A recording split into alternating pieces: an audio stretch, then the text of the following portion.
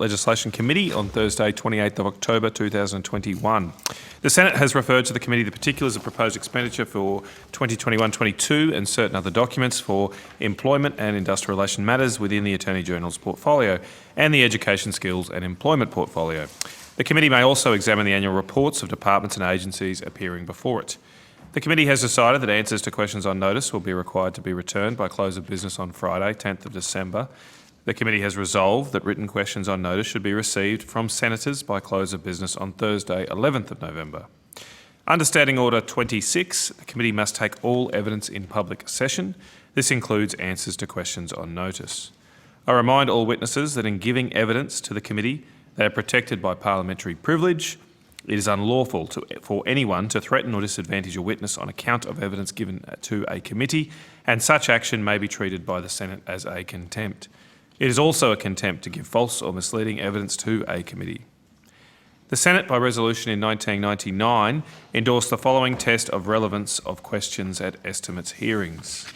Any questions going to the operations or financial positions of the departments and agencies which are seeking funds in the estimates are relevant questions for the purposes of estimates hearings. I remind officers that the Senate has resolved that there are no areas in connection with the expenditure of public funds where any person has a discretion to withhold details or explanations from the Parliament or its committees unless the Parliament has expressly provided otherwise. The Senate has also resolved that an officer of a department of the Commonwealth shall not be asked to give opinions on matters of policies and shall be given a reasonable opportunity to refer questions asked of the officer to superior officers or to a minister. This resolution prohibits only questions asking for opinions on matters of policy and does not preclude questions asking for explanations of policy or factual questions about when and how policies were adopted. I draw the attention of witnesses to an order of the Senate of 13th May 2009 specifying the process by which a claim of public interest immunity should be raised. Witnesses are specifically reminded that a statement that information or a document is confidential or consists of advice to government is not a statement that meets the requirements of the 2009 order. Instead, witnesses are required to provide some specific indication of the harm to the public interest that could result from the disclosure of the information or the document. An officer called to answer a question for the first time should state their full name and the capacity in which they appear, and witnesses should speak clearly into the microphones. Mobile phones should be switched to silent.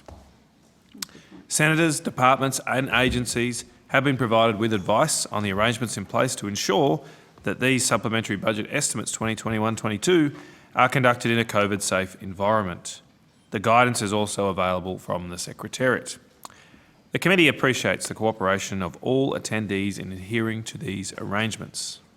Today, the committee's focus will be on the Department of Education, Skills and Employment. I welcome the Minister, representing both the Minister for Education and Youth and the Minister for Employment, Workforce Skills, Small and Family Business, Senator the Honourable Linda Reynolds. I would also like to welcome representatives from the Department of Education, Skills and Employment, including Acting Secretary Mr Marcus Markovich. Minister Reynolds, do you wish to make an opening statement? Good morning, Chair, and no, I don't. Thank you. Thank you. Mr Markovich, would you like to make an opening statement? Yes, Chair. Just a short statement, please. No problems. Good morning, Chair. Good morning, Senators. I'm Marcus Markovich, Acting Secretary for the Department of Education, Skills and Employment. I'd like to start by acknowledging a letter that our Secretary, Dr Michelle Bruniges, sent to the Chair of the Committee on the 26th of October. In the letter, the Secretary advised that she is unable to attend today's hearing as she is taking leave to attend the funeral of a close family member. I'll be representing the Department today as Acting Secretary and will be joined by each Deputy Secretary for their respective outcomes. Dr Bruniges has asked me to pass on her sincere apologies to all members of the committee, and she wishes the committee all the best in its deliberations today. Thank you. Thank you, Mr Markovich, and on behalf of the committee we pass on our condolences to the Secretary and her family. Senator Pratt. Thank you very much, and we do understand the circumstances under which she's not able to appear, and thank you for being here, Mr Markovich. Yep. I'd like to commence with some questions in relation to the procurement for the new employment services purchasing agreement. Appendix A of the exposure draft of that agreement has under contact with portfolio ministers a range of statements. Can I ask what risk assurance processes have been put in place to ensure that the only information, if any, that can be provided about the RFP process is limited to information that is already available in the public arena? So, Senator Parrott, thank you for that question. We have an area that's dedicated to doing this procurement process. They'll be here with us this afternoon under outcome 4, which is our employment outcome. I'm hoping that we can take questions On that on the tender. specifically We actually have a division that's looking after procurement arrangements, and I think it'd be appropriate for those officers to respond to questions along those lines. Okay, can I ask the department We as do a have- whole, if you've got an obligation to consider provisions of the Commonwealth Criminal Code in section 142.1, corrupting benefits given to or received by a Commonwealth official in informing those procedures? Senator, I'd probably need to just check if we can answer that question from our procurement, our Chief Financial Officer's here today. I suspect that's a question we would take on notice. We have a range of obligations that we need to meet through our procurement processes. We have procurement guidelines. I'll just check if the CFO actually knows the answer to that question. If not, we might take it on notice. Senator. First Assistant Secretary, Financial Management Division. The short answer is we'll need to take it on notice, as Okay. Mr Markovich said. Would you know if portfolio ministers were briefed on probity arrangements?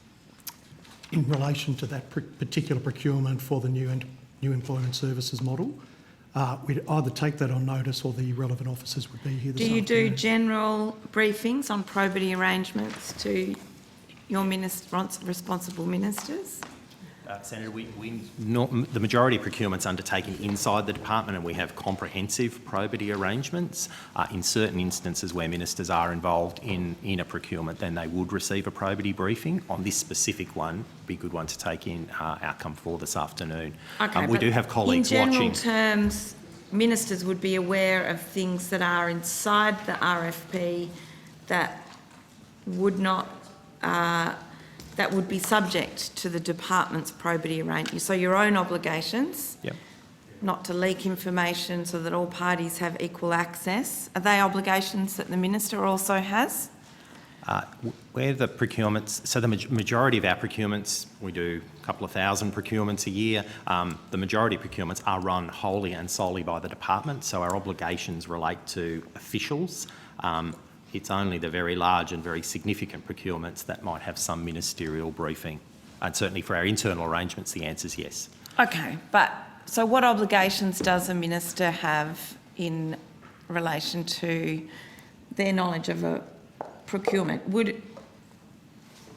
Is it okay, for example, to talk to stakeholders about what's inside an RFP unless it's not all public information yet? That would clearly be contrary to our probity arrangements. We wouldn't expect, and that would cascade from our internal arrangements. Anyone that's briefed into the probity process, of course, has the normal arrangements of non-disclosure, not talking about the contract. There's a quite extensive list of things that we wrap around procurement processes. Okay, and so that would be for a small procurement or for a multi-billion-dollar procurement. It is essentially a confidential process so that anyone applying under that RFP all has access to the same information. Yes, that's less of a probity question, more of a sort of consistency of application of our processes. But we use Commonwealth procurement guidelines, which require us to publish tender, publish requirements, and make sure that all, one of the principles is that all bidders have access to information about the procurement. Thank you. May I ask if political party fundraising involving a portfolio minister in the form of dinners with invited respondents, potential respondents or relevant stakeholders, if that would be a breach of those procedures? Is it a breach of the NESM probity plan? Senator, I'd probably need to direct that to the outcome for people this afternoon. They are listening, so we can answer your question. We'll get back to your questions.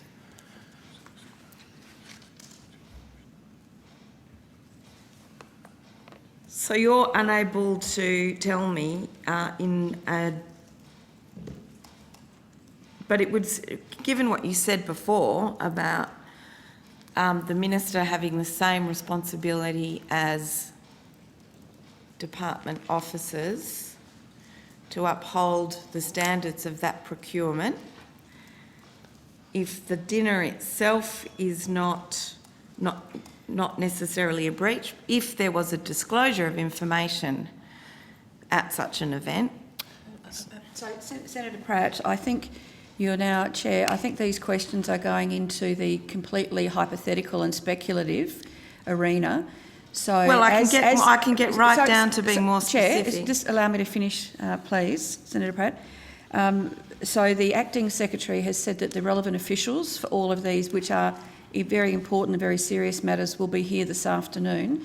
So rather than speculating on circumstances which may or may not be relevant to officials and ministers, I would request that, as the Acting Secretary has said, maybe if Senator Pratt wants to go through these questions now so that the officials can prepare for the answers later, but asking the Acting Secretary to speculate on a hypothetical situation is not very helpful. Hang on, It's Senator not Pratt, hypothetical, Chair. Minister Reynolds was still finishing.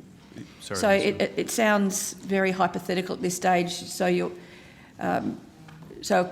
Chair, I would just ask that if Senator Pratt would like to relay the questions now, as the Acting Secretary has said, so that the officials can come here fully prepared this afternoon. Thank you, Minister. I'll just make the point there's no complete prohibition on hypothetical questions, but they must be relevant and be able to be answered. It's a reasonable point that I think both yourself and the Acting Secretary have made, that the officials to answer these types of questions will be here later. Senator Pratt, that does not stop you, of course, from asking any questions, but just be aware that an answer may not be given this morning. The principles that I'm asking about in the context of probity and contracting would apply across all the different agencies, all the different outcomes for the department. So in that context, I guess I'm asking corporate and enabling services in those general terms about those kinds of probity standards for those contracts. Senator, I'm mindful some of your questions have strayed into the probity arrangements, and you've asked a question specifically that applied to the NESM procurements. That is a very significant procurement for the department by size and scale relative to all the other procurements you see, and it necessarily has its own procurement plan that sits on top of the department's probity arrangements. Excellent. I am not briefed into... sorry, that's not true. I have received a briefing as a member of the executive on the NESM procurement as a participant about all the things that I can and can't do while the procurement's underway, but I'm neither the author nor the architect of the probity plan. So Okay, that's why I'm that being a little makes bit sense. more... So of course we have probity arrangements for all the procurements, but this one is It's very big, isn't it? it's a gorilla in the context of everything else that we've got, that we run in the department. And so that's why I'm just being a little bit careful to not give you incorrect information, Senator Pratt. But of course, we, and through the procurement section run by the CFO, have probity arrangements for all of our other procurements. Okay, so you would be, as the corporate and enabling services, you have an overview that you've got probity procedures to ensure that there isn't a perceived or a real risk of inappropriate influence on any of those tender processes. Correct.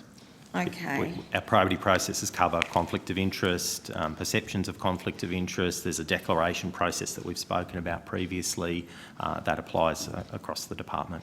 Okay, and does that apply to the portfolio ministers as well? Senator, the vast majority, as I've said, of the procurements we do don't involve the minister. There are only a very small number where the minister's involved, and they typically have their own dedicated procurement plans. For the majority of procurement that we undertake in the department, there is no ministerial involvement. We purchase pens, Okay, paper. so is there And an the relevant involvement? officials for those questions, for the detail that you're Will be in our seeking, comfort. Senator Pratt will be here at 4 o'clock today. Okay, I would expect that, is this a procurement plan that the minister has a relevant oversight of? Is what, Senator? Are you talking about the NESM procurement? Yes, I'm sorry for being unclear Correct. about that. Okay, Minister has visibility of this procurement, correct. thank you.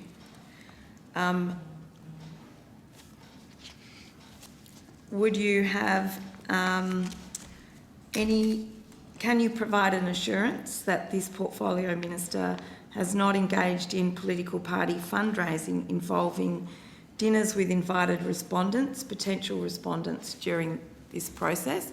I understand I will need to ask that again perhaps this afternoon, but I'm asking you, would it be unusual or concerning if that took place? Senator Pratt, I think you are now... I've asked a question, Minister. Yes, and I think I have the an relevant entitlement officials, to get a the response. Acting Secretary has said the relevant officials will be here this afternoon because that is a very specific I've put this question to Mr Markovich, sorry. Senator Reynolds. But Let him answer it. Senator Pratt, that is can you- not. Order, that is Minister, a party Minister. political question, Minister, a partisan question. It is not a question So you're running a for an partisan official. defence to cover No, up. Can I I'm just- saying it's not a Minister, question. Minister, Sorry, let's Chair. have some order here.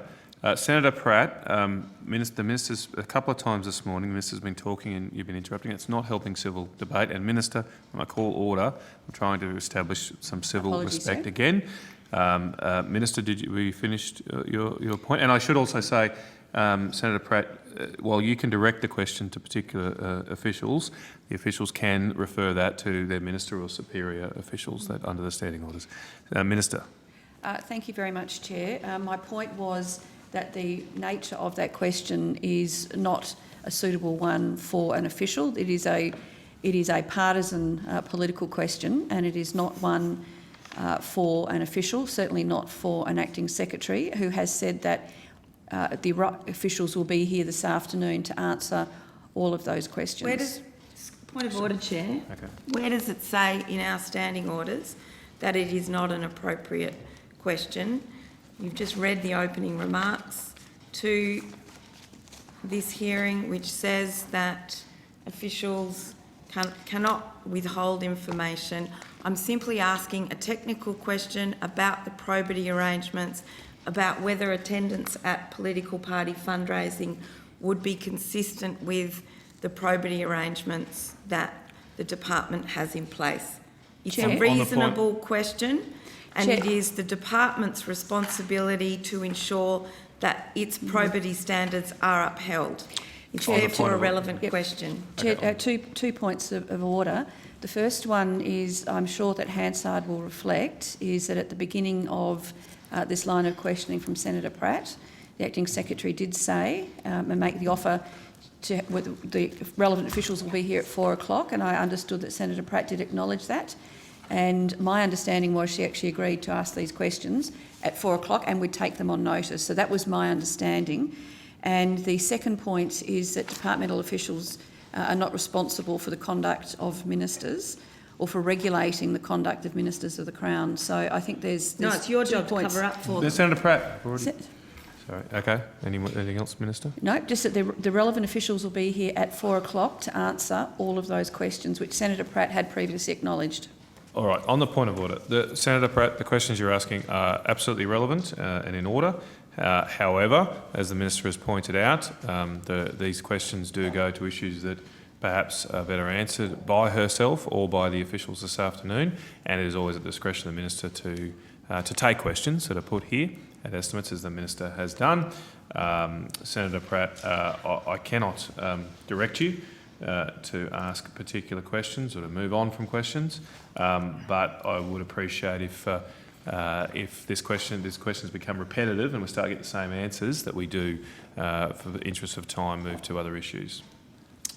Mr Markovich, you have acknowledged that this is a large procurement that the Minister has oversight of, and that, yes, in a detailed sense, the officials attached to that program will be here this afternoon.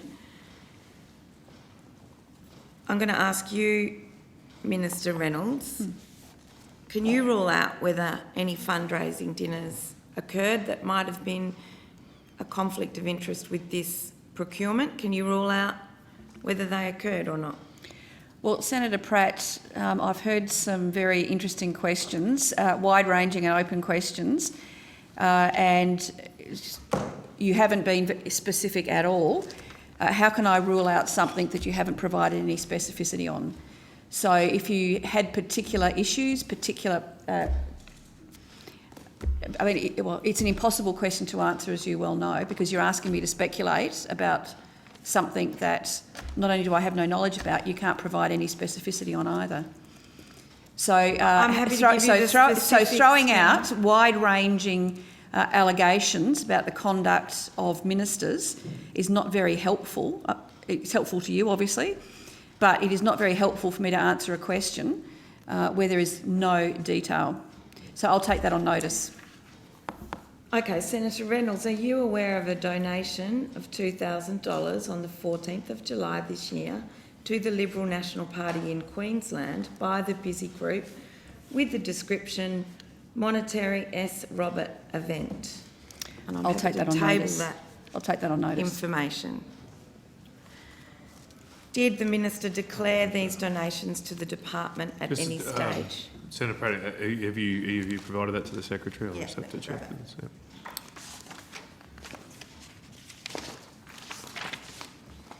That'll be a question for the group this afternoon. Sorry, Senator, I'm not aware that we have had a declaration. We'll take that on notice, Senator Pratt. You're not aware that you've received a declaration? I'm not aware, Senator. And certainly we can have a look at that for this afternoon, but I'm happy to take that question on notice. If that declaration was relevant to ticketing or a donation for an event held with stakeholders who were part of the RFP process, and that dinner Completely hypothetical. or event happened before the opening of the RFP process and they were submitters to it, Chair. would that highlight the relevance of Chair, it? There was at least a hypothetical and a hypothetical and No, a it wasn't a hypothetical. hypothetical. Again, and asking any All right, I official can to just be comment on a specific series of then. hypotheticals. We'll take that on notice. Okay, well, can we just, Senator Pratt has indicated she's happy to rephrase the question. I missed it, sorry, as I was checking the tabling of that document. But Senator Pratt, did you want to rephrase the question? Okay, I'm aware of events that are referred to in these Electoral Commission of Queensland declarations for those events. For potential respondents in the RFP process, for events with Stuart Robert. You're not aware of any declaration of those donations to the department? That's right, Mr I'm not Markovic. aware of any declaration. That's correct, Senator. Do you know anything about the events referred to in those declarations for those dates? I haven't heard of those events prior to you mentioning them to me just now, Senator. Okay. You don't know who attended and whether any information was disclosed in breach of the communication protocol that applies broadly across the department, not just specifically within this procurement. Senator, I've just advised I'm not aware of those events. Are you aware of any other political fundraising events this year or around the period covered by the communication protocol involving portfolio ministers and any relevant stakeholders or respondents and potential respondents? Senator, I'm not aware of other political events. Is the Minister obliged to disclose to the department any interactions during the RFP process with relevant stakeholders, respondents or potential respondents? So, Senator, that'd be a question that we could answer this afternoon in the context of the probity plan. That particular probity plan, are there some general probity requirements? So I'll go back to my earlier Yeah, answer. I'm just trying to understand the difference. The vast majority of procurements we make decisions on, and we will have a departmental delegate. As I said, occasionally ministers are briefed on. Thank you. If you've got information at your disposal, that would be helpful.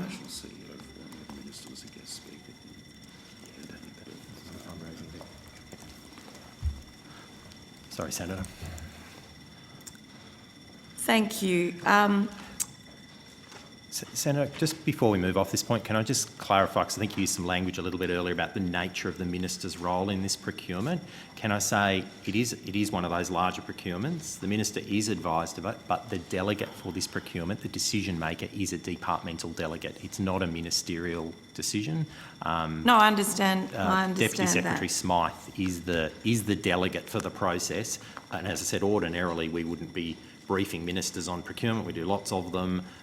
This one obviously receives some ministerial oversight, ministerial visibility rather, given its scale. So But the delegate is inside the department. The person who makes the decision about the procurement is inside the department, as is the case with... Just to clarify, the questions in that, Senator Pratt, that you are asking, which have very clear imputations, negative imputations, relate to a contract that is not for ministerial decision. It is a delegate decision in the department. I understand that, Minister Reynolds. That was not my question. I have not made an allegation. These tenders have not even been announced yet, as I understand it. I doubt a decision... I don't even know if a decision has yet been made. Minister, you can't rule out whether these dinners occurred, and these are probity arrangements for a massive procurement. So Should a declaration have been made by the minister if he attended a fundraising event with these stakeholders? Senator Pratt, can you just... I missed that beginning part of your question. Can you Should just a say that again? declaration have been made according to your probity arrangements? In a more general sense, I can ask this afternoon more specifically about those that are required under this particular Senator Pratt, RFQ.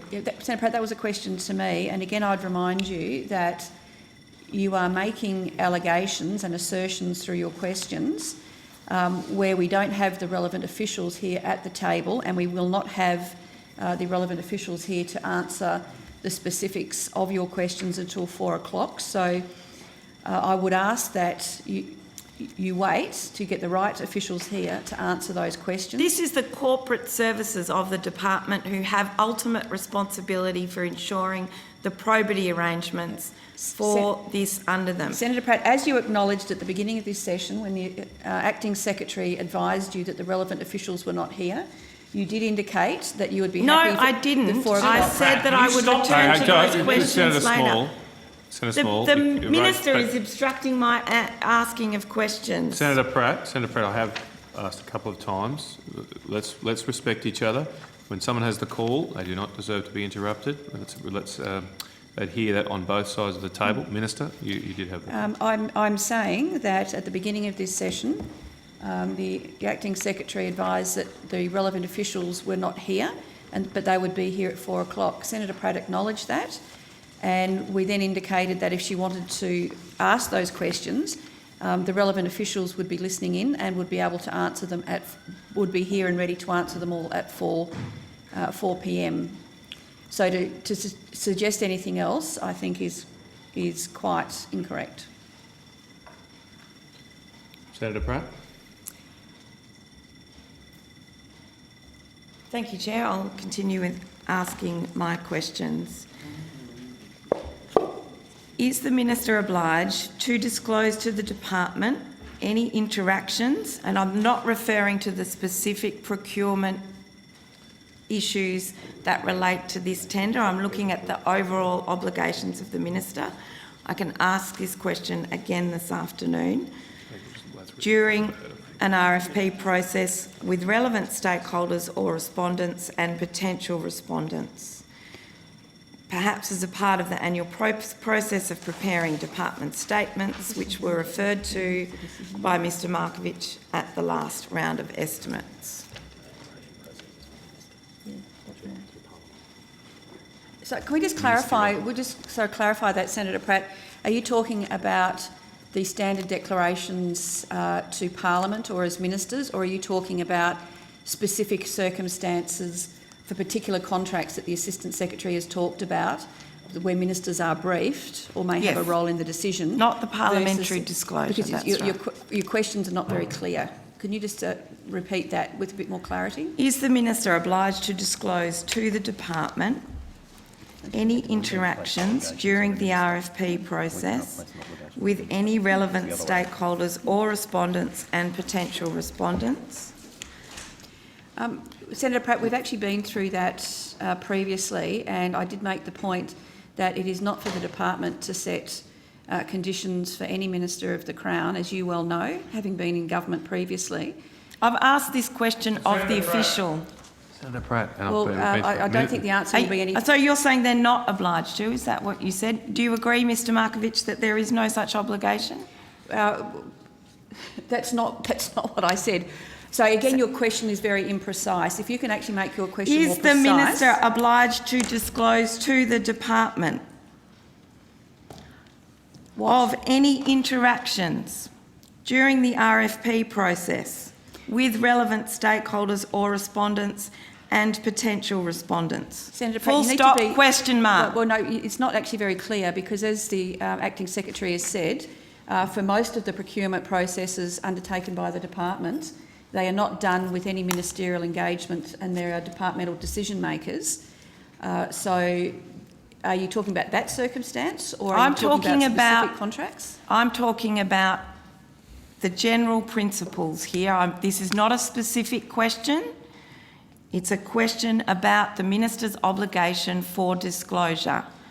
Mr Markovich, what is that disclosure, please? Senator Pratt, again, the Minister's obligation for disclosure, as you know, as ministers, we have a number of obligations and as senators and members... Senator Pratt, Senator Pratt, okay. I'm going to... You must let the officer answer this question. But Senator Pratt, your question is so wide-ranging, it's almost meaningless. Are you talking about which particular obligations? I'm talking about Senator Pratt, an overview of all the obligations that the Minister has in relation to his disclosure requirements. Please, now, there's Mr. more than one Markovich. minister in this portfolio, so which aspect are you referring to now? Because again... RFP processes. okay, Senator Yes, Pratt, there's more I'm than going one to minister. rotate the call. You've had the call for over half an hour now. I haven't had a single answer. Well, as Basically I've said, I because of cannot Minister direct... Reynolds. That's a debating point. I cannot direct minister officials to answer in a particular way. You will get more time today, of course, but Senator 4 p.m. Small. Thanks, Chair. Good morning, folks. If I can pick up on, first of all, obviously COVID. We've had a lot of discussion with various departments over the last couple of days about how they're managing not only the pandemic, but I guess a transition to working in a sort of post-COVID world. So what staff work arrangements has the department in place to manage that? So, Senator, thank you for that question. Senator, we have a national workforce. We have people predominantly located in Canberra, but also spread around the rest of the country. Our COVID working arrangements have centred on following the advice of public health directions and also Safe Work Australia. So for a number of our states, staff are in the workplace and working as normal. Obviously in the ACT and New South Wales and Queensland there are some different arrangements. We are in the process of returning staff to their usual workplace. And we commenced that process 2 weeks ago in line with health directions, and that process is continuing at the moment. We of course offer working from home arrangements and have some staff that will work from home and work in the workplace, but we're in the process of completing that gradual return to workplace at the moment in line with health directions. I expect staff, we've got a plan, and if I can use ACT as an example, this week we've had 10% in, for the next month will be 25, going to 50 and then full return early in the new year. But can I stress, following health advice, following advice of Safe Work Australia and of course ensuring that we continue to deliver for the government of the day. Perfect. And so can you just step through that, I guess, that sort of transition, specifically how the department is actually supporting the workforce in that return to the office? Yeah. Granted, it's always in line with health advice. Yep. So we have detailed transition plans that we provide to staff in advance, which give them information on our transition approach, and we provide that in advance. We have a culture program around Courage Care Connect, which really focuses on the wellbeing of staff, encouraging them to look out for their colleagues, look out for health and safety in the workplace. We've made a range of changes in the workplace to ensure that we've got sanitisers and signs and building limits and QR codes. And finally, we strongly reinforce the messaging around vaccines. At every opportunity, we are encouraging and supporting our staff to get vaccines. Sure. So they're the measures that we've got in place in the department at the moment. Brilliant. Thanks for that, Mr Acting Secretary. With respect to departmental procurement, would it be fair to say that any Australian would be a potential respondent to departmental procurement processes? Certainly, the majority of all our procurement is advertised, and that is correct. We're not clear often when we go out to procurement who might respond, and so we're obviously, like many other departments, avid users of the AusTender system, where we publish opportunities on there.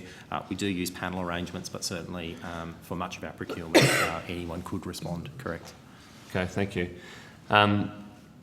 I guess with that, with the strong interface of the department and online services and exposure to the digital world, what measures are in place, or what plans are in place, I guess, to bolster the department's cybersecurity arrangements?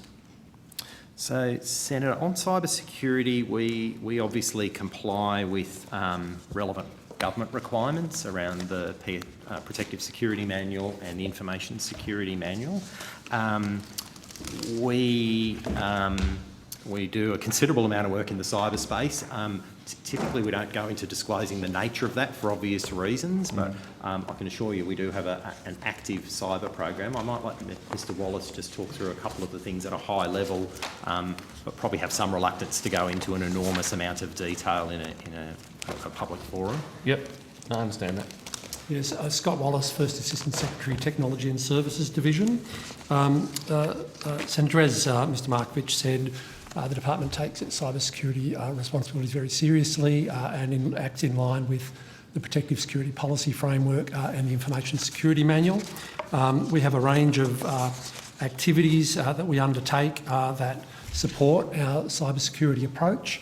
They include security by design. We build security into our applications and our IT environments. We adopt rapid mitigation, so where we understand vulnerabilities exist, we'll rapidly respond to those. We have assurance mechanisms in place, in particular around our maturity levels. So on an annual basis, we'll undertake an assurance process.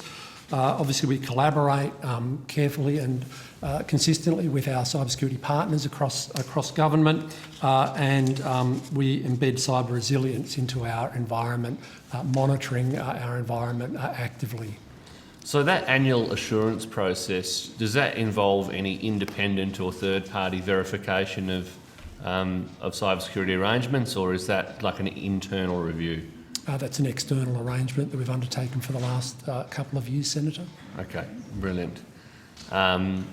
And then in terms of the resilience measures that you've got in place, have there been any significant,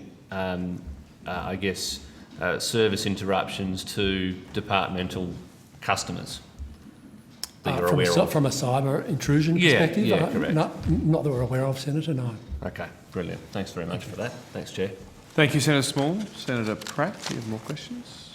I do, thank you, Chair. In terms of the probity arrangements that Senator Small was just asking about, and that's largely designed to ensure that information, it's important, for example, to ensuring that information doesn't leak about different RFQ processes, so that any respondent has access to the same level of information as any other respondent. Is that correct?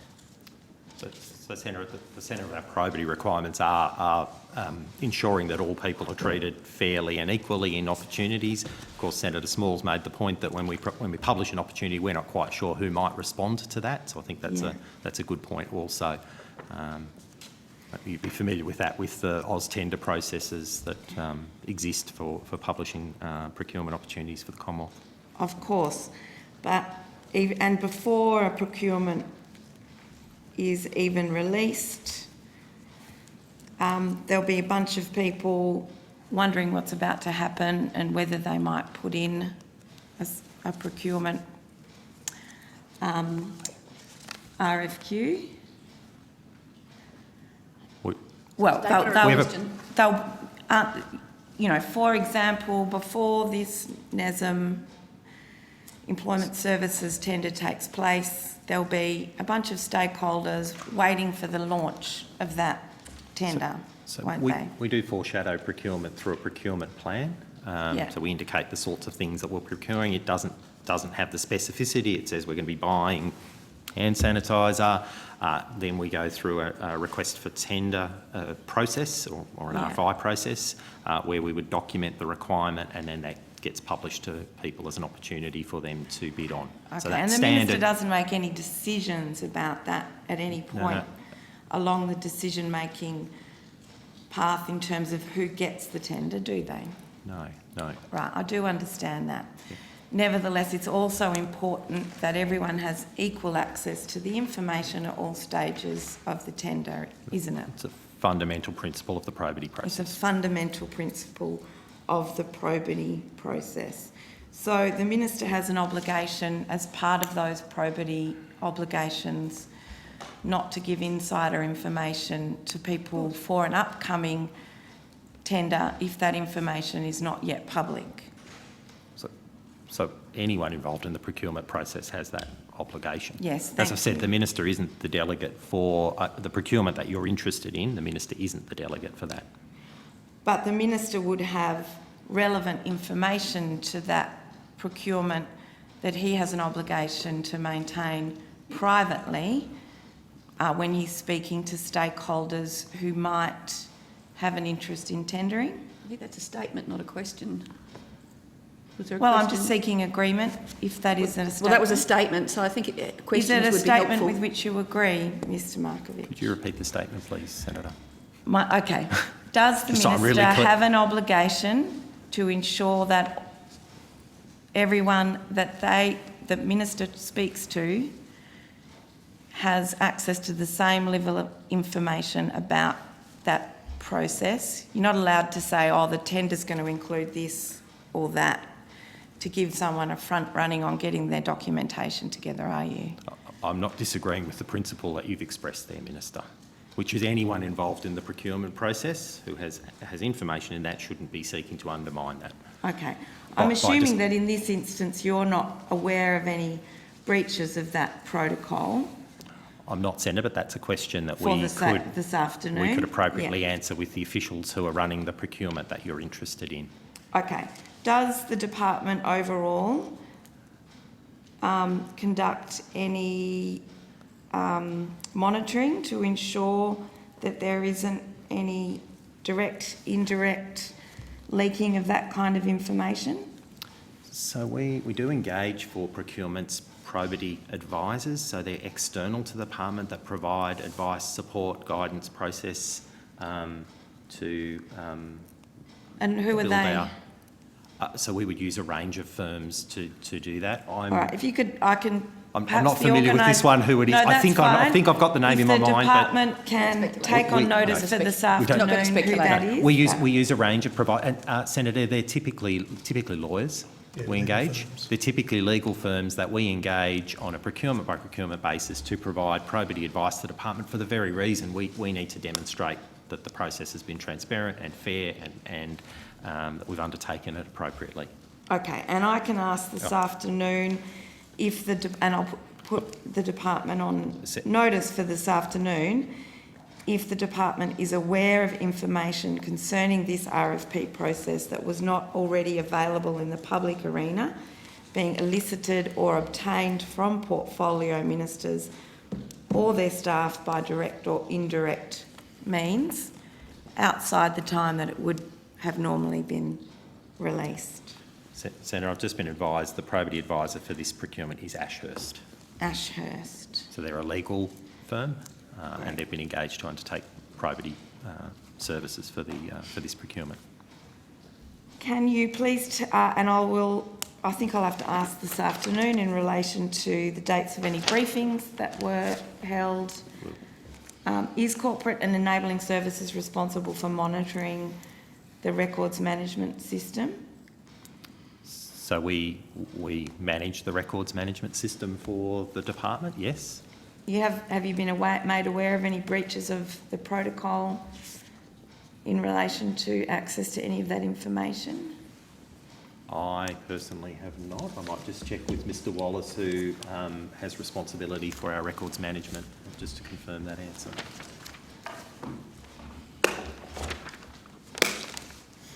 Right.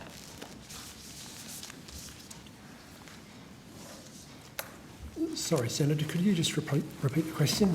Thank you. I just wanted to ask if the overarching part of the department responsible for managing the records management system are aware of any breaches in relation to access to information by the Minister outside those protocols.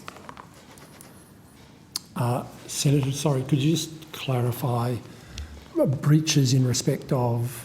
So the confidentiality in relation to commercial documents that need to be treated in a probity sense in terms of stakeholders Right. having equal access to that information. Right. So Senator, I'm not aware of any breaches of that material. Thank you. That's helpful. Can I ask if the corporate division was concerned or consulted about the short timelines under the exposure draft process for the new employment services model purchasing arrangements? Senator, the procurement's being largely run out of Outcome 4 team this afternoon. My team is responsible for providing advice in a general sense on policy issues. Because of the size and nature of this particular procurement, we have a dedicated team that's running that procurement. So what you've described isn't really the nature of what we're providing. We're providing policy advice for all It's just that thousands of procurements. It's a massive procurement, Yes. and there's been criticism that it's a short tender process for such a lot of money. And Yeah, so- are you telling me that the corporate division doesn't have a role in oversight to ensure No, that's not what done I'm saying. in an I'm saying effective way? my area has responsibility for policies, procedures, and we have oversight of the smaller procurements. In this case, because it is a large procurement, it has a dedicated team looking after it, which is far bigger than even my whole procurement area for the department. No, So- that makes sense. So I'm supporting the rest of the department with process, procedures, practices, and we have a dedicated team that must follow those processes and then have additional things built on. The officers this Okay, afternoon and will so be able I to can talk to ask those. that part of the department later about the risks that might be there in running multiple procurements for TTW. Yes. And all of that this afternoon. That would be appropriate. Thank you. Moving on to other topics, I think.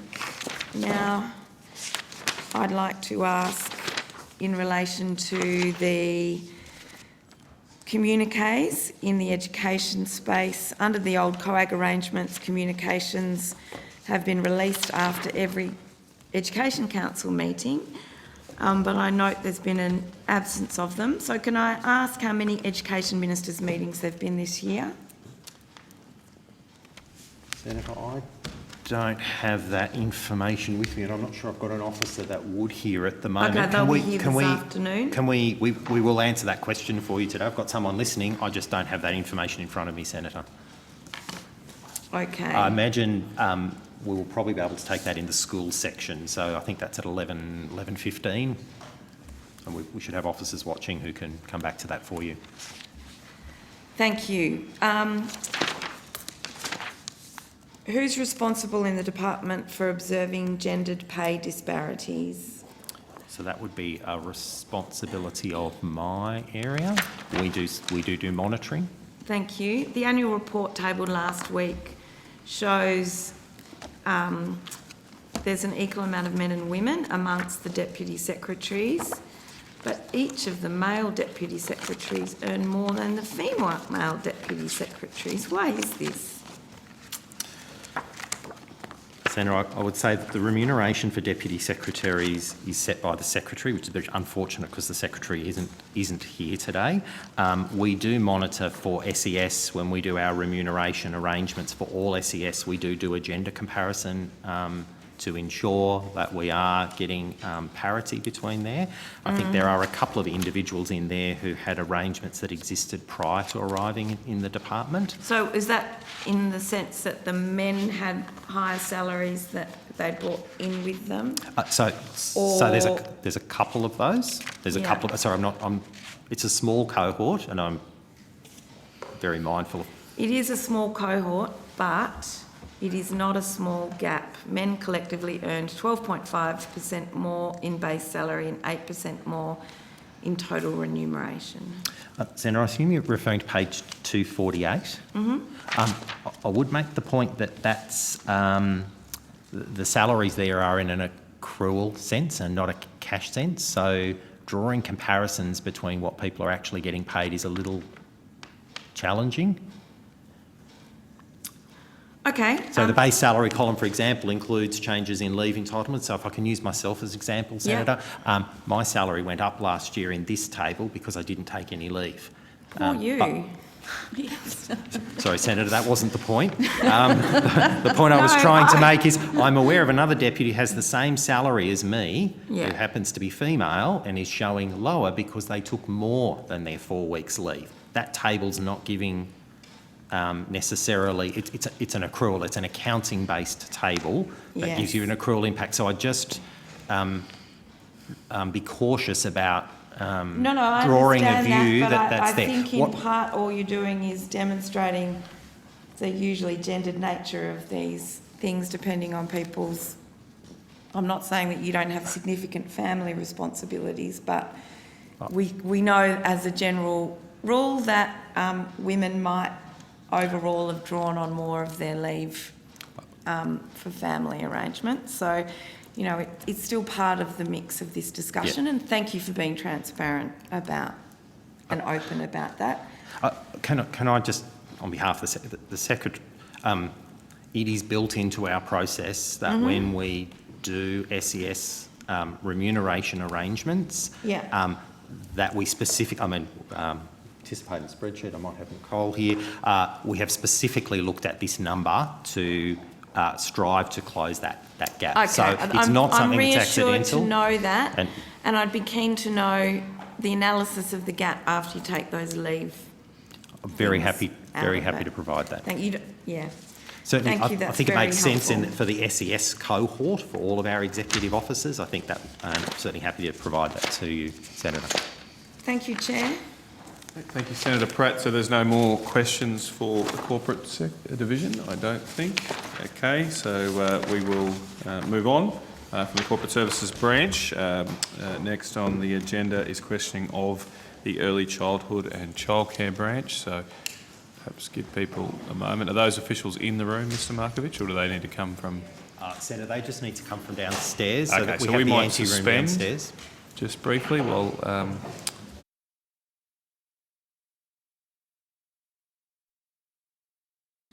Begin by asking some questions about the government's plans to support children, families and early learning services with COVID-19 in upcoming months.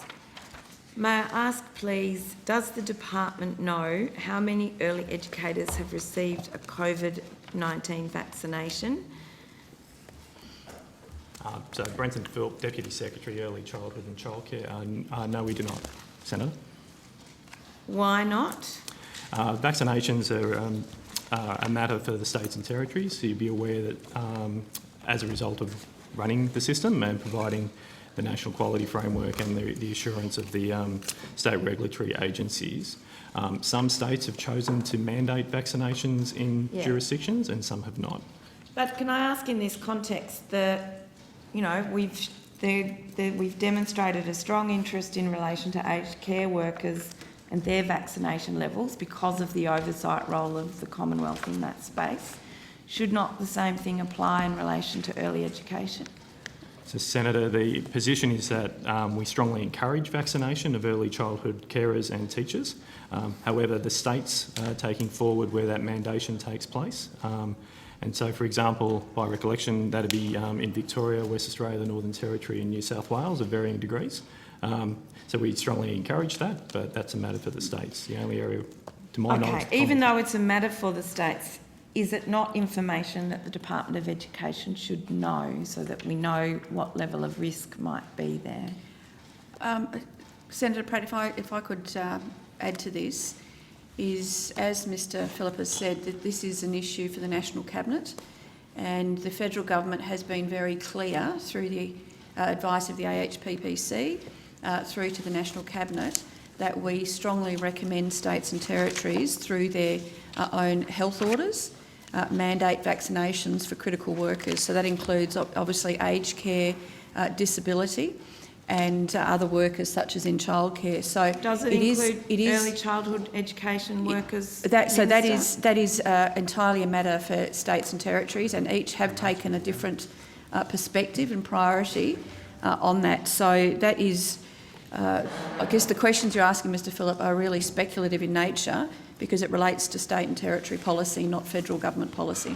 Okay, so in a sense what the Minister is outlined is that you think it's a state responsibility and therefore the Department of Education nationally doesn't need to know. No, that's not what I... Sorry, so I'll hand over to you, but that's not what I said. So state regulators are responsible for the quality and also the vaccination. Now, I understand that 5 states have mandated vaccination for early childhood education, and perhaps Mr Reid might be able to provide information about what those 5 states have done. Senator Tristan Reid, Acting First Assistant Secretary of the Provider Analytics and Integrity Division. I'll just add that we are meeting regularly with jurisdictions in relation to COVID matters in the early childhood sector, and we have asked them for statistics on how many educators are vaccinated, and they haven't been able to provide that to us at this stage. They haven't been able They haven't been able to provide that to us at this stage, but I think Mr Phillips did Do the states consider it their responsibility to know, or do they consider it yours? Well, I think it is states' responsibility. They are mandating the vaccination, and so they will be responsible for collecting that data on who is vaccinated if they can get that. If they can get that. How do you get the data from your workforce as to how many people are vaccinated? Well, That'll be a matter for the jurisdictions. It's up to the I jurisdiction. don't know, I would have Senator thought Pratt. Medicare had an easier system to navigate than the states would have. Medicare doesn't know who's employing what sector. How many children are likely to contract COVID-19 in coming months, and how will that affect early learning services? What does the department's modelling show? So, Senator, the department hasn't done modelling to the extent to which children in early learning centres may or may not contract COVID-19. Okay. Can I ask in relation to the data for immunisation? The Commonwealth has a no jab, no pay rule for the national vaccination program, so you're pretty used to tracking vaccination rates in this sector. But you've chosen not to have any oversight of COVID vaccination for staff.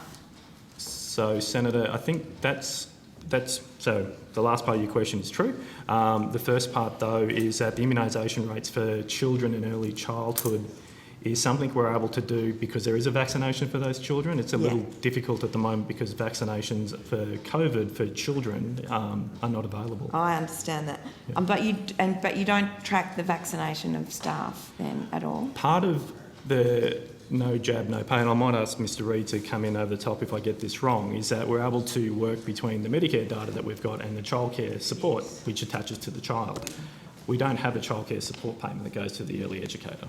No, okay, so you're not aware, are there policies around the educators also need to be immunised for other diseases in your regulations? Or is it silent? I'm simply not aware. No, In our regulations. no, not in our regulations. Okay. So you haven't done I think, ask about modelling in relation to early learning services. What are Actually, you I've able got some to tell us? information on that for you, Senator Pratt, is that the Minister for Health has requested additional advice from the AHPPC on additional ways to reduce transmission in childcare. And AHPPC has provided some very useful information that's similar to the advice on schools and that relates to work from Doherty that the National Cabinet itself will actually be discussing on the 5th of November. But it's important to remember, and I think for us all to reassure parents, that the AHPCC advice on schools recognises that the evidence to date indicates that the Delta variant doesn't cause more severe disease in children than the previous variants of COVID-19. So this, Thank your you, question Minister. is, I'm will be dealt aware with of- it on the I'm 5th of aware of November. that. In terms of what Minister Reynolds has said about that overall picture in relation to these environments, have you got any indication of the likely risks in the setting in terms of how it might affect the operation of services? So, Senator, as Mr Philpott said, we haven't done any modelling in relation to infection rates or closures, but we have been monitoring the literature that is available and the research that's been done. We've also been working closely with jurisdictions and looking at the historical data over the last 6 months, and that paints a picture. We've also been working very closely with the sector. We've been meeting with the sector at least weekly, sometimes more, in relation to COVID. We've received information from the sector around their predictions, and we are working with them on policy settings that would limit transmission in the early childhood sector, and also on options that might limit the impact on the sector when there are outbreaks and service closures. But that work is ongoing. Okay, so that means you're looking at the measures, so you've given us an overall picture. What is the department doing to ensure that children and staff will be safe in coming months? What does the picture tell you in relation to opening up the adult level of vaccination, the exposure to children? I know the modelling is underway. What is, from your research, what are the likely interventions you might need to look at in the sector? You've clearly supported people with other kinds of interventions in the context of lockdowns and the like. What does the next phase look like? So I don't think we'd be in a position to say what those policy settings would be, but I can say the policy settings that have been put in place over the last 6 months have contributed to limiting spread of the virus in those centres. So things like providing allowable absences and gap fee waivers for parents do encourage them to keep children at home when they are sick, and those kind of things all contribute, but we're not in a position at this stage to say what additional policy settings would be required. That'll be a decision of government. What's the sector asked for? Have they asked for support for ventilation or for vaccination for staff? Sorry, Senator, if I can just clarify, ventilation as in ventilating rooms? Yeah, like and those types of things? Yep. Some state Yep. schools are looking at that. Yep, so we know some of our state colleagues are considering those options. By recollection, New South Wales and the ventilation of rooms. Maybe if it helps... Victoria look like they're the ones who are doing the right job. New South Wales is a little bit less Okay, so clear. Does ventilation make a difference? Oh, look, again, Senator, I think that's a little outside our remit. That's a matter No, for but the you're the Department of regulator Health. for safety and well, no, all so of that kind of maybe thing. if You I know, could- you've got to, I know you're Yeah. not the regulator as in the context of this part of the department, but you've got to ensure the funding and overall quality that feeds into that regulation. Have you done an assessment of ventilation and its importance? So again, Senator, no, we haven't, because that's a matter for the states. Maybe if I can, if it helps. Why would they? Okay, has the sector asked for support for ventilation? I would have to check whether they've specifically asked for that. We can take that on notice, but I mean, I think So in our you're discussions, currently not aware that they've asked for that? whether they've asked for that directly from the Commonwealth, I'm not sure. I'd have to take that on notice.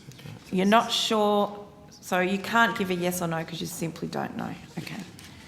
That's not a question that's come to It's not a question No, for no, that's for fine. I federal, was it's just not the federal thinking government, that this is a state to government make sure issue. the answer was clear. Clearly, you've indicated that you don't consider it a Commonwealth responsibility. If parents need to keep their children at home because of COVID-19, will they have to pay gap fees? So under current measures, if there is a Commonwealth hotspot declaration and state restrictions on access to childcare, then they do not need to pay gap fees. If they're in receipt of business continuity payments, they are not allowed to charge gap fees. So if they're not in receipt of those payments, it's an option for the service. If they are in receipt of those payments, it's a condition that they do not charge gap fees. I understand the current situation in the context of opening up and the expectation that COVID, hopefully everyone's immunised, but it might creep around the community in different pockets. If there is an outbreak in a centre and parents need to keep their children at home, or you've got an outbreak in your own family and you're required to keep your children at home to prevent transmission to the centre, will there be a waiver in gap fees? So I'll just say they're the things we're actively considering, but Thank you. no decisions have been made at this stage, and that'll be a decision for government. What's the timing on that, Mr. Reid? I probably can't give a time frame, but I would say that it is something we know is a priority because of restrictions coming to end. So it's something we're working on as a priority, but I probably can't give a precise time frame when those decisions be made.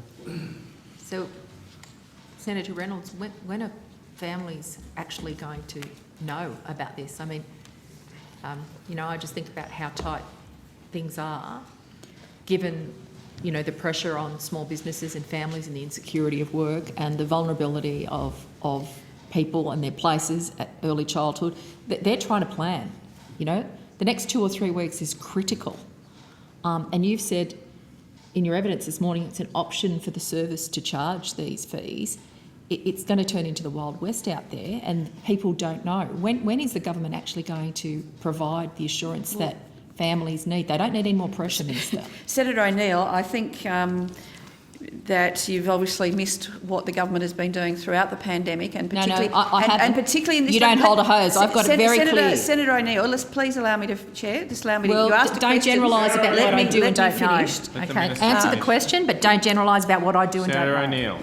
Thank you for instructing me how to answer my No, question, no, but I will you're the one answer it who in any started which with way that, I Senator feel like Reynolds, and I'm necessary. not Seems to be something in the order today with the Labor senators. Well, yeah, we're Senator seeking Small, if clarity. you'd like to take a point of order, there's a process for that. Chair, it would help if Interjections I are unhelpful. answer. Minister.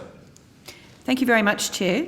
So, as I was about to say, is I think Senator O'Neill must have been sleepwalking through the point COVID of order, crisis. Chair. Point of order, because Chair. we have been providing. Point of order, Chair. Okay, I'll take a point of order from I Senator will O'Neill. not allow Senator Reynolds to make comments about me, what I do and don't know. I've asked her a clear question. It was, when is the government going to provide with any clarity to the Australian families what's going to go on with childcare and fees? That is the only question I've asked. She does not get the right to reflect on me before she answers the question.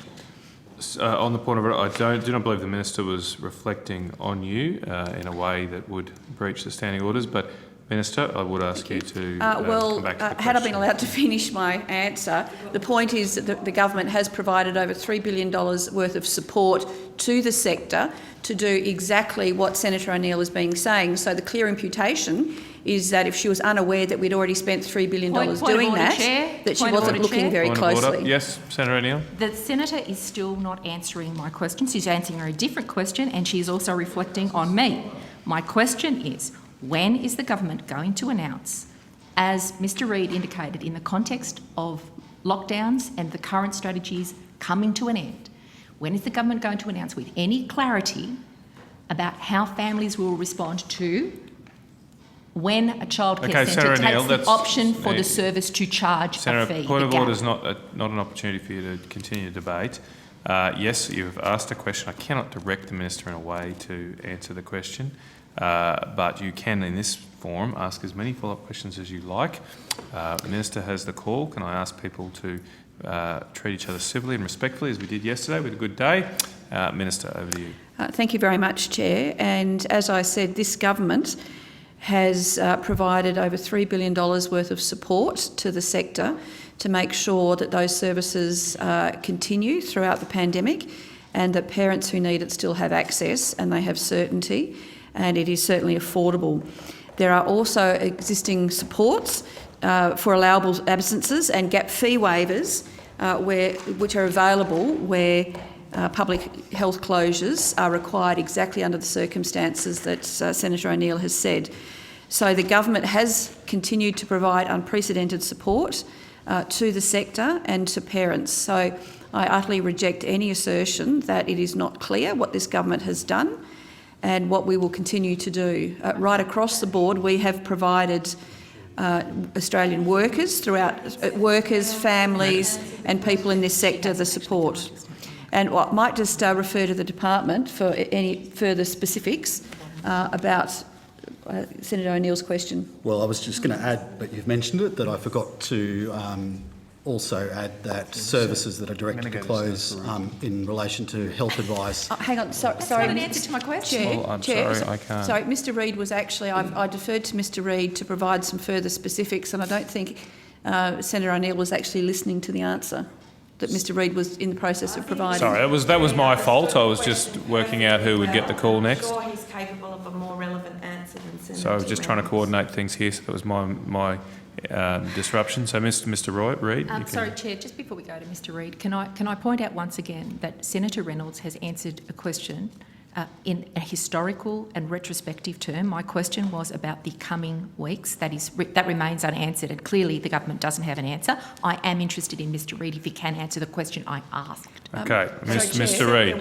Chair, Yes. just on Senator O'Neill's point, that is actually not correct. I did talk about historic, but I also talked about current supports that are currently available, which I then have asked Mr Reid to clarify. Okay, we don't need...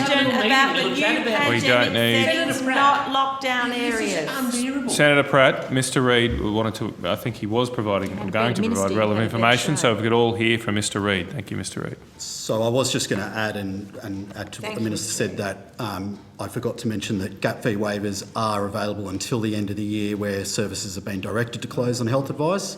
In relation to formulating the advice going forward, I would say that we held quite a long workshop with our key stakeholders last Thursday in relation to possible measures going forward. And so, those discussions with stakeholders have been going for some time, but also have only been wrapped up quite recently. And so we're in the final stages of providing advice to government on options. Thank you, Mr Reid. Thank you, Mr Reid. Now, Senator, I'm going to go to Senator Faruqi. I gave you a little bit more time than I'd allocated, but there were a lot of interruptions. So, Senator Faruqi. Thanks, Chair. Good morning, everyone. I'll start off by some questions on centre closures during COVID-19. So how many early childhood education and care centres have closed either temporarily or permanently as a result of COVID-19 since 1 July this year? Senator, I'd have to take that on notice from 1 July this year. I know for the calendar year, so from 1 January of 21, there are approximately 2,100 services that closed. We know the vast majority of those closed for a very short period of time and have reopened, but I don't have figures from 1 July this year, but I can take that on notice. Yeah, could you provide us, please, maybe for the calendar year as well as from 1 July? So for the calendar year, it was... how many were... Sorry? Sorry? For the calendar year, it was 2,156. Yeah, how many were temporarily closed and how many have permanently closed? Do you have those figures? I don't have them with me. I can see whether we can get them on notice. I just would flag that I'm not sure with permanent closures whether we can solely relate those to COVID purposes, but I'll see what we can get. Okay, if you could just provide those, that would be great. Yep. And do you know how many have closed in regional remote locations? I would have to take that on notice. Okay, if you could take that on notice as well. And how many of the centres that closed temporarily were supported by business continuity payments? So I would have to take on notice the percentage. I can say that all services in New South Wales, Victoria and ACT that closed temporarily would have been eligible for business continuity payments from the 23rd of August. Whether they receive them, they would have to meet other eligibility requirements and opt in to receive those payments, but all closures in Victoria, New South Wales and ACT would have been eligible to receive payments from the 23rd of August. Yep. But if you could just provide on notice how many of them actually accessed and received those payments. Yeah, I can see what we can get on notice. Yeah, thank you. And do you have any, any idea of what the average costs are that providers might be incurring when their centres are closed? So, for example, things like deep cleans or replacing staff who are isolating, any idea on extra costs that they incur? I don't think we have that information. That's not information we're likely to have, Senator.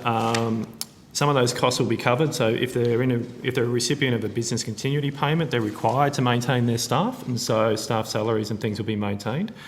There may be things around additional cleaning costs and the like, but I think we'd have to take on notice what those might look like. Okay. And just on your other question, I might add as well to Mr. Reid's evidence that as to regional or rural centres, given the vast majority of the pandemic has been felt within the cities of Melbourne and Sydney and in the ACT, it's going to be very few, if any, regional centres that would have closed as a result. There may be some who had a close contact or otherwise that are required to close for cleaning purposes, but I would have expected that in the short term. But we can come back to you on that on notice. Yeah, that'd be good. Because I do know in Victoria and New South Wales, especially after 1 July, regional areas have also been in lockdown. That's right. Yep. That's why I was more interested in after 1 July. Yes. Just going back to the question of costs, has the department investigated increasing the childcare subsidy hourly rate at all to reflect some of the higher costs of operation that are being incurred? So we haven't, Senator. I would say that 86 to 87% of services at the moment charge under the rate cap, and so if there were increased costs and services raise their fees, the vast majority of services would still fit with under the rate cap, and therefore the subsidy would pay a contribution to those increased costs. But we have not provided any advice in relation to the need to raise the cap. Mm-hmm. You may have responded to this question that I'm going to ask, but I'm still not clear on it. What ongoing support will be provided for centres that might be directed to close now on health advice after the hotspot declarations and restrictions have ended? So if they're directed to close under health advice, they can continue to waive gap fees currently up until the end of the year. Okay. So that's the only support at the moment that will be available? At the moment, that's right. Yeah. And has the department, I think you did say that the department has modelled or is modelling the likelihood of centre closures as a result of an upsurge in cases over the next few months? No. Or you said no? No, the department. We have not, Senator. You haven't modelled, and are you looking at modelling that? That's probably not something that our department would do, kind of model health impacts, and so it's not something we're planning to do. I did say that we are monitoring other literature that's out there from Doherty Institute and others, and we're having discussions with jurisdictions in relation to these matters and the sector, but it's not something we're planning to model, and probably not a role we see for our department. Okay, so you'll just wait and see what happens, and if there is an upsurge, you'll make decisions then on what to do? No, Senator. As Senator Reynolds, or Minister Reynolds mentioned, there is advice that's been sought from the Australian Health Practitioners Principal Committee for National Cabinet on the effects of COVID in the early childhood setting. When that advice is available, that'll feed into the policy development that we bring forward as to what further treatments the government may need to consider based upon that advice. Yeah, is that advice also looking at an upsurge in cases, let's say in 0 to 5-year-olds? I'd have to take that on notice, Senator. That'd be something that's managed through the Department of Health.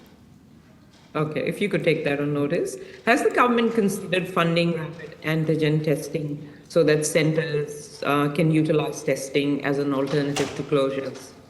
I understand that this is happening in Europe. Yeah, so Senator, no, that's not something that the department is considering. It is a thing that has been discussed in our conversations with our state and territory colleagues. It's most likely one of the things that they would bring forward as their role as the regulators of how services operate. Okay. I just want to move on to the National Children's Education and Care Workforce Strategy, and it was very welcome to see that the first action item in the strategy is to investigate options for improving work pay and conditions. Pay and conditions obviously is a critical lever in attracting and retaining early childhood educators and also paying them fairly. So how will the government support providers to improve pay and conditions without affecting affordability for families? So sorry, Senator, can I ask you to restate the question in the context of the workforce strategy?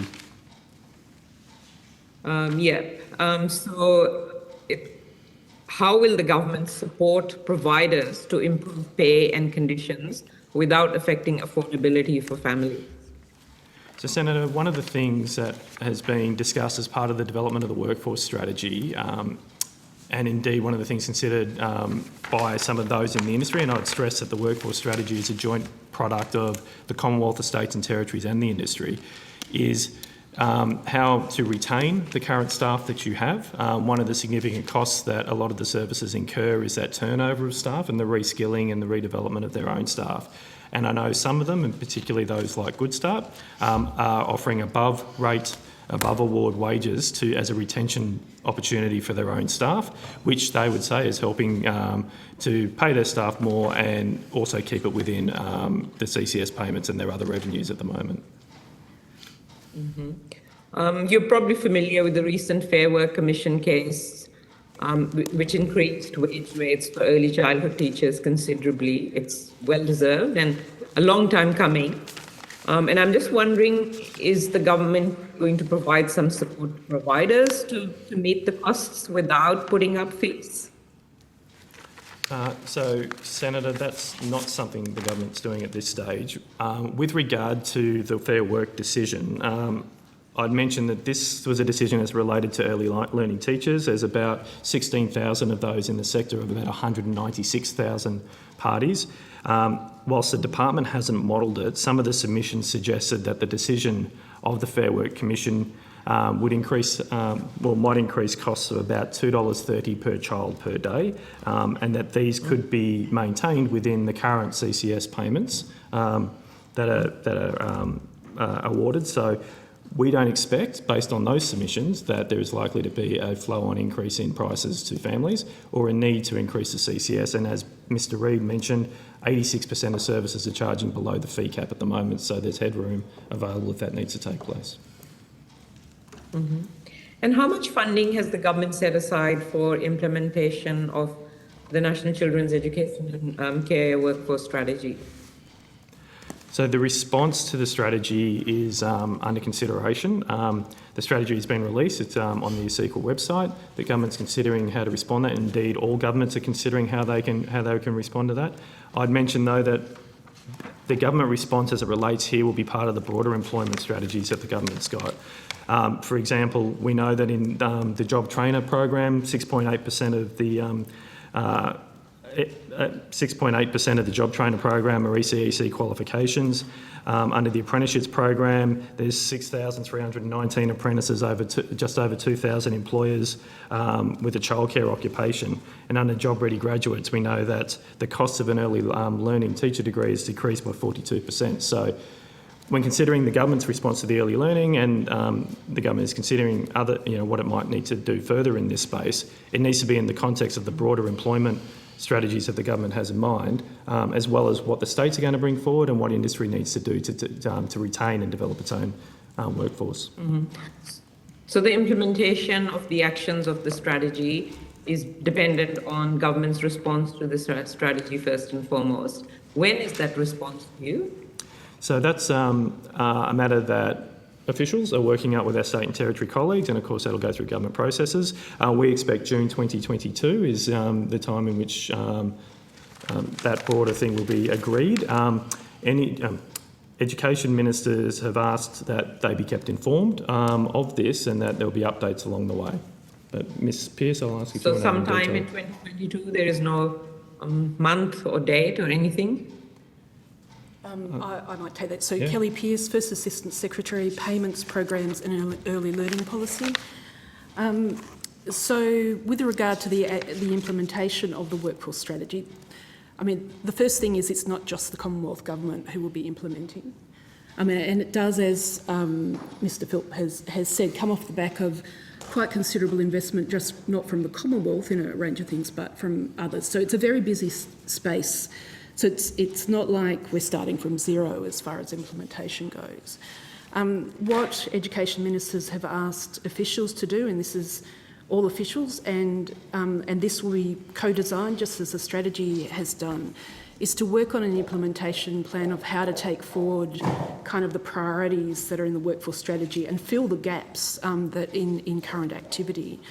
That will happen between now and probably, we're expecting June next year, but that doesn't mean that, things have been put on pause. There's still a lot of things going on. And as we're seeing things that can be done, for example, without a major investment that would require budget consideration, we're also working through those sorts of things with states and territories. And I'm really pleased to say also that employers, particularly the larger ones, are actually actively getting in there and doing things. So it is it's not just about Commonwealth investment, it is about the collective action. And certainly, we're absolutely looking at what else can be done, and certainly what can be done. An example would be streamlining of approvals of overseas qualifications, those sorts of things that can be done without spending large sums of money, as well as what else might we do. Senator Faruqi, we might just let you know, I'd like to rotate the call in a couple of minutes. If you could Sure, I just have a couple more questions, Chair. Thank you. Who is responsible for the implementation of the actions of the strategy? So it's collective responsibility. The buck stops with someone. The buck stops with education ministers and with employers, the parties to the actual workforce strategy. For that matter, it stops with unions because they're also parties. Obviously, the Commonwealth has no responsibility? Well, we're part of the education minister's, construct. So, but it's not sole responsibility, and neither would it be appropriate for us to be, collective action requires everybody to take responsibility, not just one entity. We certainly have played, I think, quite a leadership role in this space in facilitating and encouraging. At the moment, ASIQA certainly has been the kind of lead entity, but education ministers, just as on a lot of things around federation and national things, are the ones taking leadership responsibility, if you like, around this. Moving on to my last couple of questions, does the department have demographic data on children enrolled in services during the period of free childcare last year and have since unenrolled? And can you provide that to the committee? Because I have heard concerns from some centres that some children from marginalised communities were enrolled during free childcare and subsequently withdrawn when the fees were reintroduced. Unfortunately, Senator, because we turned off the childcare subsidy system during free childcare to enable the actual payment of business continuity payments, we do not have demographic data. And we can't match the children who were there in June, for example, to those children who were there in, when normal system practice resumed. So we can't do that. I've heard actually that, but I've also heard the opposite. So the answer is at this stage we don't know. But if you look at the data overall, it's continued to, the number of families has continued to be either grow or be reasonably stable. Minister, given this situation, don't you think it would be sensible to provide public, universal and free childcare for everyone who needs it, so kids don't fall through the cracks? It would avoid the convoluted funding models that don't work. But most of all, we recognise that education is a basic right, and that early learning and education is good for our children, it's good for families, good for women, and good for societies. Why won't you provide universal free childcare? Senator Faruqi, look, thank you for that question, and I'll take that as a partisan political policy statement, and I'll leave it at that. It's not, it's a serious question, Minister. Families have suffered and are suffering, and we know when childcare was free for a few months, it really changed the lives of so many people and provided education to children. Yeah.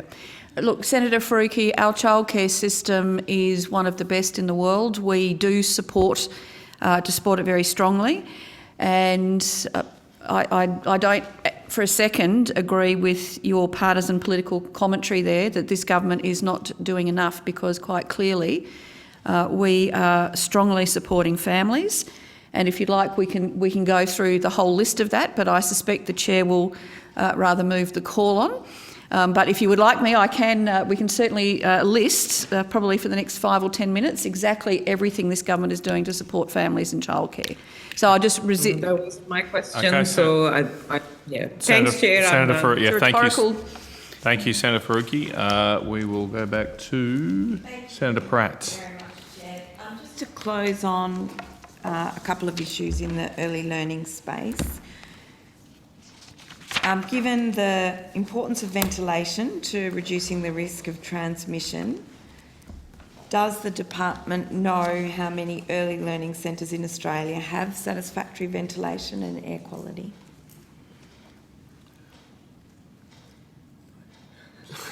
So, Senator, the question's difficult because it kind of assumes that we understand what the satisfactory air quality for a COVID response is. And as I said before, the department, that's not something that the department typically is involved with. The states, as they have with restricting access to early childhood on health grounds, would have that role in understanding what the provision of a safe environment is for children under the that's state fine. regulatory agencies. Clearly you've said, in that sense, no, that's a job for the states. Nevertheless, you have said that you understand the importance of air quality in a COVID context, even if you're not across the,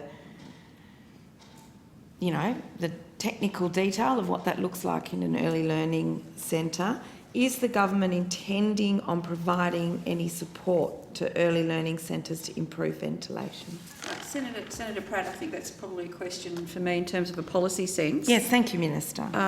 In terms of the issue of ventilation, I think the officials have been quite clear and quite correct that issues of building standards, public health orders... it's a matter for the states. Are clearly all a matter for states and territories, and I don't think it's reasonable to expect I simply ask federal what officials support to... is the government providing? I think you've said state governments are providing that support. Can I ask you, Minister, is the Commonwealth planning to provide any support to early learning centres to improve ventilation? Look, as we said, it's not a question for the federal government. States regulate, but services are also businesses and distinct from schools that don't charge fees. So I think that is quite clearly not an issue for the federal government. Thank you, Minister. In terms of the early childhood workforce national strategy, how much funding has the government allocated to implement recommendations of the National Children's Education and Care Workforce Strategy? So, Senator, if I could just go back to my previous evidence, there's a raft of things that the Commonwealth is doing at the moment when it comes to more broadly in the employment space that does support the workforce strategy, and that the Commonwealth, like the states and territories, are considering what further things need to be done to take further steps with regard to the workforce strategy. Okay, can you give me a bit more detail? How much funding, is there money attached to that yet? to the workforce strategy itself. Yes. Again, as Ms Pearce said earlier, Senator, we're considering what further things need to be done as part of that workforce strategy. So you haven't allocated money because the strategy hasn't been concluded. Can you outline something of the nature of the problem in terms of the shortage that the strategy is designed to address? Yeah, please go ahead. So can I just say, the strategy is not just about workforce shortages, like it goes to quality and a range of things. I understand Yep. it does go to a whole range of things. Can I ask you to comment on the parts of the strategy that will need to address estimates that the sector will require around 39,000 additional educators, including 9,000 additional ECTs by 2023, a 20% increase in the workforce over 5 years? So, Senator, I have different data, a little bit different. How do you quantify the shortage? So, as at the last, I think, National Skills Commission report, it was 13,300 educators and 8,200 ECTs that will be needed by, 2025. The Skills Commission didn't quantify the current shortage, just indicated that in certain categories of the workforce there were shortages. Childcare workers is their classification. We call them educators,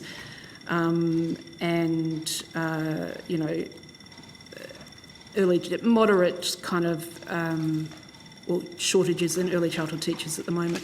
So these numbers have changed probably because of a range of things. But in terms of the sorts of things, to go to your question around what is the strategy looking at in terms of, and here I say, and it's not just the Commonwealth, it's a range of stakeholders in this space. Okay, so just to be up, you've given me a bit of an answer to my question that's enough for context. Can I go back to the figures? The national regulator are where we got our figures from? They would be, I would think they're using the older data, if you're talking about ASIQA. Yes, that's right. So they're the standard-setting organisation for the National Quality Framework. Okay. So their numbers would be older than the most current. I'm pretty sure of that. But regardless, there's still, a significant. There's still a gap in future demand that will need to be filled. That means action now and in the near future is important. Okay. There's no funding as yet allocated to any part of the strategy or the workforce. There is funding. Yeah. But it's in the. And allocated is an interesting word. So the strategy takes into account existing activity, of which there is a fair bit between the Commonwealth, states and employers. And then there's what else can we do. So I think as Mr Philp said earlier on, there's already existing initiatives. So wage subsidies to employ workers through Job Active is an example. Job Trainer, where 6.8% of the funded place enrolments have been in EC qualifications. And when you think about supply, obviously we need to train people and we need to train more people and we need to get more people to complete their training and teacher education. So in that sense, the Commonwealth is actively contributing there. Boosting apprenticeship commencement. So there's... Can I ask, is there... I can see where you're going with that. Is there an overt strategy as part of this workforce strategy to pull in participants through the Job Trainer program into education and early childhood, or is that... So it's overt in the sense that it's one of kind of the focus areas, and that we also, heavily encourage employers, to put put out there that these things are available. So it's really about, those are about making people aware of what's available and ensuring they pick it up. And we've been quite pleased with the uptake on some of these existing programs. Okay, so that's in terms of allocating funding for the strategy. You've essentially said some of it will be embedded in existing activity and interagency work. Will the government commit funding to implement the recommendations if some of those recommendations fall outside, an existing patch? So, Senator, that really is a question about a future decision of government. Okay, but you can confirm no money's yet been allocated to that separately? Apart from what's already, there. Okay. So the next step with the workforce strategy really is, again, more collective design around an implementation of the strategy. Okay. And as I said in my early evidence, there are also things that we can do without kind of overtly allocating new money that we're looking at as well. Things like streamlining, the acknowledgement of overseas qualifications. And Thank you. In terms of the first action item in the strategy, which is to investigate options for improving workforce pay and conditions, as we know, pay and conditions is a critical lever in attracting and retaining early childhood educators. How will the government support providers to improve pay and conditions? So, Senator, firstly, the Commonwealth, supports the sector, but, families through the childcare subsidy. So, in the first instance... So the question was about pay and conditions for staff. I understand that trickles down through all of that too. And Senator, pay and conditions for staff really is an employer question. And what we're seeing... okay, so can I ask you then, yes, and it the is Fair Work Commission. the action item says the first action item is to investigate options for improving workforce pay and conditions. What options are being investigated?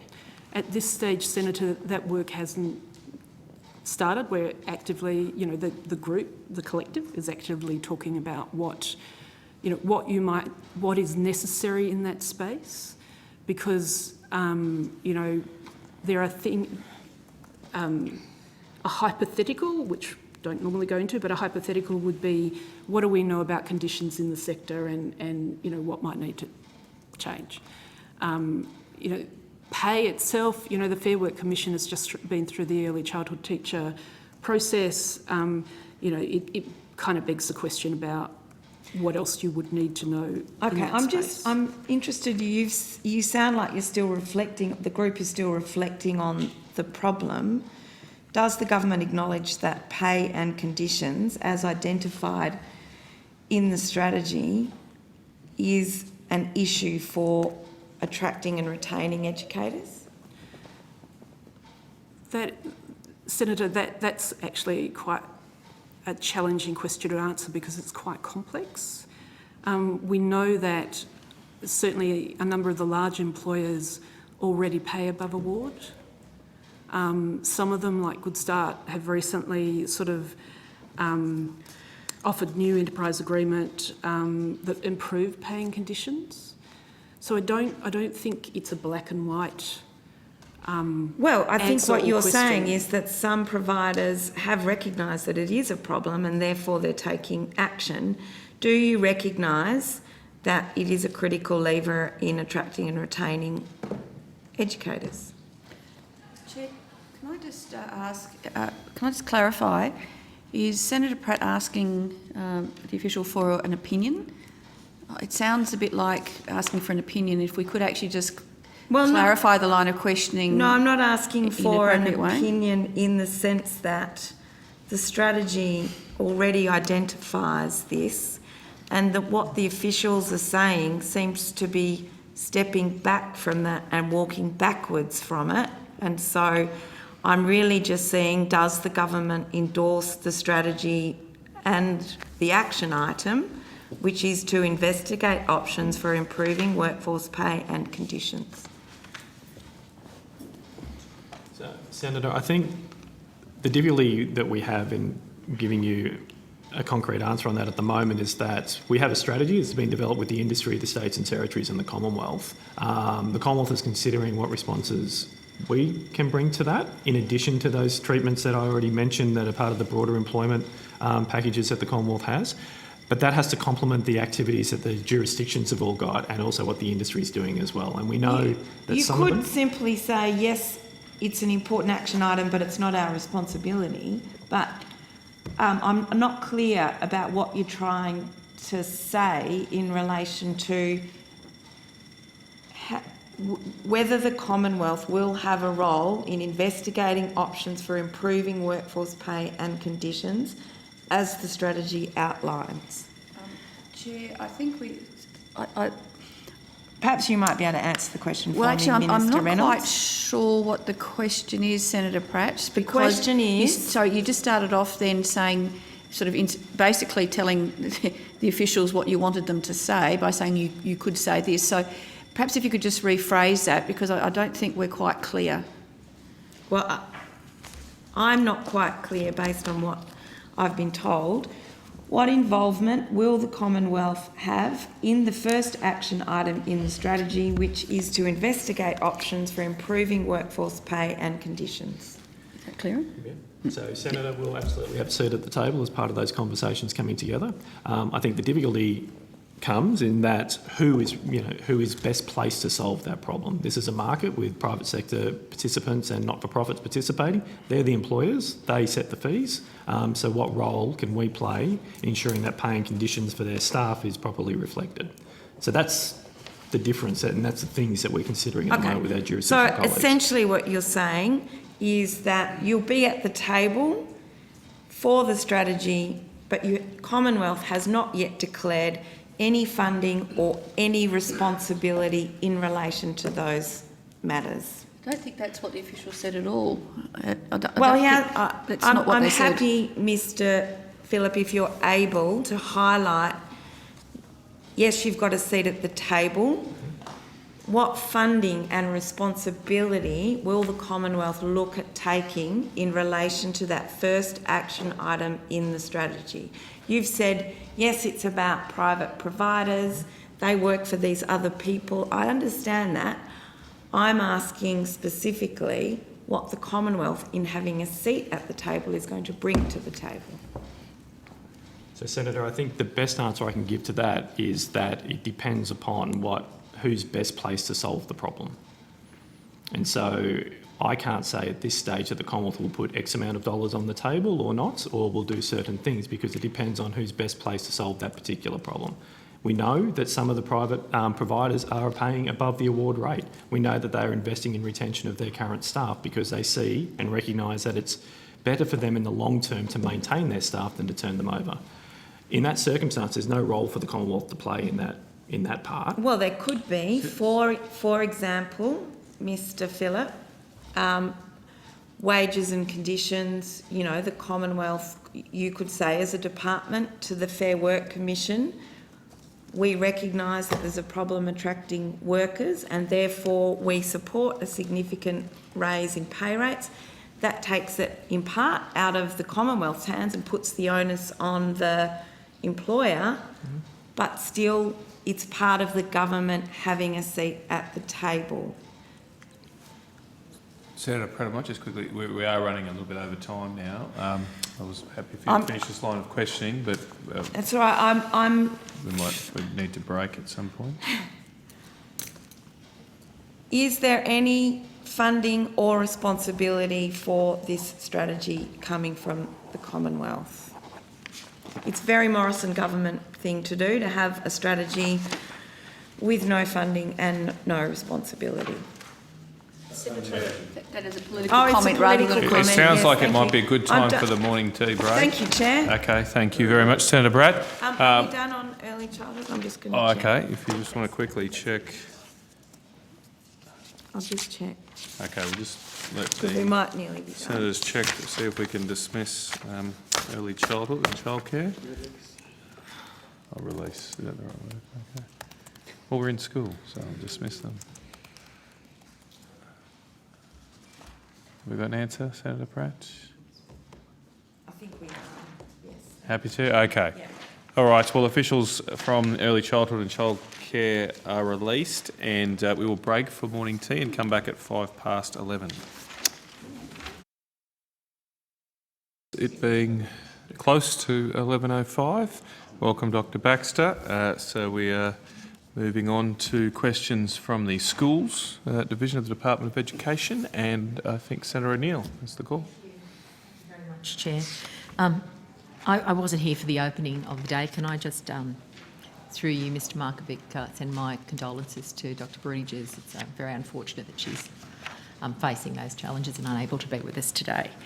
Thank you, Senator. I'll pass that on to her. Thank you.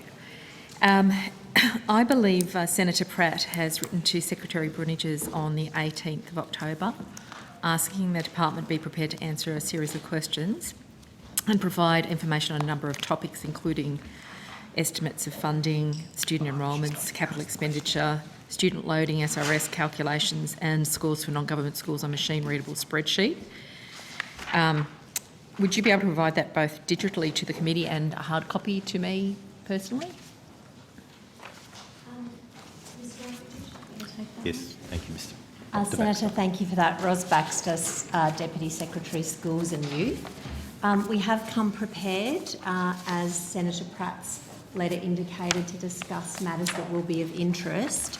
I can work through what we are able to answer and provide and not provide on each of the things that she's asked for, if that would be useful.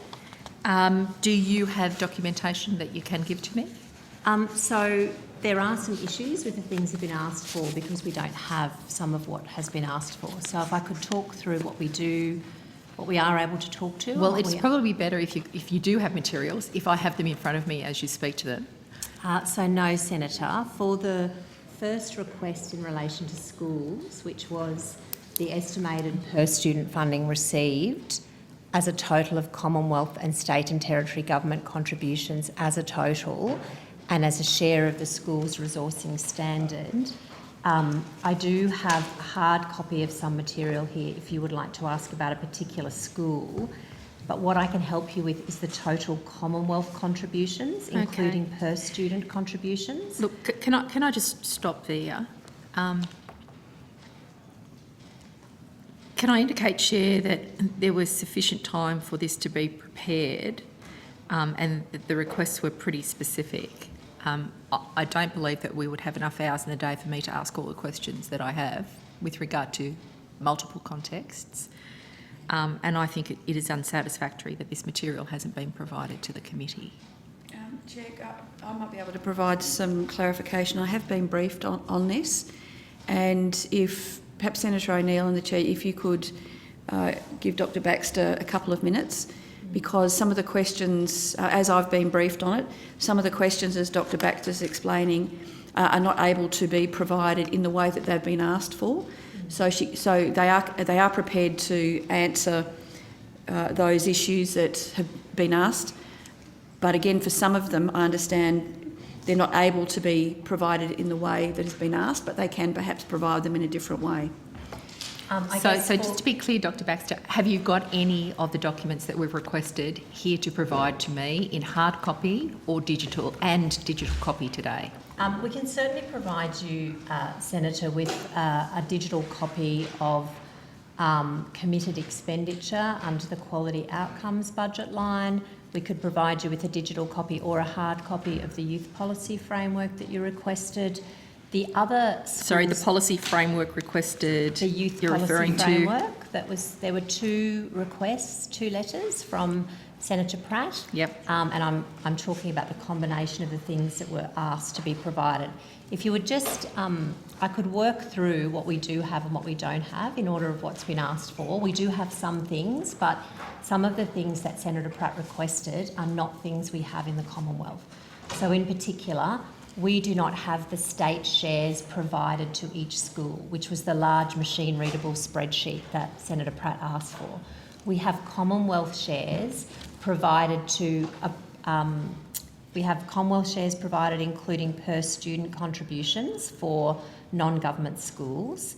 The state data that was requested is ACARA data. They are appearing tonight, so it might be possible to ask them for that, or it can be received on a school-by-school basis through the My School website. That machine-readable spreadsheet also asks for Commonwealth contributions received by non-government schools as a share of the SRS. We do not have that. We only have shares of the SRS broken down in terms of what schools are entitled to, but what they receive is actually provided to them by the approved authorities. So we don't have visibility of that, and we don't know what that would represent as a share of the SRS. So the question needs to be the entitlement rather than received. Well, we can certainly provide what has been received in the most recent year, which is 2019, from a Commonwealth perspective, but not from a state perspective received. We provide it to them, we work out the entitlement, we provide it to them as a joined up amount, and then the approved authorities distribute that funding on the basis of their own needs-based funding arrangements. Okay, so what we're has been dealing asked for, with... we just are not able to provide. She wanted a sheet that combined the two amounts, worked it out as a share of SRS in terms of how it was received. It's unfortunately not possible to do it. So you can and have provided, will you provide to me now? Well, Senator, I wasn't able to provide what was asked for in a machine-readable spreadsheet. I do have unfortunately it's annotated, my own copy, a hard copy of our Commonwealth shares per non-government school, but I'm happy to provide that out of session to table that on notice. It isn't what has been asked for. It doesn't include many of the fields that have been asked for because, as I've said, we don't have it received as an SRS share, we don't have the state contributions, we don't have the state per student contributions. Okay, so can I make two observations? Firstly, that you're the Department of Education and responsible for this, Yes. and I'm assuming that you do have communications with ACARA, and that you could in fact get data from ACARA in order to respond to the requests of the Senate to have this oversight of what's going on with the expenditure. So I want to just put on the record my disappointment that you haven't sought the information from a federal body that could provide you with the information so that you could provide us with what we've asked. So I'll just indicate that first up. I do want whatever data you can provide to us with regard to the Commonwealth material in a machine-readable form as well as in a hard copy, and I would appreciate that today with regard to the very first item that we're discussing. Yes, I'll take on notice to see what we can provide today to you, Senator. Thank you. Mr So that Markovic, is the- did you want to say anything? Senator, I've taken the feedback. Thank you very much. We'll have a look and see whether perhaps in future questions or we can connect up with our portfolio entities. Thank you for the feedback. because the Senate requires this information for us to do our jobs. And, you know, I haven't got 5 people sitting in my office to go and get this from that one and get that from that one and put it together. When we ask you those questions, it's because we assume, as the department and responsible for where the money goes and its effectiveness, that you can give us the oversight capacity that we need.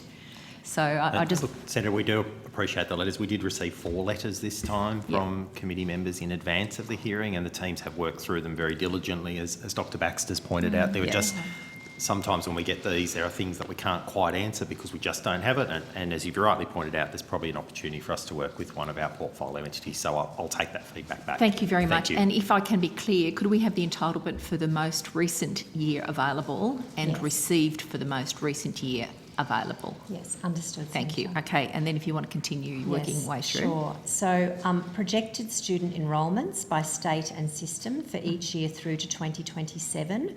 We actually do have that. We can provide that electronically if you like, because we provided projected enrolments right through to 2030 for each state and territory broken down by sector in a recent QAN. Great. So we can re-provide that. Thank you very much. So your statement is we already have that? Yes. In toto in a QAN already? Yeah, Do you know what the number in is? fact, we have it through, you were asked through to 2027 and the QAN is through to 2030. So yes, we have that. Okay, thank you. That one exists and I have that here. We can also provide it. Thank you. It wasn't clear exactly what was being asked for on the Emerging Priorities Fund. I assumed that you just wanted us to come prepared to answer questions. It simply was a dot point that said the Emerging Priorities Yes, Fund. and I will have questions for that So shortly. I have Thank you. material, should you want to ask about that. Thank you. I mentioned I have committed expenditure under the Quality Outcomes budget line. I do have that with me. Can you provide that then? Yes. A copy so that I can see it? Yes, sure. Thank you. Yep. Now, the breakdown of each student and school loading applied to the SRS for each approved authority. Unfortunately, Senator, here the information that has been asked for relates to approximately 900 approved authorities and 90,000 pieces of data, which we would have had to calculate, and we couldn't provide that in the time frame. What we do have is the base and loadings paid to each approved authority. We are about to publish shortly the base and loadings for each approved authority looking backwards from 2014 to 2020, and that is a Section 127 report, which will be made available to the Parliament and Minister shortly. That's imminent within the next week or two.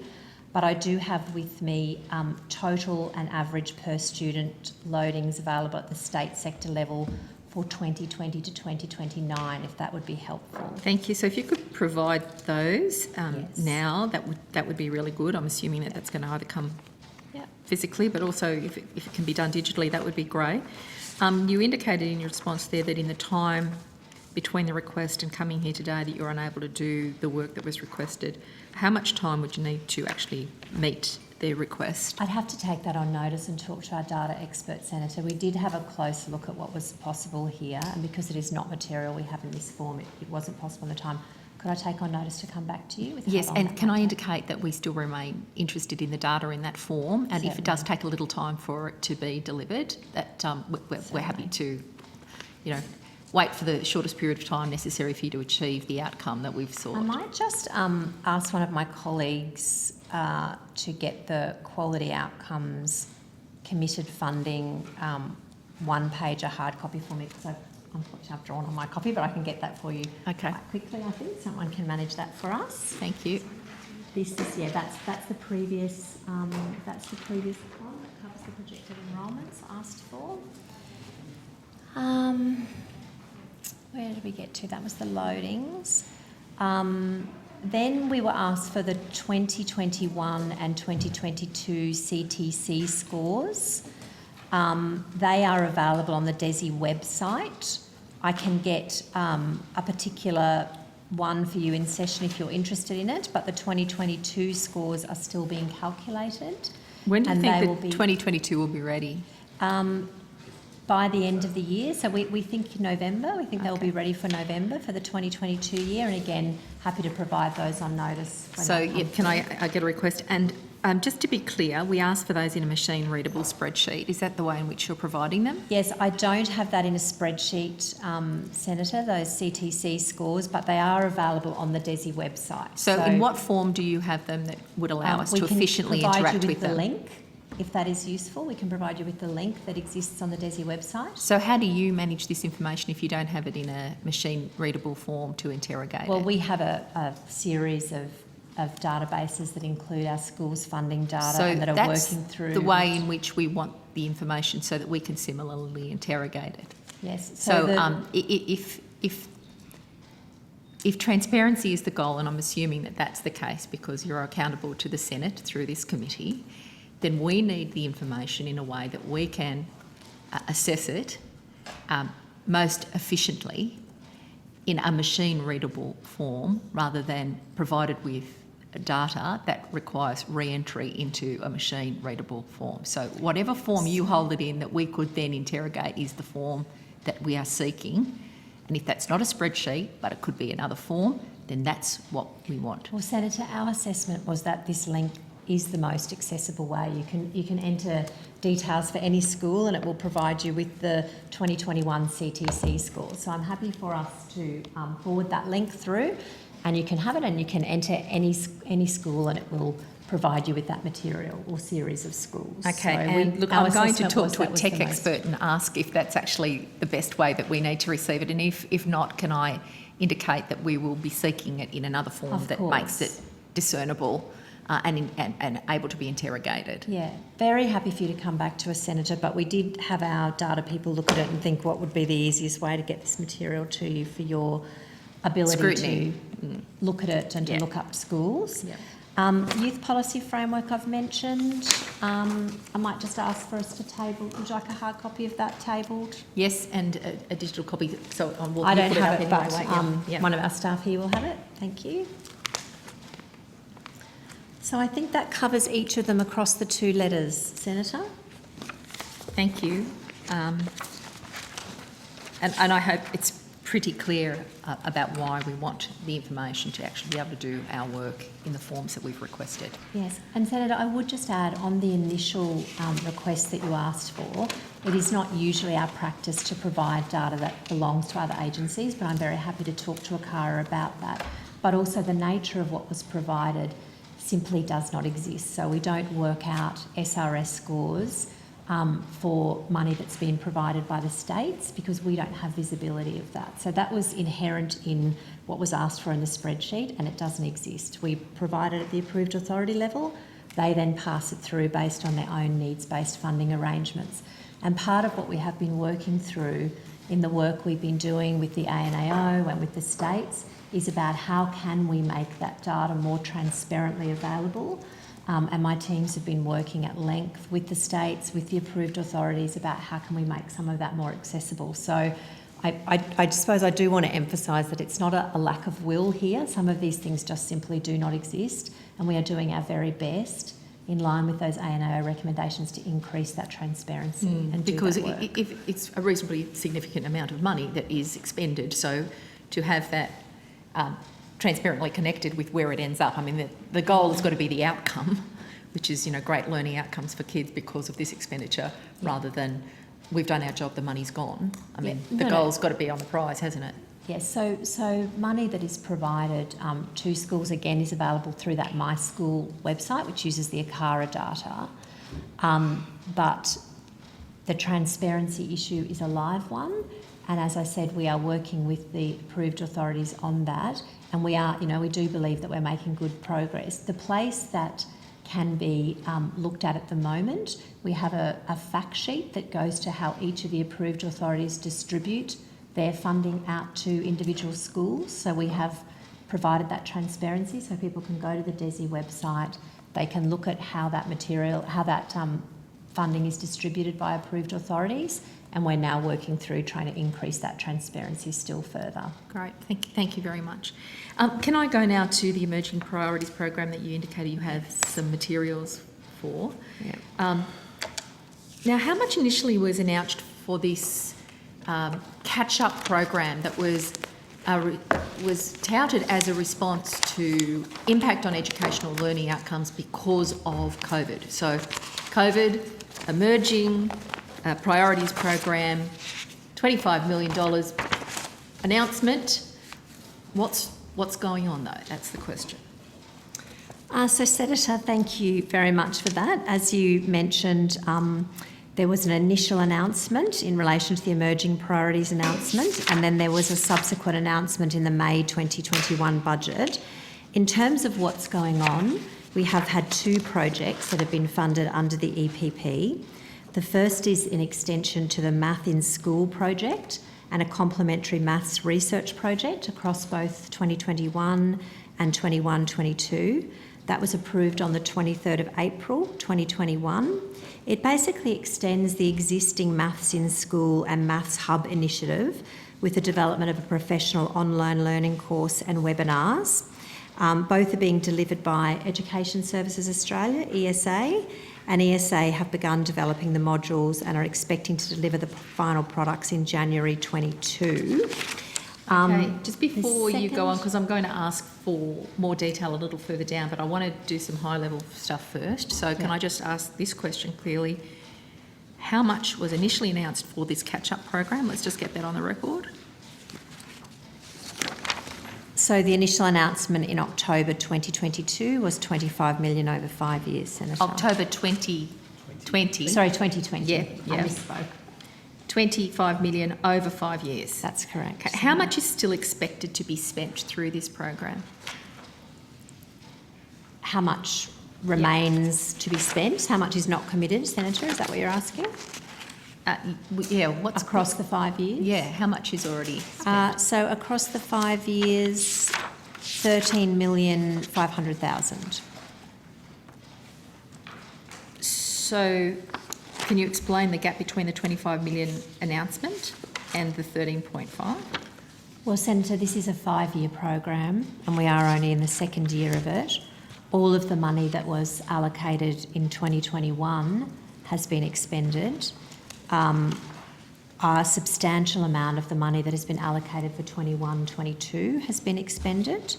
So we've already, even though we're sort of only in the first part of 2021, we've already expended a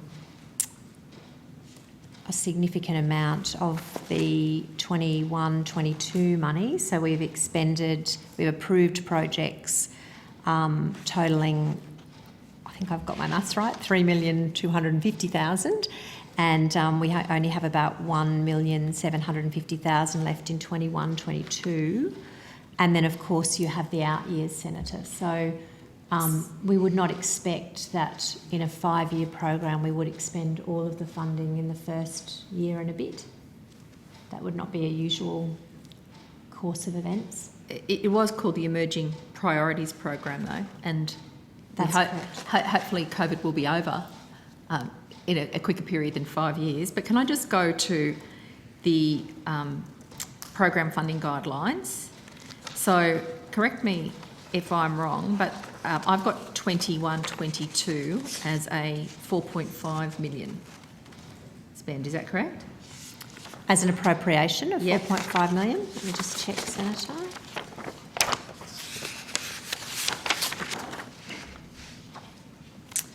No, 21-22 is 5 million, Senator. I thought 22-23 was 5. And so is 22-23, yeah. They're both 5 million. And 23-24? 5 million. And 24-25? 2 million. And I would just add, Senator, that... So just with that, we seem to be a little short of the 25 million, don't we? So, Senator, I think I did mention in the beginning that there was an initial announcement of 25 million and there was a revision in the May 2021 budget. So the 5-year total has been revised down in the May 2021 budget. To 18 million. So the announcement was $25 million? The initial announcement in October 2020. When everybody was still very freaked out about the whole COVID reality. And then in the budget that followed, in May of this year, is that correct? May of 2021, that's correct. While people are still in lockdown or were about to enter really severe lockdown in New South Wales and Victoria, the government cut how much? There was a revised estimate to 18 million. So 25 announced, and while people were busy trying to manage their lives, the government took away $7 million from the Emerging Priority Fund. So, Senator, it was a revision down, but I would indicate that the program guidelines, while they mention rapid and flexible responses to emerging school priorities such as COVID-19, they aren't purely focused on COVID-19, and you'll see that's why there remains that funding in the out years. Are very large and substantial sums of money in other program lines have been allocated to COVID-19 priorities, particularly in the areas of mental health for school students. They simply don't fall within this program line itself. So, for example, money has been provided to support school students experiencing mental health problems in the ACT, New South Wales and Victoria with their lockdown. And I can run through those figures if you would be interested. So I said, I'd like to get to that, but I just want to be clear, because there is an established pattern with this government that there's the announcement and then there's the reality. And the announcement of Emerging Priorities program of $25 million was marketed and stitched up and put a bow on it as we're helping you and your kids with COVID and we're putting 25 million in. It wasn't an immediate response. It was to dribble out over 5 years to the tune of $25 million. And then at the first budget after the announcement, having had the fanfare, the government then cut this Emerging Priorities Fund by $7 million. That is the fact, isn't it? Is that the fact? Speeches. So I have canvassed the estimates at 2020 and at 2021. I would note that this particular funding is particularly focused on improving educational outcomes and engaging school students and their families. So where there has been a requirement, where there has been a call on these funds for those sorts of projects, they have been funded. We have funded a couple of projects. We have looked at more projects in this space. But where there have been a call for funding affecting schools in other areas, as I've mentioned, such as the mental health areas, additional funding has been provided. Well, I'm not talking about additional funding or other programs. I'm talking about the Emerging Priorities Fund. And Dr. Baxter, can I ask you to answer clearly? Has $7 million been cut from the Emerging Priorities Fund since it was announced in October 2020? And it's a pretty straight question. Yes, there was a revised estimate in May 2021. That's correct. A of revised $18 million. estimate? Was it an estimate up or down? It was Dr. a Baxter? downward estimate to 18 million. Of 18 million. So a loss of $7 million. That's correct. Thank you. At the last estimates hearing, Ms Gordon suggested that the $4 million, there was a $4 million of the funding redirected to programs like had been redirected to programs like the Duke of Edinburgh program and the Together for Humanity program, which is an organisation that focuses on fostering intercultural understanding amongst students. Can you provide a breakdown of the organisations that received that $4 million that Ms Gordon was referring to? Yes, I'll ask Ms O'Connor to cover that in detail in a moment, Senator, and if we don't have the exact material with us here, I'm happy to take on notice where those organisations went to. I would say that we have looked at each point at what calls there are on these program guidelines where there are requirements.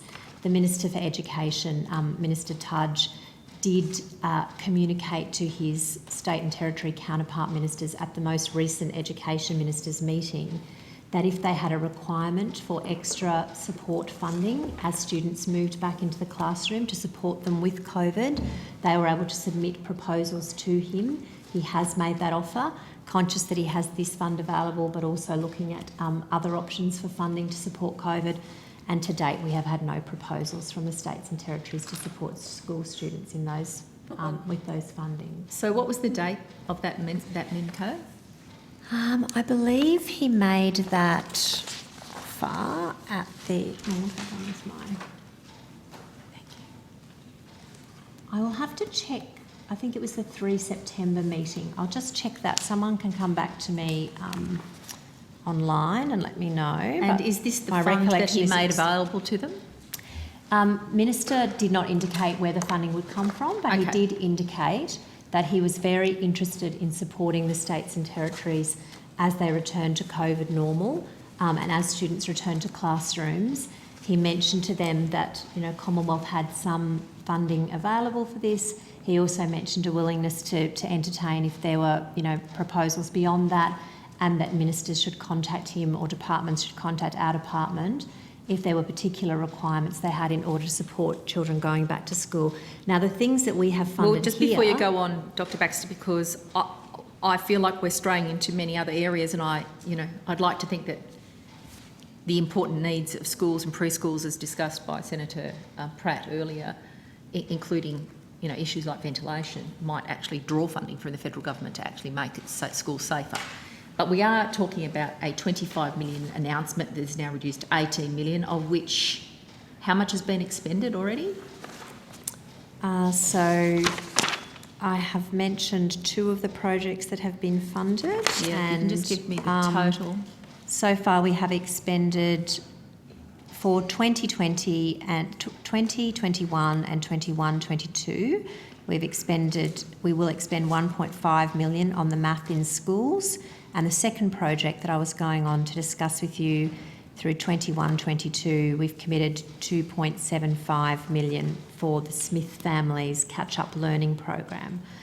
Now, what we have done... So roughly, so far, $4 million of the $25 million that was announced, that is now reduced to 18 million, has been spent. And there has been no clear indication from the minister that this is the fund that he's going to use to help out the states. This is just some of the money that he's got.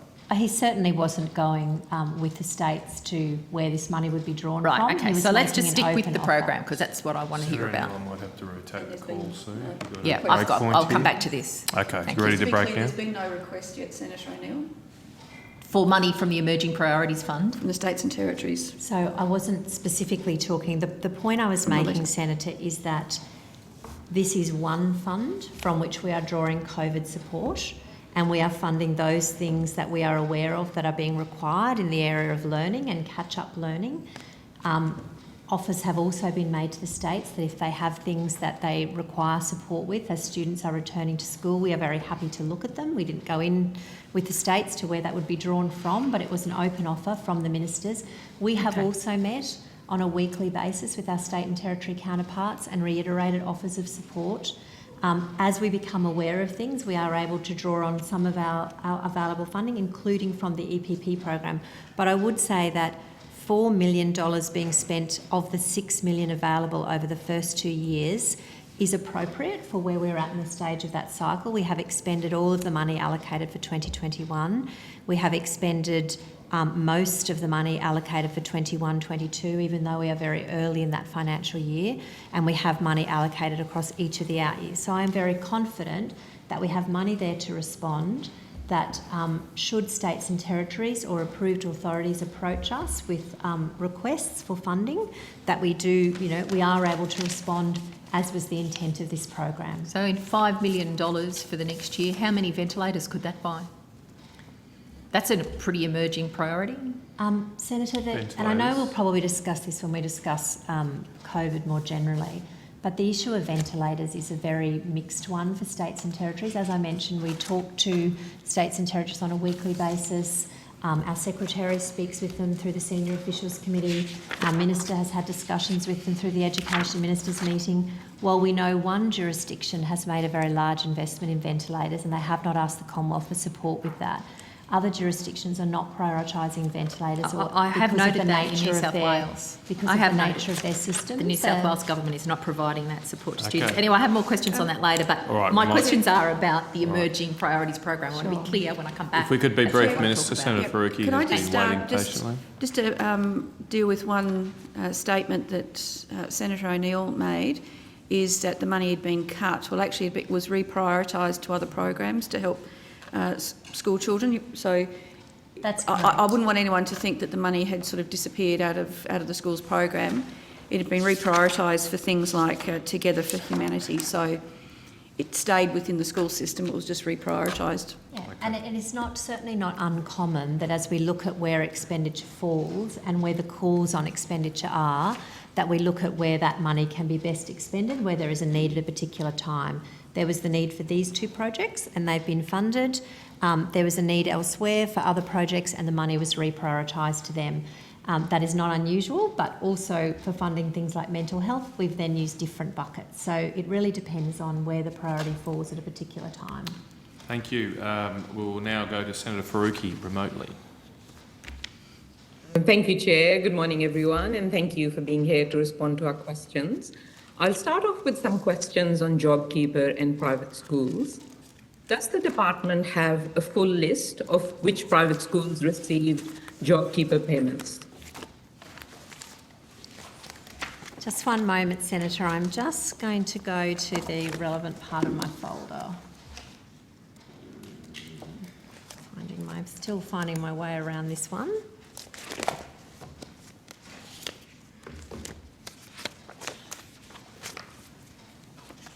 Senator, I'm sorry, because I was flapping through my folder, could I ask you to repeat the question?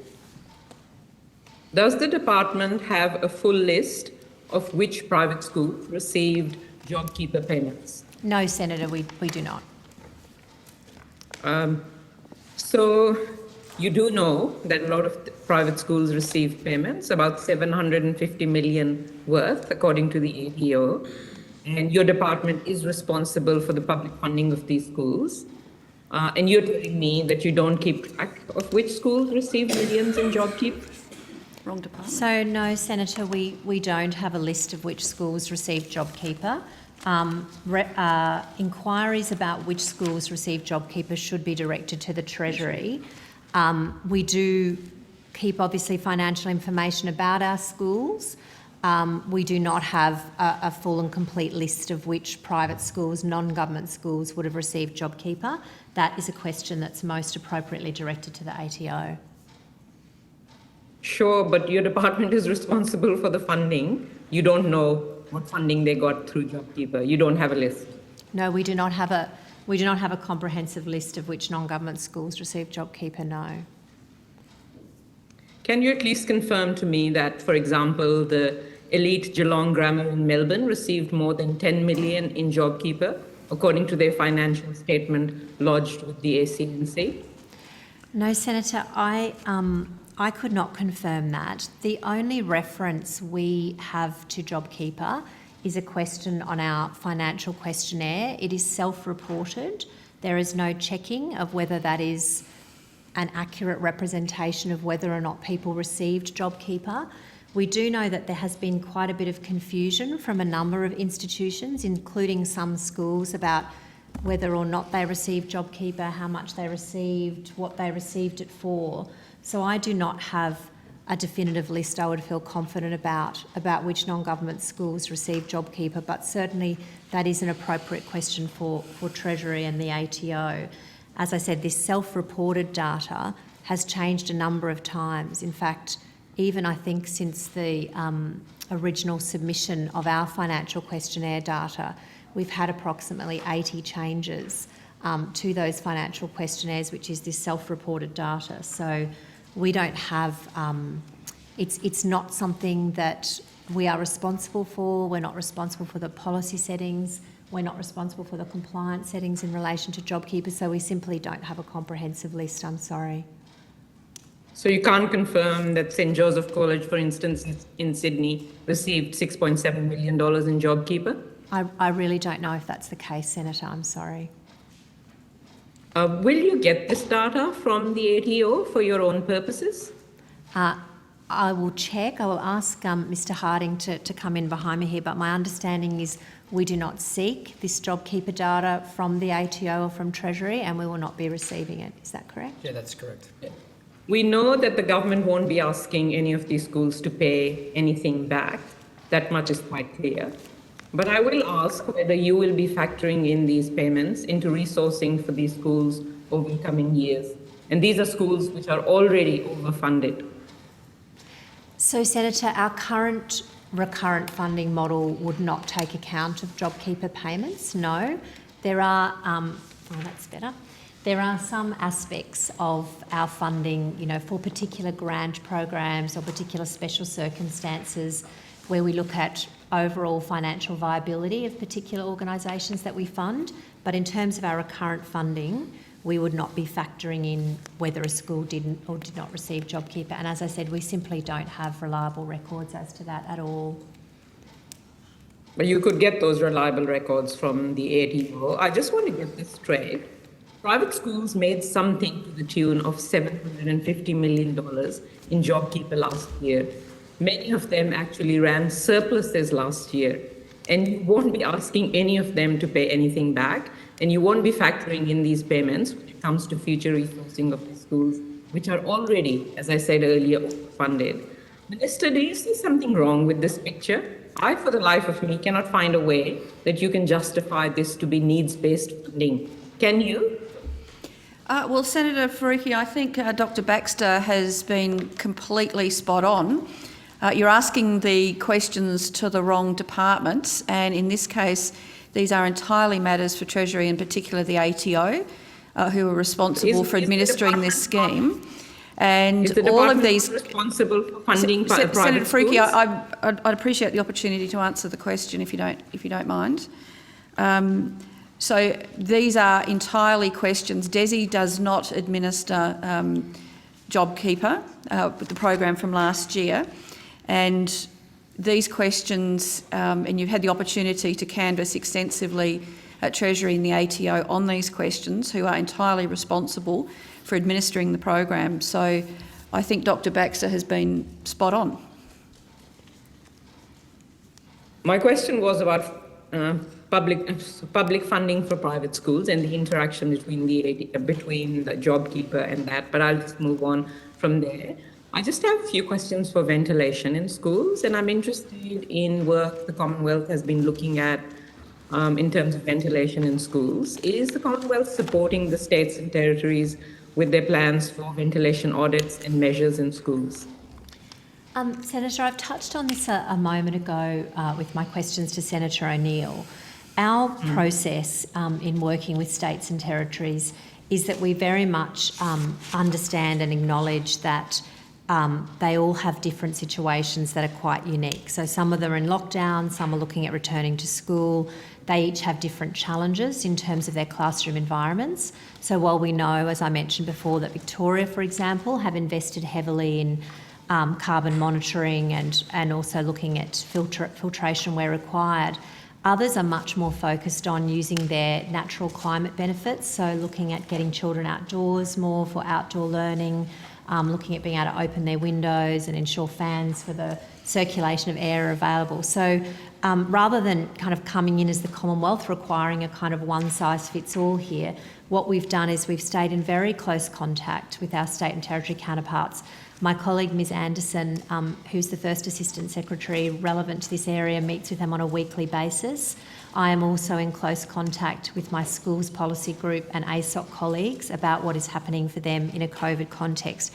We have not had a request for support with HEPA filtration or carbon monitoring, and in fact we know from our conversations with our health colleagues and with the Chief Health Officer that there are really quite different views about where we land on classroom filtration as a priority in schools returning to COVID normal.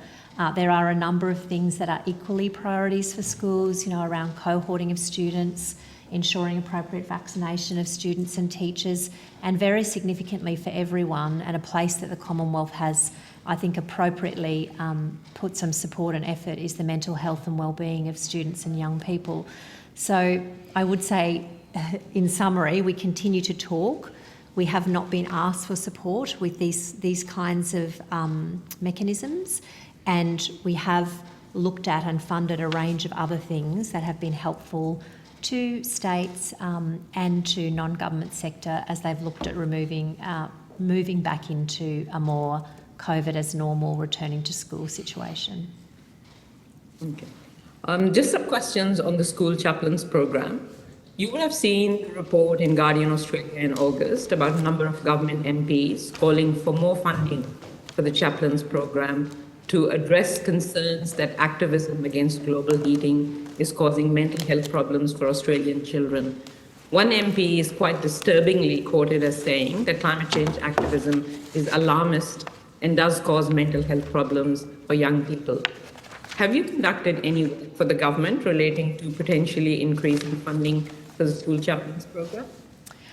Senator, any work that we would have done around increase to funding generally occurs in a budget context. So I would have to take on notice what we would be able to provide there. That's probably where I can leave that one, Senator. Okay. Have any government MPs written to the department or contacted the department to ask about increased funding for the program this year? Senator, I might have to take that one on notice unless Ms O'Connor knows if we've been contacted by other MPs in relation to... I'm not aware of any correspondence from MPs. I wouldn't necessarily see all of that across my desk though, so I may need to take that one on notice. I'm certainly not aware of representations about the chaplaincy program from MPs. Yeah, if you could take that on notice. And just for the record, is there any concern within the department that climate change activism is causing mental health problems for young people? Well, Senator, as I'm sure you're aware, we are very, very focused on mental health and wellbeing for young people. We don't necessarily undertake work to investigate, whether a particular concern of a particular child is a cause or not. We are doing some work, which I can actually just appraise you of while I'm here. We are doing some work to better understand causes and drivers of mental health issues that we know children and young people are experiencing, particularly during COVID. We've given $115,000 to the Murdoch Children's Research Institute to work on their child to adolescent transition study to try to understand some of the things that children are concerned about. Dr. Baxter, sorry to interrupt you. My question was particular. Have you seen or heard of any concern within, from school that that young people are experiencing mental health problems due to climate activism? I'm certainly not aware of anything directly that we've done in that regard, Senator, but as I say, we are quite interested in what are the things children are thinking about, worrying about, what is causing them concern. We do have 2 pieces of research on the go at the moment, so perhaps at a later meeting I might be able to come back to you about what that's yielding, but certainly not to date. Mm-hmm. Okay. And just on the flip side of that, is the department detecting at all that young people may be concerned about climate change and interested in doing something about it? After all, we are on track for 2.7 degrees rise in temperature. We're on track for cooking, and children and young people are understandably anxious and want action so that they can have a safe future. Is climate change, have you detected among school students, climate change causing distress and other negative emotions? So I certainly know, Senator, that sustainability and environmental issues are a very big concern of the current review of the Australian curriculum, which is undergoing, which ACARA are undertaking at the moment on behalf of all of the education ministers. I wonder if that, given the very great amount of consultation ACARA has done on this matter, I wonder if that might be a question it might be appropriate to direct to them when they appear this evening. They have done a year or 2 now of very substantial consultation about this issue, and given that this is a significant part of the curriculum, I think that might be the place to ask that question. It's not really a DESI issue, I wouldn't have thought, in terms of all of the issues that cause children distress, more maybe state. Perhaps the non-government sector. I will ask them. Thank you very much. Final 2 questions, Chair. Okay, that's fine. Could you provide total funding for the school chaplains program for 2021-22? I missed the first part of what you said. I'm sorry, Senator. I think you were asking for the funding for school chaplains. Is that what you asked for? Yes, for 2021-22. Yeah.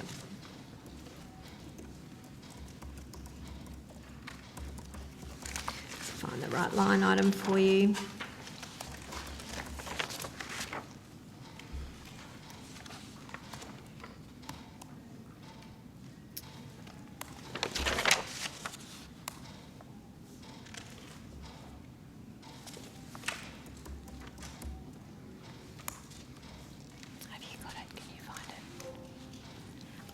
Ms O'Connor has found the right page before I have, so I might ask her to take this one. Thanks. Sure. Rachel O'Connor, Assistant Secretary, Student Engagement and Wellbeing Branch. The funding that's provided for the chaplaincy program is $61,435 million per year. That's not indexed to states and territories. So that's the allocation for 2021-22. And could you provide me with the total funding for secular trained counsellors in the same year? I'm sorry, could you repeat the question, Senator? So the total funding for secular trained counsellors in 2021-2022. So, Senator, Ms O'Connor might be able to help me here, but my understanding is that there is not a requirement that the school chaplaincy program be of a particular faith. Is that correct? That's correct. So it is called school chaplaincy program, but there is not a requirement that they be from a particular denomination or faith. Sure. So there is no funding for a separate program for counsellors outside of the chaplaincy program? Oh, there absolutely is, Senator, and I'm very happy to walk you through. Very, very happy to walk you through our mental health commitments. The most significant What's the funding for that program for 2021-22? So I think the most significant one, Senator, is our BU program. Let me just find. I've got 146 million in my head. Just find the correct brief for you. This is a program that administers mental health and wellbeing support in schools. It's administered by Health, but we work on them with it. And I'm just going to find the right page for you. Here we go. Oh yes, it's 144.6 million over 7 years. So that's 2016-17 to 22-23. We can probably get you in session, and I can give you the number for 2021 and 21-22. I'm sure someone will be able to provide that to us. We don't have it here on our piece of paper broken down that way, but we can get it in over session. 7 years. And chaplaincy programs get about 54 million per year. So I would say, Senator, that the BU program is only one part of the mental health and wellbeing support that the Commonwealth puts into schools aside from the chaplaincy program. There are a range of other programs as well that go into schools that provide that kind of support. Some of which we fund directly to state and territories so that they can provide the support, but BU is one that is directly administered by the Commonwealth. For example, just even in this year, we've provided $3 million to Victoria for support for extra mental health support services through Headspace for students in school, $3.5 million for New South Wales with a particular focus on Year 11 and 12 students. And there are a range of other items that I could go through if you wish, and they are all in addition to the... Notice, if that's all right, Dr. Baxter, if you could provide them on notice. Yes, very happy to provide on notice a list of the various mental health supports and the funding for those that are going into schools. So chaplaincy is just one particular program, but in addition to that, we can provide the others. That'll be great. Thank you very much. Thank you, Chair. Chair, I just did mention that I would provide the date of when that offer was made by Minister Tudge to the states. Would you like me to read that into the record now? Well, that's there was a question from other senators, but yes, if you've got that information, I'm sure it was senators 3 will question. September. So the 3 September Education Ministers meeting, the Minister welcomes specific proposals from states and territories that the government may be able to assist with regard to COVID-19 and students returning to school. And when did they receive guidelines for such requests? It was an open offer to the states about whatever they, if they had any issues, if there were things that would be helpful. It was a very broad offer. I was there at the time that the Minister made it. And they undertook to have a think about whether there were things the Commonwealth could help with and come back to us. And to be clear, the guidelines for the Emerging Priorities program, when were they released?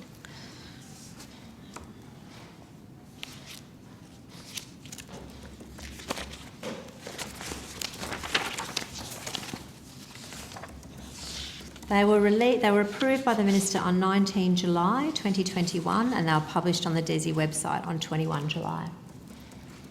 So it's not that long that the guidelines have actually been out for people to participate in requests of the scheme. So that is the date that the guidelines were finalised. We have certainly been working and talking with proponents, organisations and states and territories ahead of that also. Okay, thank you. Can I just go... Chair, sorry, just while we're on this topic, Senator Pratt had asked earlier this morning for dates of EMM meetings. I'm just wondering whether we could read that into the record now. We undertook to come back to that during this time. Dr. Baxter, I think, has those dates. I do have those dates. Thanks, Marcus. So we have had EMM meetings this year on the 30th of April in Melbourne, on the, can't read my own handwriting there, 2nd of July, I think, by video conference, and on the 3rd of September also by video conference. I'll just check that I haven't got that. EMM, let's just get the... Oh, sorry, Education Ministers meeting. So yeah, 2nd of July, 30th of April, 2nd of July and 3rd of September, last two by video conference. We have one further meeting scheduled this year for the 12th of November, and that is at this stage scheduled to be also a joint meeting with Indigenous Affairs ministers from each of the jurisdictions. Thank you very much. Just as I finish my question, you indicated that there was $1.5 million that had been expended for the maths in school and the completion maths project. That's how many students have benefited from that? Ms O'Connor may be able to help us out here. At the moment, the modules are being developed with the final products due for delivery in January 22. So no students have benefited from that yet? Well, certainly once the products are finalised, Senator, they will be available to Australian students generally. I think we have about 4 million Australian school students. Ms O'Connor, did you want to add anything to that? No, so once it's available, then it will be available to the students throughout the country. But at the moment, 1.5 million expended and no benefit to students at this point. How many do you expect it will reach? Do you have any projected? I'd have to take that on notice. Thank you very much.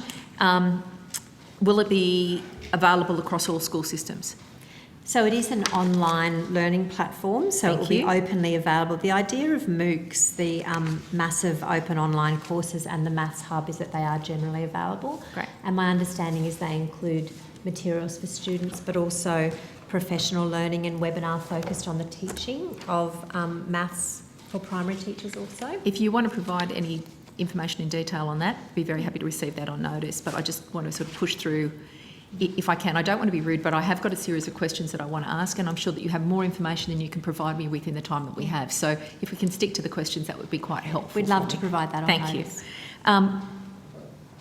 And it's an online self-directed learning experience. It includes massive open online courses, which are the openly available ones, and extending it into the development of professional learning and webinars also, so focusing on teachers as well. Okay, so we're talking about delivered by digital. ESA, digital. Yeah, okay, great. And that was, I think I may have mentioned before, Senator, that the research that the EPP was based on. Sorry, Ms Baxter, please provide that on notice. Okay, thank certainly. you. If I can go now to the Smith family, how many students will benefit from the Smith family program, which is 2.75 million, is that correct? Yes, that's right. So this is an online tutoring session 2 or 3 times a week for up to 20 weeks, as well as technology and practical support.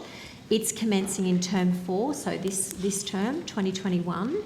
So no students have benefited from the $2.75 million expended so far for the Smith family?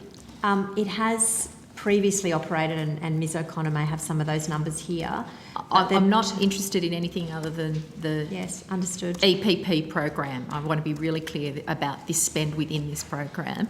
So no students. How many students do you anticipate this 2.75 million will eventually help? So in term 4, the program is beginning with the recruitment of 530 students in years 4, 5, 7 and 8.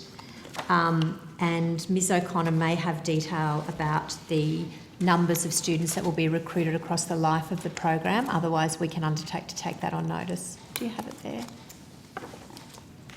I'll keep looking through, but Thank when I you. find Might that, come Senator, back. And is it across all school programs, all school systems?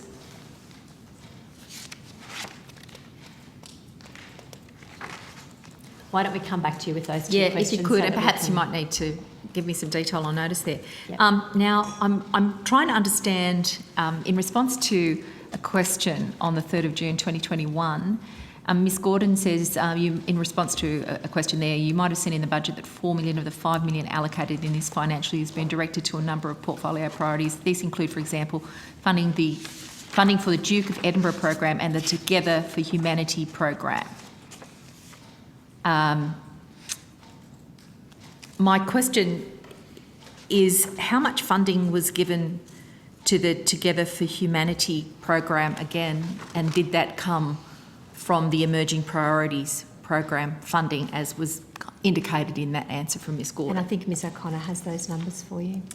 Yes, so as was mentioned earlier, this wasn't allocated from the Emerging Priorities program, but it was an example provided by Ms Gordon at the last estimates of one of the priorities that was funded out of the last budget. Okay, so to be clear, the Together for Humanity funding did not come from the Emerging Priorities No, it fund. it was provided as an example of one of the programs that was funded out of the last budget. And was the Duke of Edinburgh program that was mentioned funded out of the Emerging Priorities program? So I think what happened, my understanding, and correct me if I'm wrong, Ms O'Connor, is that the money that was redirected from Emerging Priorities was redirected to the budget, and that enabled a number of other items to be funded. So it wasn't a direct take $5 out here and put it over there, but it was about redirecting some of this money back into budget expenditure, which was then able to go to Duke of Edinburgh and Together for Humanity. And certainly Ms O'Connor can talk you through how much those programs were funded for in that budget and what they have covered, the sorts of work that they have covered. But it doesn't quite work like that. And I know Mr Markovich is probably very able to help me with some of the mechanics of that, but that is how it operates in general terms. So redirection of funding is always of interest to me because, and particularly when the government so explicitly made an announcement in the context of COVID, when parents were very worried about their children, and the song and dance that went with was $25 million to help with emerging priorities around COVID. We've discussed that at length in previous estimate sessions, that it really wasn't just around COVID. That was a misnomer because it goes out for 5 years. It was $25 million. Now we find it's reduced to $17 million. 18 million. Sorry, $18 million. So the redirection is of particular interest to me. I didn't get a clear answer, though, that the Duke of Edinburgh program was not funded from the Emerging Priorities Fund. Is that correct? I think I explained, Senator. I just need a yes or no. Well, it's not really, I can't really give you a yes or no. So what I'm saying is it doesn't work. The moving money too hard for everybody to keep track of? No. Is it in the program or out of the program? It's not difficult. I think we've established that it was redirected from the program to the budget, and the budget then funded a number of programs, and Ms Gordon last time gave the example of these 2 programs as programs which were funded. Now, they are also programs that have had a call on their services during the COVID period, so we would consider that to be an appropriate use of what might otherwise have been directed through the Emerging Priorities program, noting that there is still available funding there should there be other projects that need to be funded, and noting that other COVID-related items are also funded through a range of other program items. Okay, so there's a whole lot of words there. I just want to be an Australian citizen who gets the announcement $25 million, actually believes my government's going to spend it. What I found out that $25 million spend that was announced is not accurate. It's now $18 million with $7 million redirected. So basically, where's a bucket of money that I can get money out of? It's been pulled and then it's been cleansed through return to the budget, and then it's gone to something. What did that $7 million go to? Well, the government did spend the $7 million. The government put the $7 million back into the budget. Into what? And these are 2 examples that you've particularly asked about of things that were funded out of that money. Now, if you would like us to, on notice comprehensively... Well, I think actually maybe the question, maybe if you could explain the purpose of those programs, because I think that was at the heart of Senator O'Neill's question. I'll ask Ms O'Connor to run through those 2 programs, and which we know have both had an impact during COVID as well. So funding of $8.1 million, DST exclusive over 4 years, was allocated to Together for Humanity, and that's to support social cohesion, funding students to equip them, teachers and parents for diversity and foster greater intercultural understanding and a sense of belonging. Okay, so it didn't fit within the Emerging Priorities program, so $7 million was taken out, pushed through the budget, and then it came out the other side for Together for Humanity. Was that $7 million part of... I think an easy word to say is reprioritised. Reprioritised? Yes. The money was spent, it was just reprioritised for the purposes... Because there weren't any emerging priorities anymore, and the Prime Minister was looking for $7 million that he could spend on something that he wanted to spend it on. Senator O'Neill, I will take that not as a question, but as political editorialising. However, I think it was quite clear that the money was actually reprioritised, it was spent. It was reprioritised for the purpose that Ms O'Connor has outlined, which I think is entirely appropriate and a laudable. And in fact, had Senator Faruqi been still online, she would have applauded the purpose. Please, let me be clear. I have no truck at all with the work that can be done in terms of building a better and more cohesive society. But I do have a problem with a government that makes an announcement about doing one thing and then pulls money and puts it into something else. That seems dodgy to me. Now, whose decision was it to allocate the funding to Together for Humanity? So the decision to reprioritise funding was a decision of government as part of the budget process. Right. So who's the chair of that organisation? I would have to take that on notice unless you have that with you. No, I don't imagine we would have that in our folders. Well, can I help you out? Can I express that I understand from public report, and I'm citing an article by Mr Stephen Brooke and Samantha Hutchins, that July 14, 2021, that the foundation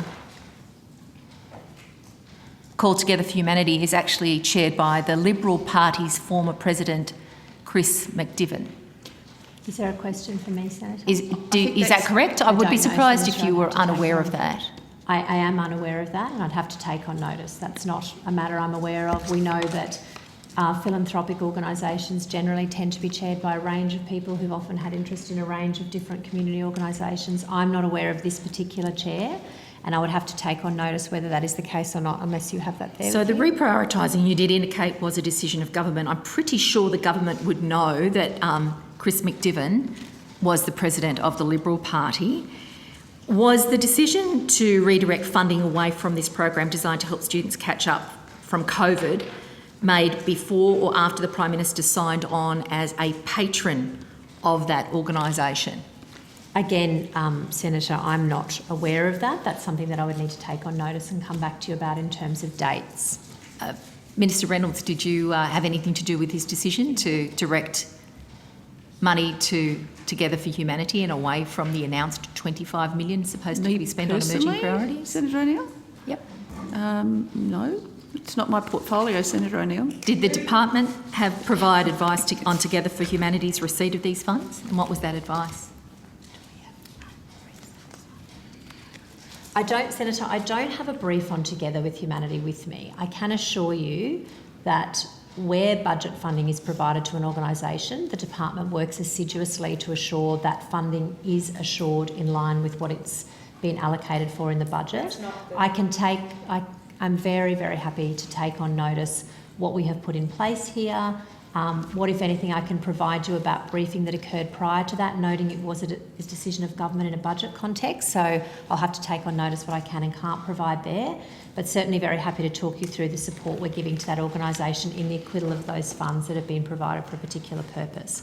So my question is, my concern is that the government, through a decision of government, decided to take $7 million out of what it announced as a COVID-framed response to emerging priorities, shift it, give it to an organisation that is chaired by a former president of the Liberal Party, an organisation of which Mr Morrison is the patron. Now, it just looks to me like the Liberal Party is using government funding to direct it to wherever it wants to do that, as if it's just taxpayers' money for the Liberal Party. Chair, I think that is, I can't see that there's a question there. There's a good degree of political editorialising by Senator O'Neill and casting aspersions on it's riffing facts on a that theme with this have government, not been constantly using taxpayers that for is its own probably benefit. something, Chair, to be doing with the media outside and not with the officials here, because there was not a question there, and impugning the reputation of others who are not here today. It's based just an on accident nothing that that it's has the been head of the Liberal Party here. who I got thought the this money. was quite poor. On the point of order, I can't, Minister, tell you how to answer a question. There was no doubt there was a fair amount of political commentary in the question, so I'll leave it to you to determine how you would answer that or not. And I would ask Senator O'Neill if you could return to questions of relevance to this Estimates Committee. Last year, in estimates, at this at our gathering, you told us that the program would allocate $5 million a year for 5 years, yet in the very first year, we saw all of that funding plus a bit more, $7 million, redirected for political purposes. Senator, the program we have just been discussing, which relates to Together for Humanity, which is about tolerance, young people and their communities getting along well together, is certainly something that came up through the Emerging Priorities Program research as something that is of interest to us. So when you look at the 6 research pieces that informed the Emerging Priorities Program, it looked at a range of things that vulnerable young people are concerned about, especially as they move online. So I would say that concerns about tolerance, diversity, young people getting along together, these are things that come with quite a strong evidence base. So their funding, in that context would certainly be supported by the evidence. I'm not sure if there's a particular question for me in that. There wasn't 7 million redirected out of the 2021 money. It was 7 million across the life of the program, is my understanding. 5 years. Dr. Baxter, I know that Senator O'Neill's canvassed this, but why didn't, if you assert that it's all connected to these priorities, why wouldn't the Minister have disclosed in relation to both Together for Humanity and the Duke of Edinburgh Award to the Shadow Minister, Minister Plibersek, in that earlier correspondence, if it wasn't something they were feeling sensitive about? Senator, or if it was indeed, as you say, one of those priorities. I find it... So no, what I said was there is a range of research that informed emerging priorities. We do know that issues about diversity, tolerance, young people getting along together are very important issues, particularly as we move more into an online context. I'm not sure which piece of correspondence you're referring to, Senator. A letter from Minister Tudge to Shadow Minister Plibersek, Ministerial Correspondence MC21 005781, which suggested that Emerging Priorities funded a Smith family program but didn't mention the Duke of Edinburgh or Together for Humanity. And yet you're asserting that it should come under this. It's still relevant under this. If it was relevant, why wasn't it mentioned? So, Senator, what I'm saying is that is correct, what the Minister has said there, that the Emerging Priorities program has funded the Smith family and has not funded this one. I was asked a question about whether the reason this one was funded was because of a political priority. Not my job to comment on that, but certainly I can say from the departmental and evidence point of view that the priority that program does fund around diversity, inclusion, tolerance, these are issues which come up in research we do in the organisation as being very important to young people. So I wasn't trying to say... But it was a ministerial decision to give it to an organisation headed by the former president of the Liberal Party. I think, Dr. Baxter, I think it might be... I'm not quite sure what aspersions you're casting on the Duke of Edinburgh Awards or the very open and transparent funding, but perhaps, Dr. Baxter, you might be able to just explain a little bit about the Duke of Edinburgh Award itself. No, that wasn't the question. That's well and truly the inference, Senator Pratt. Minister, it's not for you to ask questions, so we might just return back to the questions being asked. I ask the questions be relevant to the couple of quick questions. If what you have just asserted, Dr. Baxter, is true, and as Senator Pratt has indicated, if you are now asserting that the Together for Humanity and the Duke of Edinburgh programs meet the Emerging Priorities program guidelines, then what we've seen is a government that just decided to do something dodgy, take the money out and spend it through a different program. When, in fact, if they were really upfront about it, they could have just spent it through the Emerging Priorities program. Chair, just a point of order. Chair, a point of order, if I could. Chair? Yes, sir. At the beginning of Senator O'Neill's question, I think she cast great aspersion on Dr. Baxter by indicating, and she actually said, if what you said is true. And I think that I'd perhaps ask that she rephrase the question. Senator Reynolds. I think it is wrong to actually say if what you said is true, because that is impugning very clearly that Dr. Baxter is not being truthful. Okay. I'm happy to rephrase. All right, Chair. okay. Well, Senator, it might be helpful if you can logically rephrase. proceeding from what you just said, Dr. Baxter, then you've made the argument that the Together for Humanity and Duke of Edinburgh programs were always eligible within the Emerging Priorities program, and they should have remained within that, and they could have been announced within it. The problem I have is you've been directed by the government to pull $7 million from that program for one of the Prime Minister's pet projects, Chair, and that compromises your professionalism. It's not a reflection on you, it's a reflection on the government. Entirely inappropriate, Chair. Sorry. Can I ask... Sorry, Senator, could I ask you to return to questions rather than commentary and implications? That would be very helpful for the committee. Yep. If I could just correct, so I was not suggesting that these two programs should have, could have, would have been funded within here. What I was saying was there are programs funded But under Ms the Baxter, you emerging... referred to the 6 Hey, pieces of Senator research. O'Neill. To the question, Senator O'Neill. Senator O'Neill, I would ask you not to interrupt. I think Dr. Could I ask you Baxter... to refer to hang on, Senator O'Neill. I think Dr. Baxter was making a reasonable attempt to answer your questions and respond to some of the commentary you've made. And she's Dr. already Baxter. referred to the 6 pieces of research. Senator O'Neill.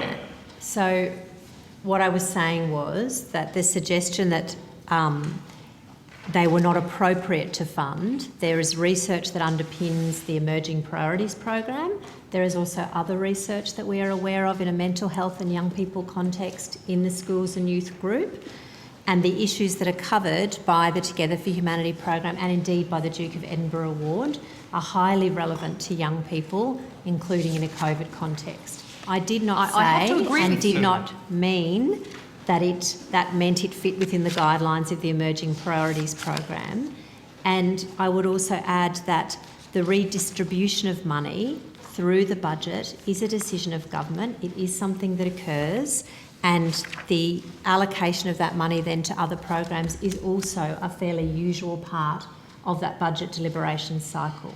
And can you provide advice that you may have provided to the government about advocacy for funding the Together for Humanity project? I would have to take on notice, Thank as you. I've already committed to, Senator, what we can provide you with on Together for Humanity, the process. And if you could prior review and the post. Hansard about the statement that you made about the 6 pieces of research that made it suitable for Together for Humanity to be funded. I understood that you were referring to the Emerging Priorities program. Can I, that you can deal with that on notice if possible. I know the Victorian and New South Wales governments provided specialist tutoring programs to help students to do the catch-up from the impact of COVID. Is the government, Commonwealth, providing any additional assistance to states and territories to support those programs, those specialist tutoring programs, which would be actually a response to the emerging priorities that I think that families are facing?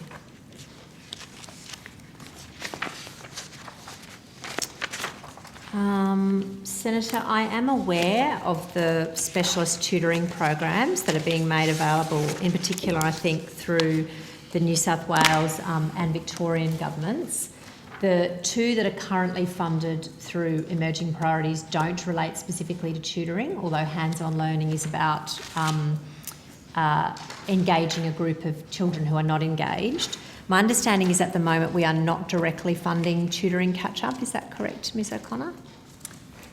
I'd have to take that on notice just to confirm. I'm not aware of any instances where we're directly funding tutoring catch-up, but as you say, we have made an offer to state governments that if they would like support with programs to assist children returning to school and students returning to school, we're happy to look at those requests.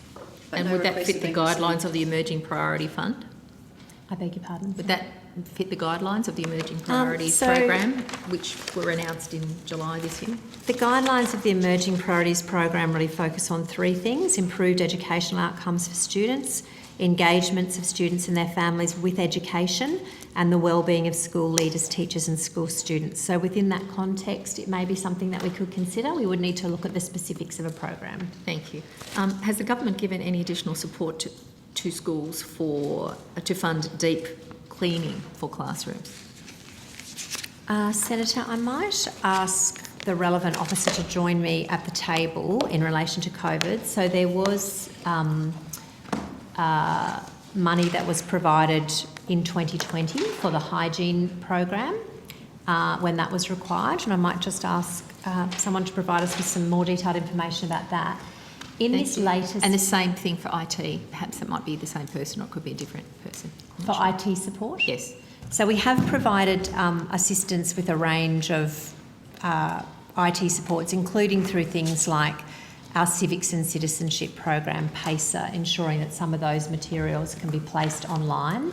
I'm happy to canvass some of that here if you'd like, or if you could provide the details of what's being provided on notice, that would be good. So the support sounds like there's materials being put online. My question is also funding allocations to those tasks of deep cleaning and funding of, in real practical terms of IT. Would you like us to put that on notice? Yes. I think so, thank you. Certainly. We'll move on now to some further COVID questions. The Minister's speech about priorities for schools last week. There was no mention in that speech about measures to keep Australian students safe at school. Can I ask if the department's monitoring when and how schools are returning to face-to-face learning? Thanks for the question, Senator. Yes, we certainly are. So I was speaking previously with Senator O'Neill about the work we do each week with our states and territories. So Okay, that's fine. There'll be no need to recanvass that. Can I ask, are there nationally consistent guidelines to ensure schools are remaining COVID safe?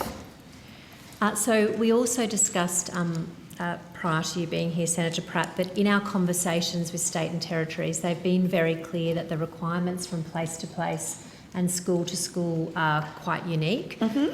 So in some places, for example, Victoria, there's been a strong focus on air filtration and air quality monitoring. In other places, they're really looking much more at trying to get students out to have outdoor classrooms and those sorts of things. So we have offered flexible support to those jurisdictions if they do need help, including financial help with any of that material. Okay, but I guess what you've said is that there's no value in nationally consistent guidelines because of that variability?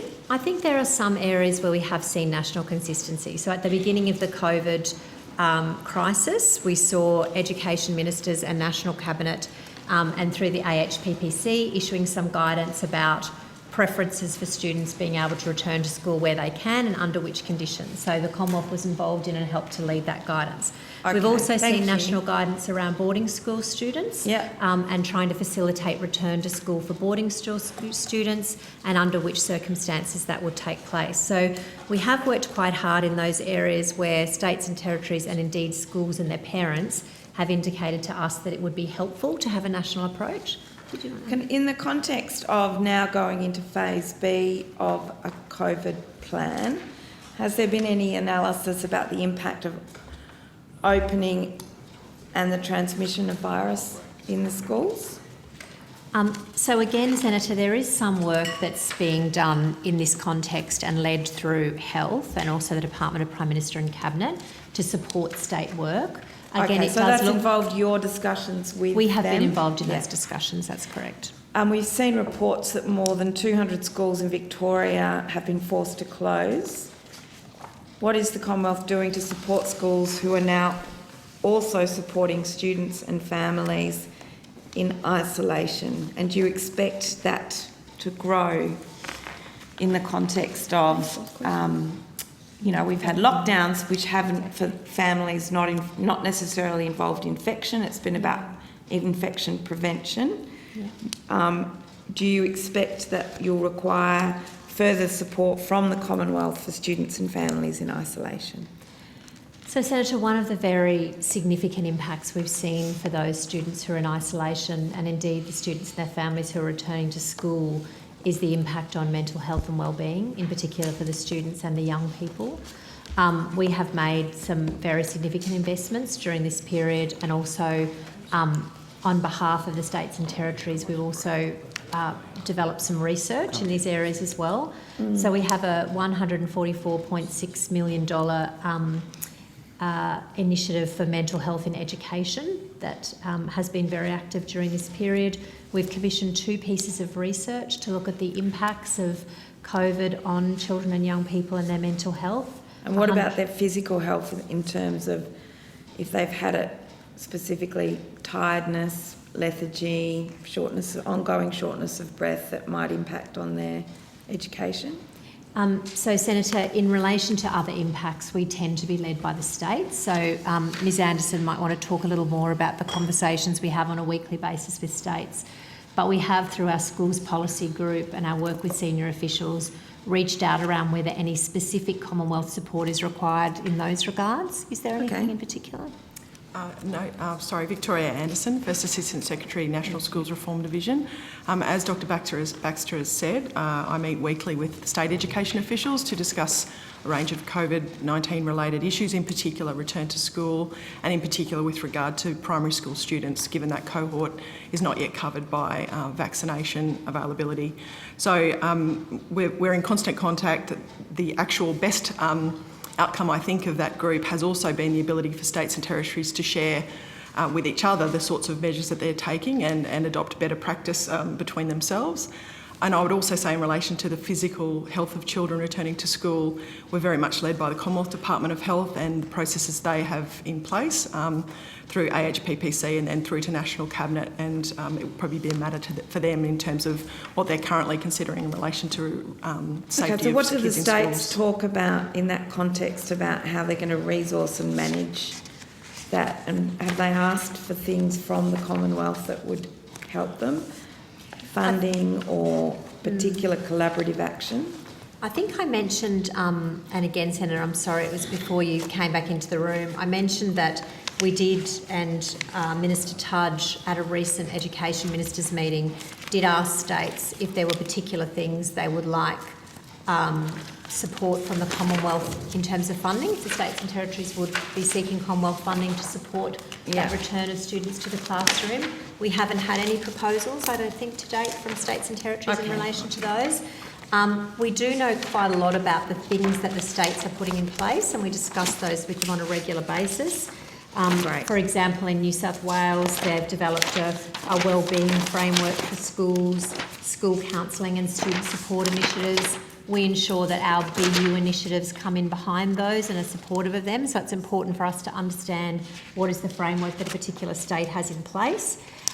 They're also looking at fly-in, fly-out telepsychology services, and so again, the work we do with our health department allows us to become aware if there is support we can provide. The Commonwealth picks up some resourcing for those psychology At the moment, services? we haven't been asked for extra resourcing for those, and including, as I say, in those regular discussions and with that standing offer to the states. So we're not aware of them needing extra resourcing for those particular initiatives, I don't think. All right, great. Senator Davey had some questions. Is there an appropriate time we could rotate the call to finish that? I will try and whiz through this bracket of questions if you're agreeable to that. Okay with you, Senator Davey? Okay. Is there national guidance on what should happen in a school if a positive case or cluster are detected? I note here you've said already that the states are doing their own work on that, but in this context, the UK's successfully used rapid antigen testing. Has the department looked at how that would work in Australian schools? So, guidance around rapid antigen testing in schools, I know, is something that the Department of Health is looking at, and I think that question is best directed to them. Thank you. The Victorian State Government committed to employing a health professional in every state school to support student mental health. You've, I think, already answered this in saying you haven't been asked by the states to play an increased role in relation to COVID and mental health. No, but I did actually, Senator, undertake for Senator O'Neill, I think it was a few moments ago, to put on notice the range. No, actually, it might have been Senator Faruqi, to put on notice the range of mental health supports we are providing in addition to the school chaplaincy program to the states through the schools. So there should be a list of that coming through on notice. In terms of buildings and infrastructure, we've already noted that the environment, cultural and physical environment varies greatly, but has the department looked at guidance on levels of ventilation for schools to assist in keeping students safe? I think that's more rightly a question to be answered by the Health Department, Senator. And we actually did cover that earlier on. It's an issue for states and territories. No, that was in the context of early childhood education. I'm asking in the context of schools. Has the Minister sought advice about the levels of ventilation in Australian schools? We certainly, on behalf of the Minister, in our discussions with states, have been in talks with them about what they are doing around ventilation, what their concerns are about their ventilation issues. We're aware that it's a very mixed picture across the country, so some jurisdictions are less worried. If I could sort of summarise, probably those jurisdictions that tend to have a different climate and use open windows more often and have more circulation of air report to us less concerns. As I mentioned before, jurisdictions like Victoria have made very significant investments given the issues they've had and also their particular climate. How many Australian school-aged children have contracted coronavirus to date? Senator, I don't have those statistics with me. I can take on notice some that we have, but the most up-to-date figures should be sourced from the Health Department. On the website. We do seek those figures on a regular basis, but I wouldn't want to give them to you They're now much, because I've got an approximation and they're frankly much website. larger and more concerning than I thought they would be, because there's some 41,000 people between 0 and 19. Do you have specific? I can certainly take on notice because we do receive those figures from the Department of Health. I don't have them with me, and as I say, they do become out of date quite quickly. So my advice would be to seek that from Health. And they're available, I think, almost in real time on the Department of Health's website, Senator Pratt, because it is an issue for health. Well, it's an issue for health, but it's an issue for schools too, surely. But if you want the data, that's what I'm saying, is you can get them from the Department of Health website. Are you saying this data is not relevant to the Department of Education? Of course not. That's exactly the opposite of what we've said. We've just said if you want to source the information, which is what you're asking for, it's on the Department of Health website. Thank you, Minister. As you might understand, there's a relevant intersection for this data with the Department of Education, because COVID is something that is being managed in our schools. Therefore, the data is relevant, and I'm therefore seeking to engage with this department in relation to their understanding of that data. Can I ask the Minister for Health, what level of engagement has he had with the department about children at school? So we would not normally engage, Senator, with another minister. I do know that our minister, Minister Tudge, in this case for schools and youth, and the Health Minister have had discussions through various stages of the COVID pandemic. We at a departmental level are very closely connected to the Department of Health, so we have regular meetings with them, including with I've already mentioned the meetings we have also with our state and territory counterparts, and I understand that Health are involved in those discussions also. So we are quite closely joined to them. As I mentioned, I think when you were out of the room, our BU initiative, which is one of our mainstays of our mental health investment in schools, is administered by the Department of Health. So we do have a very close working relationship with the Minister's Department. Is there any role for harmonised rules in this space with guidance from the Commonwealth? Senator, I've mentioned a couple of areas where we think national principles are key. We've already mentioned the AHPPC principles, which were developed at the beginning of the pandemic.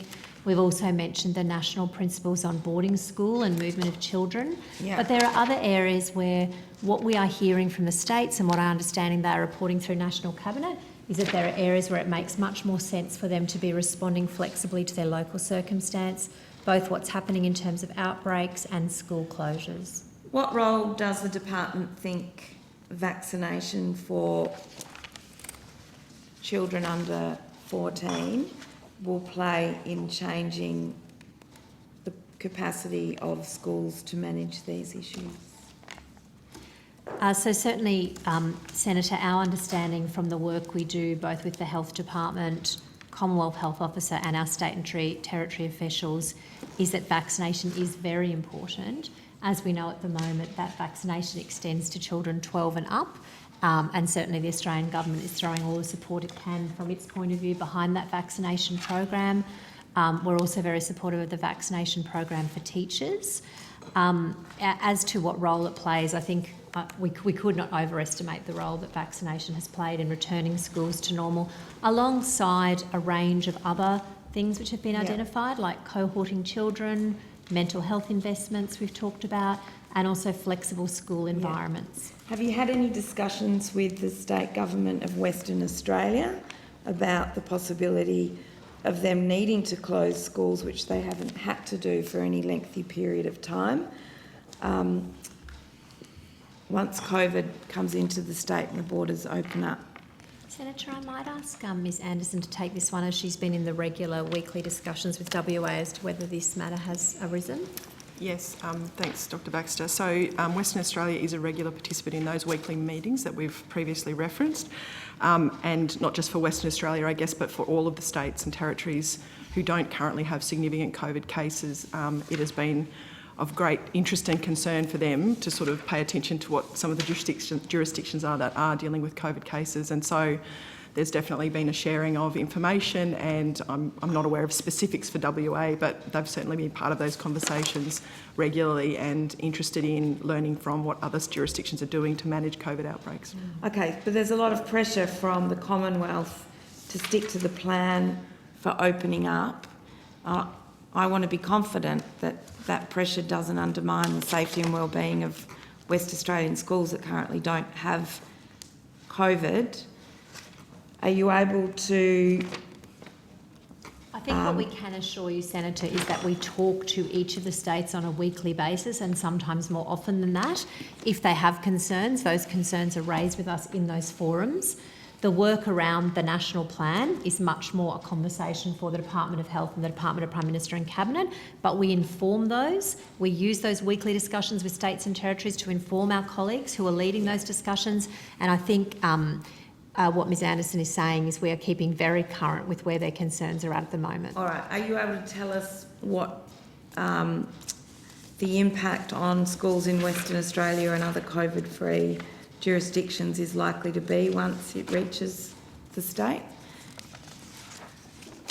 So can I just ask you to repeat the question, Senator? Yeah. Thank you. You finished? Yeah. Well, I after the answer, yes. I think Dr Baxter couldn't hear the question. Oh, I just wasn't quite sure what it was. I was just... I know you're getting feedback from the state, but you must have an idea of, given you've got that jurisdictional overview, of what you predict the impact. You have to be aware of what the likely impacts are once opening up happens. Crystal ball. I mean, I think that's really a health question, to be frank, because similar things may happen to what have happened in other jurisdictions where there have been outbreaks, but the vaccination levels really are axiomatic to, you know, what the outcome might be. So I think while we're very interested in how schools are managing it and the preparedness of schools, I'm not sure that we can probably posit an opinion. So the question of when the schools close and the infection rates are not a matter for this department, they're a matter for the health department. Senator, we remain very interested, of course, in school closures. We track school closures. We continue to offer support to those jurisdictions that are experiencing school closures through those various forums. So it's not that it is not a matter for us, but modelling about likely infection rates, the impact of where vaccination rates get to at a particular point, it is, I guess, your question is a broad one, which is what is the likely impact, and that depends on a lot of factors. It depends on, you know, where are the vaccination rates out at the point at which an outbreak might strike. What are the decisions that the West Australian Government is making at that point about opening or closing borders? Yeah. What are the decisions that are being made about quarantine? So we have a number of inputs. So the state's in control and you kind of find out about what's going on and they make the decisions? Well, we certainly, through the AHPPC, through our work in National Cabinet, we do try to identify those areas where it is sensible and logical to have a national approach. Trying to answer a question about some point in the future when an outbreak may or may not strike and what the impact might be likely to be is probably a little bit too hypothetical for the information we have at the moment. Thank you. Health modellers might be better at that. You know, I'm very keenly interested in it as a West Australian. Thank you, Senator Pratt. I'll go to Senator Davey. Thank you, and I will be brief because I understand that we've been here for quite a few hours already, but I just want to come back to something you were mentioning earlier, Dr Baxter, the National Code for boarding school students. This has been an ongoing and quite a difficult issue, particularly for some of our most isolated families, and I've been following it for over 12 months. Yeah. I was very excited to see that the HPPC referred it to National Cabinet, and then to read that National Cabinet had unanimously endorsed it on the 17th of September. Can you tell me if the code for boarding school students has been implemented in each jurisdiction? Thank you, Senator, for the question. So I'm just trying to find the right piece of paper so in case you have any data questions. Yes, I can tell you that National Cabinet did endorse the code for boarding school students, and I think that each state and territory has made efforts to implement that code. We are, of course, like most new codes, seeing some implementation and teething issues in some areas, and we are watching very closely because we know that in 2 weeks we are about to have our first crop of grade 12s finish for the week. We stay very closely connected, and again, Ms Anderson will have some more granular information about these conversations, but we stay very closely connected to our state and territory counterparts about what's happening and tracking the data about how many students are likely to be travelling. I have just this week reached out again to a couple of my counterparts in jurisdictions that we know are particularly affected to say I'd like to understand their implementation plans ahead of those Year 12 students finishing, because they will be our first crop of students under this term for the boarding school code. So I would say overall we've seen a lot of great work. For example, in Queensland, we've seen some really creative work returning Indigenous students from remote locations back to be able to spend some time with family, even though they can't, in all cases, quite get back to their remote communities. So we've seen some great work, but we know we do still have some work to do.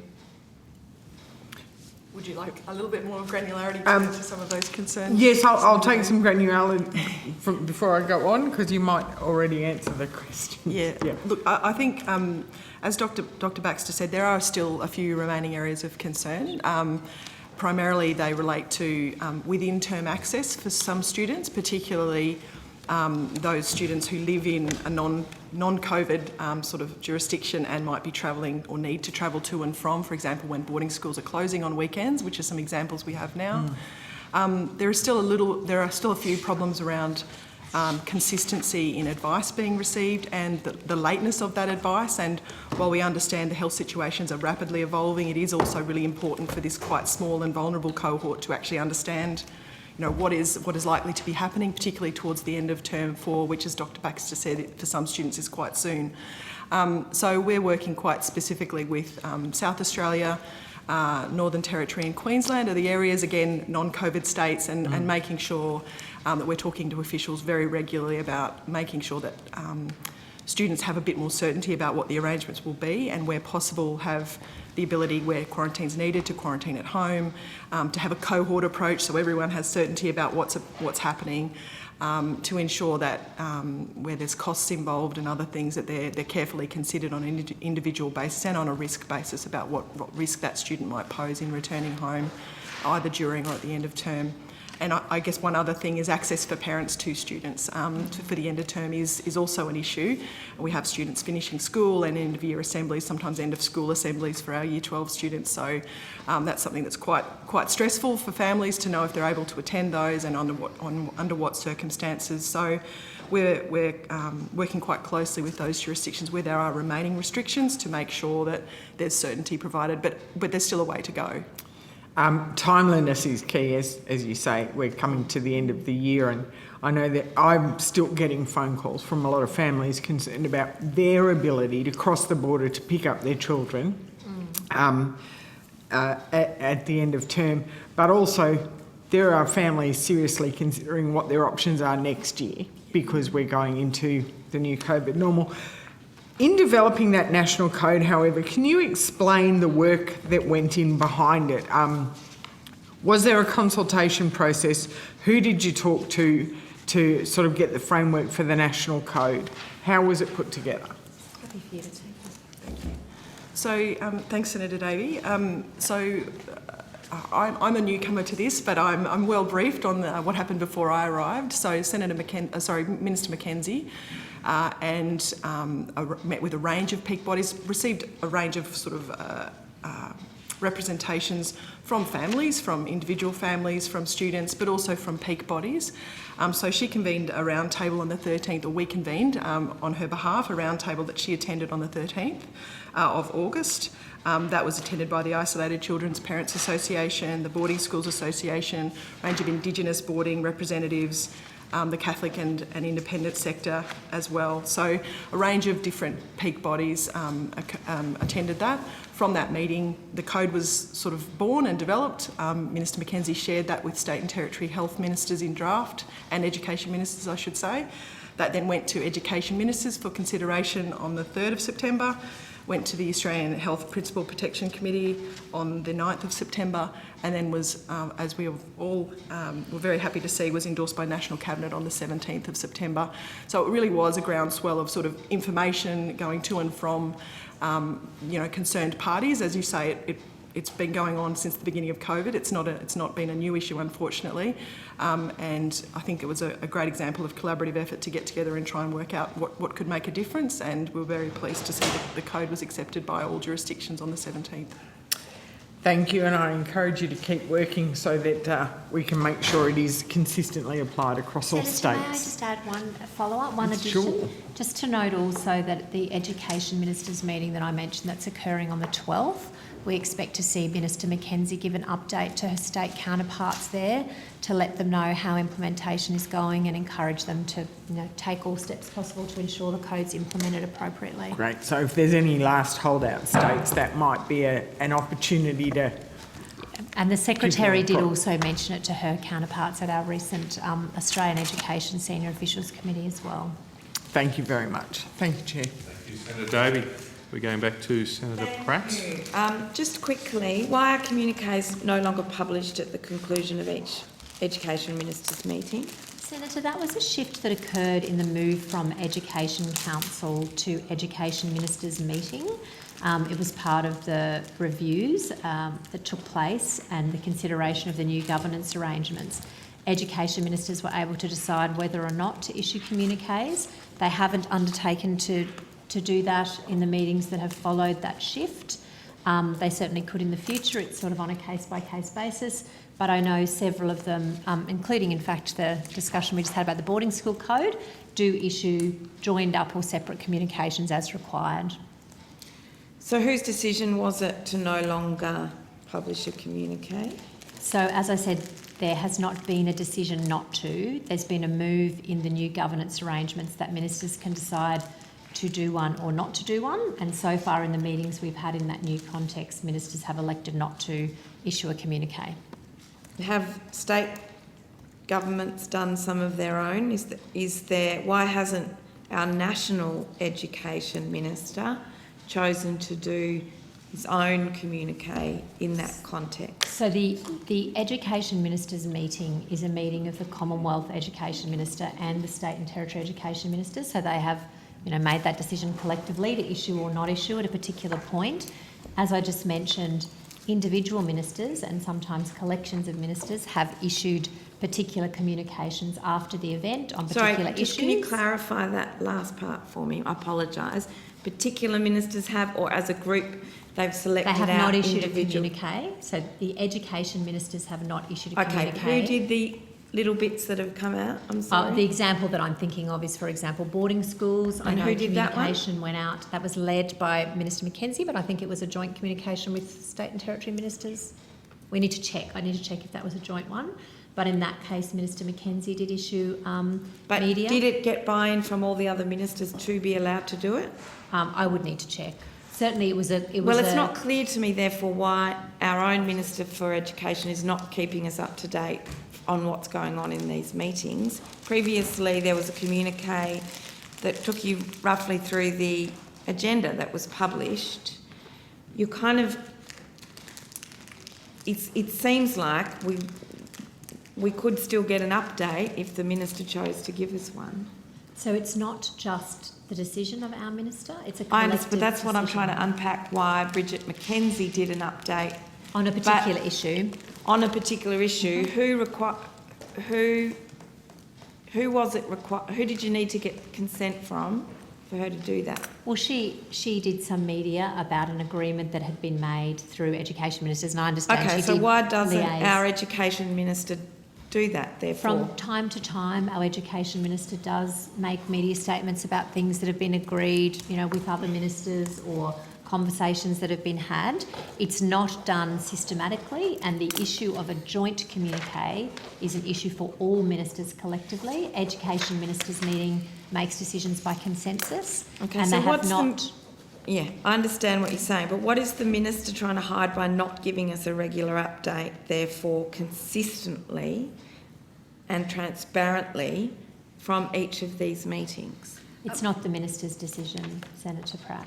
But it sounded like Minister Mackenzie could make a decision to do that. I don't understand what the difference is. I think I think actually Dr Baxter has explained it very well. For a communique from a ministerial council, it's a collective decision, and I think that's quite clear and very simple. So how is Minister Mackenzie able to communicate finish about that? Sorry, Senator Pratt.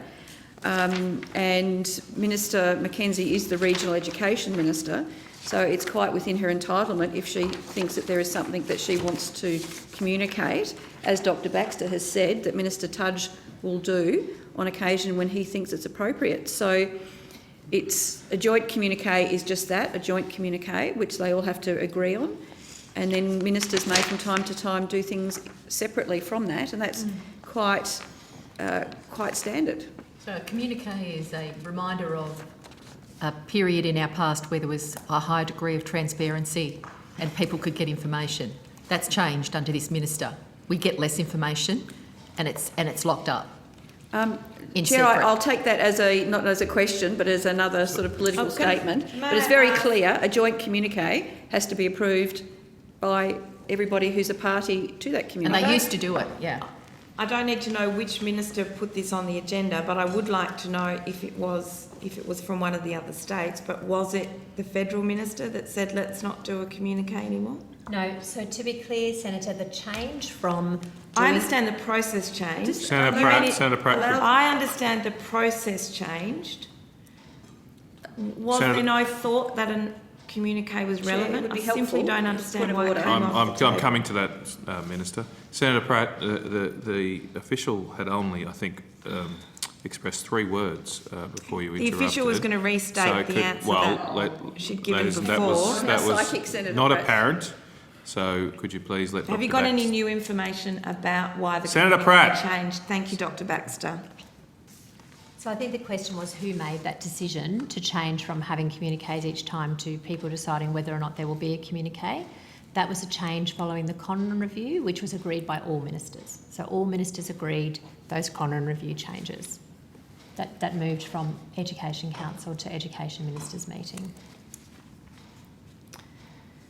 Can I ask, I'll move now on to Australia's Youth Policy Framework. How much did it cost to produce the final Youth Policy Framework, including the money budgeted for the Youth Task Force? And I'm really just looking for a figure, please. Yeah, sure. I'll just ask she's here. I'm sure she will have the amount at her fingertips more quickly than I will.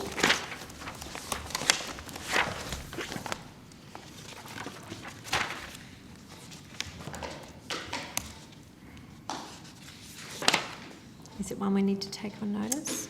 So the youth policy framework was developed over in response to a couple of years of consultation. So we'll take on notice the exact figure of what the accumulation of that would be. There would be some departmental funding to support the roundtables, and then there would be the actual cost of publication. I don't think we have the cost of publication. No, it's really here how much money it costs to develop it. That the publication should only be a small part of that. That's correct. Can the minister confirm, or the department confirm, if any new government programs have been announced as a result of that youth policy framework? Yes, we can. Thank you, Senator. So, as part of the process of developing the youth framework, there was new funding that was developed for the Youth Advocacy Support Grant Scheme in the 2021 fiscal year. That was $893,312. Initially, that was to the Department of Health because that's where the framework sat at the time. Mm-hmm. 7 youth advocacy organisations representing marginalised young people were provided with funding. Great. And alongside that, there was the Youth Action Project Grant Scheme, which sort of sat alongside and was administered by the Foundation for Young Australians. who played the role of looking at applications and providing support to people who were doing it. So they are specific to the youth sphere. And then in the most recent budget, supporting youth measures, yes, the important thing is that youth measures sit across a range of portfolios, and so therefore the budgetary measures do also. The youth framework that we've tabled today for you, Senator, outlines the budgetary measures that are, that are outlined in the framework across areas of employment, education, health, mental health, a range of areas. But some of the 21-22 budget measures include, for example, boosting apprenticeships commencements of $2.7 billion, a transition to work expansion of $481 million, Commonwealth scholarships for young Australians of $2.9 million. There are really a very long list of measures across a range of portfolios included in that framework. Thank you, and they all come under the framework. Are there any new areas of government spending? I think most of those are existing programs and they get fed in through that framework. That's great. But is there any new government spending in the youth space other than the youth advocacy support and the youth action grants? Anything else? So there is a range of new spending in this most recent budget in the youth area, but that is distributed across the portfolios who service young people depending on the area of interest or the need. As I said, both the existing measures, which you've referred to, but also the new budgetary measures are covered off in the framework. If you would like, I can talk through them and read them into the record, otherwise they're in the framework. No, that's fine. I can draw on the framework to do that. What has been put in place for ongoing engagement with young Australians? Thank you, Senator. So I might ask Ms O'Connor to talk to the roundtables that we've conducted with young people. There were obviously a series of these at the Department of Health when the youth framework and policy area sat there. And we've also had, I think, 3 or 4 of them since it has come to us Okay, so they're kind of ad hoc. There's not an institutional commitment to that guidance. No, we had initial roundtables with the young people, and then we worked with them on setting a forward agenda of roundtables about items they were interested in covering. So they've identified a forward program of roundtables covering the impact of COVID-19, trying to navigate systems and services, and also disability. So in addition to the 3 or 4 we've had, we've set out a forward program of 3 further roundtables to cover those issues.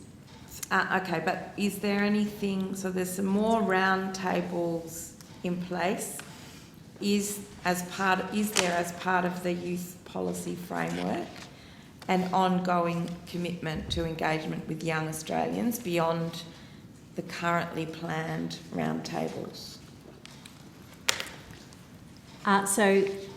Senator, I have mentioned the Youth Advocacy Support Grant Scheme. It goes through until 28 January 2022. And the department does that advocacy in those grants feed back to advice to the Commonwealth? Yes, so they are part of those organisations that receive the advocacy grants are part of our roundtable process, and they give us advice.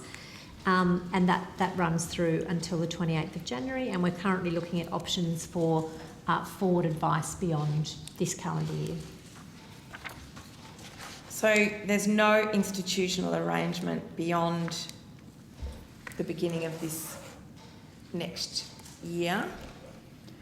Well, Senator, we do have an institutional arrangement with these 7 youth advocacy organisations that represent young people across a range of areas of interest and diversity. But you don't know how you're going to bring them back together again beyond those roundtables? We're looking and working with young people at the moment about what do we need to do going forward, and we as a department are at the moment talking to government about forward options for continuing to speak to these youth advocacy organisations and have them as part of our system of advice. So, Dr. Baxter, can I just clarify this? So, at the moment, there's the consultations that are occurring, quite extensive consultations are occurring, which will inform where to next.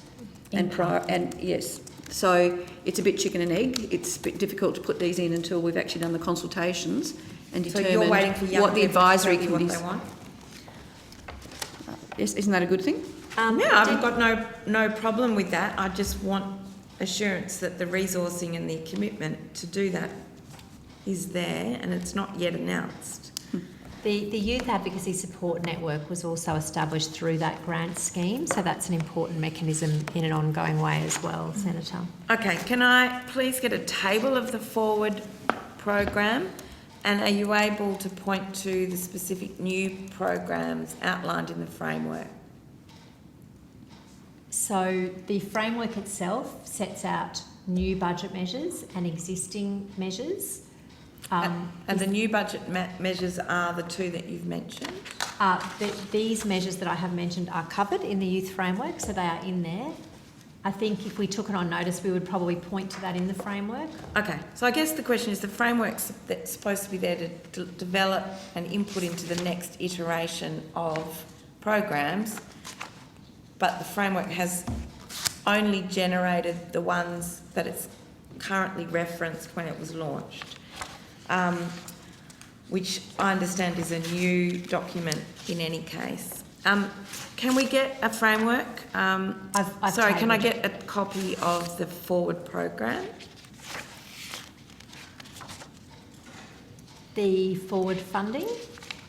The program for those events that you've outlined. Oh, okay, yes. Yeah, we can certainly do that. We have the 3 follow-up roundtables planned, and we can put on notice when they're occurring.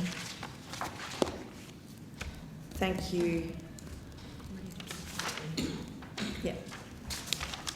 Okay. Youth Path? Yeah. Yeah. Just quickly, can I ask now, please, and you'll be able to correct me if I need to raise these later under employment. The Youth Path programs, are they here or? Employment. Okay. In a more specific youth context, what monitoring has the youth engagement done of those Youth Path programs and others alongside the JobMaker program? I think employment and skills. Yeah, probably employment.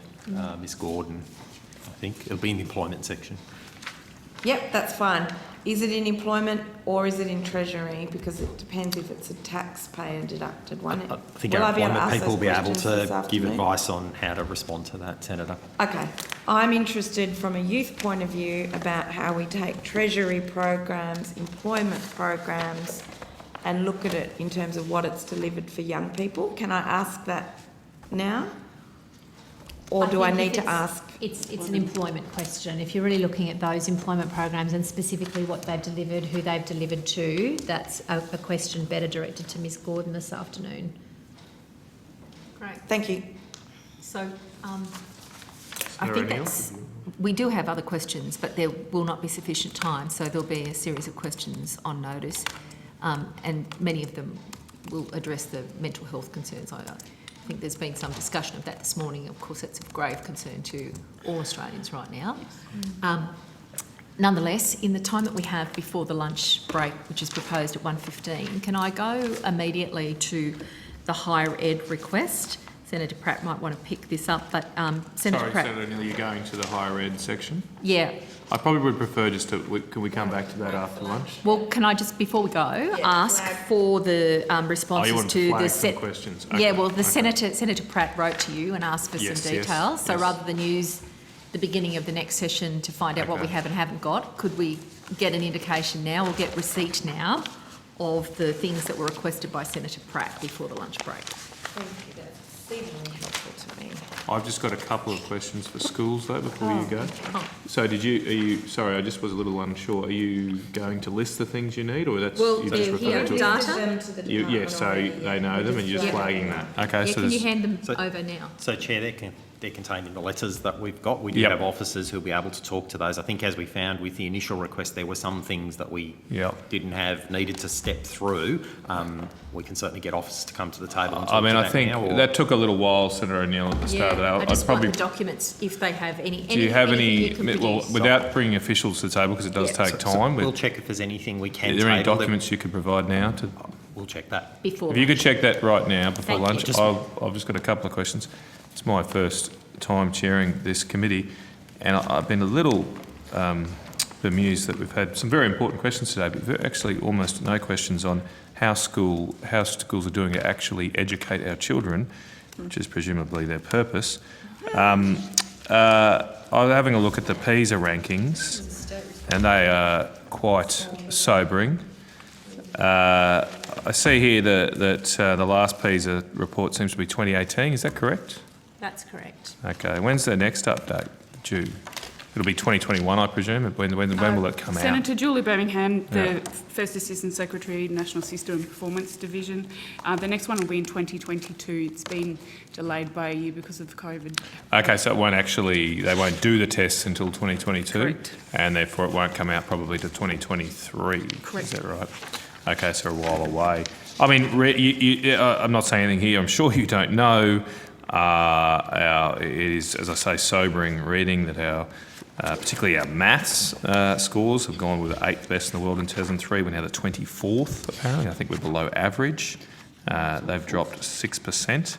I just want to ask a question about the PISA rankings. The actual absolute number, can you compare that between years? Is that sort of a common index, if you like? So we are now 491 apparently on maths in 2018, but we're as high as 524 in 2003. Can you compare those two figures? You can compare the absolute number. The difficulty is in comparing the relative position of Australia and other countries, because the number of countries changes from year to year. Sure, okay. But we have obviously experienced quite significant falls in our performance in maths, science and English, that's correct? Yes. So, I mean, maybe you'll have to take this on notice, but say over the past 10 years, how much has funding gone up for schools in Australia? Do you know?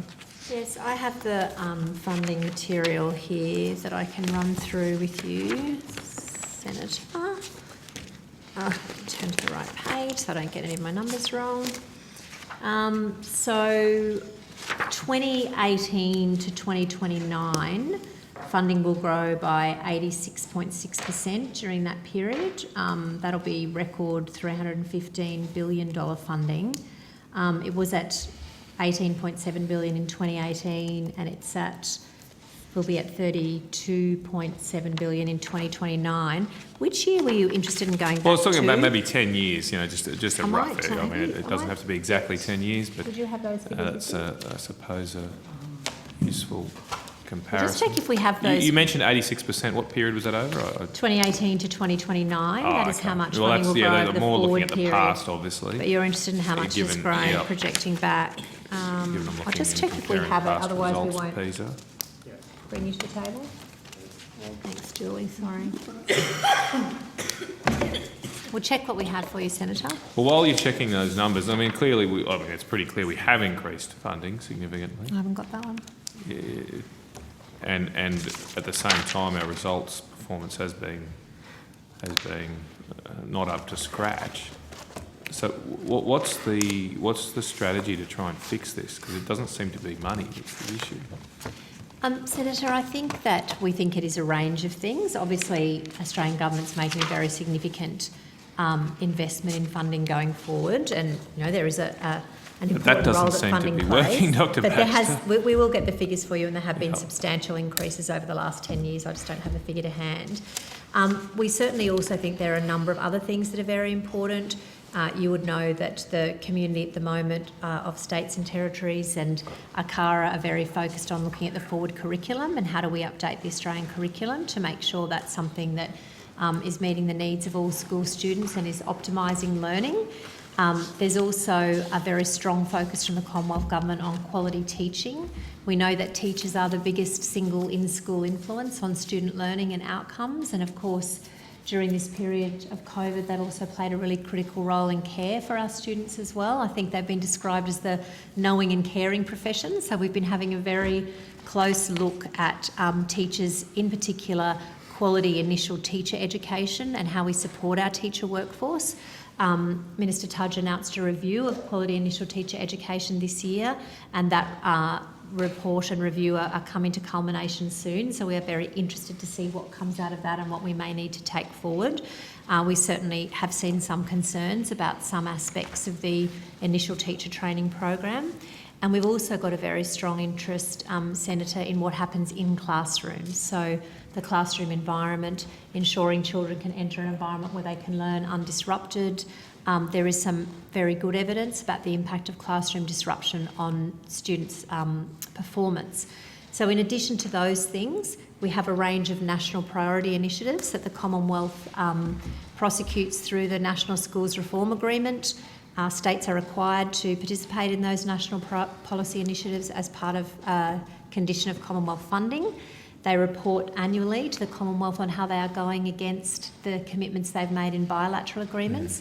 And they cover things like trying to institute a universal student identifier so that we can actually track where students go and what is happening to them. I might just pull you up, Dr. Baxter. Sorry, just because of time, I want to try and stick to it. I just quickly, do you have, does the department then look at, in the PISA results, obviously we could calculate our score compared to the dollars per student we fund. Do we have stats as well on dollars per student in other countries, in the PISA countries, I think the OECD countries? Of how much we spend versus how much others well, the other spend. countries spend. So I might just start, Senator, with the figure you asked Happy for for in you to take relation that on notice. Yeah. I presume you probably don't have that on hand.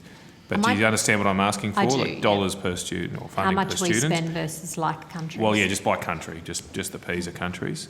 So we can look at, well, do you know if there's a correlation between dollars per student and the PISA results? I might just ask what we have in that regard. I'm not sure if that might be OECD. Yeah, nothing here. Yeah, we don't have it with us. Well, if you can take that on We can notice take as that on well, notice. have you or anyone else that you know of looked at the correlation between funding and results? Is there a relationship? I can statistical tell you, relationship? Senator, that Yep. we are currently doing a project with the OECD. The department is funding a project with the OECD to look at what are those drivers of PISA Right. decline that Australia has seen. We definitely know that funding is not the only or key issue. There are these other issues that I've touched upon with you. Yep. And we expect that material to land by the end of this calendar year. And we have also flagged with AERO, the Australian Educational Research Association, that we would like to step off from that data and do a project to understand what is driving Australia's underperformance in some of these international settings. There have also been some countries I see that have gone up the rankings quite significantly, like Estonia. That's correct. I mean, are we looking at what they're doing? Yes. Does the department look at, what this country seems to be performing Yeah, well? we certainly do. I've flicked over to a different brief now, but we know that your place in the rankings is not set in stone. We know there are some countries who've really turned around what they're doing. We have looked with interest in comparing work that's been done in Singapore, for example, also in the UK, which has a not dissimilar system to ours, did experience a decline and has managed to turn around some of that decline over the quite recent years. So we've been just looking. quickly, are there any early lessons from that? I think it's probably a little bit too early for us to say. We're very keen to get these findings from the OECD. I think we can say we know that teachers are very important to what the UK has done, and we also know that looking at when students learn things and what they learn. Haven't they set up is some important as well. independent sort of schools in the UK as well? I thought they'd I'd given need their to schools take a on bit more notice exactly what independence. they've done. I don't have that with me, Maybe Senator. some less central direction. Minister, were you, no? No, You I'm looked just very keen. observing Yes, the yes, time. yes. I'm well aware of that. So look, thank you. I'll leave it there. I think we have that figure, Senator, that you were after, though, about looking back 10 years. Is that one that you had there? Okay, very quickly, Mr. Harding. Okay. Over time. Fabian Harding, Funding and Data Collection Division. The 2021 report on government services came out, and then there talks about two timeframes, one for 2009-10, 2018-19, and it sort of compares those two data sources. In 2018-19, total public funding was $65.6 billion in that state. It's broken up into two bits. For government schools, it was 15.9, and non-government schools, 49.7. That's total funding, is it? Not just government? Sorry, obviously. 49.7 for government schools, 15.9 billion for non-government schools, a total of Makes sense. 65.6. And that grows, well, that compares actually to 2009-10, when basically we had 32.9 for government schools, 8.9 for non-government schools, and total of 41.8. So it's 41.8, 2009-10. Is that real dollars or nominal? Adjusted for inflation, yeah. Oh, it just... Anyway, take that on notice. We need to go for lunch. But We do. did Senator O'Neill very quickly? Thank you, Chair. Just one of the discussions we've had about what might be clear and not clear in funding over the time is, like in New South Wales, recent agreements have allowed the New South Wales government to actually count the money that they spend on getting kids to and from school on buses as part of the educational calculation. So it's not quite as simple as it might appear. All right, there's plenty of time in the chamber for that. We need to have something to eat. We'll come back. Food for thought, Chair. Well, I need more than that. No, I need more than that. We'll come back at 2:20. And Minister Duniam will be in the chair for that, for higher ed. Yes, okay, no problems. Thank you. Thank you very much. And I should just add, we're finished with schools, I believe, so they can be released. With quads. We'll recommence with higher education at 2:20. Thank you, Chair.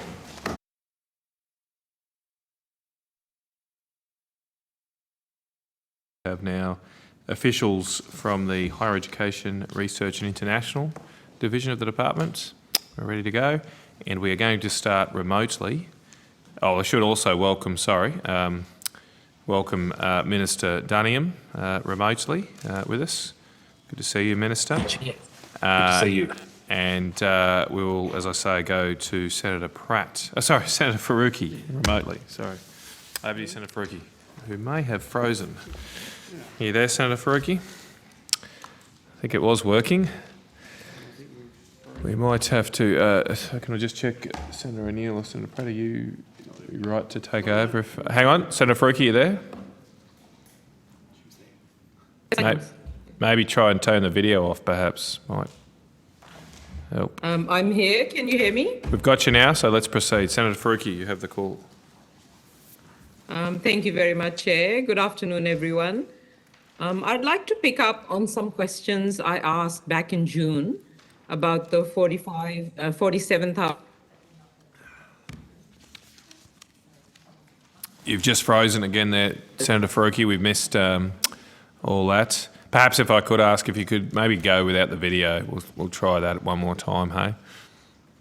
Okay, have we got you there, Senator Faruqi? We can't hear you, Senator Faruqi, if you are talking. Okay, we might move to another senator. Senator Faruqi, I apologise for that. Okay, and we'll come back to you. So are we going to Senator O'Neill? No, Senator Pratt. Thank you very much, Chair. Chair, can you hear me now? I've got you now. We want to give it one more go? You there? Yeah. Okay, all right. Well, Senator Faruqi, if you want to try one more time without the video, we'll see how we go. Thank you.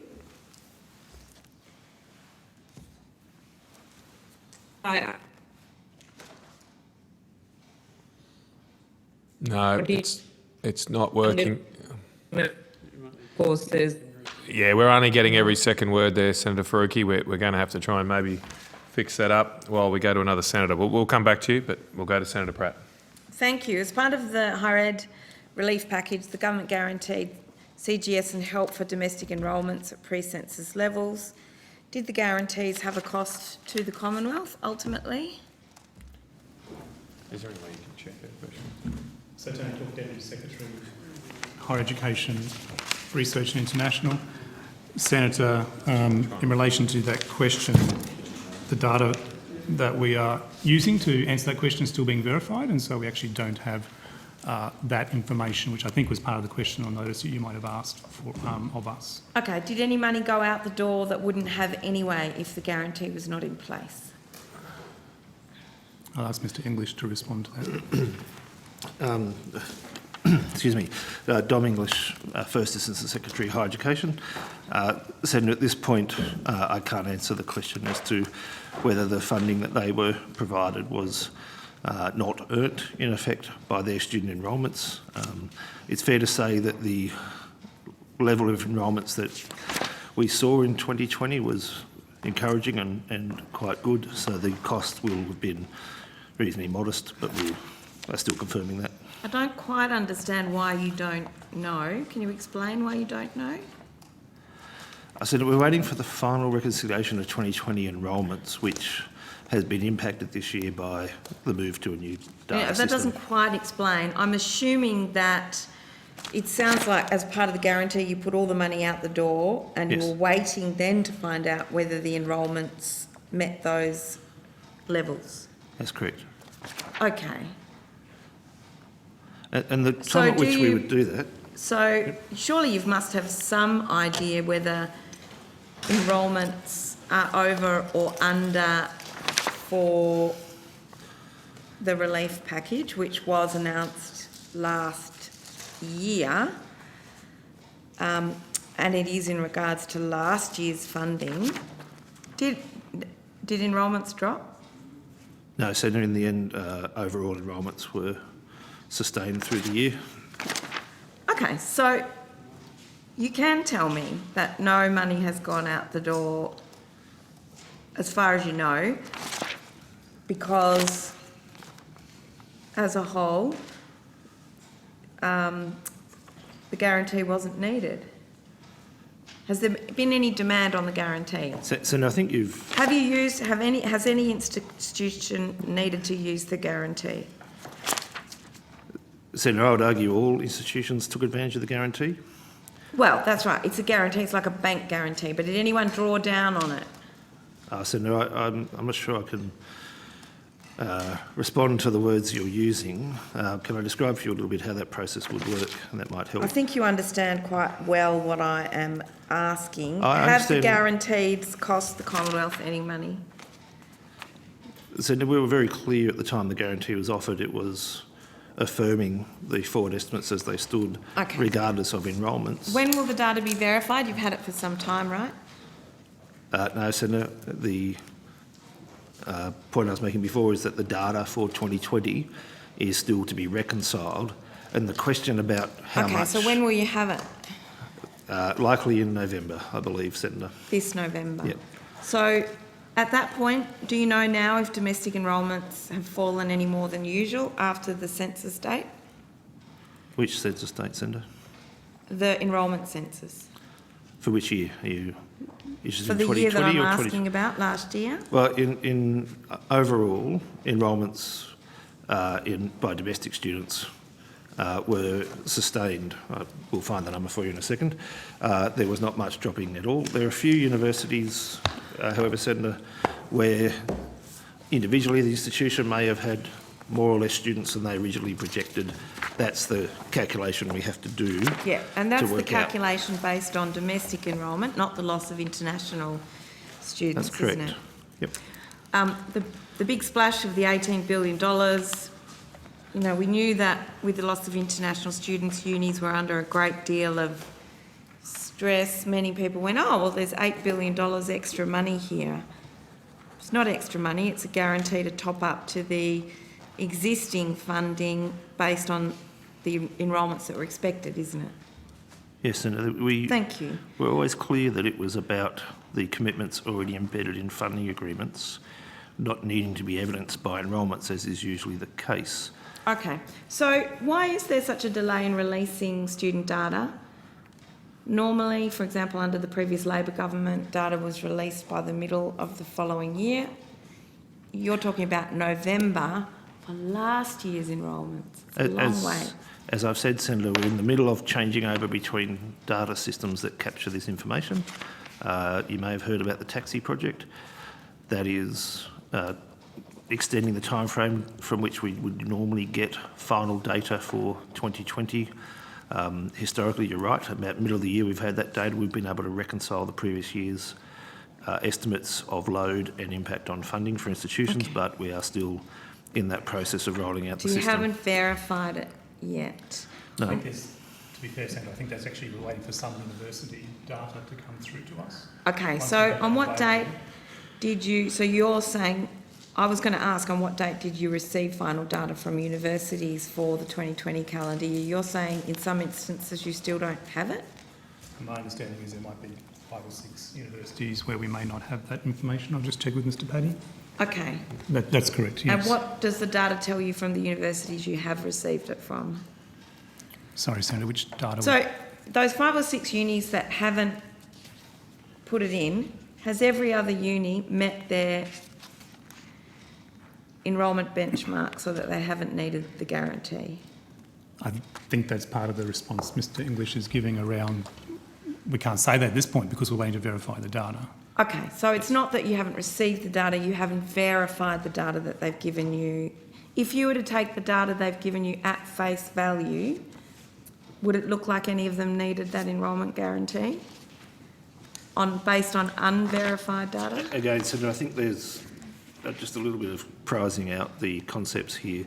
Some universities have incomplete data, and the universities, the vast majority who have submitted data, we're still rolling through the process of validating that data. I can say to you that for the most part, institutions achieved their expected enrolments or exceeded them, which, if you recall from the position we faced in the middle of last year, was a surprising and I'm not surprised. pleasant result. The idea that... I'm not surprised. Pandemics tend to turn people towards education rather than away from it. Can I ask, will any universities be required experience, Senator. Will universities be required to pay back help debt because of the guarantee? Well, Senator, the arrangements were reasonably clear that if the help debt needed to be recovered, the advances for help for student contributions that are reflected in the help system were in excess of what the university had earned through its enrolments. There would be a repayment required, but we extended that over an 8-year period to ease what was expected at that time to be a continuing financial challenge for the sector if they wanted to take that up. Now, that's obviously their choice.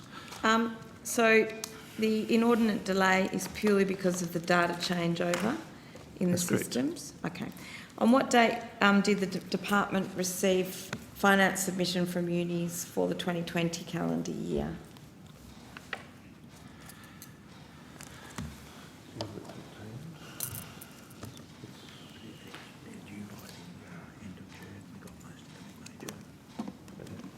So, Senator, the 2020 financial reports are due by the end of June, and most of them were received in that time.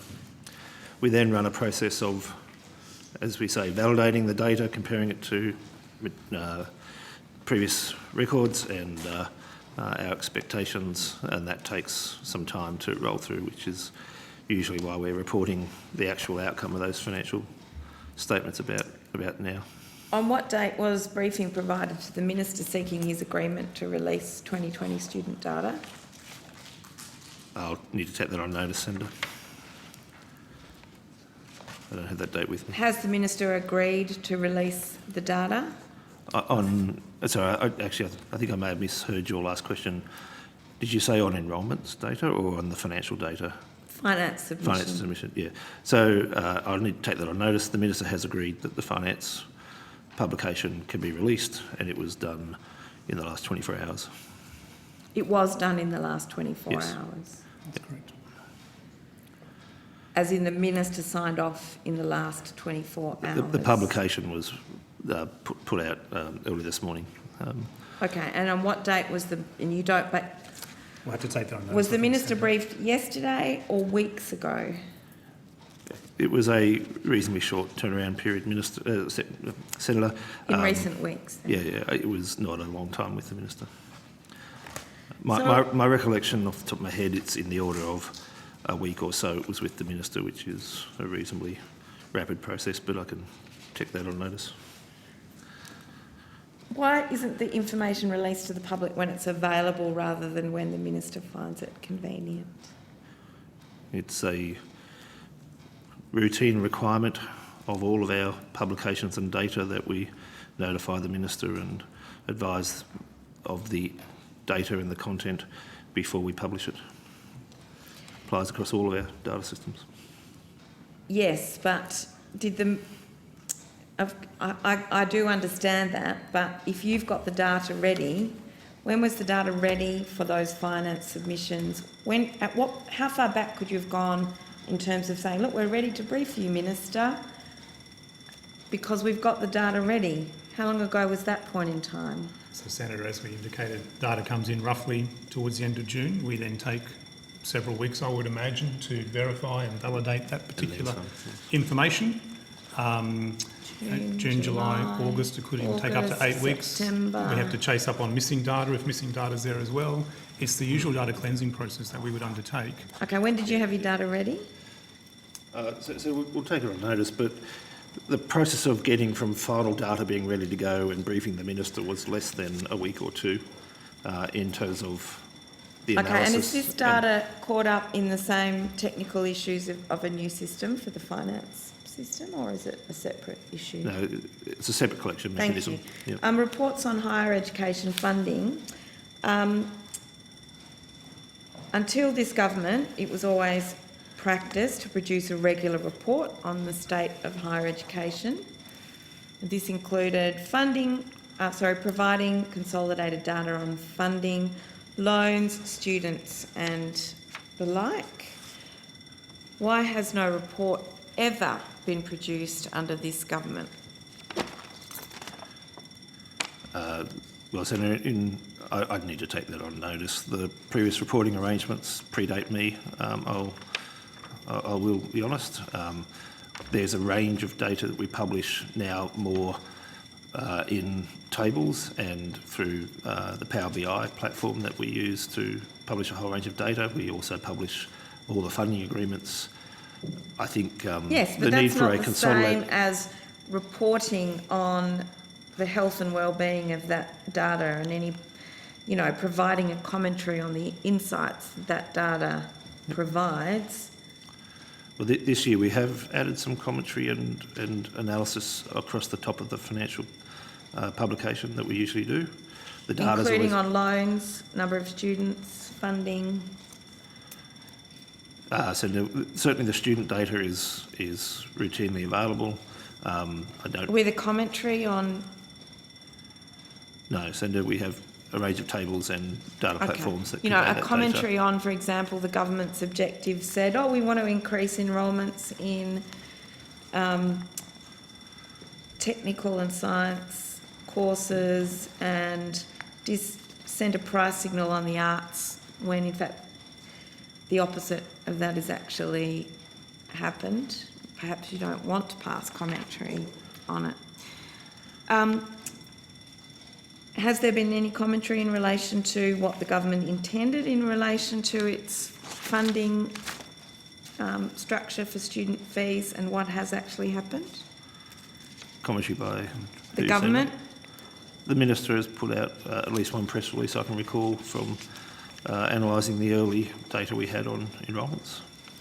In October 2018, the department told then Senator Jacinta Collins, the Department of Education and Training is working through how to make the Higher Education Report a more useful document for stakeholders. Publication arrangements will be a matter for the Minister. Can I conclude based on that the Minister's decided that it's too embarrassing to publish consolidated information on the state of higher education? We have not put to the Minister a suggested report that has been declined. So the department takes responsibility for the decision to no longer publish a report? Yes, Senator, because we have relied on the publication of data and analytics tools such as the Power BI website with its additional capacity for users to interrogate the data themselves. Don't you think it's important that the department itself provides a commentary on the strategic direction of the sector, or do we just let it ebb and flow at the whim of... Well, the department works for the government of the day, Senator, with respect. So I don't think the department's making commentary as such. As Mr English said, the department's provided a range of information around higher education funding. Including analysis? That information through the whole issue around the power of the data that's made available is that people can actually undertake their own analysis. So we're providing tools for people to analyse the data that's made available. So you don't undertake your own analysis? Oh, we've already indicated that in range of the whole data that comes out, we make reports available around finances of higher education providers and a range of other information as well. Who monitors whether the data and the outcomes from that actually match the government's policy intention? So we've got a range of data sets which look at the policy I know the intentions data of government. sets will show that, but who actually says, well, this is what the government said it would do, what we wanted to do? Who's actually pulled out the data and said, well, how close did we get to realising that objective? So there's a range of things there, Senator, depending on which objective you might be talking about. If you look at the Job Ready Graduates program, for example, there's a range of data sets available in relation to No, that. I'm not talking about whether they're available. I'm asking if the department looked at that data and compared it to the stated policy objectives. The department would undertake analysis of data continuously, Senator. Okay, have It's you... part of our job. Okay, and matching it up to the policy objective.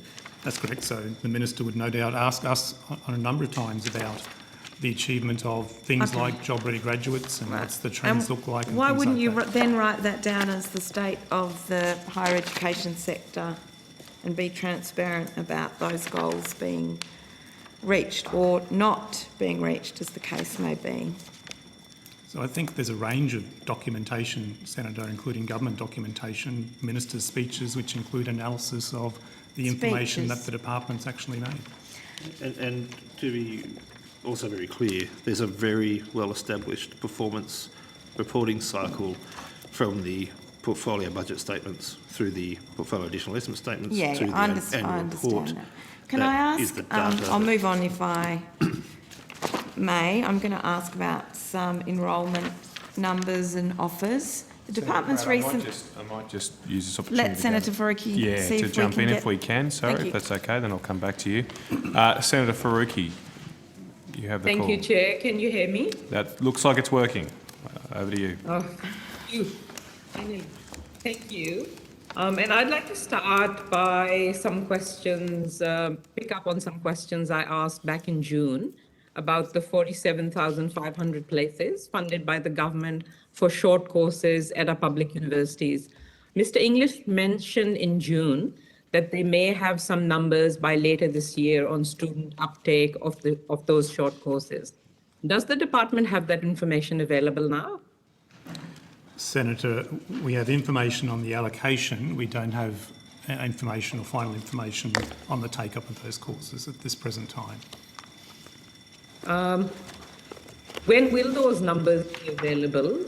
I'm conscious that this was a $262 million commitment, and we don't yet know how many students have actually taken advantage of these courses.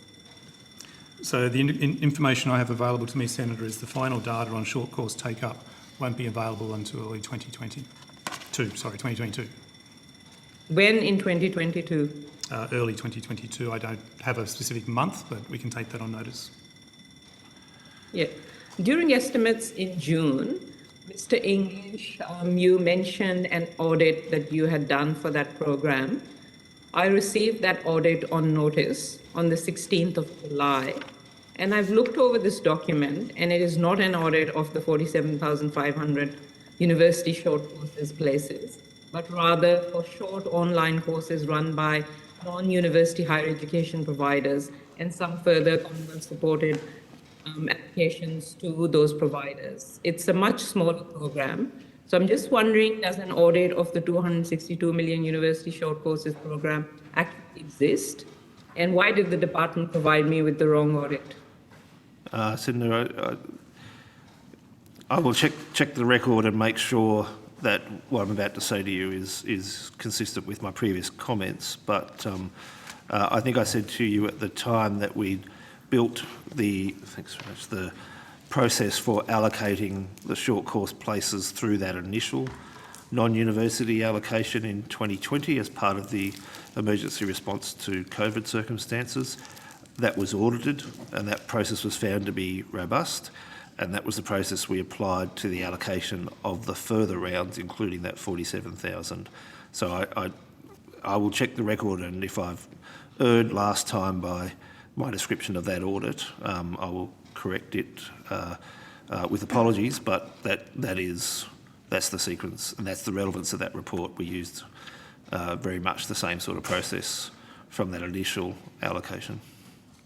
If you could check that, that'll be great, because from what I recall, and I think I have this in front of me, I think it was Mr. Heffernan from last time.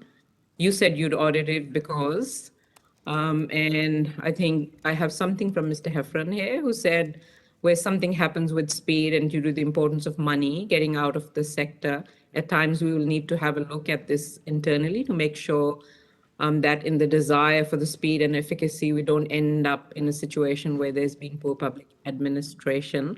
So you did that audit. Is there an audit of the 262 million university short courses as yet or not, or will you wait till next year to audit it?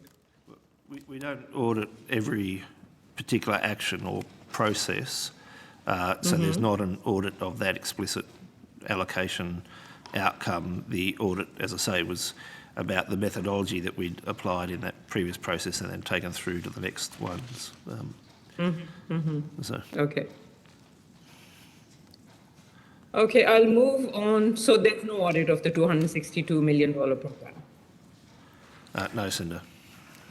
And you don't have any numbers yet on how many places were taken up? No, Senator, the challenge we have is, as we've described, we're still getting the data system in place for this year, even with the numbers I would have referred to in the last hearings that I expected to have about now, that would have only been about the first semester. And so the early 2022 picture hopefully gives us a more complete picture of the full year, but at this point we don't have that data. We do know there's a number of providers who've made good use of their places and are finding interest amongst students, but we also know that there was some slow take-up in the first half of the year as the new product was rolled out and students engaged with what it could offer and what it could provide them.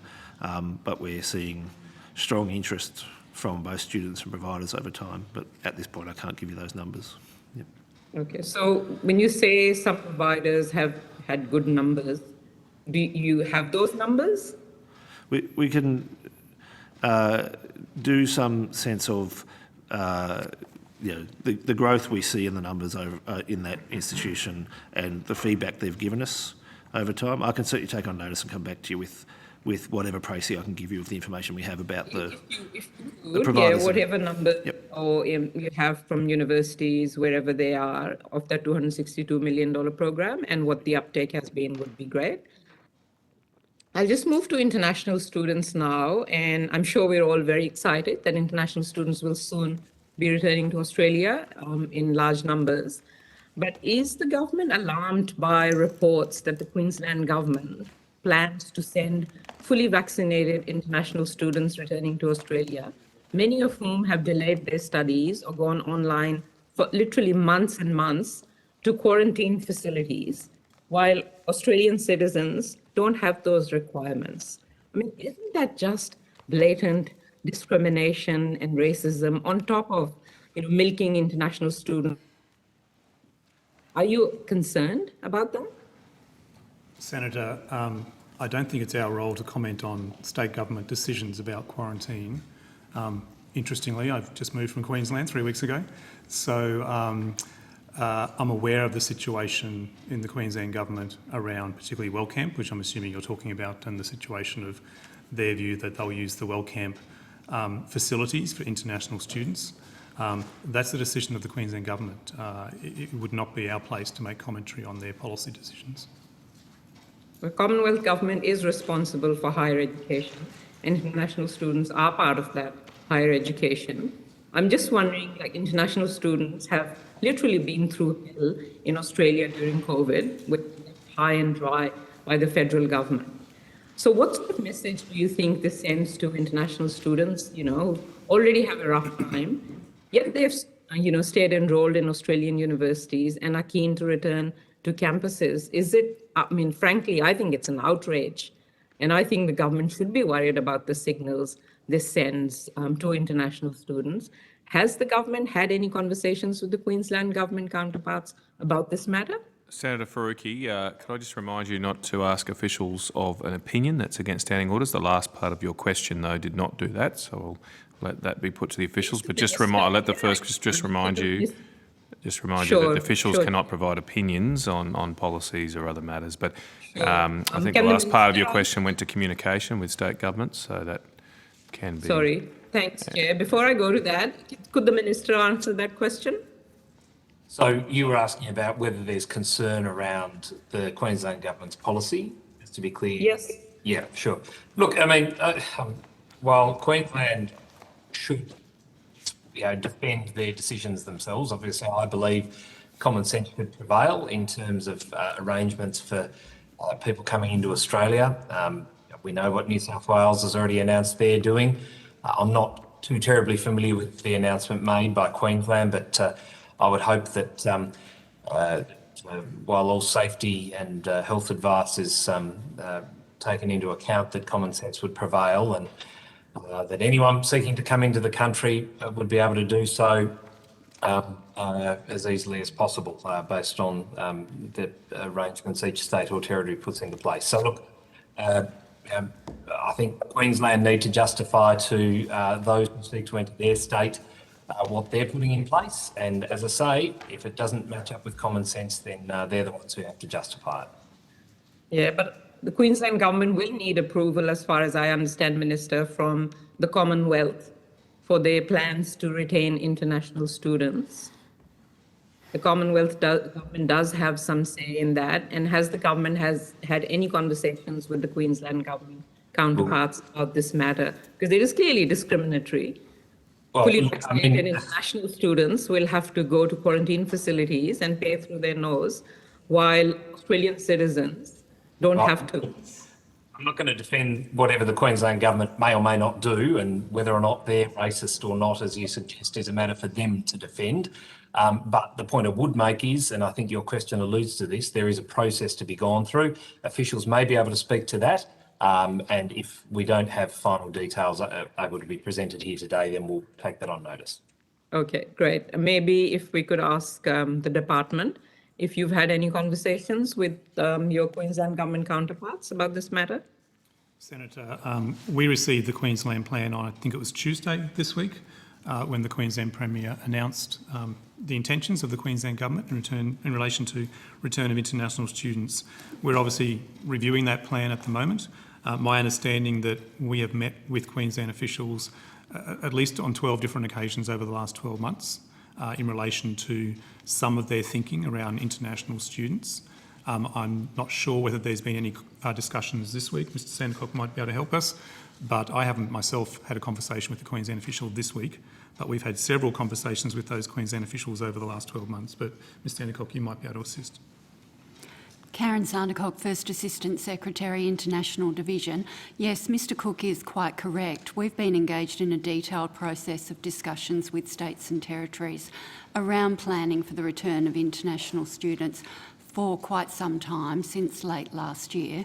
We meet fortnightly with officials of all jurisdictions, and then we meet separately bilaterally with jurisdictions. Sure, so 12 times at least with Queensland, and now that we have received a proposed student return plan, we're in an intensive phase of discussions with them about those arrangements, Senator. Okay, thank you. And Senator, as you're aware, the Chief Health Officer of the state, effectively, they're the people setting the conditions there. I hear what you're saying around your concern of international students returning to Queensland, but as you are aware, the Chief Health Officer of each state is required to sign off the plan before that plan can be submitted to us. And so part of the conditions in terms of where the Queensland Chief Health Officer feels, I guess, is most appropriate in terms of quarantine has been a decision by that particular individual. And the Commonwealth will have no say in that. Well, is that what you're telling me? Senator, the quarantine arrangements for international arrivals are under state and territory public health orders. That reflects an agreement of National Cabinet from last year. So that authority sits with the state and territory rather than the Commonwealth. Sure. But what I'm asking is, and what I'm raising concern is, and if you could raise those concerns with your Queensland counterparts, is it's not the international arrangements are different for Australian citizens, according to this plan from Queensland, and different from international students. And that, to me, is what's ringing alarm bells. So I don't... I think I'll move on. There's a question there, Senator Faruqi, but we'll take that as comments. Do you have... Hopefully it can be addressed, because it is completely discriminatory. I have some questions about casualisation in the higher education sector. And Could I ask Senator Faruqi if I've probably got a couple more minutes for yourself, and I'll have to rotate the call, but happy to be a little bit flexible if you need to finish off this line Sure. of questioning. Thank you. Thanks, Chair. I'm assuming that the department has looked at the recent interim report of the Senate Committee on Job Security. The report says that casualisation in universities is not a result of the seasonal nature of the university semesters. It is a feature of cost cutting and the corporatisation of the sector. Insecure workers are cheaper and easier to get rid of, and over time, exploitative workforce practices such as piece rates have become the contractual norm. Does it concern the department that this is the finding of a Senate inquiry in relation to the sector? So, Senator, That the government I think you might be seeking an opinion in relation to that report. I'm aware of the report. We're reviewing the report at the moment. I'm aware of the recommendations in relation to casualisation and higher education providers as well. So we are considering the Senate report at the moment. I think it was only a week or so ago that it was released, and so we're doing some analysis in relation to that information. Okay. Last night we heard from the Fair Work Ombudsman about its investigations into as many as 14 universities for possible underpayments. Has the department been working with the Fair Work Ombudsman on these matters at all? And if you have, then what has the department's involvement been?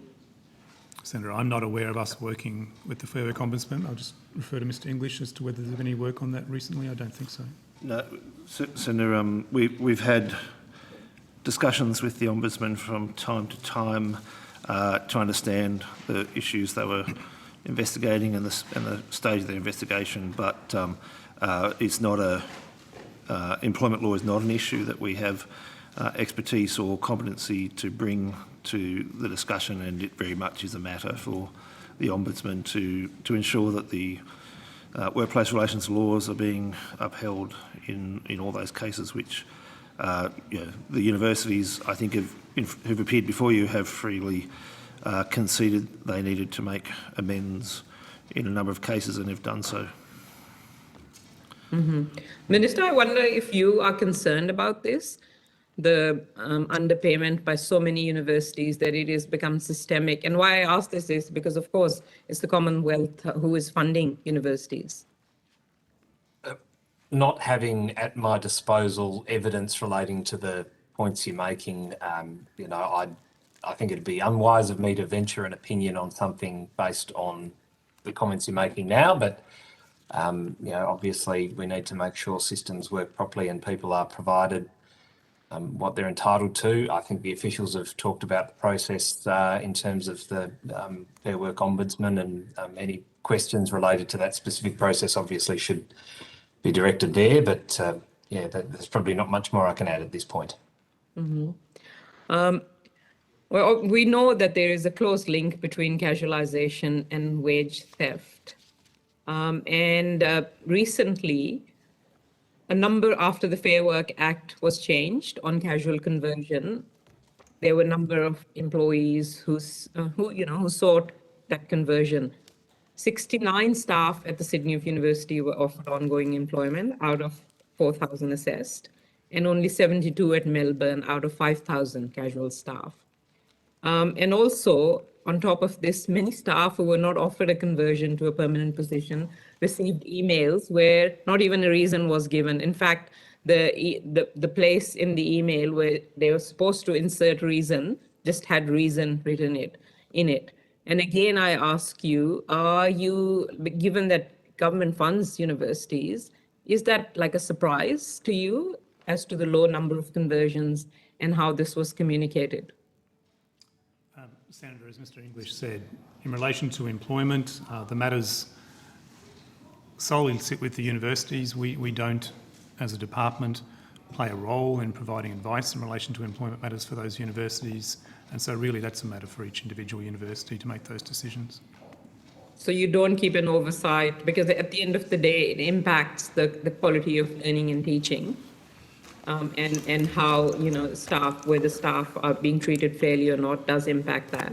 You don't keep an oversight on that? We don't have detailed information. We have information on FTEs, but we don't have information that goes down to the level of the things that you're discussing at the moment.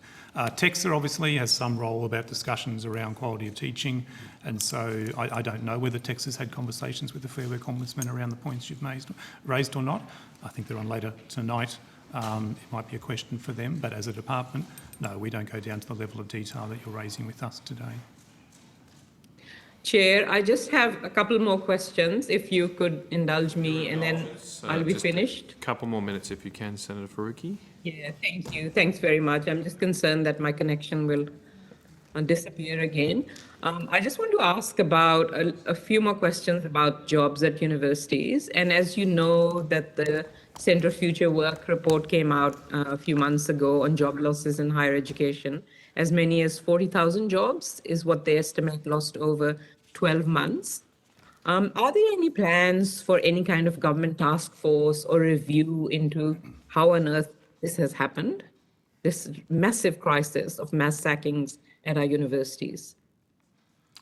So, Senator, there are a range of figures in the public arena around job losses in universities. Some of the numbers that you've quoted there. Still in the thousands. Some of the information or data I've got based on analysis of media reports around the job losses is about 8,000, and I think we provided a question on notice to you about some of that previously, which had about 7,000 last time. So again, we've got information in relation to FTEs, and there has been an increase in FTEs at universities, as reported by universities, from 2019 to 2020.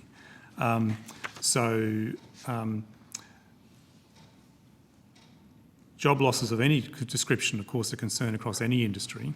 But again, as I said earlier, universities are responsible for their employment regimes in their universities. The government has assisted universities through the additional funding that's been provided, particularly in the last year and again this year, the $1 billion in research funding, additional research funding, as you're aware, and the higher education relief package as well. So it's really, again, a matter for the universities in terms of their employment and the workforce that they've got available to them as well. I do speak to a lot of academics and researchers and professional staff at university campuses, and I have to tell you, the recurring theme that I'm detecting is one of incredibly low morale and a lot of despair at the state of our universities. So that's why I asked the question, because at the end of the day, the Department and Commonwealth is responsible for universities. Are you looking at some sort of a review into the situation that is happening at the universities at the moment in terms of job losses? Yeah, so there's not an explicit initiative to review the staffing arrangements at universities either by level or by type. As was mentioned previously, the regulatory regime requires universities to have adequate staffing in place. That the oversight of that requirement is a matter for TEXA through the usual registration and quality assurance process. We have some. We've been tracking what's been going on in public statements about the job losses to see what it revealed about the impact of economic circumstances on the sector. It'd be fair to say that at this point it's hard to see that 40,000 number as a credible number, both in terms of the impact on revenue in the sector that we've seen, but also the data we've seen reported from into 2020 and the announcements made by universities about the change to staffing arrangements. All of that points to a material but smaller impact.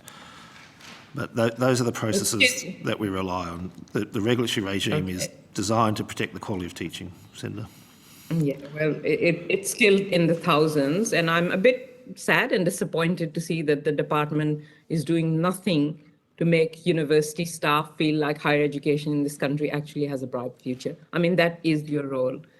Thank you very much, Chair. Can I just, on that point though, it is important to remember that there was $1 billion extra put into the sector this year explicitly with the ambition of protecting capacity around the research workforce and the research endeavour of the nation. There was a commitment made last year in terms of guaranteed funding, which no sector in the economy enjoyed a guarantee of more than 50% of their revenue last year. from any sources. There's an explicit guarantee this year that universities will receive the funding committed in their funding agreements while they transition through the new resourcing arrangements through the Job Ready Graduates program. So I think to say that nothing has been done to support the sector through a challenging moment is difficult to accept. I think we'll have to agree to disagree on All right. no well, job keeper. but where there's other opportunities to disagree with each other. So Senator Faruqi, thank you very much. I will go to Senator Thank Pratt. you very much, Chair. I've now got some questions, please, about enrolment data.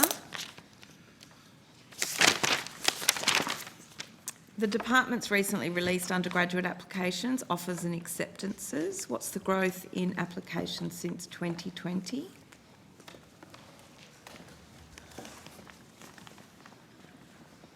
So in terms of applications, Senator, there's an increase of 2.3%.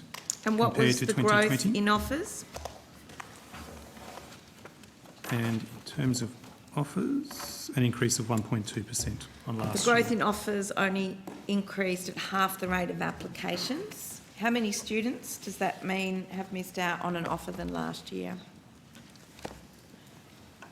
Senator David Paddy, First Assistant Secretary, Analysis and Data. It's, as you know, and I think we've discussed at previous committees, applications will always be more than offers, and No, I'm offers. just asking for the data. I do understand that that's that's the number I'm looking for. Yeah, thank you. So, Senator, in 2021, there were 295,095 applications, and there were 241,558 offers. So some 50,000 applicants missed out. A little bit more than that. How many more is that than 2020? In 2020, Senator, there were applications of 288,388 and offers of 238,794. Okay, so that means 50,000 students missed out last year and an additional 53,135-ish missed out this year. What's the growth rate in the number of students missing out on an application since the Job Ready Graduates package began? Senator, I have to take that on notice. That's not a statistic we track. Well, We could do the maths, but I'll have to take that on notice. I won't do it in my head. I can tell you, since it started, I think it's about a 6% increase, and I would love you to take on notice confirming my calculations against We can do that, Senator. the departments. Could you provide on notice, please, that demand gap for each year since 2010, if you may? We can take that on notice, Senator. And also including in those numbers the Queensland QTAC figures, because I understand there were less enrolments, less school leavers last year and more this year, or the other way around? Yeah, there is a trick in the cohort. Yes, and I understand that 2.3% figure you gave me earlier is with Queensland excluded. Correct. Was there any adjustment made for Queensland in terms of peaks and troughs? Adjustments, Senator, in what sense? In the calculations, you mean? Fewer places one year and extra places in another in order to make up for that change in the number of school leavers? I'll have to take that on notice, Senator. Okay, thank you. Yep. What about the offer rate? And that's the proportion of applicants who receive an offer. Yes, Senator, yep. What is the statistic in relation to the offer rate over time? So, Senator, in 2019, the offer rate was 83.6%. In 2020, it was 82.8%, and in 2021, it was 81.9%. Okay, so if you could take on notice the declining, the gap in a statistical percentage rate, that would be great. Can I ask, is that the result you're expecting from the Job Ready Graduates program? More applicants missing out? As I said, Senator, we don't look at it in terms of students missing out. What we do see from the initial indications is that the number of applications generally followed the Job Ready Graduates changes. So, well, can I ask, you don't follow the number of places, increase, decreases? No, we do, Senator. We don't categorise it in terms of those students that have missed out or that sort of data that you're connecting. I want to ask you in the context of a policy objective. Is it a concern to the government that there are fewer places being offered to students at our universities? And does it match up to the expectation of the Job Ready Graduates changes? So in terms of Job Ready Graduate, Senator, we do know that there's been an increase of about 15,000 Commonwealth supported places for undergraduates commencing. And so there's actually been an increase in relation to that commencing. And overall, in terms of undergraduates overall, there's been an increase of about 33,000 places, Commonwealth supported places, that reflects the Job Ready Graduates program. Okay, so you're saying there's a growth in the places, but so what's going on with the offer rates? So I think, Senator, as I said previously, and we're happy to take it on notice and explain it in a bit more detail, but as we've discussed previously as well, applications, offers and enrolments, there's always going to be less enrolments than offers than applications. So that's But there's a trend there, yeah. Yeah. What's the trend in the offer rate since 2013? I can see it's been downward with a small couple of rebounds, am I correct? We'd have to take that. I'll have to take that on notice, Okay. Senator, to go back that far. The number of new undergraduate domestic students commencing uni in each year, do you have that data, please, available as requested? That's part of the correspondence we sent. We provided that, Senator. I Right, think I'll we- just get a copy Yep. passed to me now. And so we're going to table it. Yeah. Can we do it now? Just while we're doing that, I'm going to table some responses to Senator Pratt's questions earlier today on higher education.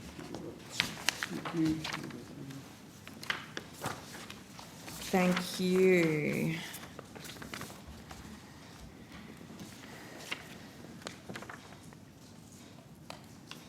So based on the higher ed stats available on the website, commencing student numbers have been declining slowly but steadily since the government froze and capped funding for Commonwealth supported places. 2017, 200,062 commencing students, 2018, 259, 2019, 252, 3.8% decrease over 2 years. Does that check out with the department's numbers? Senator, I'll take that on notice and go back that far and have a look at that for you. A 3.8% decrease over 2 years. Senator, part of that might be what students are choosing to do. They might be going to the labour force rather than to universities. In terms of where the student chooses to go after school. Oh, well, we've just also had a discussion about people being not given an offer, so I find that somewhat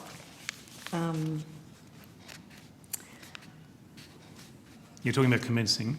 That's correct, yep. Yeah. And if you look at the data that I just indicated earlier, 2020 to 2021, there's been an increase of 9.6% of Commonwealth supported places for commencing undergraduates. It's still a decrease of 3.8% over 2 years in the system overall. So you can't tell us what your numbers tell you in terms of the difference between commencing students across those years. Do you have the figure for 2020?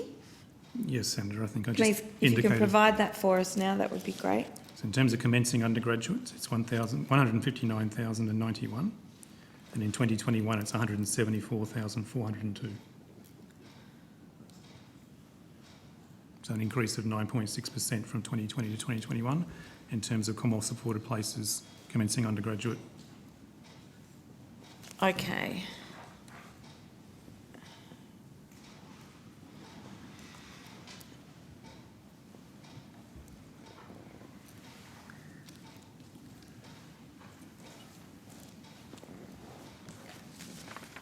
Just let me double check my data.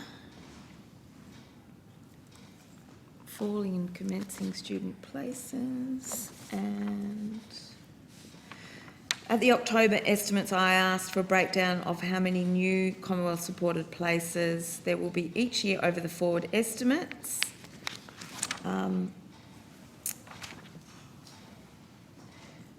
And back then those answers stated there would be 27,000 new places in 2021. So why have student numbers dropped by 22,000 places since 2019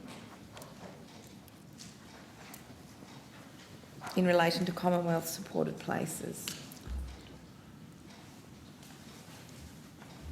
Senator, might you take that on notice? Yeah, we might take that on notice, Senator. Yep. Analyse the data. I just don't have the data available to me that you've got in front of you there. Okay, I'll just double check that.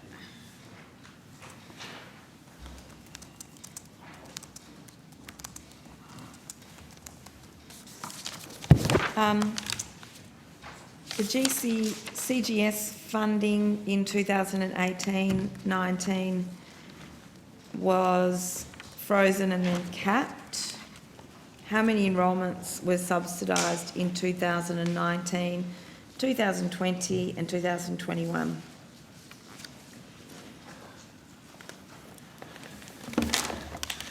While we're rearranging, are we having a change of minister? Okay, so Minister Duniam, I think you are released, and welcome Minister Stoker. Thank you. Sorry, Senator, could you just mind repeating that question? English is at the table now.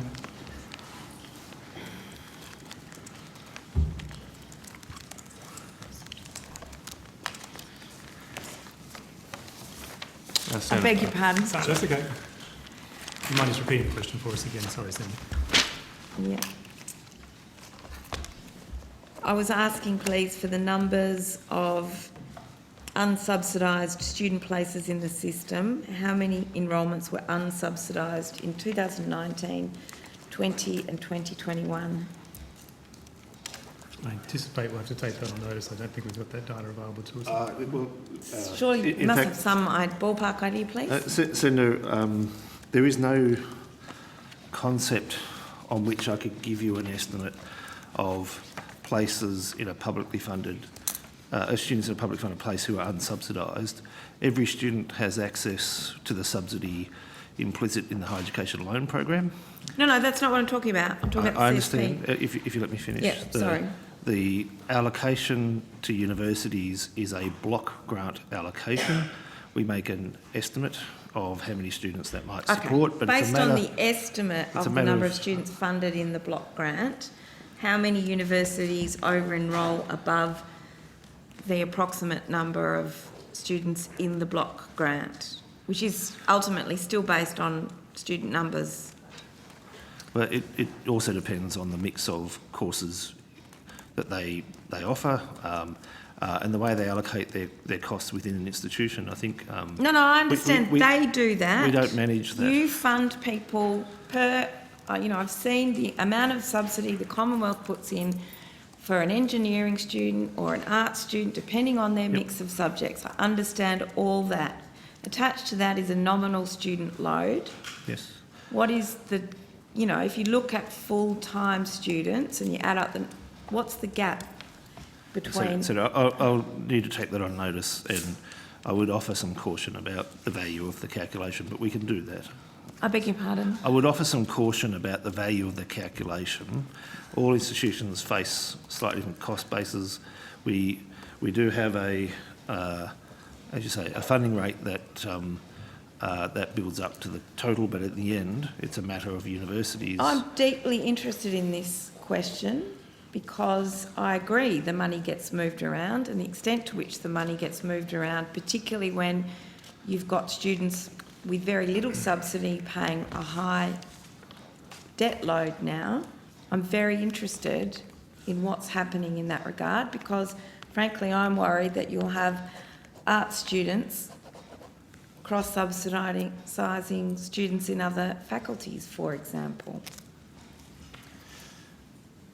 Senator, we have no opinion about the rightness or incorrectness No, I know you don't, of but a I do. particular allocation of resourcing between faculties at a university level. No, that wasn't a question. It's simply an explanation as to why I would like this data. Sure. Please, thank you.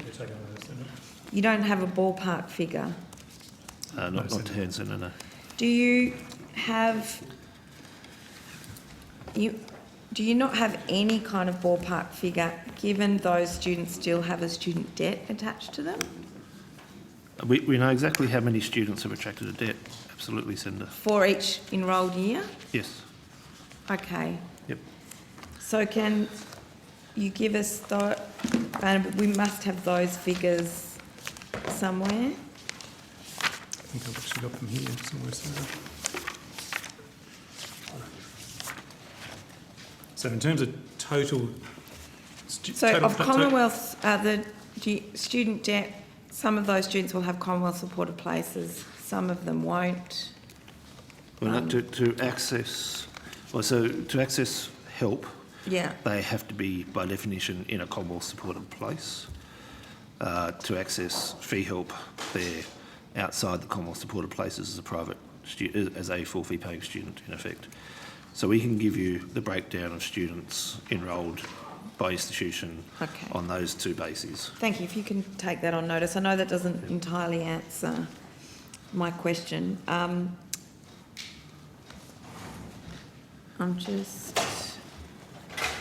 Does the department accept there's any over-enrolment by universities?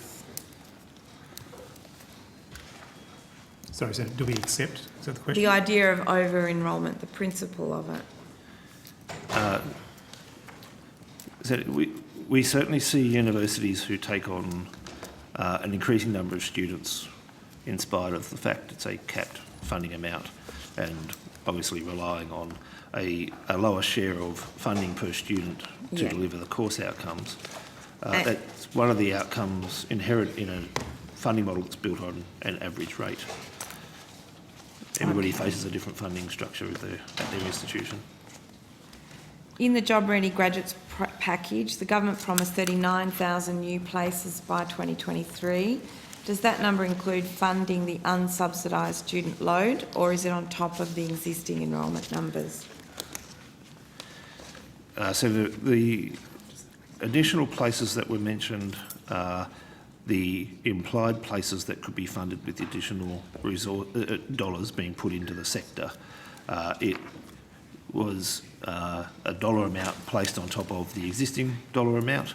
There was no intent or attempt to make up for what people have described as their unfunded load. A concept, as I say, I do think is a difficult concept, but the places we calculated was the average cost applied of a place applied to the extra resources going into the system from the changes that were made under the Job Ready Graduates package. Now, some of that was from the... in terms of those 39,000 new places, was there an assortment of Commonwealth supported place funding attached to that? There's a total amount of funding available, which when you take the average cost of a student, you can imply how many places it would allow the universities to offer on average across the system. So if around 20,000 places were unsubsidised in 2020, as some have estimated, and if you've taken it on notice to try and tell us, and the government promised 27,000 new places in 2021, what I'm trying to work out is, does that mean that there will be 7,000 more commencing enrolments or 27,000 more commencing enrolments? The calculation we made to get that number of places was applied in respect of the additional resources made available to the sector from the changes in the package. It did not seek to reimburse for the costs of those 20,000 claimed over-enrolments. So I would say it's 27,000 on top of the enrolments that were in the system at that point in time could be funded with the resources that were made available. And what do you do with the unfunded places that were already in the system when you calculate that? Well, Senator, this is my point. That is a valid choice made by an institution to find their own price point in the system for how many students they can afford to deliver education to with the resources they've gotten. So we do not chase that number of over-enrolments as a policy objective. They're choices made by institutions. I guess the issue I'm grappling with is that the government promised 39,000 new university places by 2023, and yet we have declining student commencements. And you say, well, yes, you've put in extra money for Commonwealth-supported places, but that means very little to commencing students if they don't get an offer. So, Senator, just as I mentioned before, there has been an increase of 15,000 Commonwealth-supported places between 2020 and 2021. So there is an increase of CSPs of 15,000 in the last 12 months. And we would expect to see the new places in the system announced by the government, they aren't in fact an increase on the number of current enrolments, are they? They're an increase in the number of current enrolments that receive subsidies. And even then, the nature of the subsidy attached to those enrolments has changed radically anyway. The numbers we published, Senator, were implicitly the calculation of how many extra places could be made available in the system with the resourcing being provided to universities. Well, why do you call them extra places when, in effect, there are no extra places appearing? They might be extra Commonwealth-supported places, but it's very hard to argue that when you've completely rearranged the underlying funding of those Commonwealth-supported places. You might have more places and less money attached to each one of them. So Senator, if I, on average, for a second, go with the thought that a university has over-enrolled by 1,000 places, for example, against what you might calculate as the fully funded rate under their funding agreement. And they've done that consistently for a year or two as an institution that employs senior and experienced administrators in leadership roles and senior and experienced financial officers. And they've made those choices voluntarily with the dollars in front of them and all the clarity we can give them about the resourcing system we operate, to then say that the next dollar that goes in has to recompense them for that extra place that you're saying is an over-enrolment, I think is not what we would accept as the proposition. We would say that they decided well, you on wouldn't their own have accord. this problem. I understand exactly your explanation, but would you have this same differentiation if you had an uncapped, demand-driven system? Well, Senator, You we wouldn't don't. have these problems in working out whether there was real growth based on subsidised places or unsubsidised places. Can I ask, what's the number of genuinely new enrolments you expect to see each year under the Job Ready Graduates program? That was the number that was published with the package, Senator. I beg your pardon? The numbers that were published with the package, Senator, are the amounts that could be provided for with the resources. Okay, can you track the actual enrolments against those new enrolments for last year? Senator, we can You describe... don't have the data yet for last year. We can describe for you the overall movements in enrolments and compare that to the expectations we had with the funding that was announced in the Job Ready Graduate Package as that data becomes available. Absolutely, we can absolutely do that analysis for you. Okay, if possible, please, for next year's New Year estimates, if we can have, please, the funded places. So if we can have nationally the projections for the Job Ready Graduates package and the actual enrolments and the Commonwealth subsidised places tracked alongside each other, please. I might take a little bit of licence in the interpretation of some of those lines, Senator, but I understand your intent and we'll be able to show the trajectory, I'm confident. Yeah. An update to the table provided in question 20001995. try and pull it out.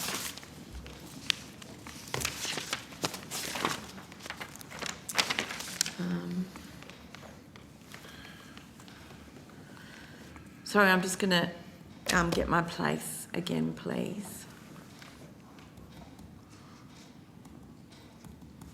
Sorry. I've got someone waiting to pick up some papers, if that's all right. I think that's them. Is that? Yeah, okay.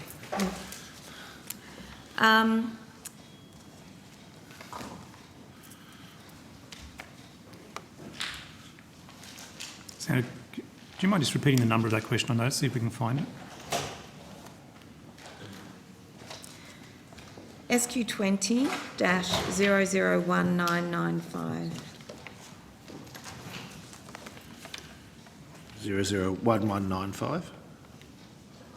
Yes, thank you. Okay.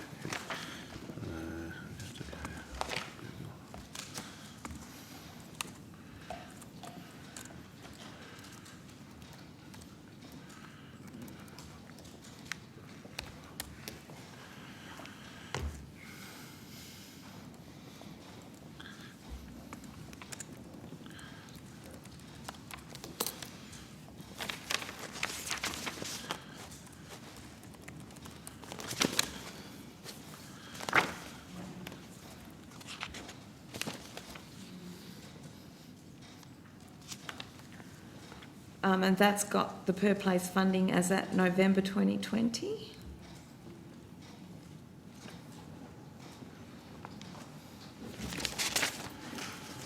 So you don't have,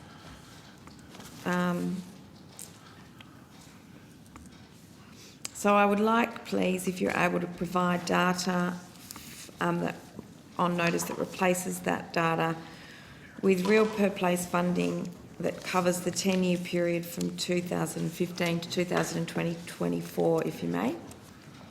Sure, we'll take that on notice, Senator. On notice, the number of estimated Commonwealth-supported places per 1,000 working age Australians from 2014 to 2030, and the estimated higher education participation rate for people aged 15 to 24 for each year from 2014. And then predictions out to 2030. Sure, we'll take that on notice. On the last one, I'm not sure Thank about the you. projections, Senator, but we can certainly do the history. Thank you. The Minister's made a media release today saying that job-ready graduates delivered 30,000 new university places this year. You've said there are 15,000 new places. Which is correct, please? So, Senator, just to be clear, that's about commencing. So in terms of total undergraduates, the Minister's number is 30,000 is correct. Okay, and so that's commencements from last year. So commencements from 2020 to 2021 was 15. All undergraduates from 20 to 2021 is 30,000. Implicitly, Senator, there's more Two people. commencement years, is that, No, or have I no. misread that? So student numbers this year are basically the product of the students that were there last year who stayed and the new students who came. But aren't they last year's university places? Surely you can't double count the No, students no. that started last year. The total number... They're not new this year. Well, the total number of enrolled students can be either a student who's taken extra time to take their degree. No, just let me maybe clarify. moved to a I'm master's still not. program. I beg your Yep. pardon. Yep. I'm not understanding your answer, which is why I'm interfering sure. in it. I'm sorry. Sure. No, sorry, Senator. The Minister's media release said that the job-ready graduates delivered 30,000 new places this year. Is that 30,000 places of growth since the package started? How do they mean this year? So last year, the total number of Commonwealth supported places was 545,100 undergraduate Commonwealth supported places, sorry, 545,147. Yeah. This year it's 577,927. That's our which is the 30,000. estimate for this year, to be very clear. Also our estimate for last year, we're still reconciling, as we said before. The difference is 30,000. Of that, you could imply, given the growth rates in commencing students, that there are, part of the increase in the number of students still studying reflects the students who were previously enrolled taking another course, rolling into maybe honours or masters from their undergraduate degree. So the total number of enrolled students counts everybody. The commencing students simply counts those who started this year who were not enrolled last year, I believe is the definition. Okay, I'm interested though because the job ready graduate policy settings only apply so far across the first and second years of university enrolments in terms of the courses and fee structures. Sure. So maybe I can So have a I'm look. just a bit confused, but you're still counting the overall growth in beyond the second year of uni. Yeah. Is that the explanation? I don't understand the difference between the 15,000, where you said there's 15,000 supported new places, and delivering 30,000 places. It's effectively a stock and flow distinction, if I might, Senator. So the number of students enrolled and supported by the Commonwealth in undergraduate programs this year is 30,000 more than it was last year. There are a number of changes in behaviour that will have contributed to that increase of 30,000 students in the system. Yeah. Some of it will be more enrolments, new enrolments. Some of it will be changed enrolments for students. Some of it will be extensions of programs. In 1992, I was determined not to do an honours year, but the labour market required me to stay and do an honours year in 1993. I wouldn't have counted as a commencing student, but I would have counted in the total number of student enrolments. Okay, for example. Thank you. I'm just going to ask some questions now about international students. Can't hide it The anymore. Commonwealth discussions with states and territories about international student returns. Are there any proposals from states currently with the Commonwealth that haven't been finalised? Do you expect overseas student numbers to rebound to pre-pandemic levels by first semester next year?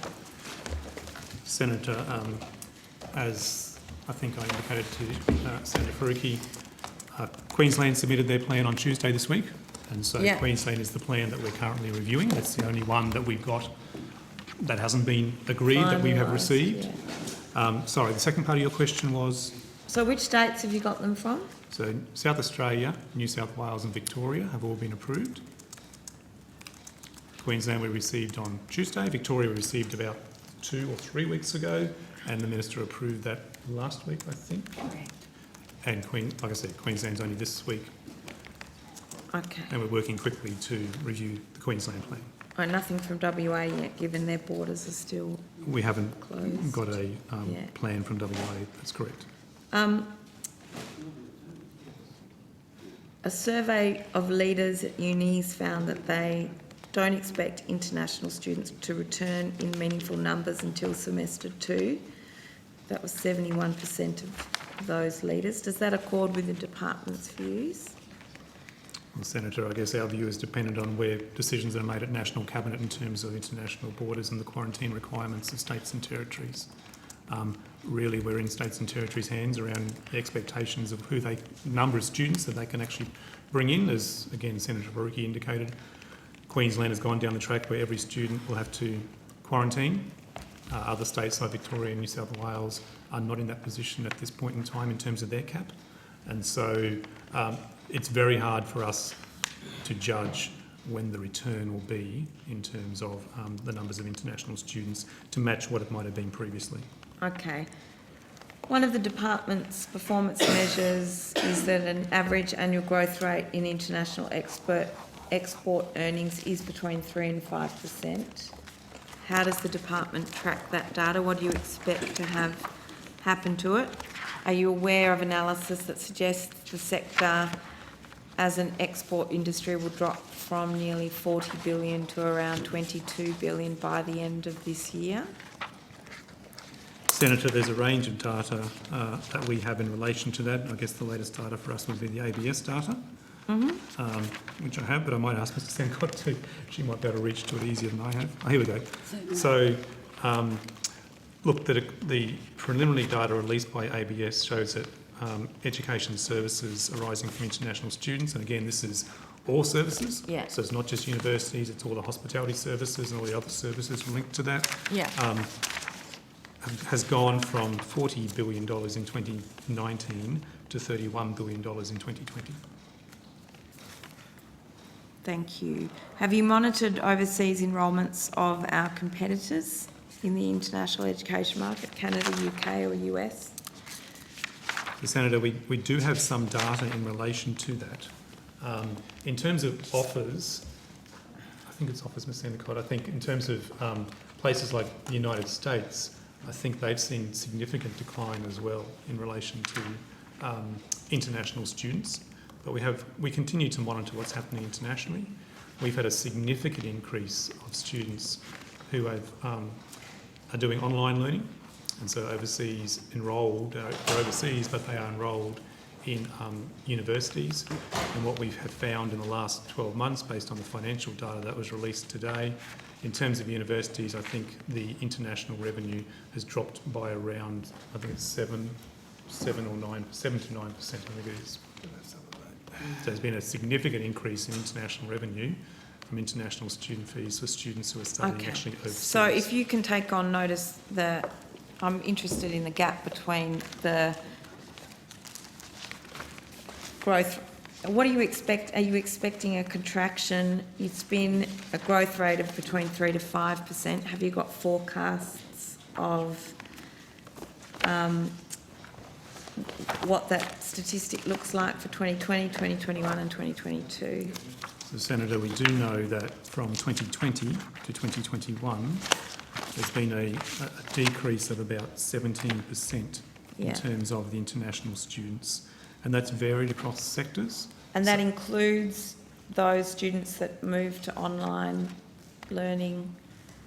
That contraction nevertheless still includes them. Students, Senator, Thank you. yes. When's the international education strategy to be finalised?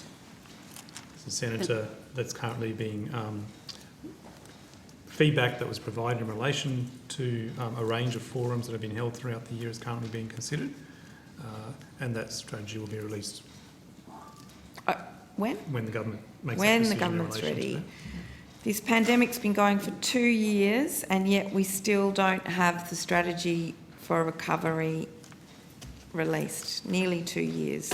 Our country's fourth biggest export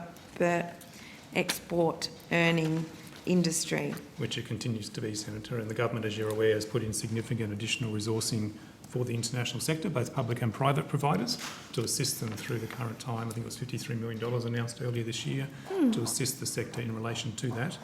It's heartening for us to see that, in fact, in many cases, some of these figures have upheld at a much greater rate than had been anticipated and predicted.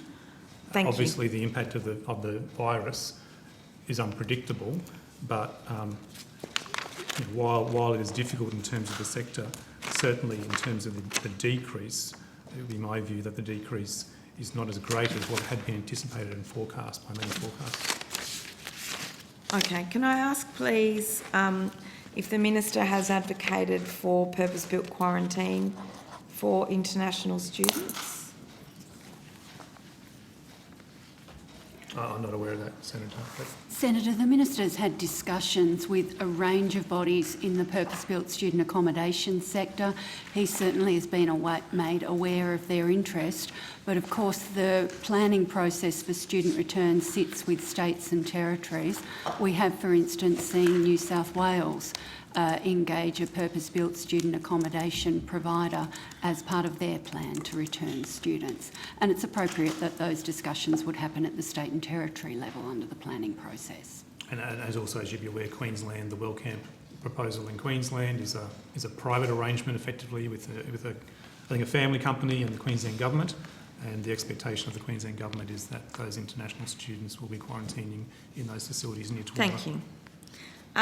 The Centre for Future Work analysed ABS data and their analysis showed 40,000 jobs have been lost in the tertiary education sector. Have you tracked that data yourself? Senator, I think that might have been the discussion we had with Senator Faruqi a little while ago. the data that we have, and really our tracking of our data, is the reports that are public reports. The figure we have is $8,000, 8,000 employees. We don't know how the figure of 40,000 has been developed. Does your 8,000 include all of the casuals, all of the admin staff, all of the support staff? So again, the data we're using is the data that's been made available publicly. The data has got both full-time and some casual staff, but Have not you done all your reports. analysis of the data that universities provide you of what might be missing from that data? So the data that universities provide us, Senator, is FTE data. It doesn't break down between casual data and full-time. I beg your pardon? The data that universities provide to us is FTE data, not broken down by casual and full-time. Yeah. And the data that we've got from universities based on their reports is that in 2019, universities reported 139,000 FTE staff. In 2020, they reported 143,000 FTE staff, so an increase of about 3,000. But unfortunately, we don't have that broken down by casual or full-time. It's just FTE data as Okay. indicated. Can I ask you to take on notice a comparison of the analysis that the universities have given you with ABS data to look at essentially whose assertion is right?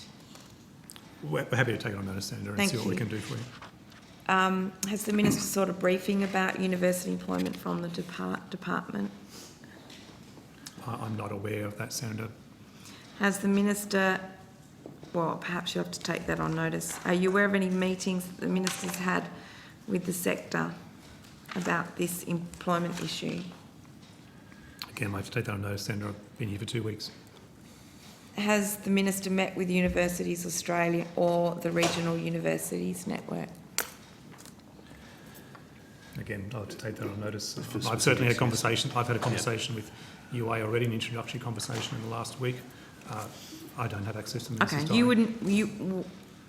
would you generally be aware of which stakeholders in the sector the Minister was engaging with? If the Minister required a department representative to be at that meeting, but that's not always the case.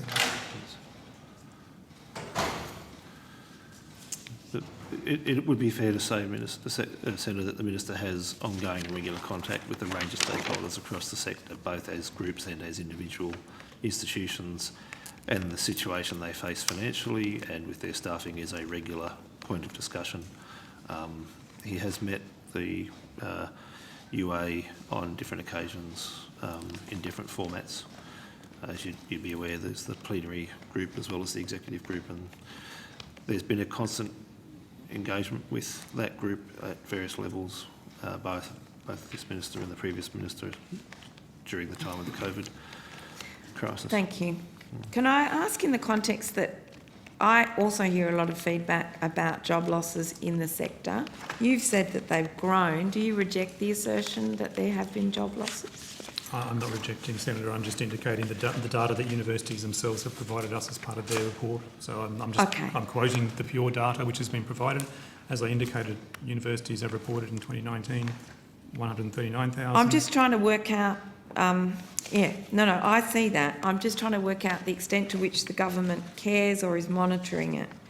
That someone is looking at the extent to which this employment insecurity and job losses are affecting the sector. Senator, I think we actually traversed this with Senator Faruqi a little while ago in quite great detail. Universities obviously make their own decisions around employment of staff. Mr English indicated that in terms of quality of teaching, if there's concerns around that, that'd be a conversation with TEXA in relation to staff numbers and quality of teaching. As a department, we obviously monitor a whole range of things in relation to university and university performance. Okay. But in terms of employment, employment's a responsibility of the university and how they choose to employ. We've put in additional funding, the extra $1 billion put into research the government's put in to assist staff in terms of their tenure. The short courses, the $500 million that's gone in terms of short courses. So there's a range of relief that the government has given universities. And no doubt many universities have used that to assist them with their staffing. Okay. In terms of the portfolio item enhanced research capacity at regional universities, how much of that funding's been committed and contracted, and how much has been committed but not yet contracted?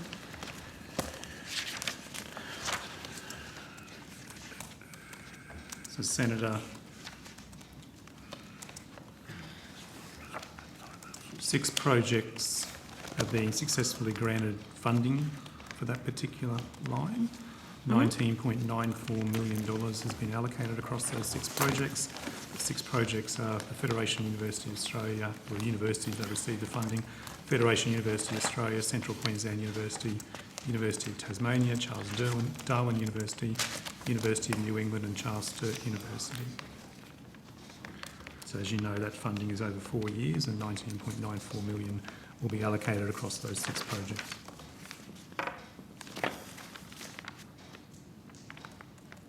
Thank you. How many further rounds before the end of this year? And on the Strategic University Reform Fund, how much of that's been committed and contracted? We don't expect to run further rounds of the Regional Research Collaboration Fund this year. We expect to do that in 2022. In terms of the University Reform Fund, Senator, sorry, the question asked about that one? The first round was completed in June this year. There was $22.52 million in funding given to 10 successful projects. The next round is expected to run next year in 2022. Thank you.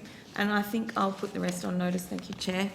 Thank you very much, Senator Pratt. So I don't think we have any more questions for higher education. We had time to process that table data, but I think we haven't got time now, so thank you. Okay. All right. Well, that will mean that officials from the higher education section of the department are released. I think we're moving on now to the employment skills side of the department, and the first group is the employment branch, I think. So do we need, well, we need some time. Okay, we'll just shortly suspend and come back.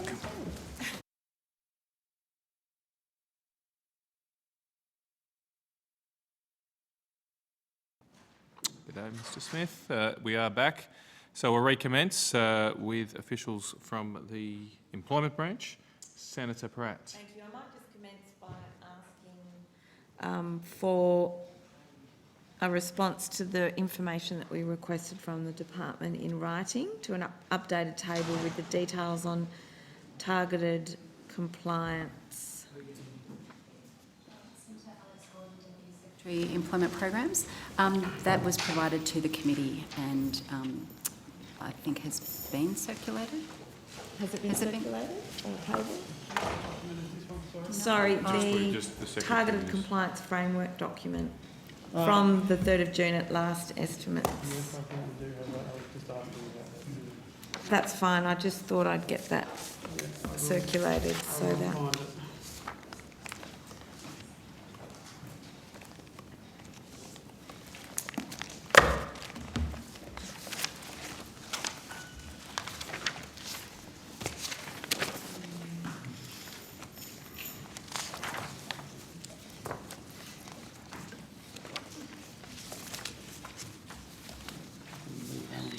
Yeah, I'm ready. I'm just trying to work out who's who.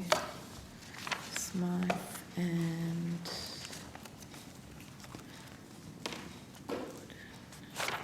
I won't be long. Alex Gordon is there, and Nathan Smythe is there. Thank you. So I'd like to ask, please,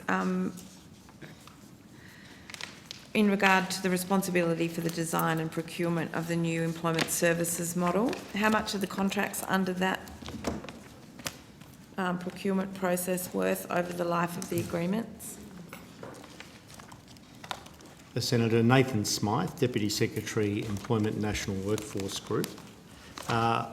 The new contract for employment services is effectively $5.9 billion over the forward estimates. So in terms of probity for that program, what steps did you put in place to manage the probity for that? Senator, I'll get Ms Shannon to talk through that, but we have an incredibly extensive arrangement in relation to probity that sits around the various procurements, and there are 7 separate procurements that we are undertaking. We've already released 4 of those procurements and had responses to 4 of those procurements as well. But in terms of the actual probity, I think Mr Markovich this morning talked about we have Ashurst Legal on board as our principal probity advisor that sits over the top of all of this. But I'll get Ms Shannon to talk through our actual probity plan and the arrangements that we have in place around it. And of course, before I allow that to occur, it's worth putting on the record that all of this happens at arm's length from the role of the Minister in accordance with the established practice for ensuring that these matters are handled appropriately, particularly given the significance of... Senator Stoker. Excuse me, let me finish, Senator Pratt. That is the height of rudeness. These matters... No, you didn't let me finish. Let me finish. I didn't ask you a question, Senator. No, I'm answering the question you asked to the group. These matters are dealt with at arm's length from the Minister in accordance with the established and transparent practices for probity of the Commonwealth Government. Thank you. Okay, in terms of the steps that have been put in place, please outline those principles and obligations. Certainly, Senator. Robin Shannon, First Assistant Secretary, Procurement Quality and Deeds Division. I think as you referred this morning, there is a probity plan that covers the new employment services model purchasing exercise. Indeed, we have a probity plan and careful plans for all of our procurements. And really the essence of the probity plan is to make sure that we put in place the processes and systems that ensure that purchasing processes are fair, impartial, that they're transparent, that the management of actual and potential conflicts of interest is undertaken robustly, that we make sure that we preserve the confidentiality and security of information, that we comply with all of our legislative obligations and Commonwealth policies, and that we make sure that we have a clear audit trail of our decision-making process. Thank you. And I understand that Ashurst are engaged to advise on risk for the project. So, can I ask if the department considers that the Minister, the Portfolio Minister, is a person of influence in the work of the department? I think the Minister is a person of influence in terms of the work of the department. The Minister obviously has a clear role in terms of policy settings and the like. Yeah, policy settings. But in terms of the procurement, he does not have a role in relation to the procurement. Yeah, in terms of the decisions, that's... But of course, that Minister would understand the policy settings before they're publicly released to the marketplace, wouldn't they? That's right, Senator. We have had numerous policy discussions with the Minister to settle on the policy design elements of various elements of the new employment services model, as well as other procurements. And generally speaking, as part of those probity arrangements to manage a level playing field, those issues, you can't disclose what's about to be released in a Not unless it's publicly available information, Senator. No, thank you. How many written ministerial briefs have you provided to Minister Robert in relation to the new employment services model, and what are the dates that was provided? So, Senator, there have been a number of briefs in relation to the policy, but speaking sort of more specifically to the procurement aspects, the department has provided written briefs in relation to a discussion paper on the transition to work, request for tender. We've provided, and that was noted by the Minister, on the 10th of June 2021. We provided a noting brief to the Minister on the imminent release of the transition to work request for tender on the 23rd of August 2021. And what about the new employment services model back in March this year? So I think the Minister became the Portfolio Minister in April. I think, of this year, Senator. So our first exposure draft briefing to him was on the 16th of June, and a noting brief on the request for proposal was provided on the 6th of September.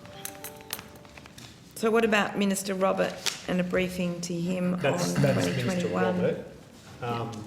We've also provided probity briefings to Minister Robert, his staff, and Minister Howarth and his staff as well.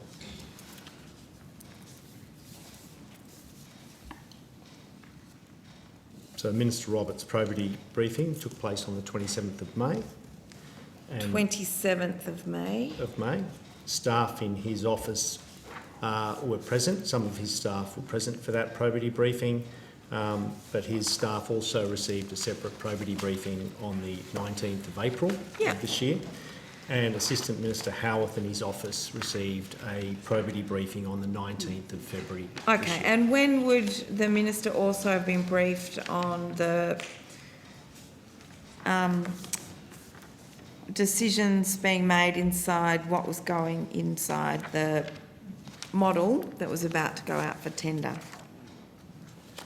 Well, Senator, there's been various meetings with the Minister that have taken place and are still taking place to settle some of the policy elements around the new employment services model. Okay. And that I'd have to take it on notice, Senator, but there have been numerous occasions where we've had discussions with the Minister. Okay, can I ask what dates you briefed Minister Roberts on the new employment service model between March 21 and May 21? As I said to you, we provided that probity briefing on the 27th of May of this year. Sorry, that's in relation to probity obligations. Was it also in relation to information about what's in the model under that tender, under that 5.9? Yes, it was. That meeting served a dual purpose, as I recall, on the 27th of May, where we were talking through and seeking his agreement on some elements of what would be included in the model as well. Essentially, we gave a probity briefing at the outset of the discussion, and then the discussion continued to follow through a number of policy settings. Okay, so would the Minister have had any knowledge of what was in the... On what date did you say he became Minister? On the... I don't have that date in front of me. 30th of March. 30th of March. Thank you. But he would, and so from about the commencement, he would have had information about what was in the proposals for that $5.9 billion program before he got the probity briefing. Is that correct? Well, Senator, there's been an ongoing discussion for now since the 20th of March 2019, when the government first announced, and it was Minister O'Dwyer at the time, announced that the government would be implementing the new employment services model to replace Job Active. There have been discussions with ministers' offices that have been ongoing in terms of settling the policy and the program elements, including funding models, licensing frameworks, points-based activation system. Great. Throughout that whole time, Senator. Okay. So an important principle to probity arrangements, particularly in such a large tender, is equal access to information at all stages of a tender as a fundamental principle of the probity process. That would be correct, isn't it?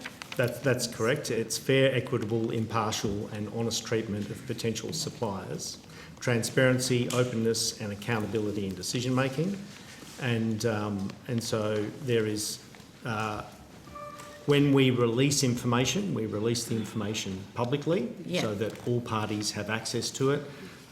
Any questions that are posed in relation to the tenders are also put up online so all parties have access to those as well. Does your team attend events or lunches or dinners with tender applicants of the new employment services model at any stage during the procurement process in an official or unofficial capacity? I would not be aware of anyone attending a dinner or a lunch in an official capacity. If they did, I'd want to know why they were there, and they would have to declare it for probity purposes. We have very strict guidelines in place in relation to officials that are part of the procurement assessment process to ensure that everything is declared, Senator. And Senator, I could take that further to say that the probity plan does actually specifically go to interaction with suppliers, current providers and potential suppliers, including social contact, use of social media, a range of potential interactions, and it's very clear that staff must adhere to the confidentiality requirements and also disclose them and disclose any potential conflict of interest. Thank you. I'm very glad to know that. Also, Senator, I think it's worth mentioning there that we still have our normal role to undertake in terms of the engagement with the sector in relation to current programs, processes, etc. So it's not as if we are completely cutting ourselves off from those interactions with service providers under our various contracts. And of course, those arrangements, the Minister also needs to, in terms of his role, to meet with providers and service providers in the normal course of his business. But obviously what we've just talked about are things that apply to officials and not to the Minister as such. Because as you'd expect, the Minister's job is broader. It involves different duties, and so the probity considerations in place for the people who are actually doing the assessment are of a different nature and a different standard because they, in a sense, have their hands on the decision-making. Well, part of the probity arrangements, though, mean that officials can't leak specific parts of what's likely to be in an upcoming document. I know you've got to consult on it and get feedback and go, okay, well, ask the sector, what are you thinking? What are the suggestions for what might work?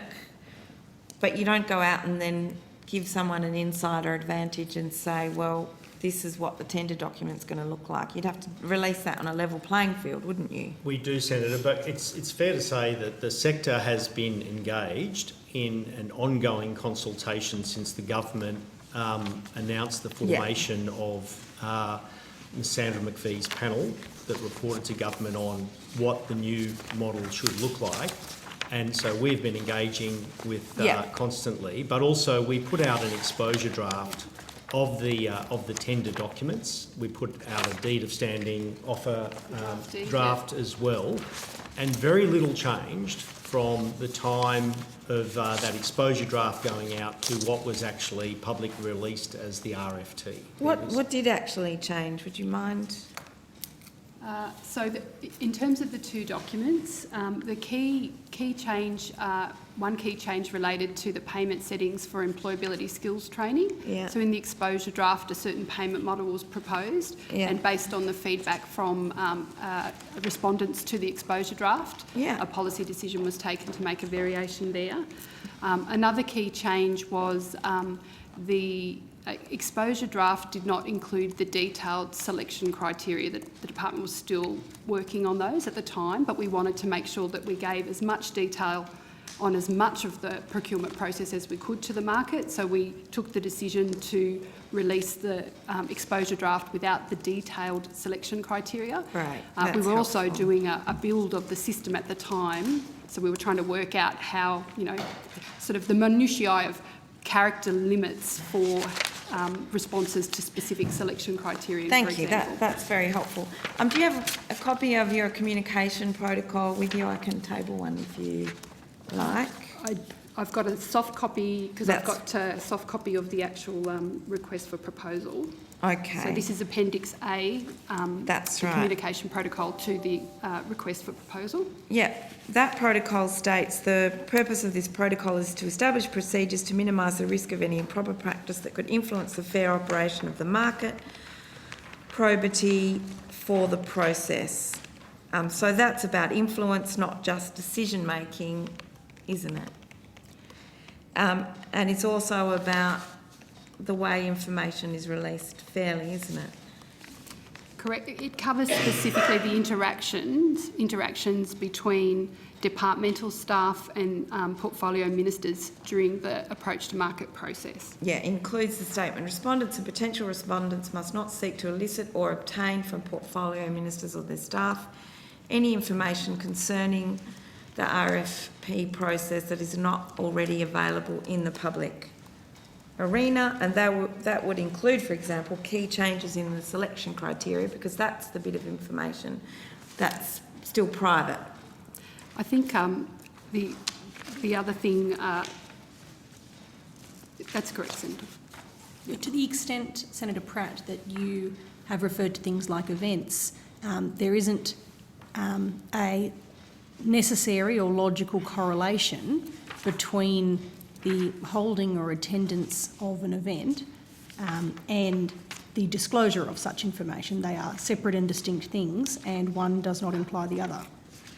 Senator, sorry, I lost my train of thought then. The other thing I was going to say is that really the other key part that underpins this communication protocol is advice to prospective tenderers that they are expected to deal ethically in their conduct. So we are signalling to them that we run a very robust process, but we also expect them in their conduct to engage ethically with the department and to not seek to solicit information that's not appropriate to be solicited. Okay, what steps would be taken under the probity process if there was evidence of a potential conflict of interest that compromised the fairness of the procurement? Depending on the source of the information, for example, if a third party expressed a concern, we would ask them to document that concern and provide it to the department. As the tender, the request for proposal document outlines, we've got an internal legal advisor, and the internal legal advisor would liaise with Ashurst, and they would provide us with advice as to whether or not a material advantage had been achieved or occurred through that process. Okay, so earlier today I tabled a donation from a tender participant, or I believe they are, and you might, if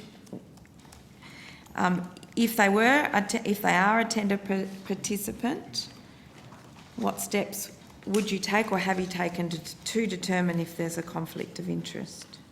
Well, I don't necessarily see a conflict of interest there, Senator, that, business organisations are entitled to do what they wish to do in terms of if they decide to make political donations or not. That's not our concern.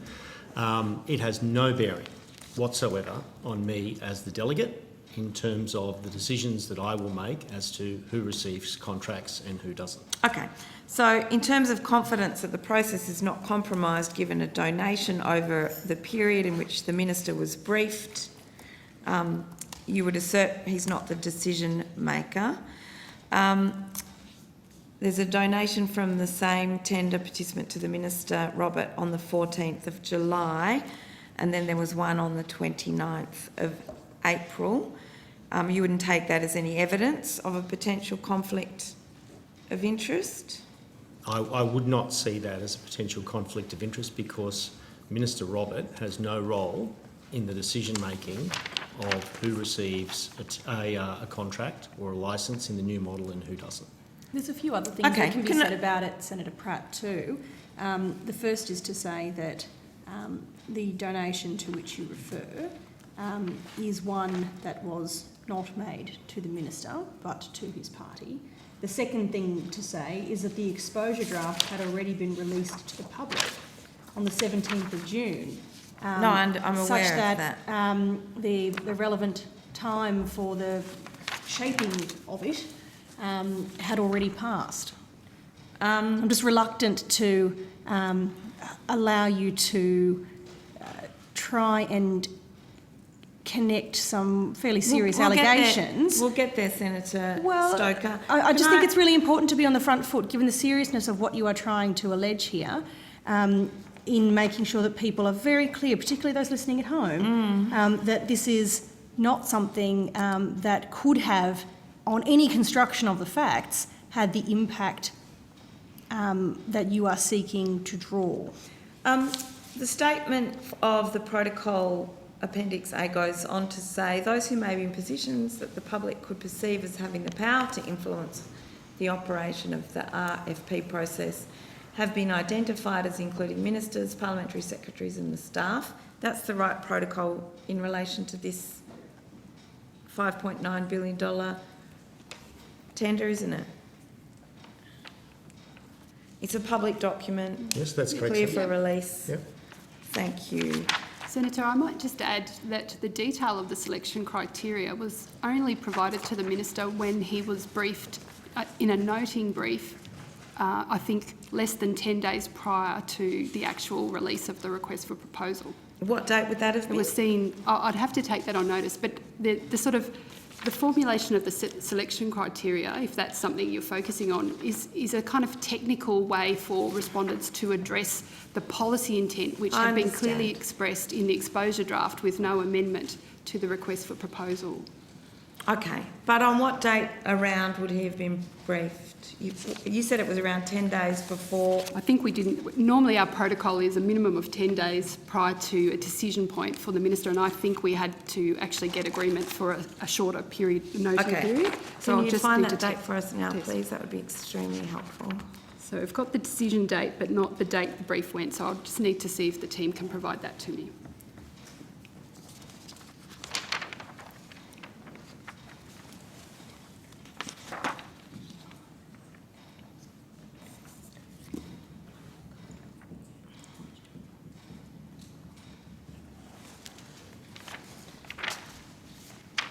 Okay, thank you. In terms of the tender process,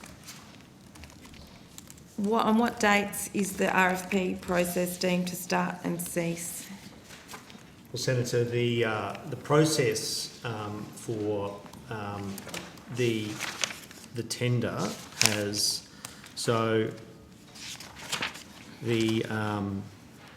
the RFT for transition to work, which was our first tender release, was released on the 24th of August this year, and the response period closed on the 24th of September, so we are currently in assessment phase for that. The new employment services model, including employability skills training and career transition assistance, so there were 3 components to that, was released on the 8th of September on AusTender, and the response period closed last Friday at 3 p.m. on the 22nd of October. So we are also into assessment phase for those 3 tenders as well. Okay, and Senator Pratt, I might just, we were planning to have a break at 20 past, but how much longer? I'm happy for you to do that now. You break now? Yes, thank you, Chair. Okay, all right, we'll take that opportunity to break for afternoon tea, and we will recommence at 4:35 p.m.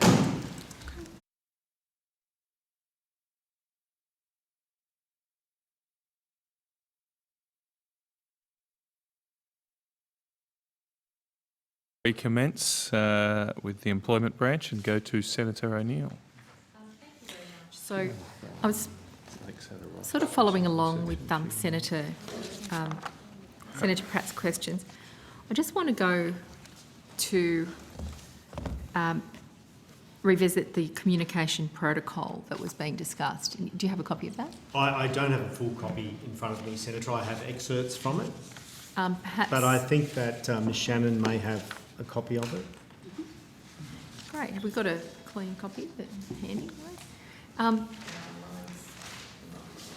So the excerpt that I want to review is the section that says the purpose of this protocol is to establish procedures to minimise the risk of any improper practice occurring that could influence the fair operation of the market or the probity of the RFP process. These procedures also make provision for addressing any allegation of such impropriety. And my question is, as I read that, am I correct in indicating that the statement is about influence, it's not just about the decision making? Well, I think it's about individuals or organisations seeking to influence the potential outcome of the tender process, Senator. Okay, so we agree. So it's more subtle than just a decision-making process. It's an influence that's embedded. Fairness in the process, isn't it? So the statement goes on and it says, those who maintain positions that the public could perceive as having the power to influence and the operation of the operation of the RFP process have been identified as including ministers, parliamentary secretaries and the staff. Could you just confirm that that statement is actually in the protocol? In the communication protocol? Yep. Yes. Thank you very much. And given that this is a public document, did the ministerial office clear it for release or receive a brief for noting with the document? So they did not clear it for release, and as previously advised in our evidence, the Minister did note a brief that had the RFP. Okay, so can And not we having gave ever the date served in the earlier. government in a ministerial role, the clearing for release, why was that not done?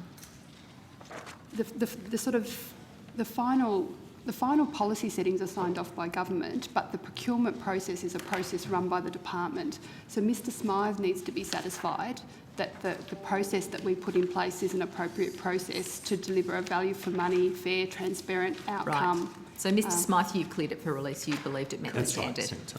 Thank you. But yeah, I'm trying to just make sure that I'm clear on what we're saying here. And now, what steps would be taken if there was evidence of a potential conflict of interest which compromised the fairness of the new employment services procurement I think model? Ms Shannon's previously outlined that, but I'm happy for her to go through Yeah, it. just if you can give it to me in the, the 101 version. So I guess the first thing is to avoid a conflict of Yep. interest, so we have robust processes Prevention. for that. If there is a suggestion of a real or perceived conflict of interest, the department receives that information and we take action by referring that through our internal legal advisor to our external probity advisor for advice. Okay.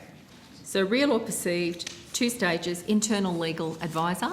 So the internal legal advisor doesn't, it's just a kind of complaint handling step for the internal legal advisor, is my understanding. The real decision is actually at arm's length from the department. That's part of the reason why we get an independent probity advisor, which in this case is Ashurst, so that somebody who is at arm's length from the department, given we are responsible for managing the process. And in this gives case, us you said advice. it is Ashurst. Ashurst Law, yes. Ashes. Ashurst. Sorry. That's what I thought. Yeah, RST, thank you. Senator. Sorry, it's my Now, I Queensland accent. note... Sorry, did I? No. Don't worry. So earlier today, Senator Pratt, I believe, tabled a document showing a donation from a tender participant in the new employment services model, and that donation was to the Minister, Minister Robert, and it was dated the 29th of April 2021. What steps have you taken to determine whether in that transaction there might have been a conflict of interest? Well, Senator, I as I said earlier, organisations and individuals are free to make political donations. Yes, that is not my business whatsoever. Yes. And I have not received any advice or information that would indicate that that donation is seeking to influence the outcome of my decision as the delegate for this process. So at this point of time, you have not received any information that would trigger you setting in train that process of an internal legal advisor complaint and then independent probity advice around this? No, Senator. Thank you. Are you concerned that Minister Robert was briefed on the design of the model based on the timing of the budget process and took donations from a tender participant during the new employment services procurement process? I'm of the view that that is not at all something that influences the way that I am making a decision in relation to this I know that process. it doesn't influence your decision, but it might give some. There are ways that people Well, I have could no get an evidence. I advantage. have no evidence to suggest that that is the case, Senator. Okay, well, And respectfully, it's worth identifying a few facts here. The first is the donation wasn't to the minister, the donation was to the party. The second is to say there is an accuracy in saying that the donor was an active participant because there was no tender underway at the time. it was hadn't not been during the released tender yet, but the rules process. for Respectfully, guidelines for it Louise, were being drafted. respectfully, Senator Pratt, I can't understand what you say when you speak over me. So perhaps you could let me finish, if that's okay. So you said the donor was an active participant. That's not accurate in that there was no tender in operation at the time. So that is also false. And quite frankly, we're not in a position to identify whether or not they did eventually participate. Thank you. So these facts matter a great deal when one is dealing with questions of probity, and so I would ask that you retain a fidelity to the facts. Ms Shannon, did you manage to find the dates in relation to the briefing of the Minister and the settings of the selection criteria? I'm sorry, Senator, I'll need to come back to you on notice with that. The officer who has that information is not available. Okay, but you did say that the selection criteria were, I could go back and look at the Hansard, but you did give a rough time frame around that. Could you repeat that for me? So I indicated that the Minister noted the brief. Well, I think Mr Smythe indicated the Minister noted the 6th of September. On the 6th of September, and it's my understanding that we would have provided the brief at some point to him for noting around 10 days prior. But it's likely to be slightly less. So at the end of August? Yeah. Okay. Now, tenders of the kind that you're talking about would be a fairly substantial piece of work. People might be anticipating a date at which a tender document might be released. There'd be general conversation about these things coming along. So even though, you know, we're talking about a pretty truncated period of time between the briefing and the release, people would have been doing work in this period prior for a long time to get ready. Well, the sector would have been aware for at least 12 months about when the window was that we were going to release the tender, Senator. Okay. Now, the tender closed on Friday the 22nd of October, is that correct? 3 p.m. last Friday, that's correct, Senator. And how can you be confident that this process was not compromised given the donation over a period when the Minister was briefed on the new employment service model? I have no evidence to suggest that that is the case, Senator, and if you have evidence, I'd be more than happy to accept it and investigate it. And I believe there is evidence to table of a further donation from the same tender participant to the Minister, Minister Robert, on the 14th of July. Well, Senator, I'm not aware of that. Senator Pratt, you might be able And to. again, as find I that said, table. people are free to make donations, and I don't see it as having any bearing on my decision as the delegate. Yes, and I think that we've pretty well established at the commencement of my period of questioning that the statement in the protocol is about influence, not just decision-making. And some people do play the game of perception very, very hard. So I just want to put that on the record, that there is your probity, and then there are other machinations that may well be at play, and we are talking about a very, very large amount of money here. I presume, Senator O'Neill, that if that's your view and if that's your concern, you would equally have that concern about a donation from the same contributor to the Labor Party on the 13th of August Senator 2020, Stoker? a moment before the state election. Senator Stoker, in circumstances where that contributor is contracted by the Queensland Government to deliver the Skilling Queenslanders for Work program. Point of order, Chair. Yeah, thank you. Okay. I'll take the point of order. The point of order is the Senator doesn't get to ask and answer her own questions that she designs. This is the time for us to ask questions of the Minister. Clearly, we're sort of hitting a raw point and things are getting a little more willing. But the reality is I have a series of questions I want to continue with, and if the Minister wants to have a conversation with me at another time, that's okay. But I have questions here. On the point of order, Yes, Senator Small. You know, I think we are all very aware of what the Senate's role here is, and, you know, very happy for you to ask questions, Senator O'Neill. But where you make highly political, partisan statements rather than ask questions, you can expect this sort of response. It's a Okay, I'm happy to rule on the point of order. Senator O'Neill is correct. It's that this is a place for senators to ask questions, and the questions are relevant.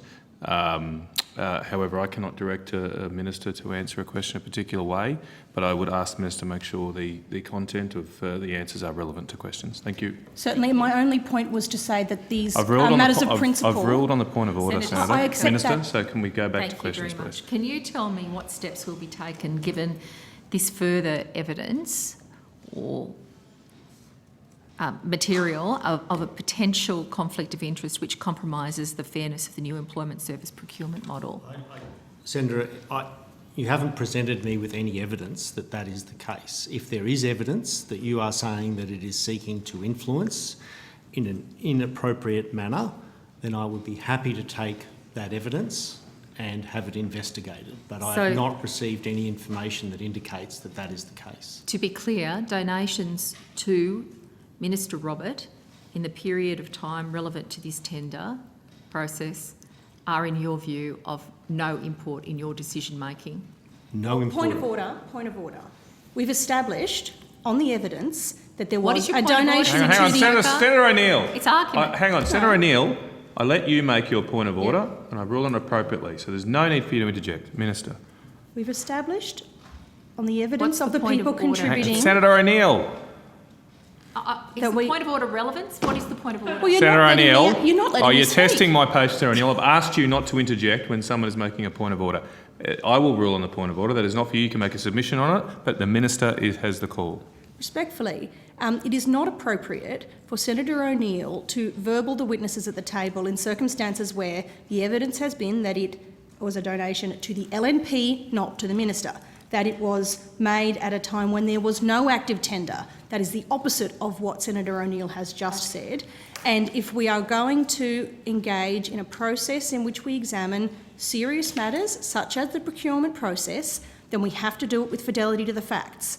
So if Senator O'Neill is prepared to operate from a factual basis, then we won't have a difficulty.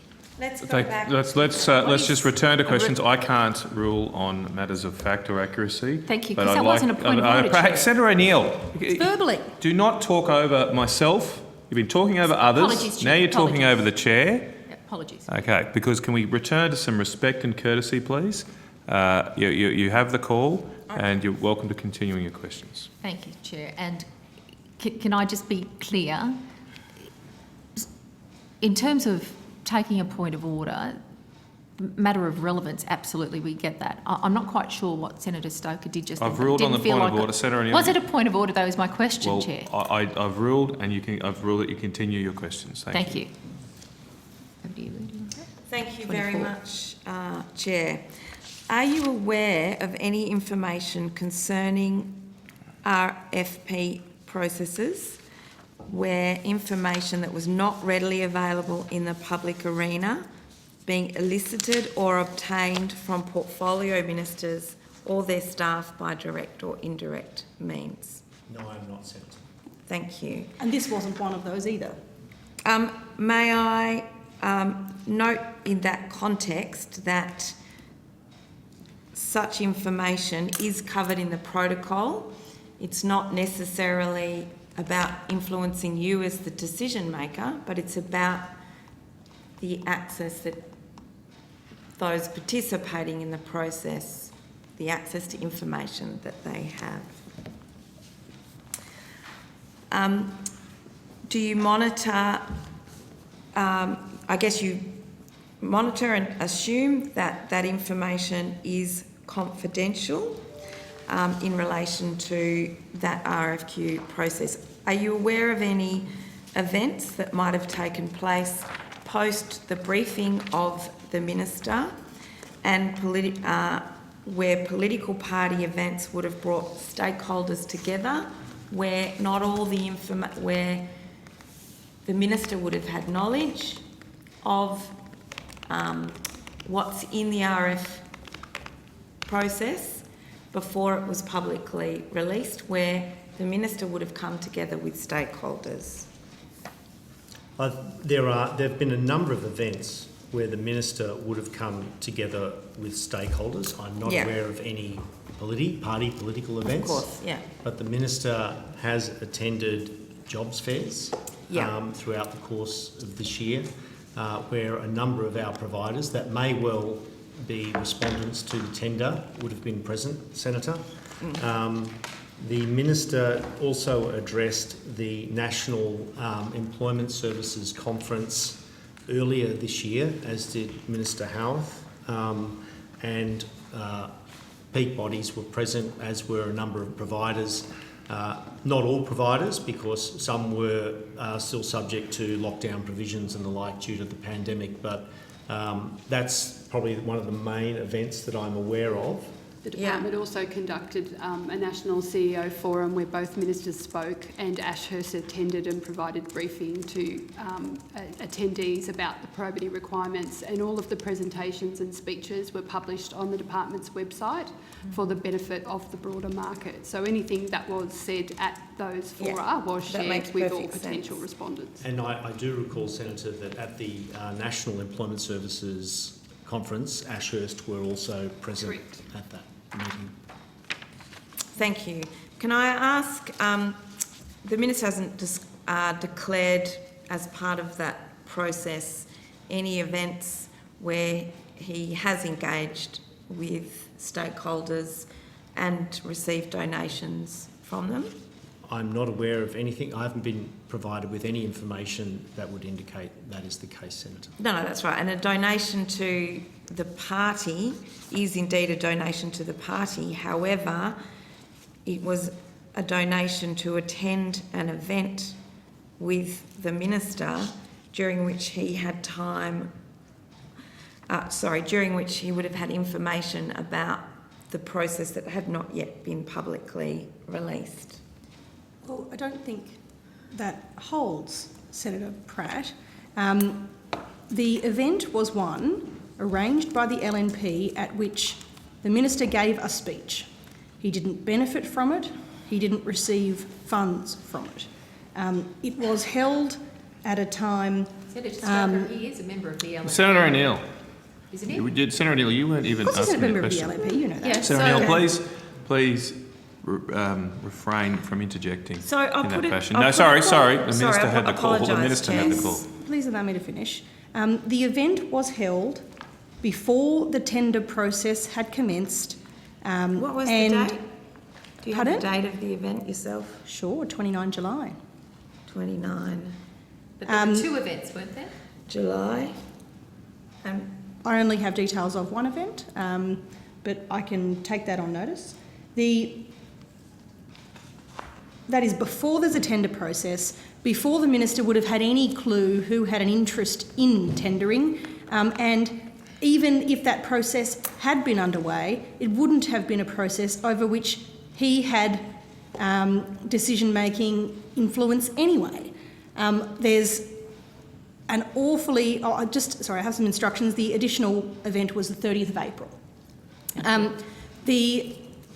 The point, though, is that it is a bit rich for this long bow to be drawn in circumstances where the process is one that had not commenced, about which the Minister had no idea who would or would not ultimately apply, and in circumstances where the Australian Labor Party have engaged in exactly the same kind of conduct in circumstances where they have granted contracts to this very same body. The hypocrisy that drips from the line of questioning is utterly reprehensible.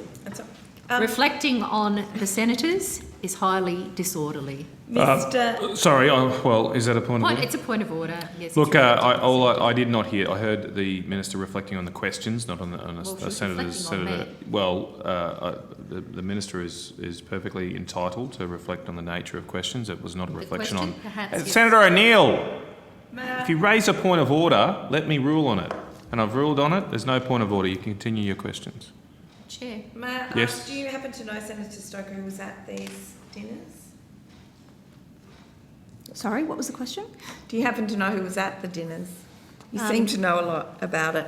No, I don't. I can say that I wasn't. No, that's fine. I'm just interested to know whether there were a breadth of education providers who might have been tenderers in this process. at the dinner? If it assists at all, it might help Labor senators to know that the comparison I draw is in fact one where Labor has received 6 donations over 4 years in what is a pattern of this kind of conduct. So I'm reluctant to take lectures from those. Are you really going to go there? You don't want to talk about your conduct as the government that determines the dissemination of funds. You want to talk about us. Senator O'Neill, let's keep our comments to questions. Well, look, if please. Senator Stokes is going to reflect on me and imply I am not going to sit here and take it. But Senator O'Neill, as you mentioned before, our job Queensland here on this Labor. side is to ask questions. Can we return to questions, please? Certainly. Chair, I'm not going to intervene on Senator Stoker's comments other than to say, Mr Smythe, there's a probity process around these contracts. We, on the other hand, are in opposition, and it's great that we all engage with this sector. We're talking about whether there's been any compromise of the probity arrangements that are in place for this tender process. Are you aware of reports that caseload information was disclosed before it was available in the public arena in terms of the tender being launched? Could you be more specific in terms of caseload? Selection criteria, I think it's probably around that kind of thing. So there are specifications in the criteria that are supposed to be confidential up until the tender is released.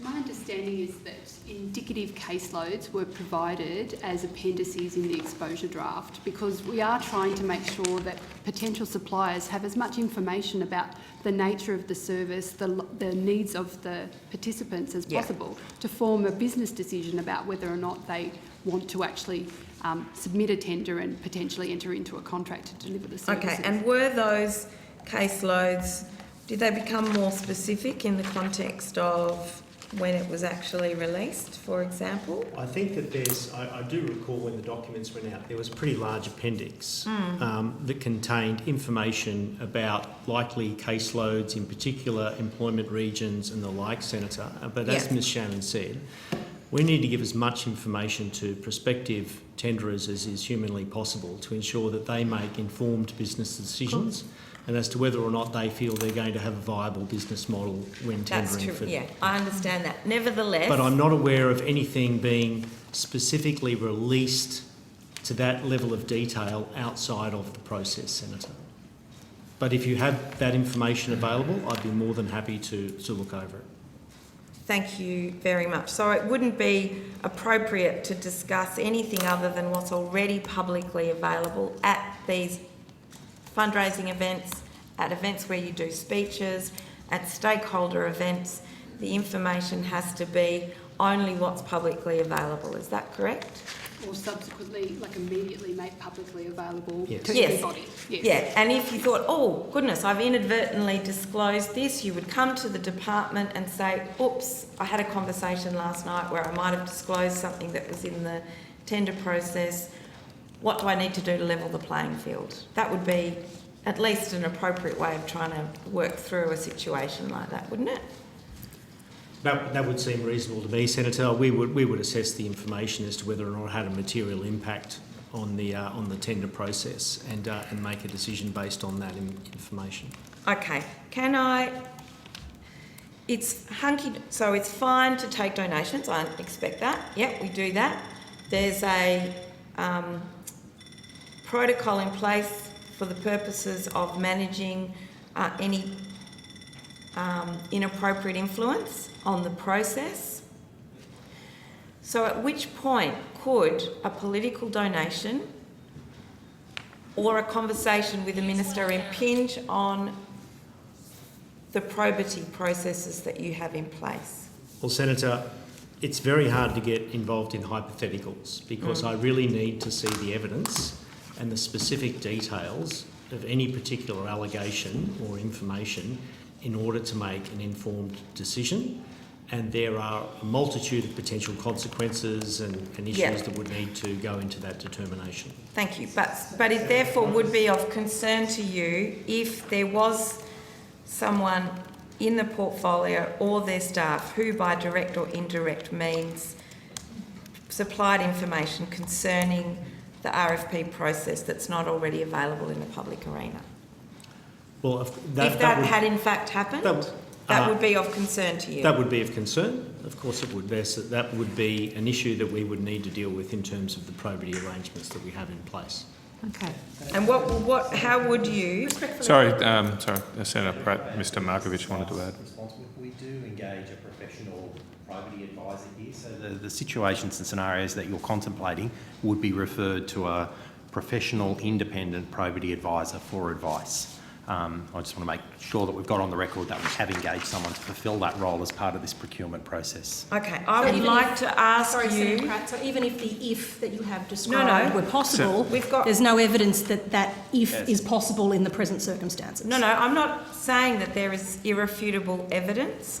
I'm now making a request of the department to go away and seek evidence and to have a look at this issue, because we've had an extensive discussion about the donations that the party has received associated with events where the minister would have been present, where participants in the tender process would have been present, where there could have been a window of opportunity for disclosure of information about that process that not all participants would have had access to.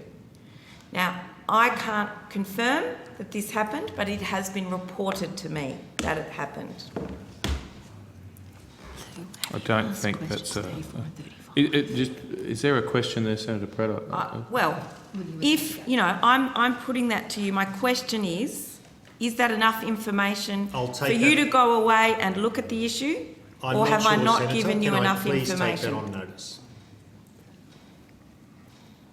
But I'd suggest to you, Senator Pratt, that in circumstances where the first donation occurred before any of this began, and the second occurred after the exposure draft was already in the public domain, but when there was no tender process underway, there is, as far as my ability to construct a timeline goes, no possible basis upon which the hypothesis you have posited could be accurate.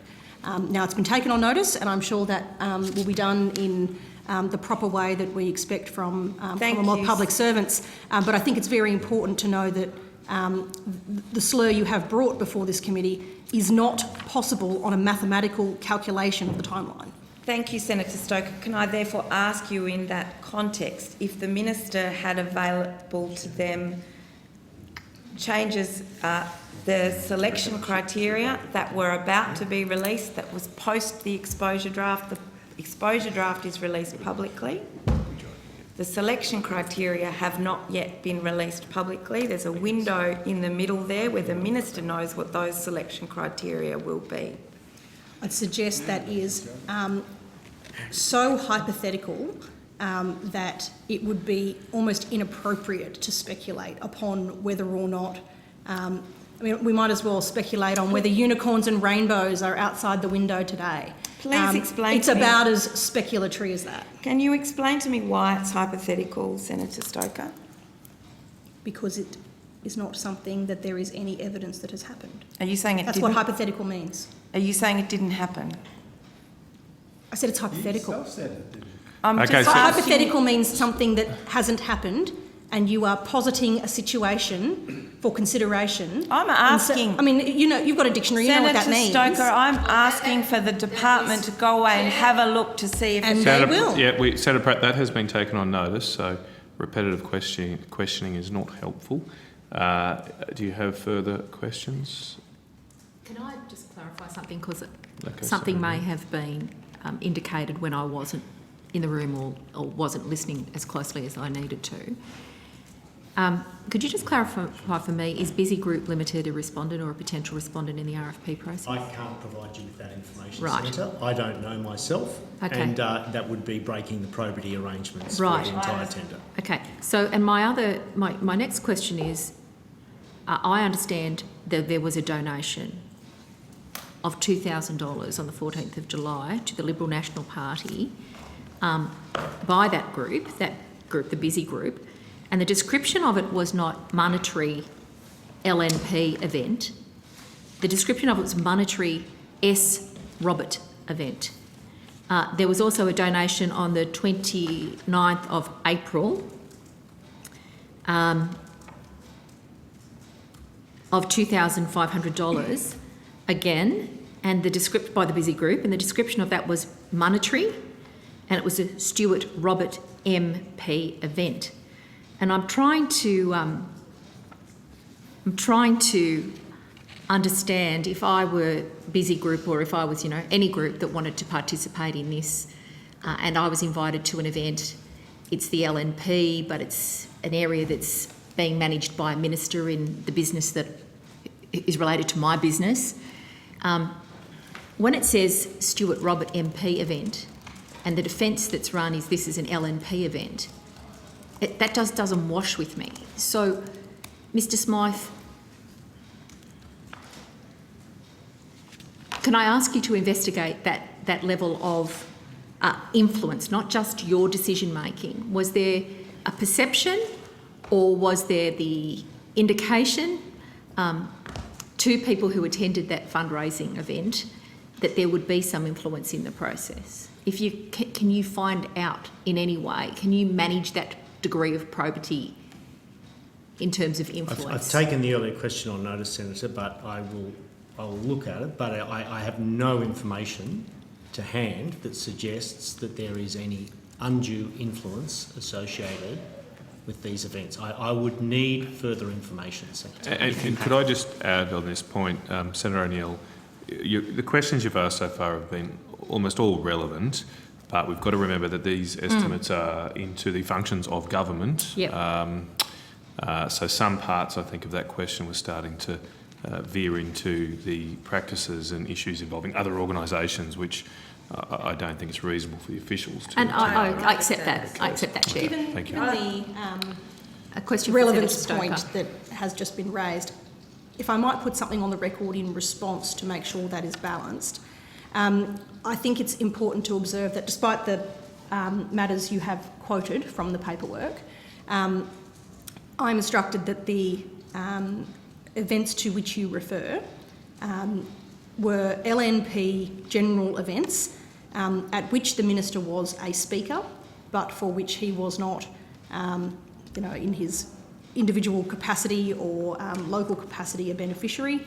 And so I think it's important to make a distinction between, what necessarily might be in front of you and what it actually was. And I'm telling you, I'm instructed that's what it actually was, an event for the LNP where he was the speaker.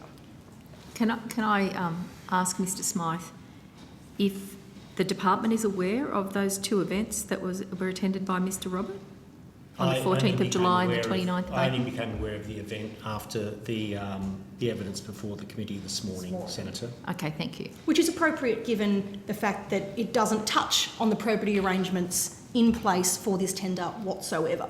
Well, that's an assertion, but that is not necessarily If you look a at the fact. probity plan, Senator O'Neill, if you look at the probity arrangements that are in place and the timeline, there is nothing about either of these events that had any conflict whatsoever with the principles that were in place for the management of probity. That's why it wouldn't have come to the officers at the table. And Senator Stoker, I acknowledge your enthusiastic defence of your party. It's just facts, Senator O'Neill. But the just fact facts. is... facts tell the story. The fact... Are you able to tell us, Mr. Smythe, when the probity period runs from for these tenders? Well, the probity period runs until effectively the conclusion of when contracts are signed, sealed, delivered and the new model commences, Senator. And when did it commence, the probity period?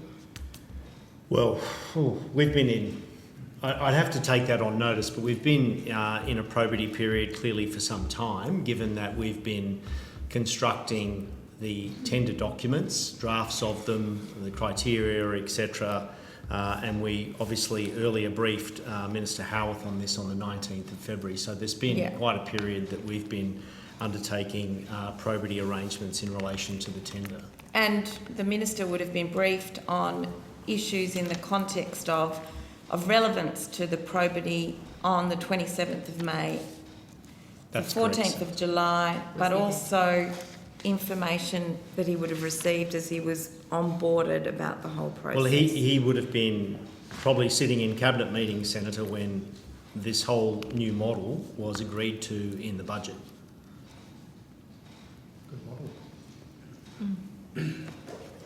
Although, given the use of the word probably, we're probably speculating there too.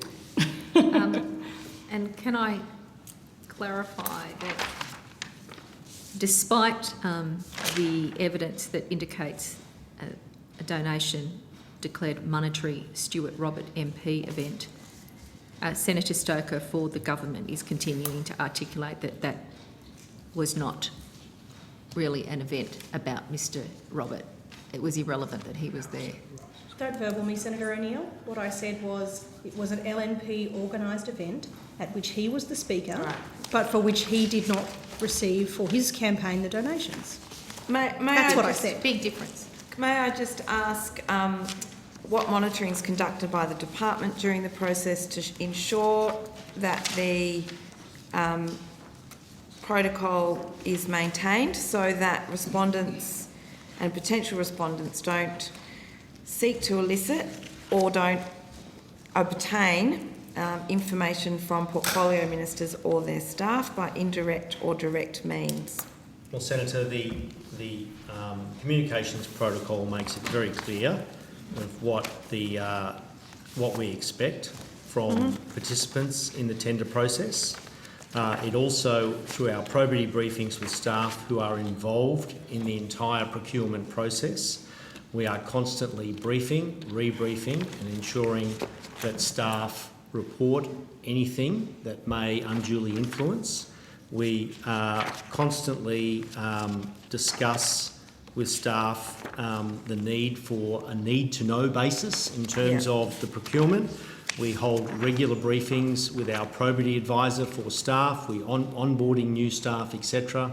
We have very strong protocols around security of information, cyber security, and you've heard from that this morning at the outset as well. So there are technological kind of security arrangements and layers in place, and there are also constant briefings and requirements for all staff who are involved in any part of the process to declare any potential conflicts of interest. Thank you for the regular seriousness with which you take this issue, and I look forward to hearing back on notice about the questions that you've taken on notice so that the probity process can be properly implemented to ensure that there has been no disclosure of information that would be in breach of that probity process. And perhaps when we have the chance to review the transcript, there might be some questions on notice arising from or this discussion. Can I ask, please, in the context of... sorry, I'm going to just jump to my... How many providers, please, are taking part in the financial viability modelling for the new model? How many of those are based in regional areas, please? I'll get Ms Ryan to come forward in terms of the financial viability modelling analysis that was undertaken. We did 2 rounds of that, Senator, but I'll get Ms Ryan to go through the details.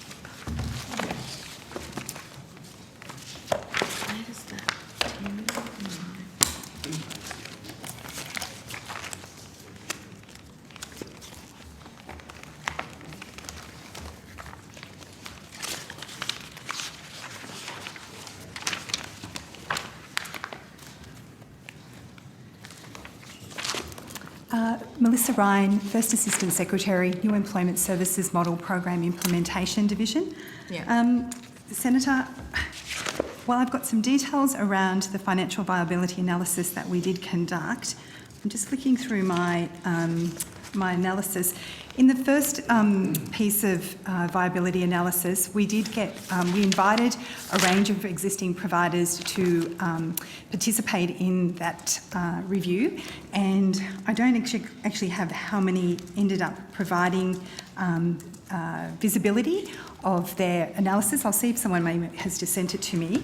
But from memory, there was a couple of regional providers and larger ones, but because they did share quite confidential commercial and confidence information, we aren't obviously allowed to disclose who they were and those details, I'm afraid.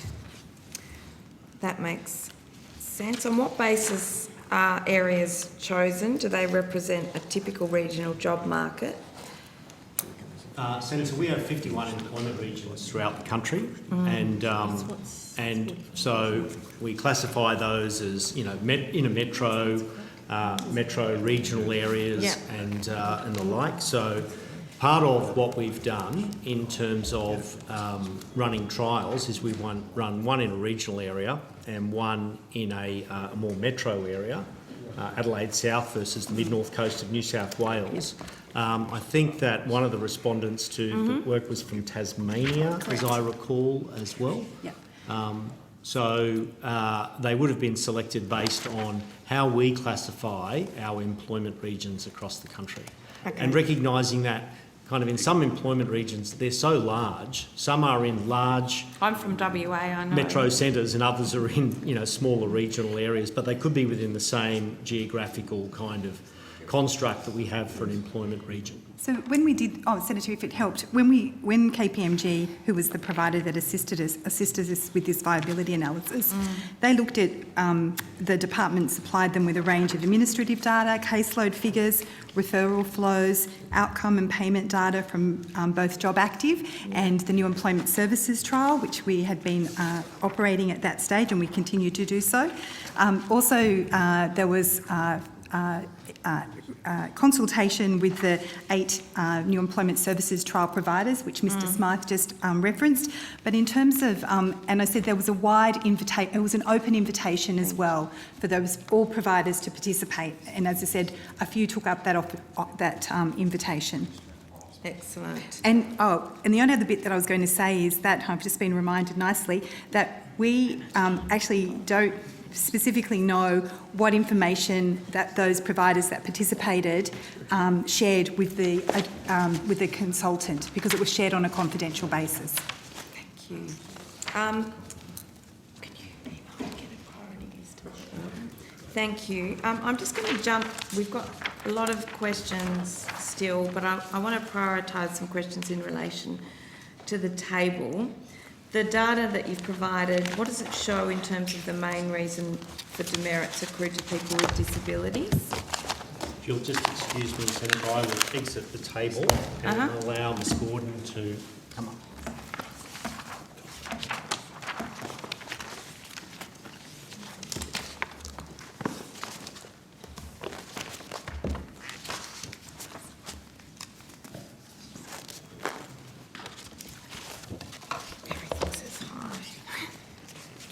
Everything says high priority. I've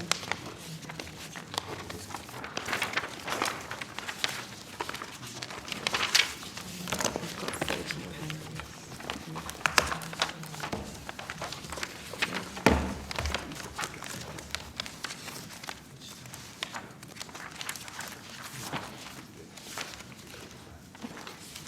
So my question related to the data that what does it demonstrate in terms of the reasons for demerits accrued to people with disabilities? So the Senator Alex Gordon, Deputy Secretary Employment Programs, the table that's been provided doesn't provide the reasons for the warning. It just provides those that have been that are in the different zones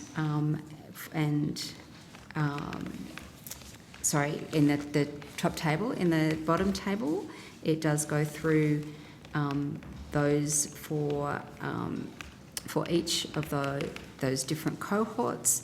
It provides the number of penalties and the number of complaints. So for you're after the disability participants. Right. So if you look at the disability line on the second table, so in total we have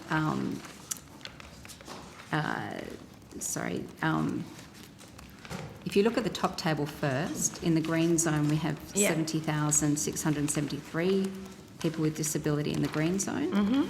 And then in the warning zone, 61,728, and then in the penalty zone.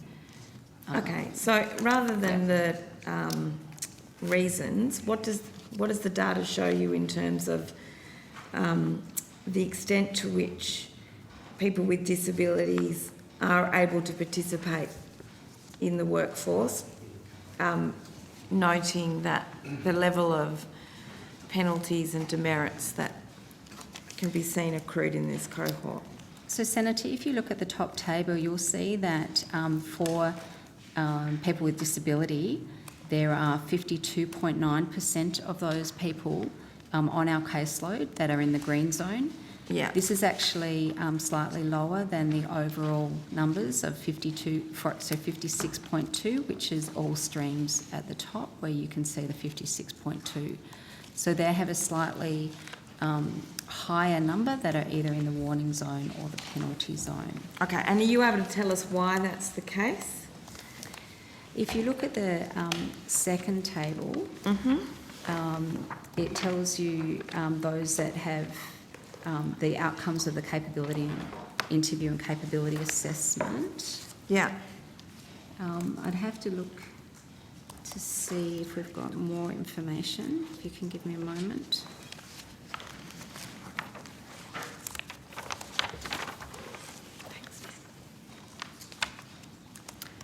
So, Senator, I have some information on the reasons for, but not broken down by cohort.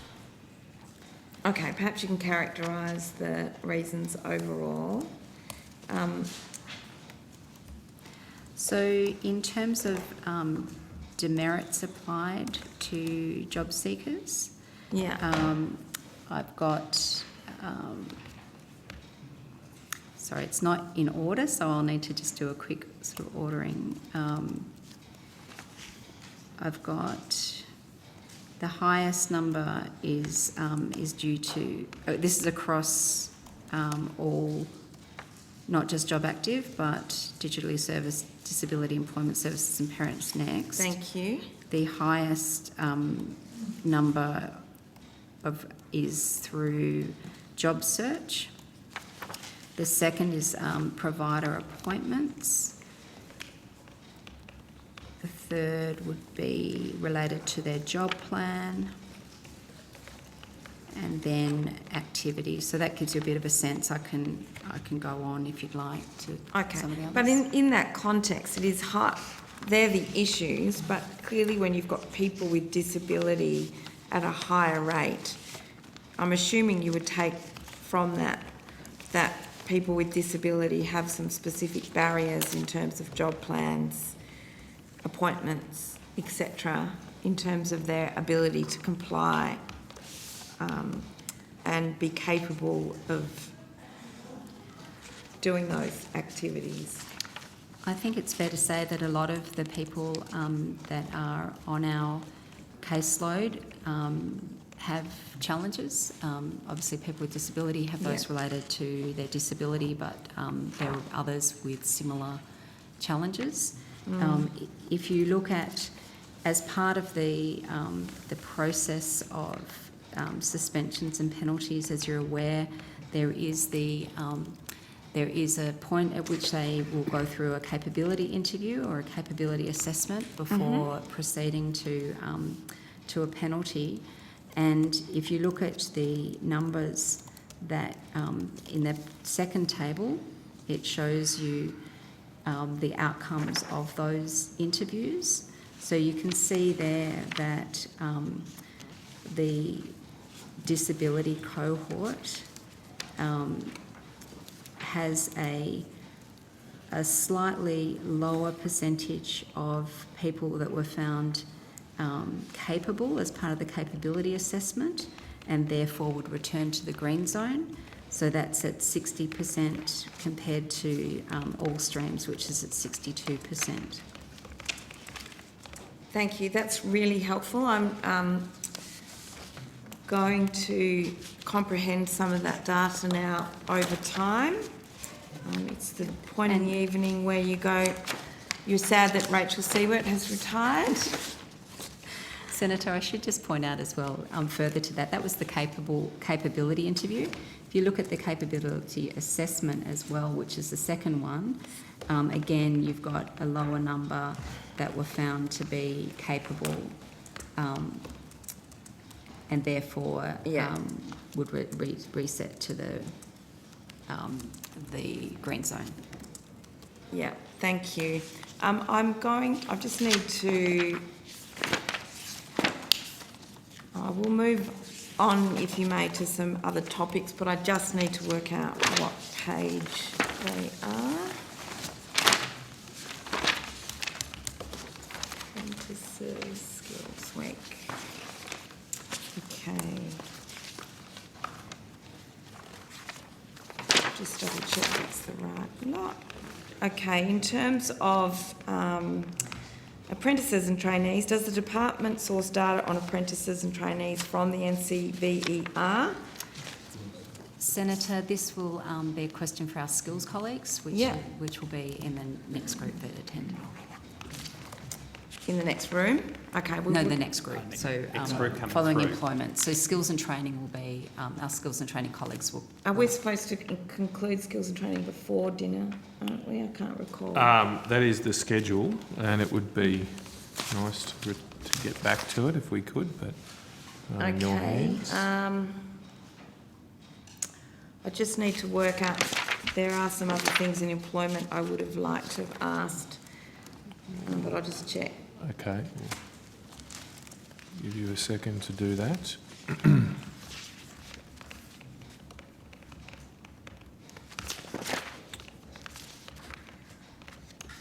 If we move on now, we're only 15 minutes behind time. Okay. Can I...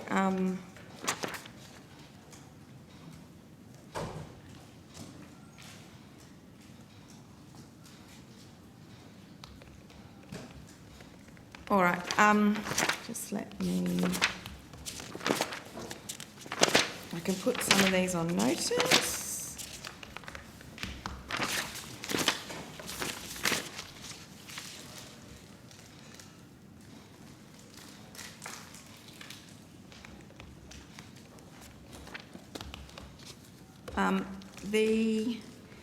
So we did ask, I need to come back, I'm sorry, to the questions I asked this morning on youth that were deferred to, I think, this bracket, so I just need to be able to get on track with that. And that is, I'll just pull them out now.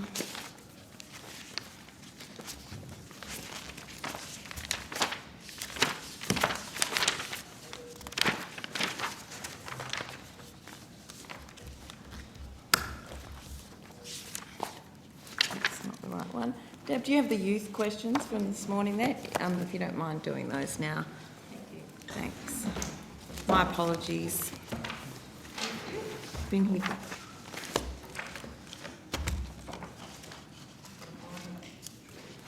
I ripped mine out of the... Yeah.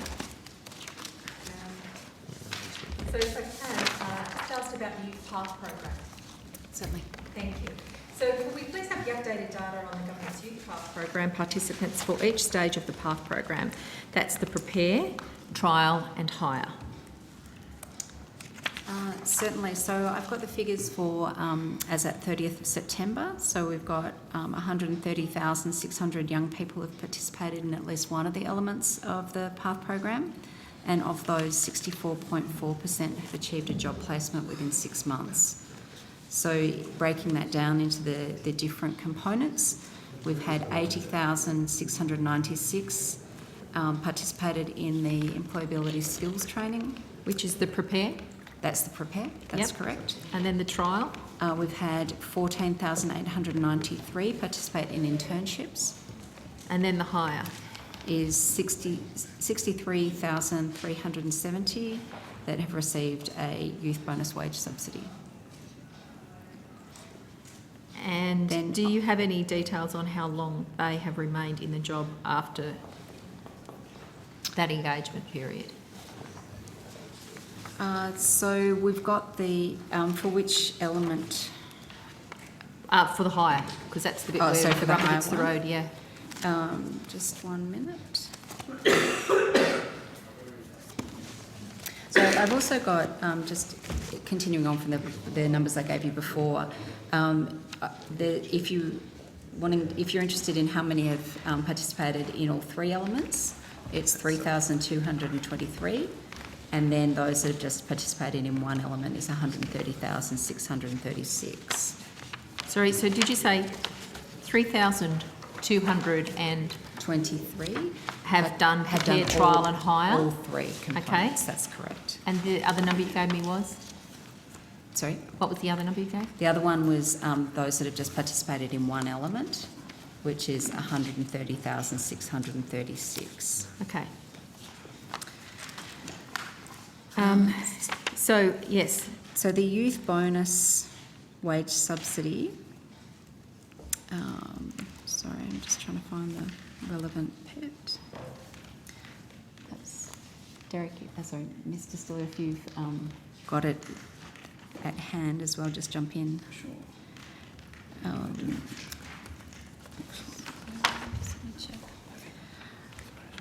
So,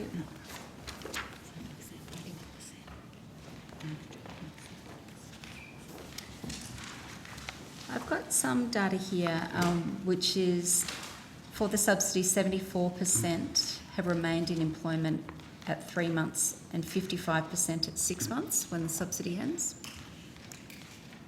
And do you have any further data, longitudinal? And then 81% of the participants who obtained a job and exited the caseload didn't return to the job active caseload within 6 months after the subsidy finished. Sorry, could you just state that again? I'm having a little trouble hearing you, Ms Gordon. I'm sorry, I'll try and speak up a little bit. Thank you. 81% yes. of the participants who obtained a job and exited the caseload didn't return to the job active caseload within 6 months after the subsidy ended. And do you follow them to see if they retained the job, the new job? That is the following up. So we do, we have some post-program monitoring, and that's at the end of 6 months, they hadn't returned to the caseload. Okay. Do you have any more data that you would be able to provide on notice about the efficacy of this? Happy to take it on notice. Program. But do you have more data? We will have more data available. Yes, we can provide more detail. So we can actually see the detail of who went where and when, and how long you're observing them for. Has the Morrison government met its goals and targets in relation to the Youth Path program participants?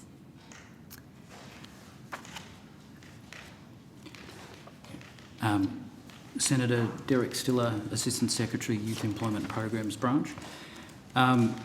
The government initially, you may recall, set an aspirational goal of 30,000 internships a year. That's subsequently changed. So now from the 2021 to 22 financial year, it's demand driven. And I guess the key aspiration is to have as many young people, and the key goal, as many young people as possible who participate in Youth Jobs Path, who move into employment. And as Ms Gordon said, the 64.4% figure for participation in PATH, of those who participate, obtain a job placement in 6 months, is sort of our key metric for that. So 30,000 internships per year was the target. Was that achieved? Well, that was the aspirational goal Yes. to start with, and as Ms Gordon's indicated, that's in terms of the number of people. So we've had 14,893 young people who participated in 16,442 internships from the start of the program to now. But that was always aspirational, Senator. Okay. I'm always happy to hear about somebody getting a job. I'm always happy to hear about somebody getting trained. But I'm also very happy when we actually reach the targets that are set. You're calling it aspirational, and I just wonder again about, the announcement versus the delivery. So 30,000 were to be engaged in this PATH program, and the reality is less than 50%. of that target was reached? Well, Senator, we've had 130,636 young people participating in Youth Jobs Path. So across the whole program, we've had a much larger number. The internships subcomponent is a smaller number. Yeah. In terms of the forward estimates, how much does the government estimate will be spent on this program in the forwards? On the internship component? The program. So the Youth Jobs Path total over the forward estimates from 2021-22 to 2024-25 is 505.6 million. And I can give you the breakdown of that over the different program elements if you'd like. Yes, thanks. So for employability skills training, it's 131.7 million. For the internships, 46.1 million.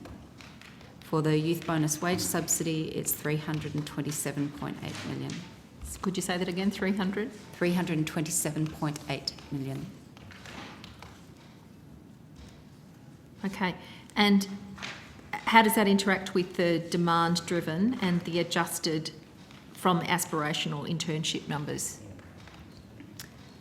So that those budgeted figures are based on an estimate of what that demand will be going forward. And is it fair to say that demand is far less than what was anticipated? In terms of the internships, as Mr Stiller indicated, it was lower than anticipated, but overall there are very strong numbers participating in the Youth Path program. And given the inefficiency there and the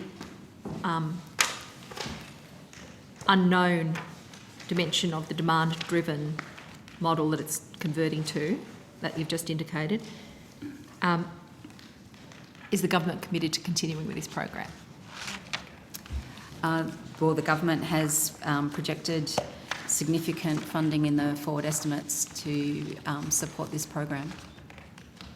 So yes, it will continue over the forward estimates, at least. Absolutely. Right. Could I just go to the updated data on the number of jobs created through the government's JobMaker program? The JobMaker program is actually sits in the Treasury portfolio. Oh, we asked about this morning. Well, we did, and we did get I put it to the department that it's very difficult to compare the successive programs when they sit in different departments. So, Mr Markovich, does the department monitor the success of its own programs alongside those of Treasury? Senator, we monitor our own programs, and I think Ms Gordon's given you details on the programs that we do monitor. As you said, JobMaker is a matter for the Treasury. How do we monitor what's most effective? Well, obviously in terms of policy development, we look at program efficiency and effectiveness. The JobMaker commitment is time limited, whereas the Youth Paths program is an ongoing program. So it is a different, the Treasury program was for a point in time and in response to COVID. As indicated, any questions about the operation of that and the outcomes would need to be directed to Treasury. But obviously, in terms of policy development, we would look across. Did you notice any impact from the fact that Treasury had a different program going on your own programs? Well, there's a lot. Obviously, there's been a lot happening over the last 18 months or so with COVID, and so it's hard to separate the impact of one particular program from others. We've obviously had a significant number of youth come into our caseload, and some of that caseload will have accessed the JobMaker credit, and some will have benefited from the youth bonus wage subsidy or the PATH and the PATH program. Thank you. And we might move on to skills. Can I ask one more question, just related to the... If the skills people aren't ready, are they? Yeah. Great, thank you. So the people who got the trial, the 14,893, they were... How many of them were actually hired by the company that provided them with the internship? Senator, of those who participated excuse me, in an internship over the period since the program began, 67% of those who completed the internship were employed. I think that drops down to about 63% in terms of employed by the employer or the host business that hosted the internship. So 67% overall, so 4% moved off to another job with someone else, Thereabouts, a little bit under 4%. but yes. 63% stayed with the person that gave them the internship, is that correct? Yes. And I probably should say too, Senator, that in addition to that 67%, another 8% obtained a recorded job placement within the next 3-month period. In the same scheme? Or in the job maker, or? Well, following the Of their own internship. So we sort of track them following the internship for a 3-month period, because we tend to find, Senator, that the experience of doing that work trial can assist that young person, even if they're unlucky in gaining the job at the end of the internship. And in terms of demand-driven, do you anticipate about the same number, not the 30,000, the 15,000 per year? Is that the way in which the forward estimates are configured? Senator, the internships to date has been the 16,442 figure. In terms of the forward estimates, as Ms Gordon said, it's based on demand, so should we see higher demand, the budget or the forecast will adjust as appropriate. But in terms of how those figures are arrived at over the forward estimates, it's on the basis of around 3,900 internships a year. 3,900. Yep. And Senator, perhaps just to... Which is very different to the 14,893. Well, that's the number of people who've participated in an internship since it started on April the 1st, 2017, Senator. And of course, so now we're past 4 years of the program. Just to give you perhaps some relativity, that may provide useful context. Under Job Services Australia, the previous program to Job Active, there was an unpaid work experience program, and that was for all people regardless of age, not just young people, which obviously PATH internships are targeted at. And over a 4-year period when that program was operating, in comparison, PATH internships, there's 158% of PATH internships compared to the level of unpaid work experience placements under the Job Services Australia program. Okay, thank you. Before we leave this topic, there's some really interesting new program data out that I know you'll be interested in, Senator O'Neill. The new program data we've received shows that 67% of completed internships result in immediate employment for young people, and a further 8% achieve a recorded job placement within 3 months. So I know you'll be really interested in those good outcomes for young Thank you, people. Senator Stoker. I think we're about to call the skills section now. Okay then, thank you, Minister, and thank you to all the officials from the employment group. We are moving on to skills. That you're in the room, the skills people? Page 28. Okay. Are they downstairs? Yeah, I think he's page 37 Okay. and then... Well, we won't, we'll just keep live then. He's re-updated it if you scroll down. Page 32. Yeah. The ones that are bold And it's are the priority. 37, yeah. And then not, the ones that are not bold can go on notice. And he said he was going to drop. Yeah, you've got that one? Yeah. Yeah, good. That's where he wants us to go. Yeah, good. That's great.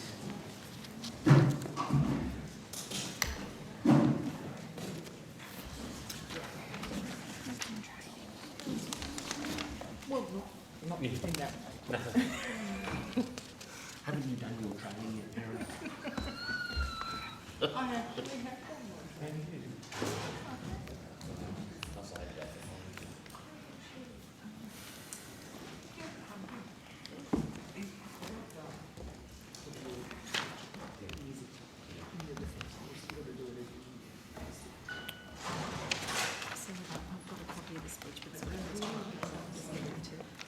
Who's going first?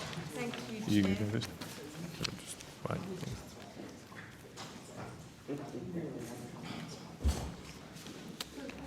Okay.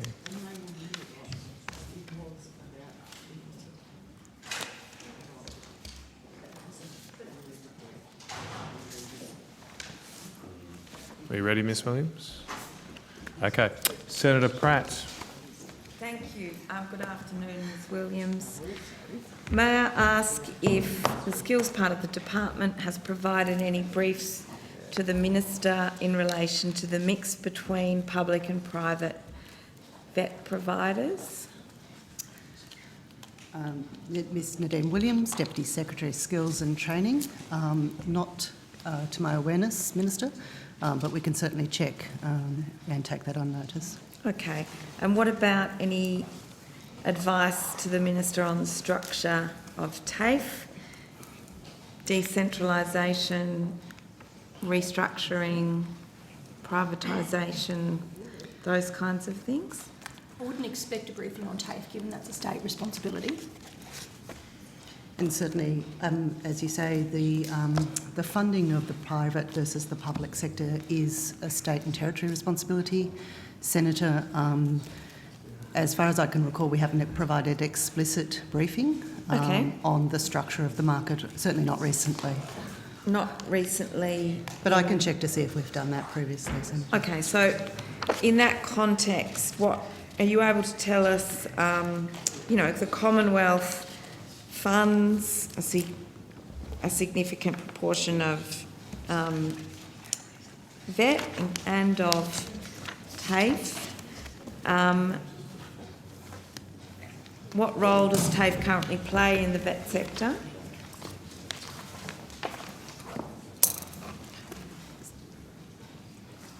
So, Senator, as you say, the Commonwealth does provide significant funding into the skills system, I think in the order of $6.4 billion this financial year. A good proportion of that funding is provided via the National Agreement on Skills and Workforce Development, which goes to the states and territories. There's obviously also a proportion of funding in other agreements, such as the Job Trainer Agreement, the Revitalising TAFE Campuses Across Australia Agreement, where the states and territories have responsibility for dispersing that funding into the public and private system. Each state does it differently. They have different proportions of funding that they put to the private and the public system. But from what we understand, quite a large proportion of that funding does go into the TAFEs. Okay, so you've briefed the Minister on vet funding and TAFE funding? I believe that's been taken on notice. Okay. Certainly. And when is the department currently doing any work on the nature of the sector and what it looks like? We broadly keep abreast of the structure of the sector. As you say, Senator, it's important to understand, the proportion of funding that sits within the public and the private sector, and to understand the nature of what is essentially a contestable market. As I said, a good proportion of vet funding does go into public providers. Almost three quarters of the combined state and territory and Commonwealth funding sources goes into public providers, whether they're TAFEs or public universities. So 75%. Certainly, Senator, yeah. It's a good proportion of that funding goes into the public system. Ms Williams, are you familiar with the speech delivered by Minister Robert at the launch of National Skills Week? I do recall it, Senator, yes. Okay. He poses a number of economic and vet reform questions that we've collectively got to answer.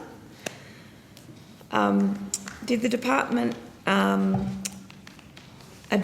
provide advice or assistance in drafting of that speech? We regularly provide assistance to the Minister and the Minister's Office in the drafting of speeches as part of our communications function, so I'm sure that we have provided advice to that nature. But I can check to see if that in that specific instance whether we did. Did the department advise Minister Roberts on the need to reduce the time it takes to update qualifications to a matter of months? You'd be aware, Senator, that this is an area of work that skills ministers are collectively working on as under the auspice of the Skills Committee. Yeah. It's one of the immediate reforms that skills ministers have been tasked with considering by the National Cabinet to look at qualification design and also the speed with which training packages are essentially delivered into the market by the arrangements that we currently have in place via the industry reference groups. Yeah. I note that Minister Roberts asked in that speech, why do we have 67 industry reference committees that go backwards and forward through Skills Service Organisation and up to the Australian Industry Skills Committee and then finally up to skills ministers? Fine question, but when was this system introduced? Was it under this government? I may need to get the relevant officer to the table. Well, I know Senator, that it but was established in been- May 2015. It has been in place for quite some time, and it's been a system of industry engagement that has quite a long history in various forms.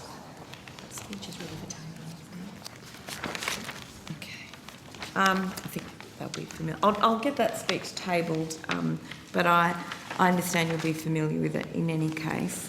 Has the department provided Minister Robert with advice on reasons the skills minister sign off on every single change to a trade qualification? So, what's the reason? Senator, this has been a long-standing practice through various ministerial council arrangements. As you'd be aware, those arrangements are well established under both the Ministerial Council and then the AIC and IRC arrangements. It has varied from time to time across different iterations of this model, but at this present state in time, skills ministers are responsible for signing off on training packages once they have been recommended to them by the AISC. Yeah, and look, I understand. I think I take from the speech that Minister Robert was questioning why he needed to sign off on that. Is that right? So I can't speculate on that, Minister, but Senator, sorry, but as you are aware, this is an issue that skills ministers have been considering for quite some time. You'd also be aware, of course, that skills ministers have gone through the process of looking at the entire industry engagement arrangements, and some announcements were made yesterday as to the need to and how those arrangements would be reformed going forward. So the reason the minister signs off is not so that he can insert his own personal insights into the particular things that need to be in a qualification, is it? So, Senator, skills ministers as a body, so the collective body of skills ministers have legislative responsibility at this stage for signing off on training packages once they've been recommended to them by the AISC. As you're aware, though, we've gone through the process of considering via skills ministers whether those industry engagement arrangements remain fit for purpose. That's right. And a new set of arrangements have very recently been announced, which will replace the current IRC-AISC process. But the minister still has to sign off as part of that new process? So that is still the requirement, that's right. So skills ministers collectively are required to sign off on training packages once they're recommended. That's right. So that in that sense, it's not that they're experts in qualifications, it's really about signing off on the fact that it's been through its due process and everyone's had input, and if there are any outstanding questions in terms of stakeholders, etc., that's when it's settled. It's not about the minister putting their individual input in, is it? So the legislation is not explicit on that. Ministers have an endorsement sign-off role as part of their role as skills committee ministers. Okay. Was this issue raised by the recent Joyce review? I may need to take that on notice unless Ms Houston, you're aware. Renee Houston, First Assistant Secretary, Vet Quality and Policy Division.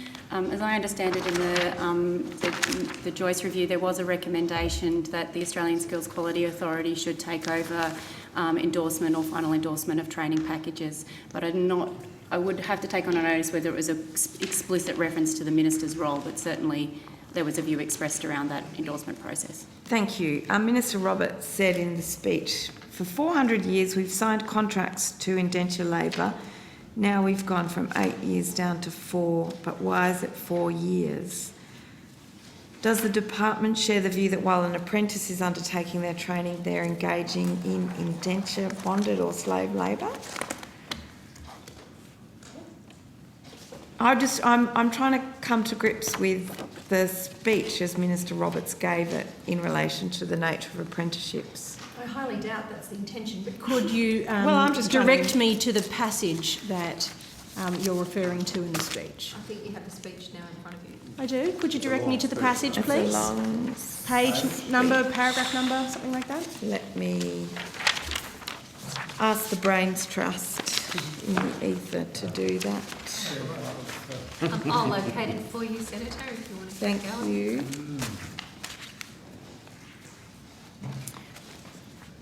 So, is this one of the nonsense questions in relation to the number of vet reform questions that we've got to answer? I'm just trying to understand why the Minister was referring to indentured labour as one of the questions we need to resolve. So looking at the speech, Senator... If you could explain any context for me, I'd be delighted. So Senator, you'd be aware that apprenticeships have a specified length. Those lengths vary according to whether it's an apprenticeship or a traineeship. Though the length of time that an apprenticeship takes has varied across the time for which we've had apprenticeships within our system. It varies across qualifications.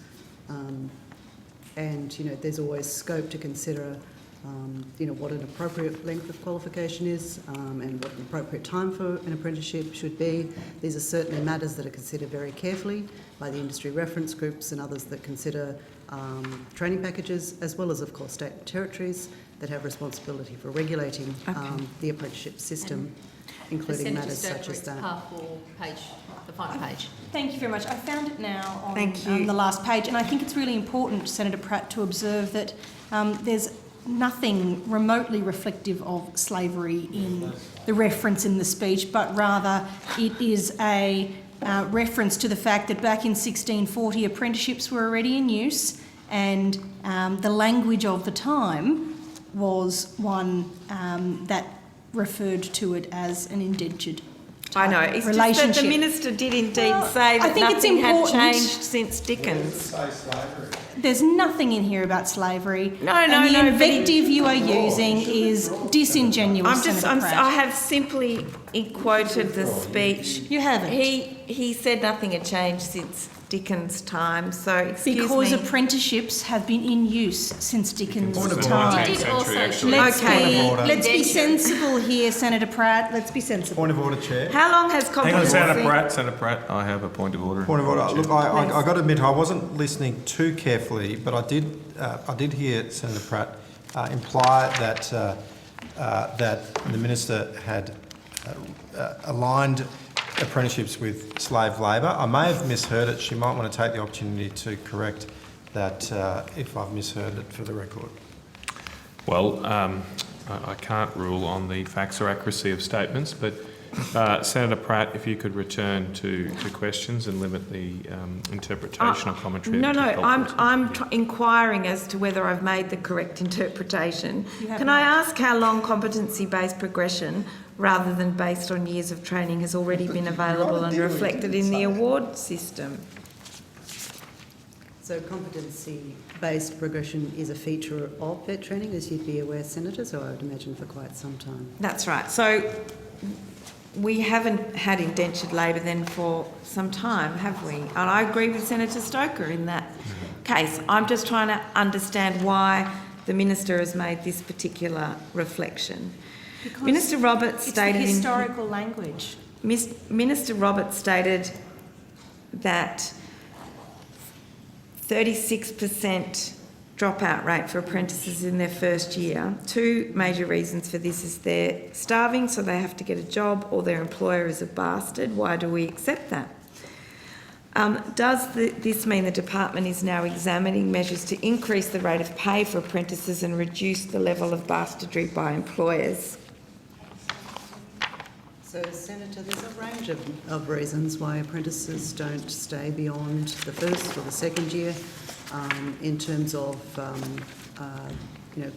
in terms of staying within their apprenticeship. We have quite good data that suggests that some of that goes to the relationship with the employer, but we have measures in place, particularly through the ASINs, to provide mentoring and other support to the apprentice and the employer to ensure that that relationship runs smoothly. And quite a bit of support is provided through the ASM mechanism, the in-training support, to ensure that actually those relationships go well. But we do spend a bit of time looking at why it is that apprentices do separate from their apprenticeship, and there's a raft of reasons. Okay. So in that context, you might not use the colourful language that the minister uses, but you accept that that's part of what the department tries to resolve and support in terms of apprentices surviving and thriving in their apprenticeship. And Senator Pratt, before you move on, I think it's really important to observe that what the minister seems to be conveying, quite differently from the point you tried to make earlier, Senator Pratt, is that if it is possible for an apprentice to accelerate through their apprenticeship more quickly because of their higher capability, then it's a great opportunity to avoid many of the factors that make people drop out of an apprenticeship, which could be a really big advantage for young, capable people who are keen on learning and advancing. And I'm sure that's an objective you would support. Thank you for your advice. Speeches, Senator Stoker, they might make a little bit more sense. Happy to volunteer. I don't agree with the minister that things can I just, have not Senator changed Pratt, Senator O'Neill, that is unhelpful, very unhelpful. Can we return to questions? Thank you. The minister has also asked, why do we still today accept that in Queensland, a plumber, a student, an Australian is charged $35,000 to complete a trade, but in New South Wales it's less than 15? Can you confirm whether these figures are accurate? I had thought that the full fee cost of a Cert 4 in plumbing and services at TAFE Queensland is some $8,500 to just about $9,000, and that user choice funding applies. So, Senator, you'd be aware from evidence we've provided previously to the committee that one of the objectives that the Commonwealth is pursuing through discussions and negotiations with the states on a new national skills agreement is greater parity in fees across the country, and also greater consistency in terms of subsidies. Okay, I'm totally open to that principle. What I'm trying to work out is whether an Australian student is actually charged $35,000 to complete a trade. My understanding it's the cost to deliver it, not the cost to the student. No, the speech said an Australian is charged. I understand. My understanding is what the minister meant. What the minister was trying to convey was that it was the cost to deliver it, not the cost to the student. Okay, so with the communication problem going on. Okay, Really, isn't there? We do not need commentary. Thank you. The Queensland market Apprentices is need regarded as competitive, is it not? So I couldn't hear that, Senator Pratt. The Queensland TAFE and TAFE and vet sectors reasonably competitive, is it not? On what measure? Well, it doesn't. Students aren't charged $35,000. May I ask, Senator Stoker's put to us that the minister meant it costs the sector the government, the sector, the state government, $35,000. Can you corroborate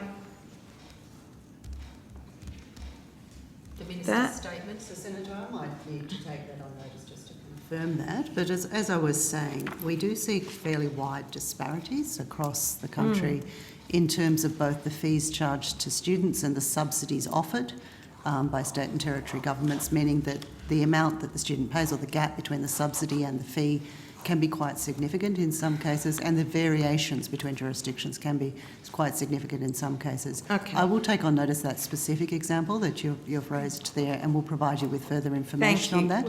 Thank you. I understand. Senator Stoker, may I ask if you think that $35,000 was an accidental slip of the tongue in terms of them being charged that? Why does Minister Roberts say, why do I allow students to take out vet student loans for a $35,000 plumbing qualification? if you're on Coolangatta? Senator Pratt, I don't know the provenance of this, whether it's a transcript, whether it's something that's been accurately recorded, whether It's it his was in fact an speech. error. I know it says speech at the top, but I don't know whether that's the notes from which he worked or whether it's we a would have got it transcript from somebody the else has taken department, down. from his own So why don't website. you let me take it on notice and I'll get back to you. Thank you. There's a diploma of plumbing and services listed for specialist and senior plumbers. The loan cap for that's some $15,000. So if you can, Ms Williams, take on notice whether the speech is accurate, please. I'll take on notice. Thank you. Further information on the figures raised in the speech, Senator. Thank you. Minister Roberts stated we've 15 accredited courses in technology and less than 4,000 people in the last 12 months graduated. With the Certificate 4 in Information Technology. Yet we need 150,000 a year. May I ask, Ms Williams, what steps the department is taking to address the gap between the number of Australians currently undertaking training in IT and the 150,000 graduates the Minister says we require? So, Senator, as you'd be aware, digital skills are a considerable focus of the training that's delivered both under Job Trainer but also through a range of other measures that we undertake within the department. I'd like to start by just noting that we have set aside a specific number of digital training places under Job Trainer, and Job Trainer provides free or low fee training to students, and the number of places is quite significant. We also have a range of other programs that are focused on delivering digital skills. And, okay, and I understand that. Is there an expansion of those programs? Is it really 4,000 that have graduated in the last 12 months, and do we really need 150,000?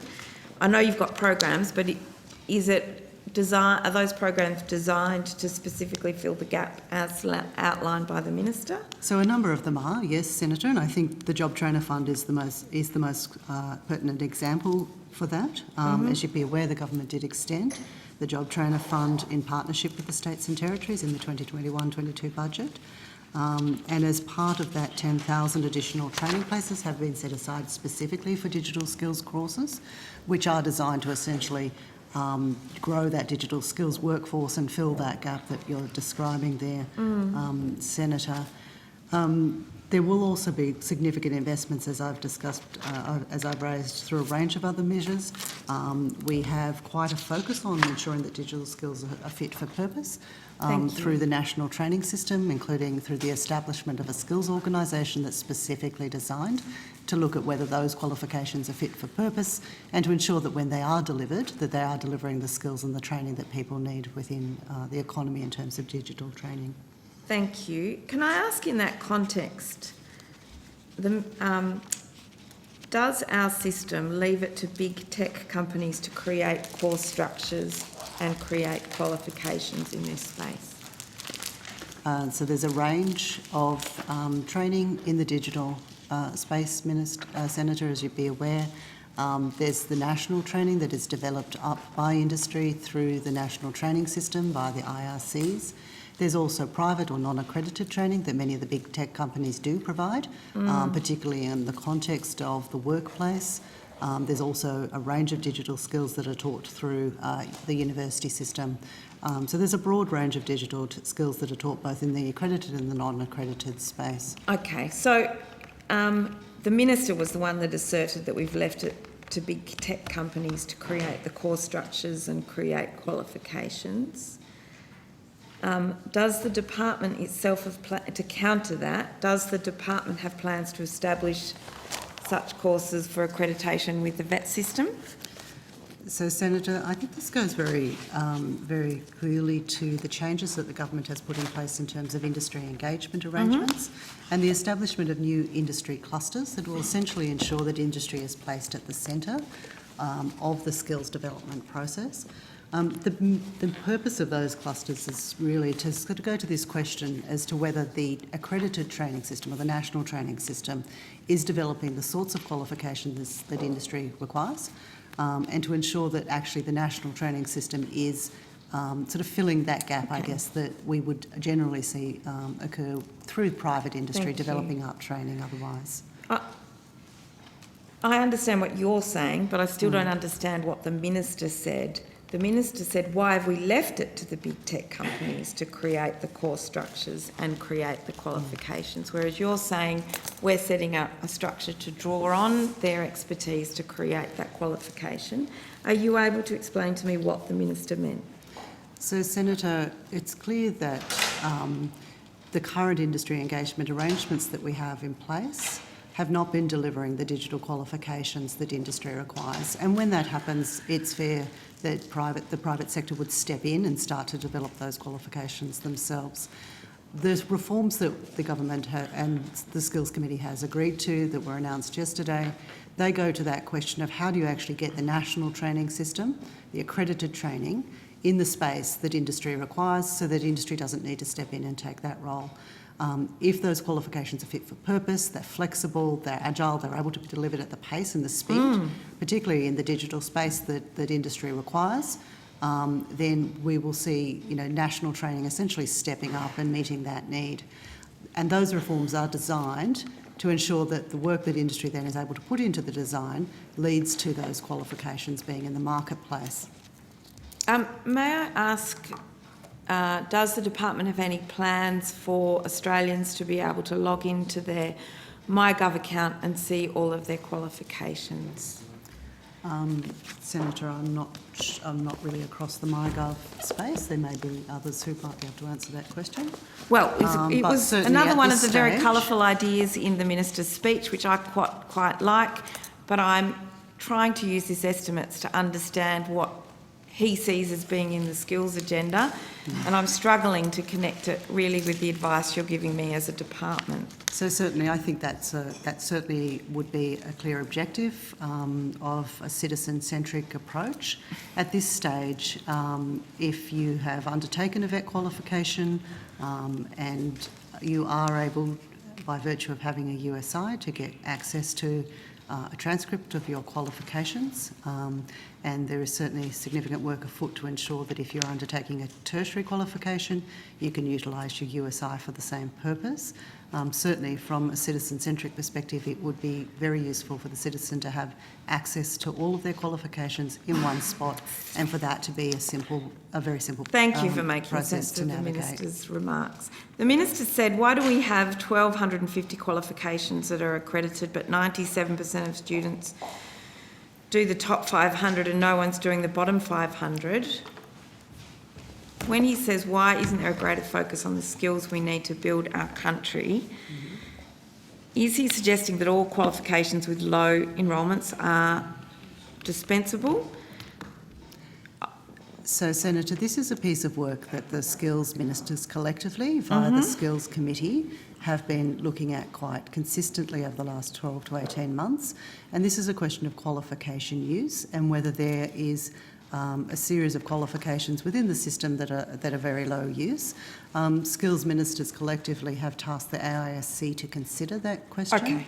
And they have been deliberatively working through training packages to look at sort of where there is, I guess, some fat in the system, whether there are qualifications that are really not being used, are they cluttering up industry's understanding of what qualifications exist, etc. Okay. And that's been a long-standing piece of work through the AISC. I understand that, but it worries me that they might be seen as disposable qualifications because they're hard to find, or you don't know where to go to do them. For example, there are businesses in Western Australia that have a shortage of farriers. They can't find someone to put horseshoes on horses, but people can't find anywhere to do the qualification.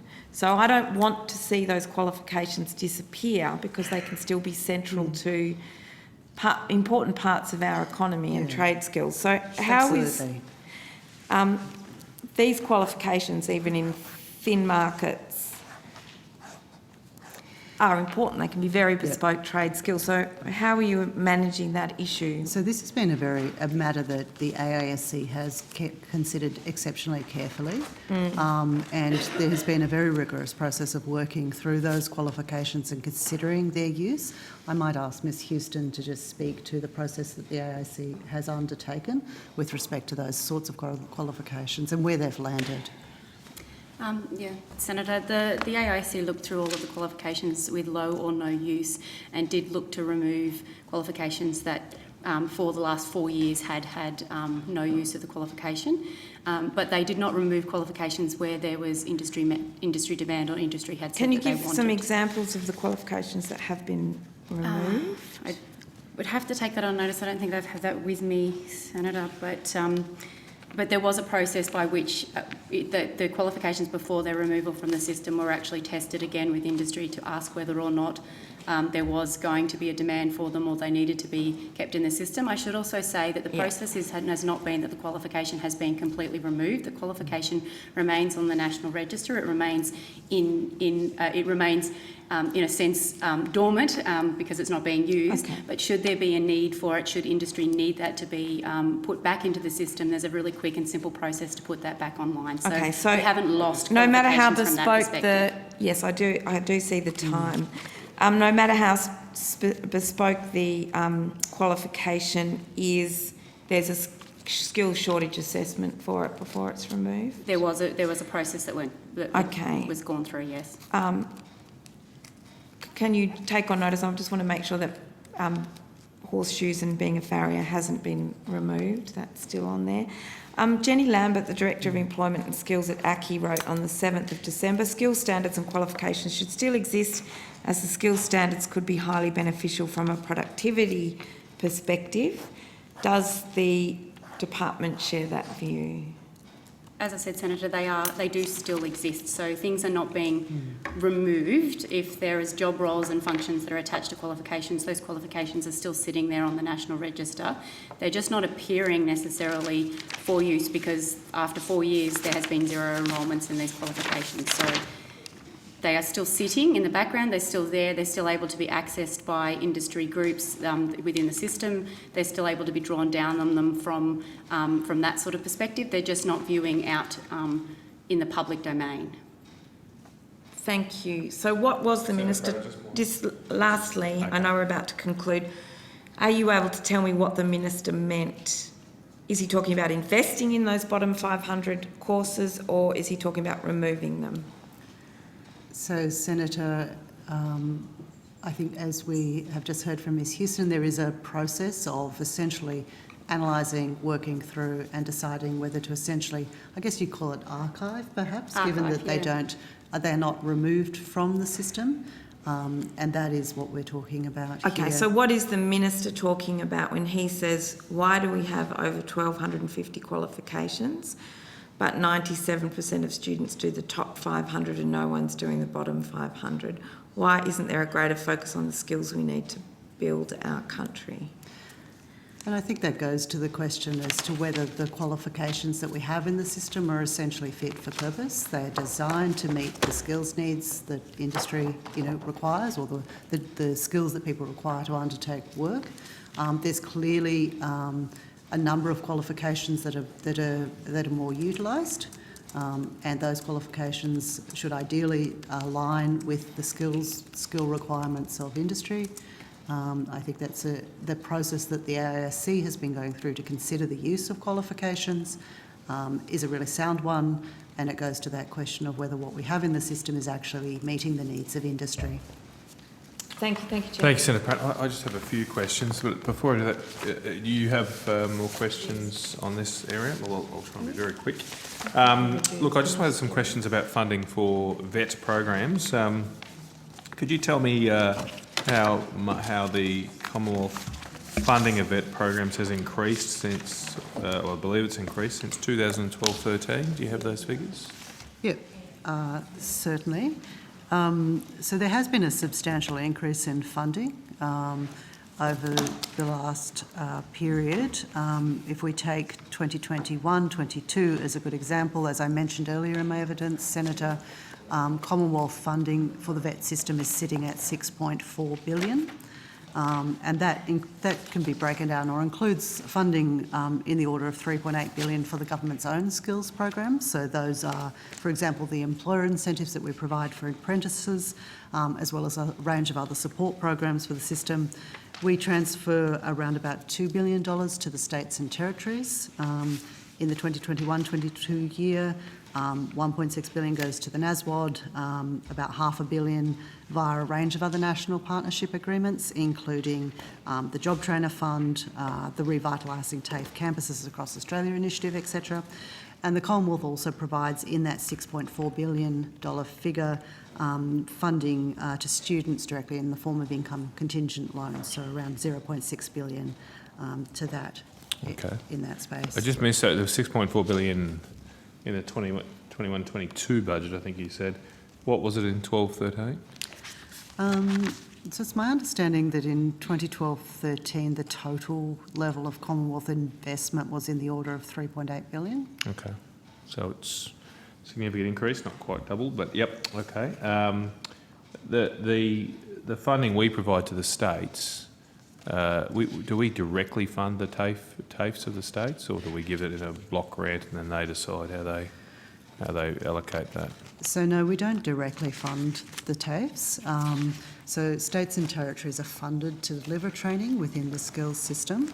The predominant funding mechanism is the National Agreement on Skills and Workforce Development, which is in the order of $1.5 billion per annum, raising to 1.6 in 2024-25. The states are responsible for dispersing that funding. And in all of the agreements, essentially, that we have with the states and territories, including the Job Trainer Agreement, the states and territories retain decision-making responsibility in terms of the amount of funding the amount of Commonwealth funding that is allocated either to the TAFE system or the public system versus the private system. And each jurisdiction has very different arrangements and very different splits in terms of the amount of Commonwealth funding that's directed into the public system. Okay, so sorry, no, Senator O'Neill, you're well happy for you to follow up when I'm done. I have seen some claims that Commonwealth has cut TAFE funding, but given, as you've said, the Commonwealth doesn't directly fund the TAFEs, and that funding to skills or vets, we're asking about here, to vet programs has increased by a significant amount, is it incorrect to say that the Commonwealth has cut TAFE funding? So, as I said, the Commonwealth's funding to the states and territories has either stayed stable or has increased substantially over the last couple of years. As I provided in my earlier evidence, around 3/4 of vet funding goes to the public system, and a good proportion of that remains the Commonwealth funding that we hand over to the states and territories. And when we look at our other programs, 50% of the Job Trainer Fund, for example, goes into the TAFEs or the public system. It's pretty evenly split between the public and the private system. But as I said, the Commonwealth provides funding to the states and territories to run the training delivery system. The state governments make their decisions as to how they allocate that within the system. The proportion that they provide to the public system, the proportion that they provide to the private market. We shouldn't operate from the assumption that public is necessarily better. There are some matters that are really well delivered by the private sector, and there are some matters done well by the public. They both have merit and they both have value. Thank you very much. I'll move to a separate topic. The wage subsidy programs, particularly the supporting apprentices and trainees, and boosting apprenticeship commitments. Just have some questions on those. If we have the right officials coming forward.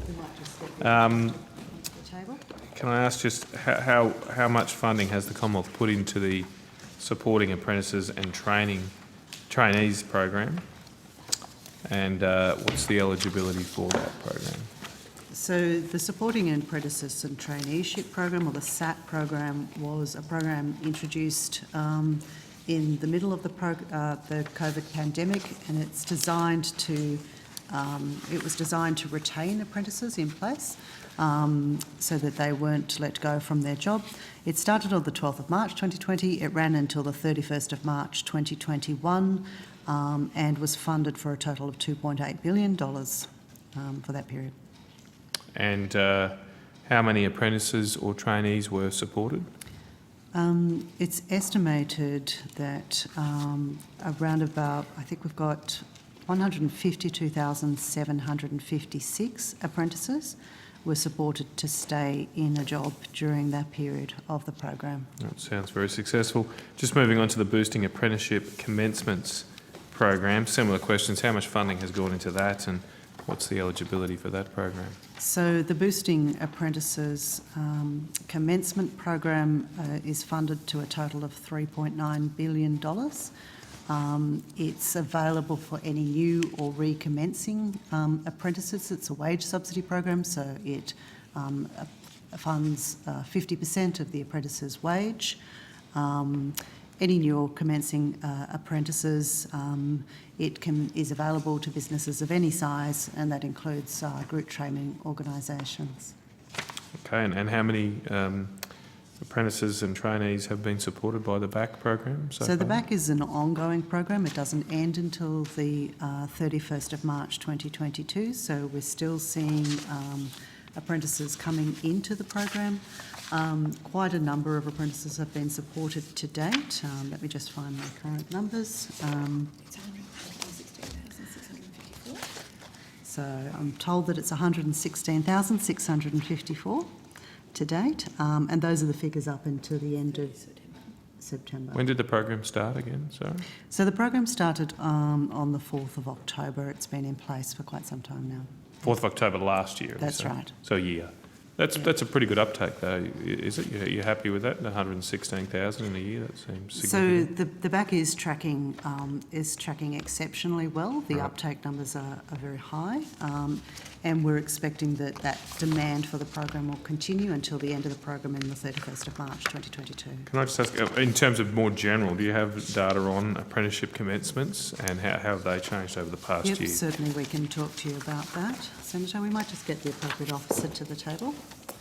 Are those 116,000, are they part of the, or is it, or not necessarily commencements? Are they? So they not all apprentices are supported by the BAC. Obviously, you know, it's not a program. It has limitations around existing workers, for example. So there are a number of apprentices who may not be supported by the BAC, but the majority are.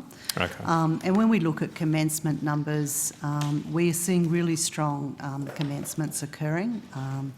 As a result, I think, of the BAC, and a really strong increase in commencement since the BAC was introduced in October 2021. At the moment, in training numbers are sitting at around 380,000 apprentices in training.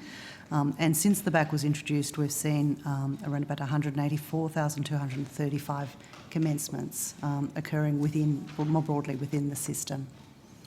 Okay, I'm trying to get a handle on it, and I'm new to this space. So have apprentice numbers increased in the past year? And how do you compare that? So apprentice numbers have increased substantially in the last year. So we can look at the in-training numbers to have a really good sense of what those changes have been. So in-training essentially means an apprentice is currently in an apprenticeship, they're training or working.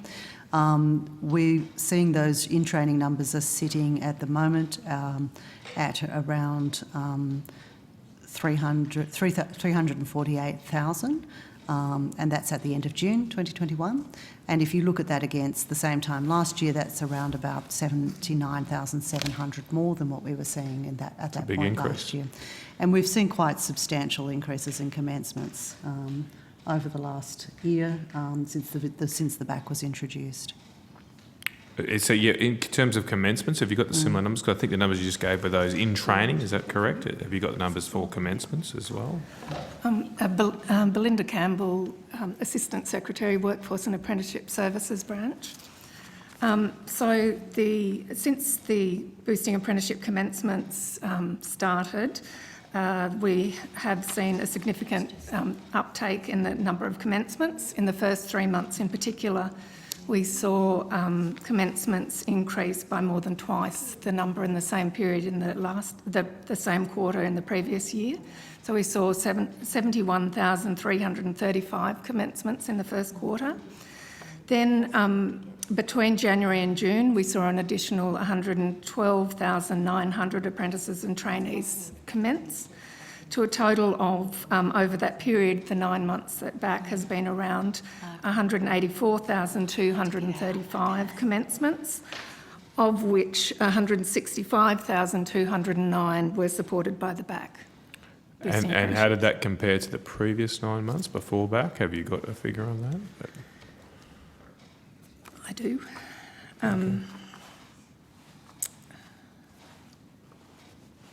So I think, Senator, Are they seasonal? Maybe it would need to be the 9 months, the same quarters of the 9 months of the year before. Yeah, and I but think- you could take that on notice, I realise. I do have that figure. Okay. So it's for the same period, October to June in the Yep, that would make sense. Yep. 2019 to 2020, it's 83,900 more commencements. So as you said before, more than doubled.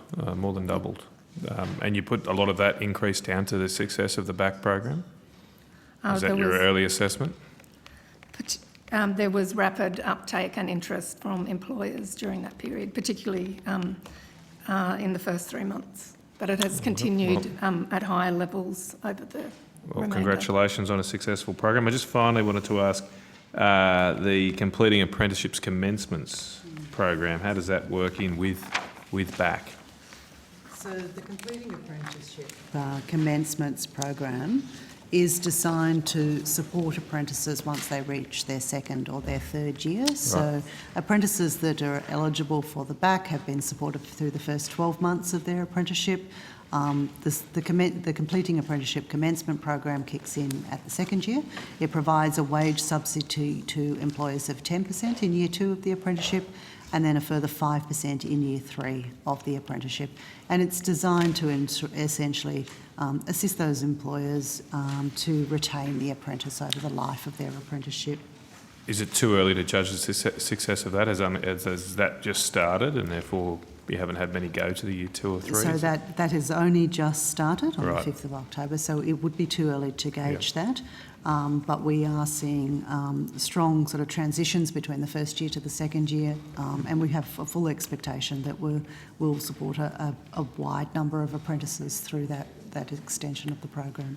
Well, thank you very much. Thanks for that. Good to have some good news. Okay, I'm finished, and maybe just so we have let officials know timing, do we think we can finish the department in about half an hour? Clarify, I've got some questions about NCVER. Is somebody here able to answer those questions? We can do our best, Senator. Okay, and do you have historical data that you can refer So, to?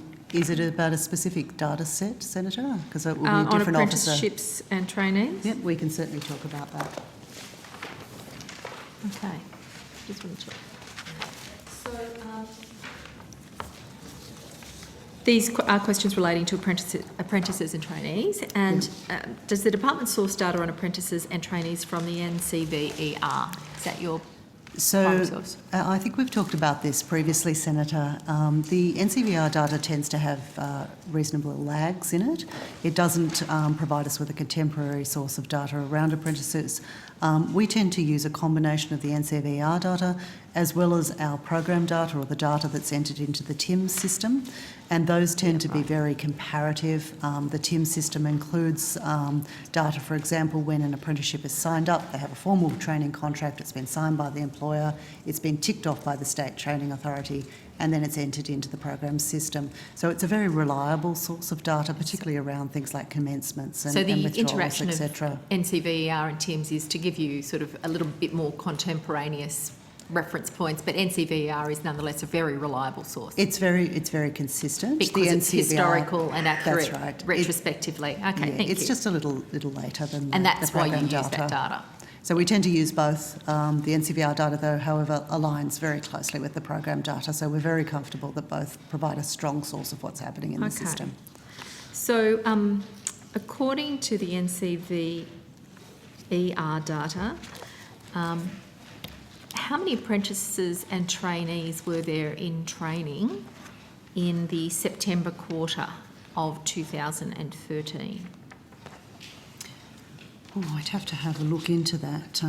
Senator, maybe Ms Campbell has access to that detail there. So according to the NCVER data for the September quarter, there are 412,595. And this is an accurate register of how many there are actually across the nation engaged in apprenticeships and trainees. It's point-in-time data like Yep. any of the data that we have, but that is the NCEVA data, that's Okay, correct. so September 2013. Could you give me the figure then of how many apprentices and trainees were in training in the March quarter of 2021? So that would be the most recent NCVR data? It may be, I'm not quite sure, but... So the most recent NCVR data suggests that there were 329,595 in training, and our more current program data, which takes us through to the end of June 2021, is that there are 348,000 or thereabouts within in training.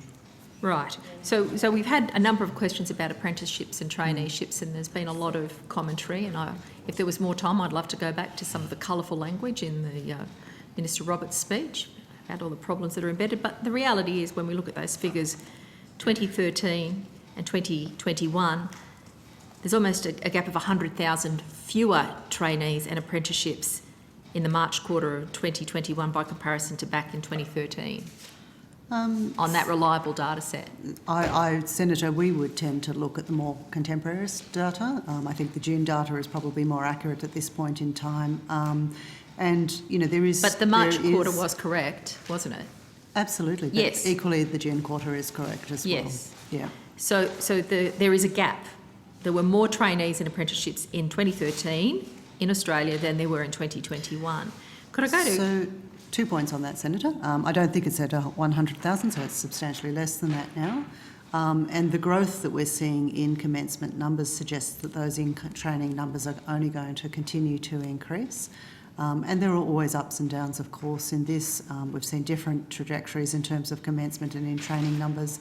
But with the very strong commencement numbers that we're seeing at the moment under the back, and what we're seeing in terms of the registrations that are continuing to come through, I would expect that those in-training numbers only continue to increase over the next couple of quarters. And every time that somebody gets a traineeship or an apprenticeship, you won't have any quibble from me. I'm always delighted to hear that occurs, because education and training are at the heart of, you know, a mission for me. As are we, Senator. As we've discussed on many occasions. However, I am mindful of narratives that are created that give an indication that there are more trainees and apprenticeships now than there were historically, and I want to get to the facts. So how many apprentices and trainees commenced training, according to the NCVER data, in September quarter of 2013? Ms Campbell, you may have those figures on you. Yes, I do. Commencements for the September quarter were 71,610. Thank you very much. And for the March quarter of 2021, the comparative figure for commencements of apprenticeships and trainees, how many were there? 66,635. Okay. So point of time comparisons, just trying to get that sense. So there's fewer commencements than there were in 2013 in that period. Peak and low, I want to ask about.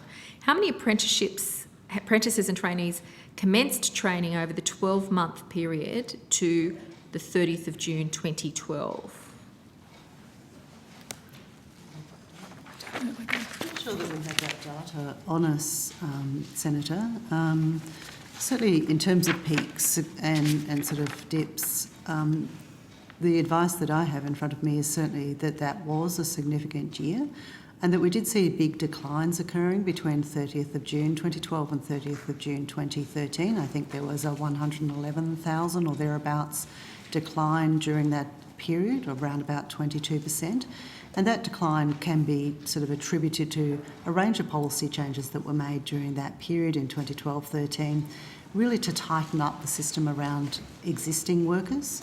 You'd be familiar with the challenge of existing workers, Senator, in particular the challenges in areas such as retail, etc., where employers were essentially transferring existing workers into traineeships and apprenticeships, and a series of policy changes were made in May 2012, October 2012 and August 2013.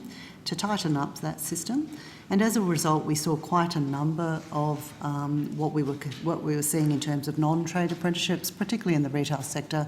Those really large numbers of trainees that were coming through really started to decline between the 30th of June 2012 and the 30th of June 2013.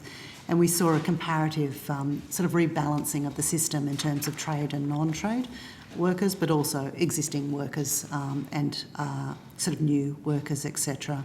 And that balance has really sustained itself over the last sort of 10 years. So if I go to, you were able to indicate a decline of 111,000, so it's quite specific. If I was to say to you that the NCVE data available to me indicates that the peak at the 12-month period to 30th of June 2012 was actually 376,900, and we go to the 12 months to the 30th of June in 2020, the NCVE data, according to me, indicates 133,500. Is that correct, Ms Campbell? When we look at our program data as well, the gap is significantly lower. So 376,000 apprentices and trainees in place in the 30th of June 2022, and even with the 111,000 decline, that's still 275,000 that were in training in 2013, and now there are only 133,500 apprentices or trainees. So they're the accurate figures. Could I ask, which again, once again indicates a decline in the number of apprentices and trainees in Australia in the period between 2012 and 2020. Could I ask how many apprentices and trainees commenced training in the 2021 2021 year, based on data available to date, which I believe is the March quarter 2021? Certainly we can provide you with that information, Senator. And while Ms Campbell is looking for that, I might just note that, apprentices tend to wash through the system over the course of a couple of years as a rule. So while we can look at point-in-time data, the decreases from those policy changes that I mentioned earlier across the May to August sort of 2012 to 2013 period are going to show up in the numbers over the course of a number of years. And that's not surprising given sort of the change in the market that we saw as a result of that. Ms Campbell, do you have those numbers available? And Ms Williams, I accept that there can be seasonal elements and policy changes can affect those. But the reality is every time we mention one of these numbers, we're talking about a number of lives. And I'm sure that because of the work that you do, you know as well as I do, and a lot of mums and dads who are with their kids in year 10, 11, 12, struggling with what they're going to do, that an apprenticeship or a traineeship for 164,000 families is a lot different to an apprenticeship or a trainee for 376,000 families, or even 275,000 families. The scale of the difference in people's lives to access an apprenticeship or a traineeship is a powerful, powerful element of the direction that their life might take. So this is a currency of great importance, and every single one counts. Senator O'Neill, I couldn't agree more about the importance of apprenticeships. So you must be worried about the decline in the number of apprentices and trainees in Australia. How about you let me answer? I haven't asked a question of you, Senator Stoker. Well, you asked a question of the officers at the table. The Minister can. And I am equipped to answer it for you. So it being estimates, and you having asked for this data, I intend to provide it. You asked for the most recent data on commencements. On commencements, that's right. Approximately 210,695 apprentices and trainees have commenced in the 12-month period ending the 30th of June 2021, and that's significant given that it compares to 134,760 in the previous 12 months. That makes for approximately 348,000 Australian apprentices in training as at the 30th of June 2021, and again that's around 79,700 more than were in place at 30th of June 2020. So that is the answer to the question that you had asked of the officers at the table. So my question was how many apprentices and trainees commenced training in the 20 2021 based data available to the date of March quarter 2021? That was my question. You said the most recent data, which you thought was March. No, I gave you the most recent data, which happens to be 30th of June. And I'm asking for the March quarter on every occasion because that gives me a set of comparisons rather than a moment in time that you've just selected. So I've been asking about March in each of my questions if I can. So, Ms Campbell, the March quarter 2021, how many commencements? I would give that to you, but I don't have March. I have the most recent data. 66,635. Okay. So based on the figures that we're looking at here, there are more apprentices and trainees in training in the September quarter of 2013 than in the March quarter of 2021, and more apprentices and trainee commencements in the September quarter of 2013 than the March quarter of 2021. Now, can I ask about your performance indicator on apprentices state that you aim to maintain apprenticeship commencements over the 2021 to the 2022-23 period and beyond at numbers from 2019 to 20. Why did you choose the 19-20 as your baseline, given it was the period with the fewest commencements since 1997? So, Senator, the Boosting Apprenticeship Commencement measure was designed in the middle of the pandemic, essentially, to encourage employers to bring on apprentices. It was a period of quite significant economic stress for employers, and the wage subsidy was designed to assist them during that period to bring on new apprentices, particularly as we were coming into economic recovery. So it was designed to move from the place that we were at that point in time and to increase the number of apprentices that employers were able to then take on. I think we were all conscious, of course, that apprenticeship numbers had declined quite substantially during the COVID period, that employers' hiring behaviour was quite conservative during that period, not surprisingly, and the back measure was designed to assist them to actually move back to taking on apprentices, essentially, as we came into recovery. So we started from the point at which we were at, with the intent of encouraging employers to hire from that point. So I thank you for your answer, but it was the number that had the fewest commencements, so that's a pretty significant choice in terms of your baseline from which you intended to rise. You didn't have an aspirational target, you just went, it's got to be better than the worst year we've had. So, Senator, it was a program that is designed to lift the number of apprentices based on where we were at within the economy at that point in time. So we started from where we were, if that makes sense, Senator. It does. And then the intent was to support employers to actually continue to sort of encourage them to employ apprentices and to lift the number of apprentices that were commencing from that point in time. It was a difficult period, as you would be aware. Yeah. Employers were not hiring, and the measure was designed to encourage them to start hiring, and it has worked exceptionally well to do that. The Treasurer said he would create 170,000 new apprentices and trainees in his 2021-22 budget speech. Were those additional places on top of the 2019-20 figures? So, Senator, I think we provided evidence on this at the last hearing, and the intent was to support that many apprentices, 270,000 apprentices. Sorry, 270 or 170? Through the back measure. So the back measure is designed to support 270,000 apprenticeship over the life of the measure. So when people hear the Treasurer of the country stand up and make an announcement, and their instinct is to believe the announcement because it's the government and you hope that they're telling you the truth. The Treasurer said he would create 170,000 new apprentices and trainees. Does that actually get us to a target of 300 commencements a year or not? Because that was what was really being communicated. So, Senator, the back measure is designed to support up to 270,000 new apprentices. at the rate at which it's progressing, I think it's well on track to meet that target and potentially to exceed it.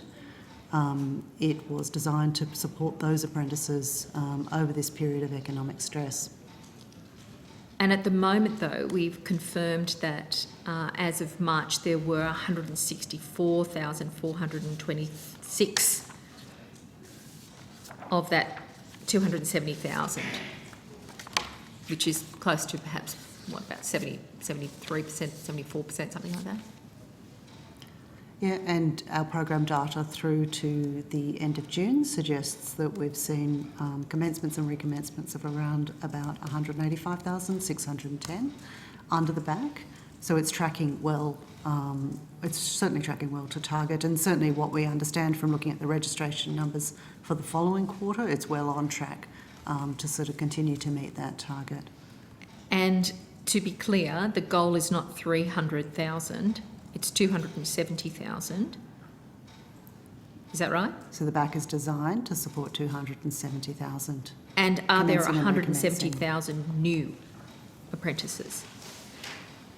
So the back is designed to support 270,000 apprentices. You'll recall, Senator, there were a number of iterations at the back where new investments were made. The overall number is 270,000 apprentices, that's right. New apprentices? So these are apprentices who are newly commencing into the system, that's right. They've newly hired, they're new employees essentially of the employer, and as a result the employer is able to claim the subsidy for them. Okay, so could you tell me if the government is now spending more money on wages and wage subsidies to employers of apprentices and trainees than it's actually spending on vocational education and training? How much is being spent by the government on wage subsidies to employers of apprentices and trainees? So, Senator, the wage subsidies are part of the vocational education training spend. The number that I talked about a little earlier in my evidence was that 6.4 billion, did you say? So can you split that for me between those two dimensions, the wage subsidies that are going to the employers for apprentices and trainees, and the amount of that 6.4 that's going to vocational education and training? So the 6.4 billion is for the 2021-22 year, so it's an annual spend. Yep. We do have a range of apprenticeship incentives, as you'd be aware, Senator, so not simply the back incentive, but in total we're looking at, for the range of our apprenticeship incentive programs, so the back as well as the newly established measure, as well as our standard base incentives which are available to apprentices and employers. We're looking in the vicinity of around about 2.7. 2.7 billion? 2.7 billion, yeah. Okay, and how much remains then? Of the 2.7 billion, is it a simple deduction from the 6.4 billion, or there are more complications in there? Because I want to get to the vocational education and training. So that is this financial year, so it's only an annual spend. That is the amount that is being spent essentially on incentives, or the range of incentives that we have available to support apprentices. But as you said, there's a range of other Commonwealth-owned programs, as well as the transfers that we make to the states and territories. In addition to that, of course, income contingent loans. All of that makes up the full $6.4 billion spend for the 2021-22 year. If I'm not being clear, please help me make it clearer to you. I'm trying to get a sense of how much is going to the states, which you've indicated is going to TAFE, how much is going to apprenticeships and trainees, because there's the 6.4, you've accounted for 2.7 billion for me. That means, can I assume then that 4.7 or 3.7, sorry, has gone to education and training? Can I do that simple mathematics or not? Yeah, I think I gave this evidence a little earlier, Senator. So around about $2 billion is transferred to the states in the 2021-22 year. Around 2.7 to the states and territories to disperse into their training system as they see fit. And 75% of that money, you said, goes to public? On average, the states allocate around about 75% of both the Commonwealth and state funding into the public system, whether that is TAFEs or whether that's public universities, because as you'd be aware, Senator, a number of universities are dual system universities. They deliver both TAFE and higher education. Yes. So $2 billion per annum, approximately, under current arrangements in 2021, will go to the states and territories to disperse into the system in that way. It's important to note also, though, however, that in terms of apprenticeships, the funding for the apprenticeship comes both in terms of the incentives provided to the employer, but also the support that's often provided through the ASINs or the provider network in terms of mentoring and in-training support, as we've talked about previously. So there are a range of other programs that the Commonwealth provides, not just for apprentices, but also in terms of Commonwealth-owned program delivery. And the overall Commonwealth-owned program delivery is in the vicinity of $3.8 billion in 2021-22. So if I can put your figures in the columns as I'm trying to understand it. Certainly. So if I'm just talking to, one of my neighbours, without all the complications about back systems, this systems, that, complicate, because people just want to know, is TAFE safe?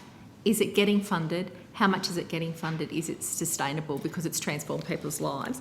You told me that $2 billion of federal government money has gone to the states to support to the tune, on average, of 75% of the funding to TAFEs and other public institutions.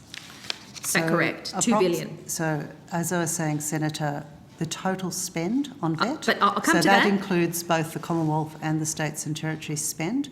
Of that total spend, approximately 75% goes into the public system. Great. But it's $2 billion from the federal government that has gone to that task. So $2 billion from the federal government is transferred from the Commonwealth to the states and territories. And across a range of agreements. $2.7 billion has been transferred from the Commonwealth to the employers of apprentices and trainees. So $2.7 billion across a range of wage subsidies to support apprentices. Right, That's so important that because is... apprentices are being taught by their employer. I do know that, Senator Stoker. Well, I just think it's important to acknowledge Probably that that's a part everyone of in the... Australia has a pretty good grasp of that. They might not know about the back system, but they know what an apprentice is. Thank you, but it's important to observe that, I'm conscious that you're trying to draw a distinction between money that goes to an educational institution versus to an employer, but they are both integral parts of the education of an apprentice, and it's part of what makes the entirety of the system viable. And so they're both really important components. Okay, but that doesn't undo the fact, just the raw fact, that $2.7 billion has gone to the employers of apprentices and trainees, and $2 billion, which is $0.7 billion less, has gone to vocational education and training. And then there is the gap between the 4.7 and the 6.4, which is further transfers. Is that correct? Did you say 6.4 billion was spent? So $6.4 billion has been or will be spent in 2021-22 in the entire VET system. I think it's important to remember that training is a joint Commonwealth and state and territory responsibility, Senator. The Commonwealth transfers $2 billion to the states in addition to our own $3.8 billion that we would spend on the Commonwealth's program, including the incentives program. But the states also contribute state funding to the training system. We only have access to 2019 data at this stage. The NCVAR data on state expenditure will come out in December of this year. But in 2019, states spent in the vicinity of $3.7 billion in the VET system. So they have access to both the Commonwealth expenditure, so the Commonwealth transfers, so the $2 billion that I mentioned there, as well as their own expenditure. So you're seeing substantially more in the training system than simply the Commonwealth investment. So you'd be looking at, something in the vicinity of $5 to $6 billion in training delivery. Just through the state delivery system, which is a combination of the Commonwealth's funding, but also the state's own investments into the system. And I appreciate you making it very Senator clear. O'Neill, can I just... a couple of more questions. I'm just checking, so you think we can, because we do And we'll we'll be have to done, break yeah. soon. Okay, great. So, not that we don't have questions on notice, but I'm committed to completing this section, if I may. So, if I can refer to the speech from Minister Robert, and he's made a few controversial speeches in his time, including one back in 2010 where he was found to have written a 4-page defence for Sunland and had a whole section of his speech to Parliament apparently inserted by a financial donor. That was a pretty bad year for Minister Robert. In fact, he was sacked from Mr Turnbull's front bench in February of a scandal involving a major Liberal donor. Chair, is this relevant? Yeah, Senator O'Neill, I'm just Well, mindful. he's got some controversial speeches, and, Okay. and the one that he gave that's been interrogated, the first question I have was, Miss Williams, did you sign off on the minister's speech? Because these speeches are very significant. Did you fact check that before the minister went and gave that speech? Sorry, Senator, which speech are we referring to? The one that we were discussing at some length with Senator I Pratt. think, as I said earlier in my evidence, Senator, that I would have to take that on notice to confirm if our communications team had assisted the Minister and the Minister's office in the drafting of that speech. And you I'd do have a suggest whole you- team to look after these speeches and make sure that they communicate the facts quite clearly. So I'm happy that you're taking that on notice. But I want to Senator go... O'Neill, I think it's important to say it would be quite odd for the department to have a final sign-off on a speech. It is appropriate that the minister signs off on his own speech. Yeah, and with some assistance, perhaps in the preparation from the department. But Because I it's think you might important have to get the facts right, isn't it, well, Senator you might Stoker? have the system flipped a little bit by Yeah, your question. look, well, if the minister is inclined to go off on his own follies and tangents, and that would seem to be the case, then you'd want to make sure that he was being able to speak correctly. We've already held Hansard back an extra 15 minutes. Yeah, I thought So we could might we- get crunched now. Yep. So can I ask, in response to Minister Roberts' speech, he said, right now, and you've got the transcript in front of you, on these completion rates, we expect to tear up 1.8 billion of that. And I don't think any of us find that acceptable. Do you think that the continued extension of wage subsidies that were rushed into place at the peak of the pandemic is leading to the waste that the Minister describes there as 1.8 million that shouldn't be funded? Senator, I think that's us. Sorry, Senator O'Neill, I just might step in there, given the time. That to me sounds like an opinion. Yes. Is that the 1.8 just million, note Mr. Chair? that we're not to ask officials' opinions on matters. They can be asked about the On reasoning notice, for policies, but that sounds to me like On an notice, opinion. could you determine if the $1.8 billion that Minister Robert was referring to is attached to the apprenticeship and trainee subsidies that now are funded to the tune of $2.7 billion? And finally, on the 28th of September 2021, the Minister announced a $716 million completing apprenticeships commencements program. Yep, that's correct, Senator. He did. So it's an announcement and it creates the impression that it's new funding when an announcement is made. $716 million completing apprenticeships commencements program. Isn't that just funding for existing apprenticeships? So, Senator, it is new funding, and as I mentioned earlier, on top of the existing funding that's allocated to the BAC and the base incentives program. As I mentioned earlier in my evidence, it's been introduced to support apprentices through the second and third years of their apprenticeship programs. The BAC only supports an apprenticeship in the first 12 months. So this carries the apprentice through essentially to the second and the third year of the program. How many apprentices will that cover into their second and third year?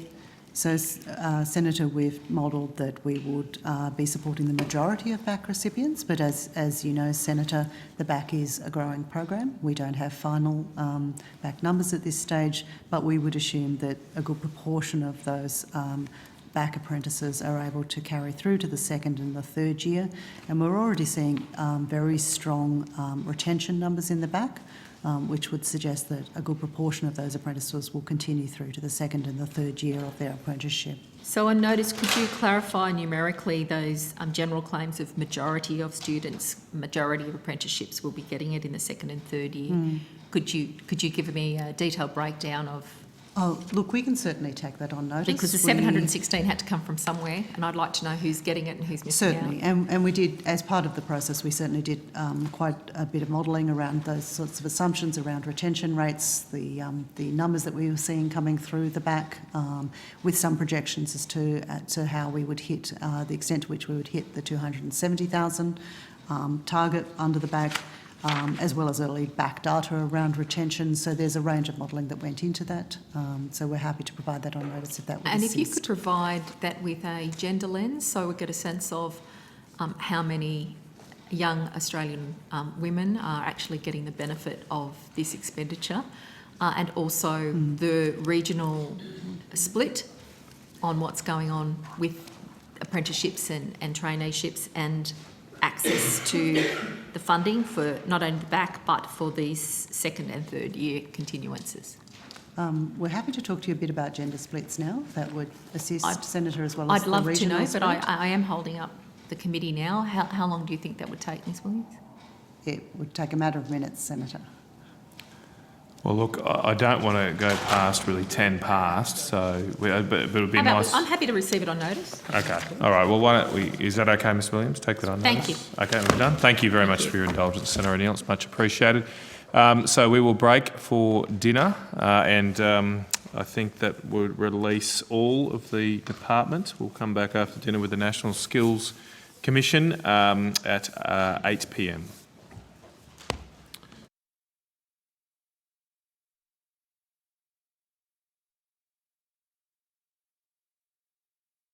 Welcome officials from the National Skills Commission. Mr Turvey, do you have an opening statement? No, we have the Commissioner, Mr Boyton, online. Would Mr Boyton like to make an opening statement? Mr Boyton, can you hear me? Would you like to make an opening statement? We can't hear you, Mr Boyton, sorry. Probably the old mute trick. Chair, I apologise for that. That's I okay. did think after 18 months I would have learnt to unmute myself. I don't have an opening statement, Chair. Thank you, Mr Boyton. We'll go straight to questions then, and I think Senator O'Neill. Thank you. Just finding her. Can I just sorry, that's outcome 4.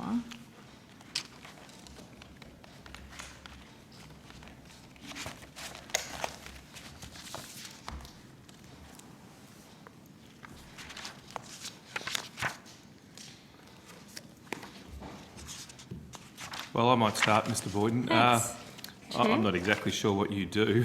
This is my first estimates, but there does seem to be a significant labour shortages around the country at the moment. Do you assess the skills that are in need around Australia, and which particular skills, if you do, which particular skills are most in need? Thank you, Chair. Adam Boyton, National Skills Commissioner. I think I admitted to do that earlier. We undertake research on skill shortages and published earlier this year on the 1st of July our first skills priority list. Now, this is a list that goes through almost 800 occupations, assigns a skill shortage assessment with occupational, depending on whether or not we find it in shortage, and also assesses the future demand for those occupations with reference to the occupation size. So to give you some sense of what we found in doing that work, we found, I think, around 1/5 of occupations across the economy to be in shortage. That's 153 of the 799 that we've assessed. We found that shortages were most common in technical and trades worker occupations. Around 42% of those we assessed as being shortage. Some occupations in there that are relatively large, employing occupations, are things like electricians, carpenters, chefs, fitters. I suspect, particularly with some of those occupations, senators have had representation. It's interesting to know that some of these occupations have been in shortage for some time. So while, as you said, Chair, labour shortages are impacting the economy, and when you think about the disruption that COVID's had, closed borders, changes to consumer spending patterns, modes of economic activity, I think to some degree of shortage, you would be surprised if we hadn't, just given the level of disruption. We also find close to a fifth of assessed professional occupations in shortage. And around, if we're looking at skill level, it's more commonly skill level 3 occupations that are in shortage. So those are occupations generally requiring a vet qualification in the Cert 3 or the Cert 4 level. Okay, well, that's very interesting, Mr. Boyden. That certainly accords with my anecdotal experience. Senator O'Neill, do you have questions? I do, thanks. Okay, I'll hand over to you, Senator O'Neill. Thank you. Thanks for filling in there for a few moments, Chair. Give me a beer. Thanks. There are questions relating to program 3.1 that relate to skills. Can I still ask some of those here, or do we? I've got questions for just the Skills Commission. I think we sent the officials home, but that's for Well, Ms Williams is a bit of a crossover. That's why. Okay. Well, I'd look, suggest that now that we're onto the agencies, we need to direct our questions at the present agency officers, and that Ms Williams is here in a different capacity. Yes, I thought that would be the case, but I thought I'd chance my arm nonetheless. What's life without a go? Yeah, exactly. So, Mr Boynton, can you please tell us what you believe, now that you've been in the role for a little period of time, what is the role of the National Skills Commission? Thank you, Senator. I think the role is really in two elements. The first is providing advice, undertaking research on the economy's current, emerging and future workforce skills needs. And so if I reflect on some of the things we've done in relation to that, as you say, since it's been formally involved for the past 12 months or so. Toward the end of last year, we released some modelling looking at the potential paths of the pandemic, the impact on the labour market, and most specifically, the distribution of occupations across the labour market to try and answer this question of, is COVID-19 going to really upend the distribution of jobs across the labour market, or is it a little bit more subtle, and does it change the way we do our jobs? I think I was mentioned earlier, the skills priority list that we released on the 1st of July, I think it was around the middle of this year. It's building on, I guess, the work that forerunner elements of the National Skills Commission in the department used to do, expanding out from 80 to 800 the number of occupations we try and address skill shortages. And also, I think, very importantly, communicating as much of this information to the public as we can. The priority is on our website. That report I referenced earlier is on our website. And then around the emerging part of the landscape, I think we released second half of last year a report on emerging occupations, those occupations that don't necessarily yet exist in formal structures like ANSCO, but that we see in the labour market. What are those characteristics? But then there's another element, which is taking that occupational lens and transferring it into what does it actually mean for specific skills in the occupations also. What skills do we use in our occupations? And we released a publication earlier this year, or more detail, I should say, in the Australian Skills Classification that provides a skills profile for around 600 different occupations in the labour market. So you've advanced on the work since we last spoke. You indicated, current emerging future workforce, and I believe you've previously said expert advice, which I guess you've communicated there as communication, but national leadership also. So can I ask with regard to leadership, I'm sure that you're familiar with the Infrastructure Australia Market Capacity Report. That report, in fact, identified a shortage of 105,000 workers, with 1 in 3 jobs advertised going unfilled in the sector by mid-2023. What leadership are you offering to assist with that major problem?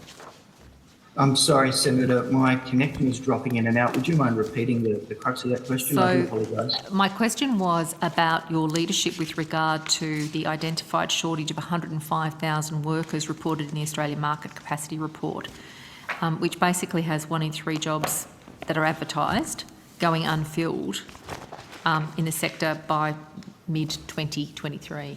What leadership are you offering in that space? So, Senator, as I've mentioned, we do a range of research around skill shortages.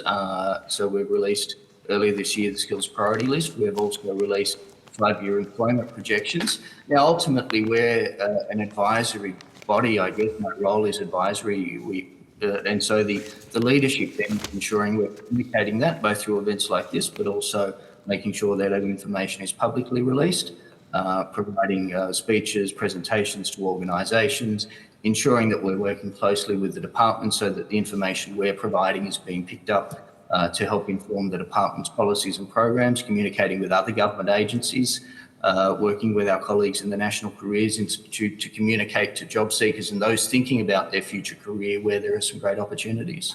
So can I ask how your estimates of the skills shortage in the infrastructure sector compare with the figures of the Australian Market Capacity Report?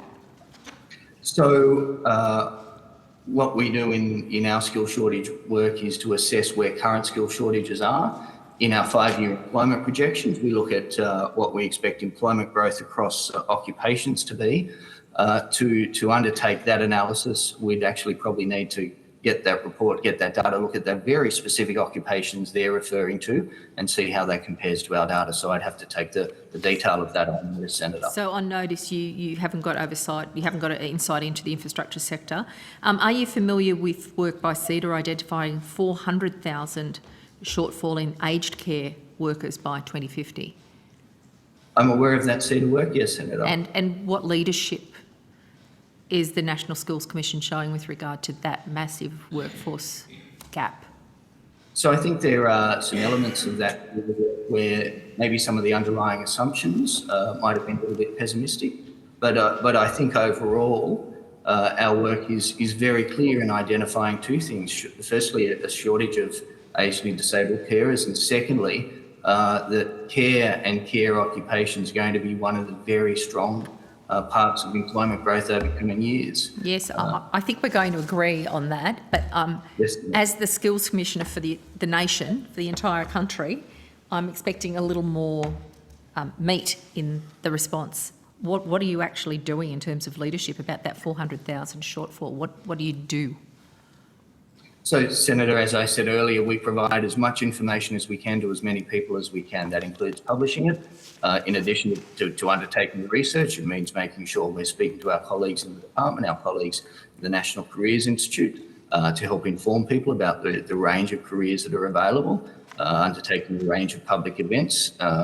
So the specific way in which we do that is by being open and transparent with our data, publishing as much as we can, and ensuring it's getting as much traction with relevant agencies and audiences.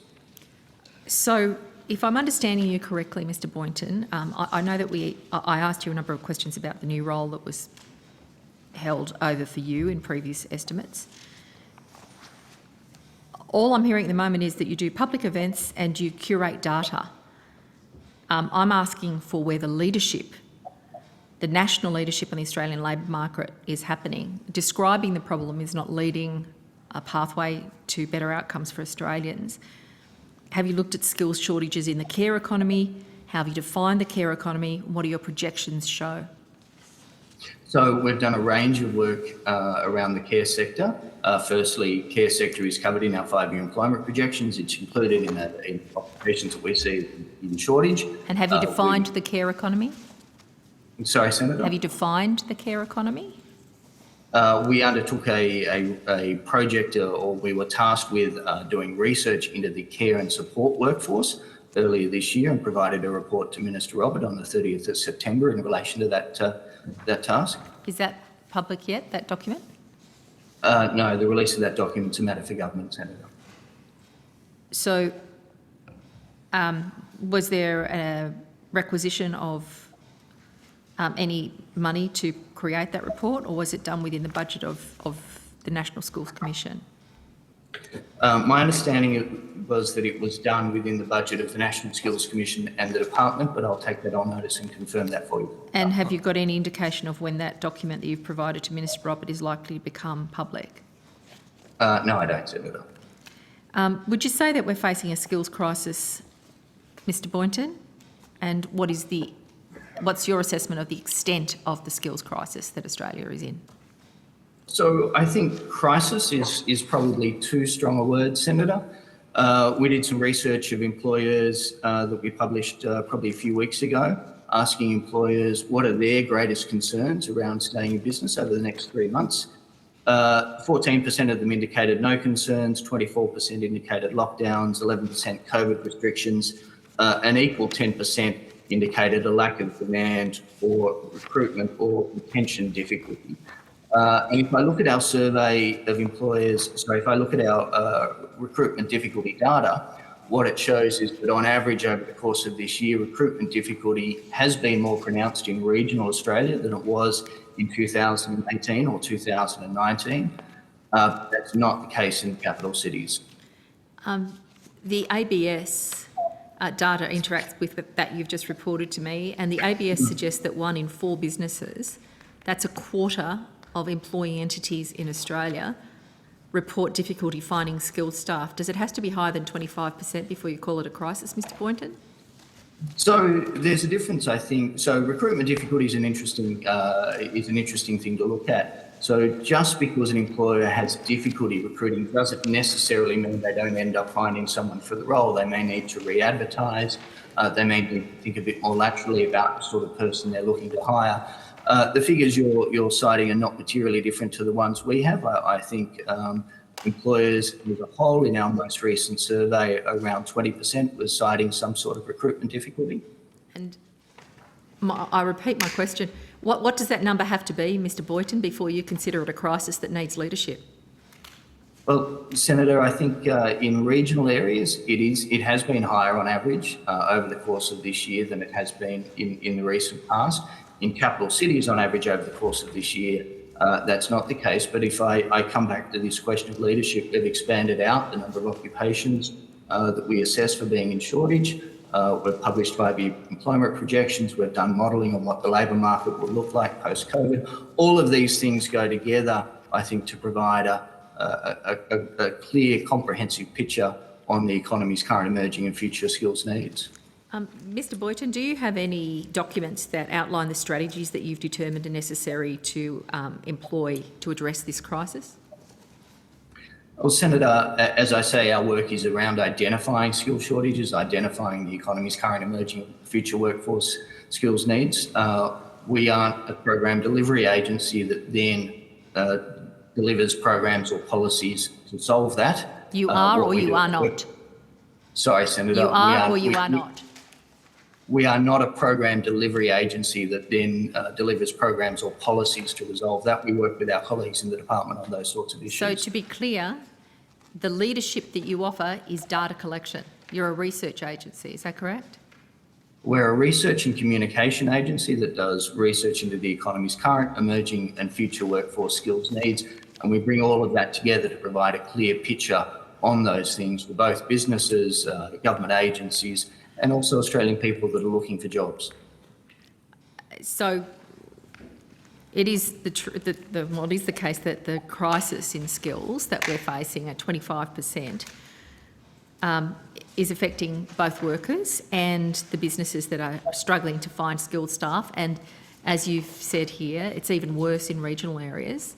I come from a community that's not that far away from Sydney, like 70, 80, 90, 100 k's from Sydney, and you have a very, very different kind of economic reality there, and trying to find the skilled people necessary for small businesses is something that local businesses are talking to me about as I start to move around my community even more. So we've got much higher than 25% skills shortages and demand for properly skilled people in these regional areas. Do you consider that the National Skills List and the employment projection that you prepare actually align with each other? Would we expect to see increasing employment projections in areas of skill shortage? So there are instances, for example, where we see skill shortages currently in parts of the labour market that we don't expect to see strong employment growth. Generally, we see skill shortages in areas of the labour market. We expect to see strong employment growth, but it's not always the case that the future path for an occupation is exactly the same as its current point in time. Yes, that's the nature of the changing world that we live in. I think that's just a truism. My question is, what are you doing to ensure that there's an alignment between the employment projections and the skills shortage that's confronting people? What are you actually doing? So again, Senator, we've released skills shortage data, we've released employment projections data, we've highlighted in the skills priority list those occupations in shortage now and that have strong future demand. Those sorts of things will then inform the advice we provide around vocational education and training, qualifications that might be subject to government funding. It informs the advice we provide around job trainer, and it informs advice we might be asked to provide around skilled migration. So all of these things then feed into other policy elements and other advice we provide.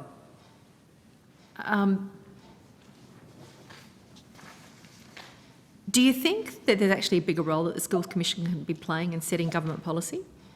Is there an international body that's doing a brilliant job that you are modelling yourself after, or is this sort of make it up as you go type territory, Mr. Boyton? No, it's not make it up as you go type territory. There's legislation that guides us around what it is we've been asked to do, around the sorts of things we should be doing. We will be undertaking an horizon scanning project to look at what does occur internationally.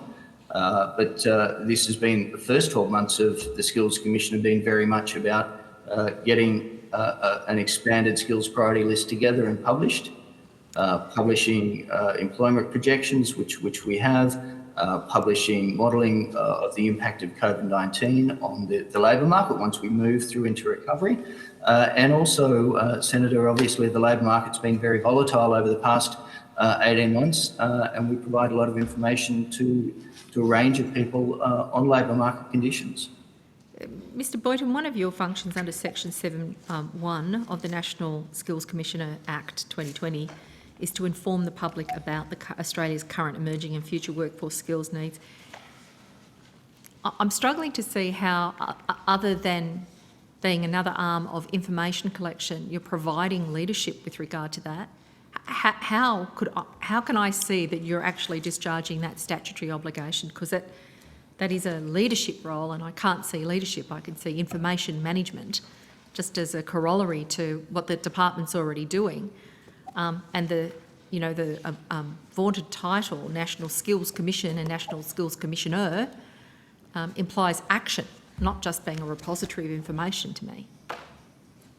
And so, Senator, again, I'd say that we are a technical agency. We provide advice. We publish that. And so if I think about those three terms you mentioned, current, emerging and future workforce skills needs and informing the public, I'd look to the skills priority list as informing the public around current workforce needs. We also publish each month an Internet Vacancies Index, which provides information on internet vacancies by state, by large occupation grouping, the future workforce skills needs. I think the employment projections in the modelling we did last year speak to that. Again, all of this is available on our website, as is a report we did on emerging occupations, looking at those parts of the labour market that are emerging or changing in those occupations that don't yet necessarily exist in formal structures like ANSCO and official data, but that we can see emerging in the labour market. So, hopefully, Senator O'Neill, if you don't like the policy setup or the purpose of the agency, well, those are policy questions that are probably best directed to government. The National Skills Commission can tell you about what it's doing, but if you've got a problem with its remit, then that's probably something to direct at me. Oh, I've got a problem with 25% of businesses having trouble finding skilled staff. And what I'm hearing, we've given time for the National Skills Commission to kind of kick in. It's a lovely announcement, but what's it actually delivering? It's supposed to be offering expert advice, which I thought would be informing policy, but it seems to be just a describer of what's going on. And that's what I'm hearing, advice and publication. But but no massive influence on the policy settings, Mr Boyton. Respectfully, when we have a need to formulate policy, it makes sense to do it on the basis of the best possible research. Yes, your which the colleague Senator department- Carr is a big believer in the value of good research and the value of operating on the basis of the evidence. That's the purpose of the National Skills Commissioner, to make sure that we are operating from the best possible evidence. That means that the work of the department and the work of the minister will better address the policy needs.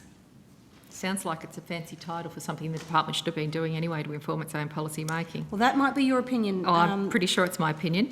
Another one of your functions under the Act, is to inform the public about the performance of Australia's system for providing vet. How are you discharging that particular statutory obligation, Mr Boyton? So we're developing, in conjunction with the Bureau of Statistics, a new national vet data asset that uses linked data to provide very objective labour market information on the performance of vet qualifications. And my view about this is I could fulfil that obligation by repackaging a range of information that other people like NCEVA and the like produce or provide, or we can create, using a linked data asset, information that gives very clear data on the outcomes qualifications achieve in the labour market, be that employment, further study, not requiring income support, and we'll be releasing some data out of that project over the next few months. And Senator O'Neill, you might be interested to know that despite your concerns about the value of having a skills commissioner, your Labor colleagues in Victoria have just announced one. And so, picking up on the success of this model, it seems your colleagues in other states are seeing I don't know that value we would in what's- declare that to be the case. They see Senator value in Sturroker. what's done in this model, and it's good to see this model being rolled out in other states. Some creative stitching there. If I could ask Mr Boyton, could you just remind me of the role that you have as a statutory officer? What SES equivalent level is that at in terms of salary? I think it's broadly a band 3, Senator. Which is what sort of remuneration per annum? Let me get that exactly for you, Senator.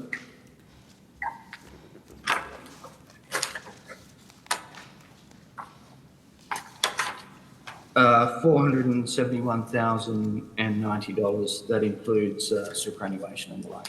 And how many people do you have in the commission working with you? I'm sorry, Senator, you dropped out again. So My how many apologies. people do you have working with you in the commission in repackaging and linking to data sets? So I'll ask Mr Turvey, who is in the room in Canberra with you, I think, to speak to the structure of the staff we have in the commission. So, David Turvey, First Assistant Secretary, National Skills Commission. The average staffing level for the NSC is 125 people for this year. So 125 people to repackage data that already exists That's not what and they not do. make policy. That's not what they do, Senator O'Neill. Well, that's pretty much all I've heard. Well, then Gathering you haven't been data, listening, Senator repackaging O'Neill. data, linking to data. It sounds as though I'd that like it means to be Labor's working policy better. is not to support the idea of having I a don't data-driven suggest approach you to verbal me, skills in the Senator workforce. Stoker, and make any And I think that implications is at an all about Labor extraordinary policy. position. Extraordinary, Senator O'Neill, that you wouldn't support a data-driven approach to skills in the 400,000 workforce. shortfall in aged care workers. What are you doing about that?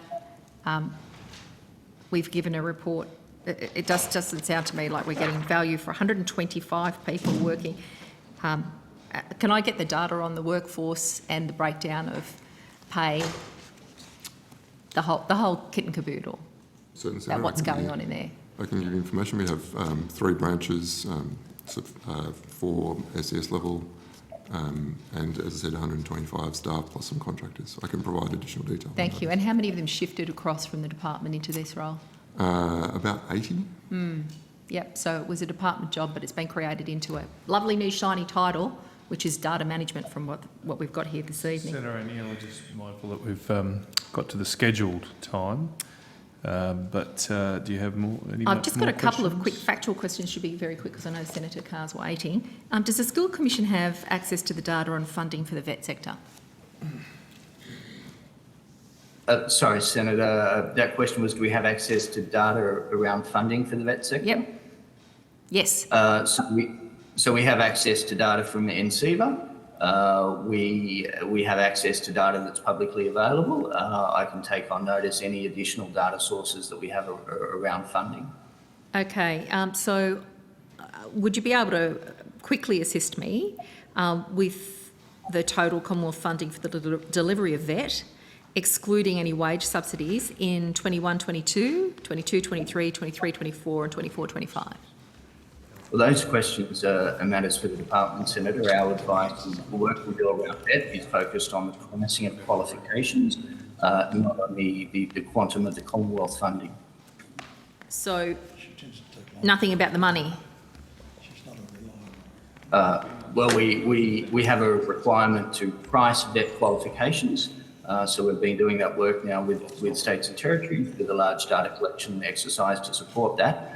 But questions around the quantum of Commonwealth funding are questions probably best addressed to the departments. Okay, well, we'll send someone notice with regard to that. Could you give me an update on the timing of the new National Skills Agreement, please? That's a question for the department, Senator. We're not involved in the negotiations of that National Skills Agreement. We're doing technical work around pricing, but it's a question for the department, Senator. Ms Williams, can you assist me? Senator, yes, the National Skills Agreement is still under negotiation, and the National Cabinet recently agreed to extend the timeframe for that negotiation in order to finalise the agreement in the first half of next year, with a view to having a new agreement in place by the 1st of July. Right. So there was some expectation it might be signed the end of this year, but that's not going to be met. The Skill Committee ministers were asked to sort of work through this and come to a view or provide advice through to the National Cabinet and KIFA by August. After further discussion and following a request by the states and territories to have more time to work through some of the issues that related to the agreement, the National Cabinet agreed to extend the negotiating timeframe. Thank you. If you could provide any more information on that, where it's up to and, you know, where success has been achieved and where the sticking points are, that would be of interest. So certainly negotiations are ongoing, Senator. I think similar to previous evidence that I've provided in this space, we would generally maintain the confidentiality of those negotiations until they have concluded, but I'm happy to say that they are very constructive and they are continuing. A lot of people are very interested in what's going on. In terms of the total funding of delivery and vet, Ms Williams, could you assist me with what proportion of the Commonwealth funding goes to TAFE across the different jurisdictions? So, Senator, I think I provided some evidence on this earlier in the evening. 75% overall. So the total funding within the system from both the Commonwealth and the states and territories. And it was, of that funding, approximately 3/4 goes into the public system. And it was $2 billion per annum, you said, well, in the most recent year? So $2 billion is the funding that is transferred in the 2021-22 financial year from the Commonwealth to the states and territories, both through the NASWAD and through a range of other national partnership agreements. Thank you. And you indicated overall that 75% of that went to the funding of TAFE. But you also indicated that there was some variation across jurisdictions. So I'm trying to get a sense of how much of the funding, the Commonwealth funding, that goes into TAFE in New South Wales. Point of order, Chair. This is canvassing matters that were raised quite appropriately in the last session. They aren't appropriate in this session. The questions for this session are to be for the National Skills Commission to revisit TAFE and other vet funding, questions that quite frankly are repetitive because they've already been asked, but putting that aside for a moment, aren't being directed in the right session is, I suggest, irrelevant to this part of the debate. Well, given on the point of order, it's a little difficult for me to judge that matter, given I'm not on the other side, but you're welcome to make that point in any answer and say you do not have the information. And I would ask Senator O'Neill, just for the interest of time and your colleagues who have other questions, perhaps if we could bring questions to this session and try to stick to the time given the hour. So respectfully, it just means that Ms Williams is being asked questions about matters for which she doesn't have her supporting Well, I officers. think that the most and is here in a appropriate, different capacity. the most appropriate response then, Senator Stoker or Minister Stoker, would be just to take it on notice and move on. And Senator O'Neill would ask you to be mindful of the time. Thank you. I'll endeavour to do that. I'm sure that we could have had the answers in the time we had that discussion, but I will allow We that had one them to go several through hours on ago. notice. Could I ask you, Mr Boyton or Mr Turvey, have you ever been asked to provide analysis on the dismantling of the TAFE system by Minister Robert? I'm sorry, that dropped out again, Senator. Well, TAFE doesn't drop out. Have you ever been asked to provide analysis on the dismantling of the TAFE system by Minister Robert? No, Senator. Have you ever had discussions with him about the viability and the ongoing support of the TAFE system? No, Senator. Have you had discussions about the TAFE system with Minister Robert? Not specifically about TAFE. Our work is around pricing of vocational education and training qualifications, and that work is agnostic to the structure of the market. Has Minister Robert ever asked for advice on changing the mix between public and private vet providers from you, Mr Boyton? No, Senator. Have you ever suggested a change to the mix between public and private vet providers, Mr Boyton? That's out of my remit, Senator. So no. And I'll leave my questions there. Thank you, Senator O'Neill. Thank you, We Chair. very much appreciate that. I'm going to go to Senator Faruqi for 15 minutes before Senator Carr. Senator Faruqi. Thanks, Chair. Sorry, Senator Faruqi. My mistake. We need to release the National Skill Commission. I believe you don't have questions for the National Skill Commission. Thank you for all the officials there and Mr Boyton.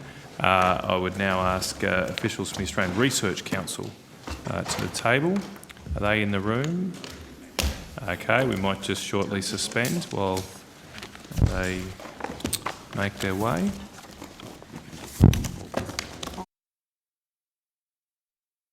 Commence with the Australian Research Council. Welcome Professor Thomas and others. Do you have an opening statement? Thank you, Senator. Professor Sue Thomas, CEO. No, I don't. Thank you. Thank you. I'll go straight to questions then. Senator Faruqi. Thank you, Chair. Good evening, everyone. And I'm sure you won't be surprised to know that I have some questions about preprint publications. From what I can surmise, you applied the preprint ban to 32 DECRA and future fellowship applications after a single assessor queried the eligibility of those specific applications. And all those applications were in a single discipline, which was physics. Is that accurate? Senator, I did miss the early part of your question, but I believe I understand you've asked whether there are 32 applications ruled ineligible for putting preprints in applications, and it was one assessor, and I think the answer is yes. Okay. I mean, as far as I am concerned, this rule shouldn't have existed at all. Yeah, it's just a ridiculous rule. But given that it did, I am concerned about the fairness and the consistency of how this rule was applied. ARC has maintained that fairness dictates the preprint rule and that preprint rule applies to everyone. And yet in your answers to my previous questions, you admitted that you did not search any other applications for compliance with the preprint rule. So my question is it fair and consistent that applications from a single discipline were ruled ineligible, but those from other disciplines were not even checked for compliance with this rule? Senator, so the process is that every application for ARC funding is scrutinised by a number of expert assessors as part of the peer review process. And any of those assessors can raise a question about eligibility, and when a question is raised, the ARC is obligated to investigate that. So in that sense, every application is seen by multiple assessors and anyone can raise an eligibility issue. The single assessor who queried the eligibility would not have assessed applications from their own university according to the conflict of interest policy. So again, I ask the question, is it fair and consistent that physics applications from that university were not subject to the same rule as others? Senator, so the process for looking at these applications is not yet extinguished. There is an appeals process that is going on even as we speak. So that is part of the fairness process as well. Having been deemed ineligible, applicants are able to appeal against that decision if they feel they've been unfairly treated by the ARC, and that process is in train. I do know that, but I'm not there yet. I'm asking about the assessment of applications. So only a particular number of applications were assessed for this rule. I'm just asking you, does that seem fair and consistent to you? So the fairness and consistency is that every application is seen by multiple assessors and any assessor can raise an issue about an application. Once so many applications had been flagged as using preprints by a single assessor in a single discipline, why did you not search for similar instances in all other applications? Senator, because we did not change the process that we use.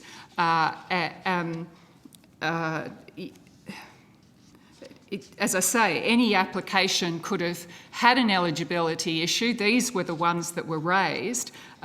Multiple assessors of other applications did not raise this issue. So don't you see an inconsistency in that? Some were treated unfairly just because someone raised an ineligibility issue about, I guess, a terrible eligibility criteria anyway. Does that not seem inconsistent? And will you do anything about that? So, Senator, this is part of what I imagine cases for appeal will look at. And so we will hear back from the Appeals Committee, which is an independent group, on that very issue. Why didn't the ARC consult any external stakeholders about introducing the ban on preprints? Senator, we introduced this last year. The situation had been that preprints were precluded from being put into people's track records, but we were silent on the rest of the application. And the intent was simply as a clarification. It wasn't done with any malice. We thought it was a small issue, and clearly it has produced a depth of feeling. So we didn't consult on it. We were not consulting universities on every mortal thing in 2020, which is probably the most extraordinary year of our lives.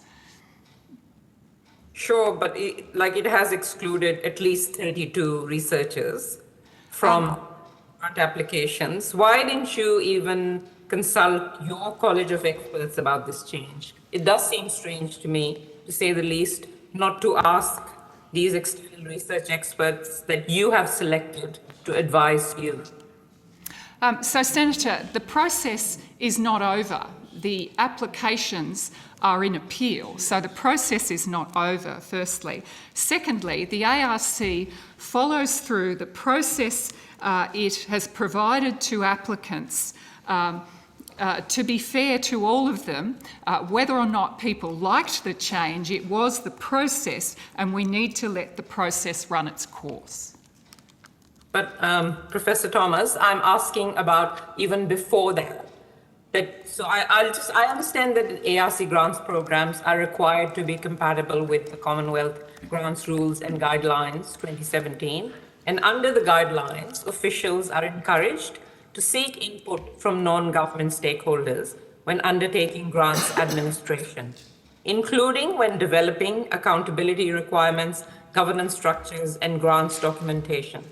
And further, the guidelines state officials should consider testing the clarity of grant opportunity guidelines with stakeholders prior to their release. So on the face of it, it appears to me the preprint rule did not conform with the guidelines at all in this respect. So have you looked into this, and do you have a response to it? Senator, as I said, 2020 was an extraordinary year, and I think we all look back with hindsight what we could have done, might have done, should have done. I think the key in this circumstance is to recognise the issue, to own it, to rectify it, which we've done by our shift in policy for the future, and also to let the current process for current applications run its course the way we have spelt out the current processes for applicants. So that's absolutely to be fair to those folk who were ruled ineligible to have their day in court, if you want to put it that way, but also to be fair to those applicants who applied and didn't put preprints in. The Australian Institute of Physics, the society for the discipline so strongly affected by the preprints saga, has asked that the ARC set up a formal process for involving learned societies in the development of new ARC rules and procedures. Will you implement this? So, Senator, we can increase the folk that we talk to about grant guidelines in advance where we're able to. Certainly we work through universities as applicants, knowing that they represent all disciplines. Certainly in reformulating our policy in this case, we did consult a bunch of experts on its reformulation, and that included learned academies, the Office of the Chief Scientist, some peak bodies and some university representatives, as well as some laureate fellows. But to make sure that this sort of stuff doesn't happen again, have you looked at changing any of your processes that didn't happen this time around? So, Senator, our current process isn't over, so we will certainly look at our own imperfections and what we can do differently in the future. That is a continuous process for us. In response to my questions on notice, you said you only updated the sector about the preprint rule change in a webinar, and this was after gaining ministerial sign-off of the new rule in the guidelines for the grant schemes in question. Is that correct? Yes, Senator. So you said you did not receive widespread feedback from the sector about the preprint ban. Did you present this ban as something that could be challenged or invite such feedback in the webinar? Because after all, as I see it, it was already signed off by the minister. So, Senator, you're correct, it wasn't when the guidelines were being formulated, it was as the guidelines were going out. So why wasn't any feedback?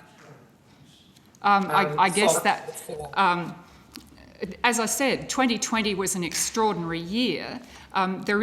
We were being careful what we consulted universities on, and with glorious benefit of hindsight, this is something, if we did it again, we would consult on. But as I said, Senator, we were being careful what we consulted on. We did not think it was a major issue, and that's why we did things the way we did. Professor Brian Schmidt, who's the Vice-Chancellor of ANU, has said that we, the ANU, complained about the preprint ban, but were told it was already set in stone. So really, even when people complained, there was nothing that was done about that feedback. Do you agree that these are serious failures of your policy development process, given it has disrupted the lives of so many researchers? And livelihoods, I might add. So my apologies, Senator, I did miss the question there. So I gave you some statements from Professor Brian Schmidt. Yes, I did hear that, Senator. ANU. Yep. So I'm just asking that, do you agree that these lapses were serious failures of your policy development process? I think they're unfortunate, Senator. We will look at our policy development process, but as to whether it's a failure, the process is still ongoing and we don't have the end result. The appeals are part of the current process. So it's hard to say it's a failure before the process is over. Well, it's been inconsistently applied. It's unfair. You have said that appeals from DECRA and future fellowship applicants whose applications were ruled ineligible would be dealt with as soon as possible. When will the relevant committee meet to decide on those appeals, and when would you expect the outcomes to be known? So, Senator, there is a period of 28 days from the announcement when people can appeal in. Then the Appeals Committee meets. The Appeal Committee has met. It's in the process of forwarding to me a minute with its recommendations. I will then look at those, and depending on the nature of those recommendations, we will determine the outcomes of those appeals, and also whether there needs to be a briefing of the Minister. And so I'm unable to tell you the timelines on those, but we will do it as quickly as we can. Professor Thomas, of those 32 applications which were deemed ineligible, how many have appealed?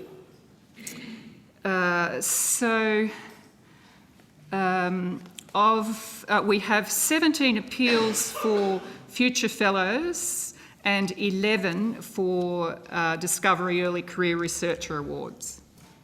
So 22 of the 32, 28 of the 32. Yes. Senator Faruqi, Senator Faruqi, just keep in mind only a couple more minutes. Thank you.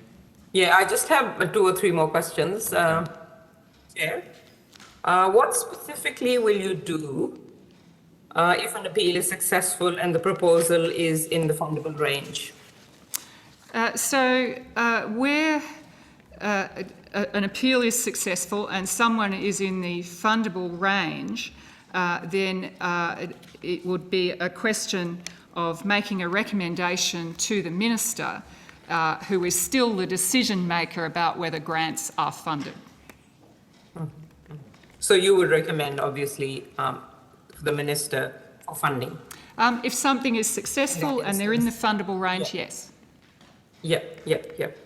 And just my last question, Professor Thomas, how many discovery projects, like DP22 proposals, have you ruled ineligible for using preprints? None yet, Senator. None yet. And did the ARC search for instances of preprints within those DP22s? Senator, we've used exactly the same processes, so no, we have not searched for preprints through those. And you said there's none at the moment? None. Yep. I have not signed the eligibility minute for discovery projects yet, so there is no ruling yet. Okay. And when will you sign them? Shortly down the track. Noting that they operate by the same set of guidelines as the Futures and DECRAs, we are, of course, interested to see if there's a precedent through the appeals for those that can be evenly applied to discovery projects. Thank you, Professor Thomas. Thank you, Senator. Thank you, Chair. Thank you, Senator Faruqi. I'll go to Senator Carr. Thank you. I'll just follow up on some of those matters that Senator Faruqi's raised. The appeals process.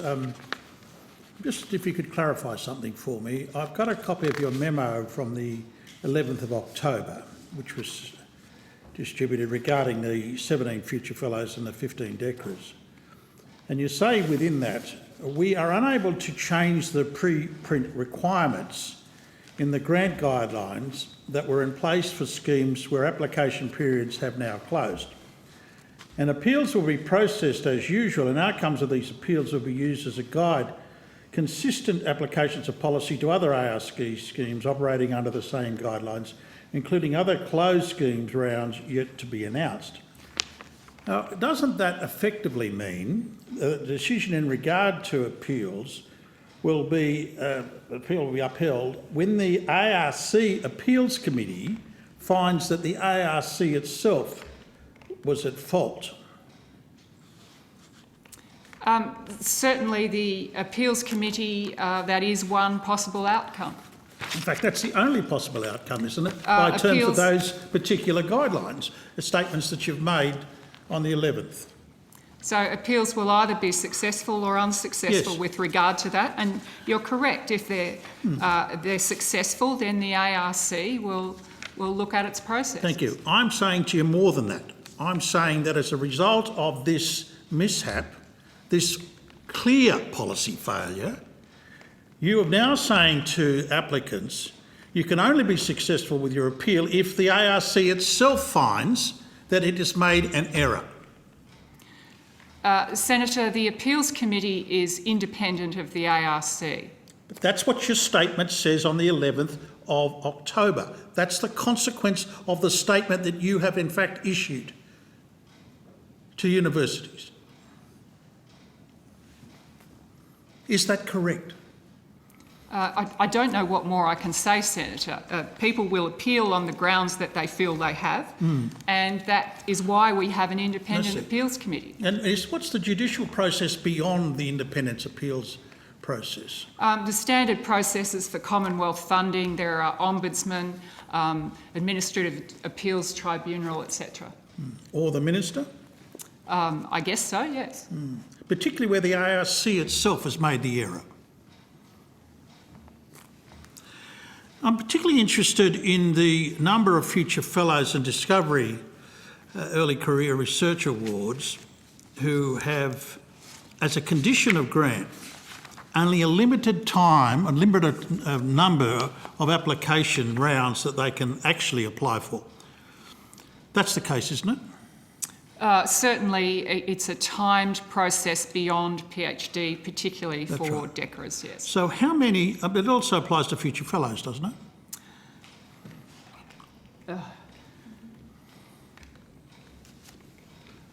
Gosh, I should know that one, Senator, and I'll certainly it applies to DECRAs, and I'll check that for you. All right, well, I'll let you take that on notice, but I'm Yes. just saying the consequence of the ARC's own mistakes is that applicants can be ruled ineligible because they have extended beyond the legitimate number of times they can apply for these grants. Is that correct? I don't know the situation with respect to these individual applications and eligibility requirements, Senator. Is the proposition I'm putting to you correct or not? Is it possible that an applicant can be ruled out because they have they've extinguished the number of times they can actually apply? Certainly they can run out of opportunities. Yes. And we are not at the stage where we can ascertain that because we don't know the appeals All outcomes right, so you yet. can't tell me how many of the applicants fit into that category? No, I can't, All Senator. right, will you take that on notice? Senator, I am held separate to the appeals process until a later stage, so I would be careful of making comment ahead of You're the not asked to appeals make coming comment, to you're asked to take it on notice. resolution. That's the point of taking it on notice. If you don't know the Senator answer, Carr. take it on notice. Senator Carr, but you can't Senator- direct the official to answer in a particular way, but Well, it's not- Professor Thomas. But, Senator Carr, Mr Chairman, there is no answer. They're taking on a notice. I think Senator Carr, Professor Thomas explained why she might not have the information, so an She official hasn't cannot be got the expected to information answer at something this they do not time. know. At this time, she doesn't have the information, is what she's putting to the committee. What I'm suggesting is that when she does have the information, she give me an answer. so long as Senator Carr understands that there may be a considerable amount of time I don't think associated with that. No, hang on. Senator Stokes, I don't believe there is a considerable amount of time. As Professor Thomas has just explained, she's waiting upon the appeals process to make the next round of her decision-making Correct, process. but she has also just told the committee that that process is not complete. Well, she's and got so you will 28 not- days to complete She it. will not be able to give you that answer until the Right. appeals process is complete. If Senator Carr, you're happy with that? Oh, I'm happy with then- that, but I'm not going to buy this stuff that just goes on forever, No, it particularly doesn't when go it's on. the ARC that's made the error. Well, nobody's suggesting anything other than that. The answer would be given once the appeal is complete and Professor Now, Thomas I think has we're the going around circles. information We are so going she around can circles. answer it. Sorry, did you want to add something, Professor Yes, Thomas? and there is a limit that applies to future, Senator. There My is, that's apologies, right. I had Thank a you. brain blank. Thank you very much. Look, the point I'm going to is that there must be a remedy here. Under the guidelines, there must be a remedy. If a candidate is excluded because of administrative error by an officer, there can't be a catch-22 situation where that candidate can be excluded from an awarding from the award. So, Senator, I understand that people don't like what's in the guidelines and instructions to applicants, but it is there, and that's why we're following the process to its conclusion. Professor Thomas, I'd like to know if these candidates will be excluded as a result of this foul-up. You can't tell me how many. I'm asking you whether or not it's possible they will be excluded. That's a separate question. I won't know till the conclusion because it depends on whether the appeals are successful. No. If a candidate is excluded because of their number of opportunities to apply is extinguished, then they must be affected by this. I will take it on notice and provide you with that information. I'm just saying, administratively, that is the logical procedure to consider. My question goes to what is the remedy?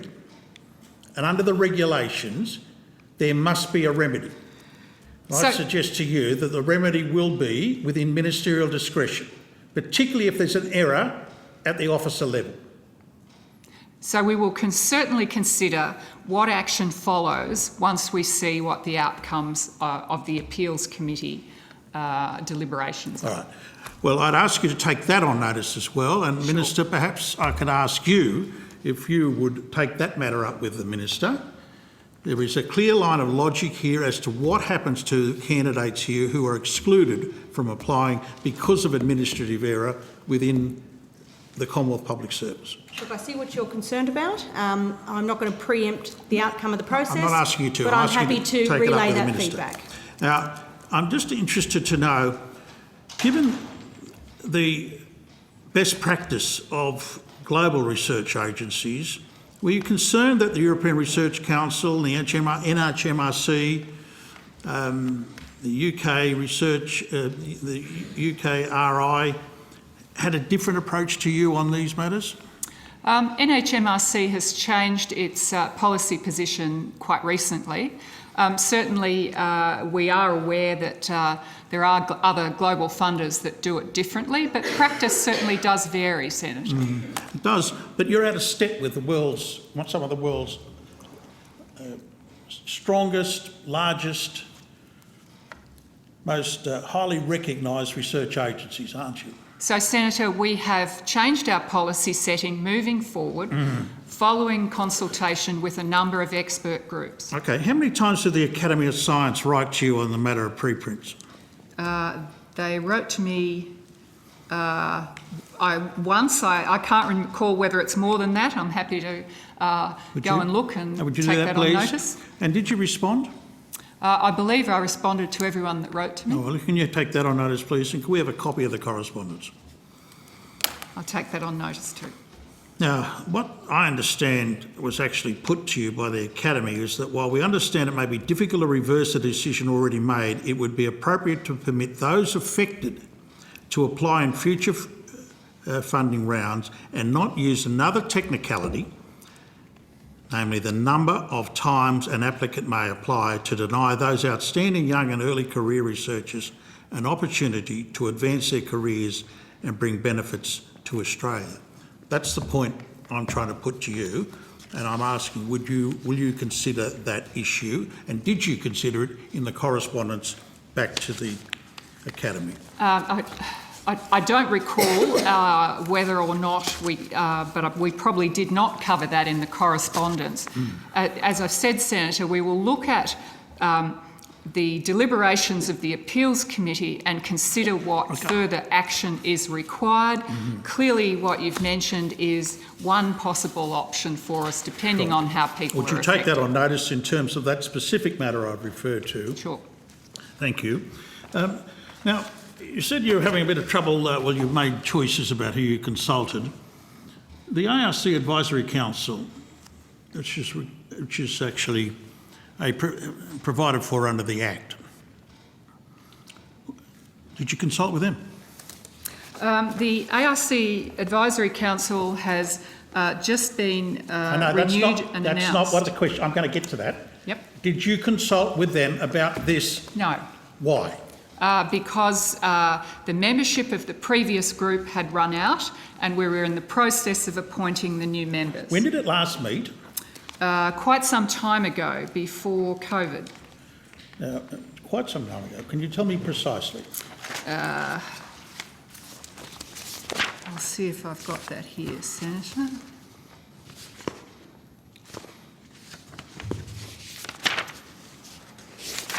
I may have to take that on notice and come back to you, but quite some time ago, Senator. Yes. See, I'm told it hasn't met, what was it?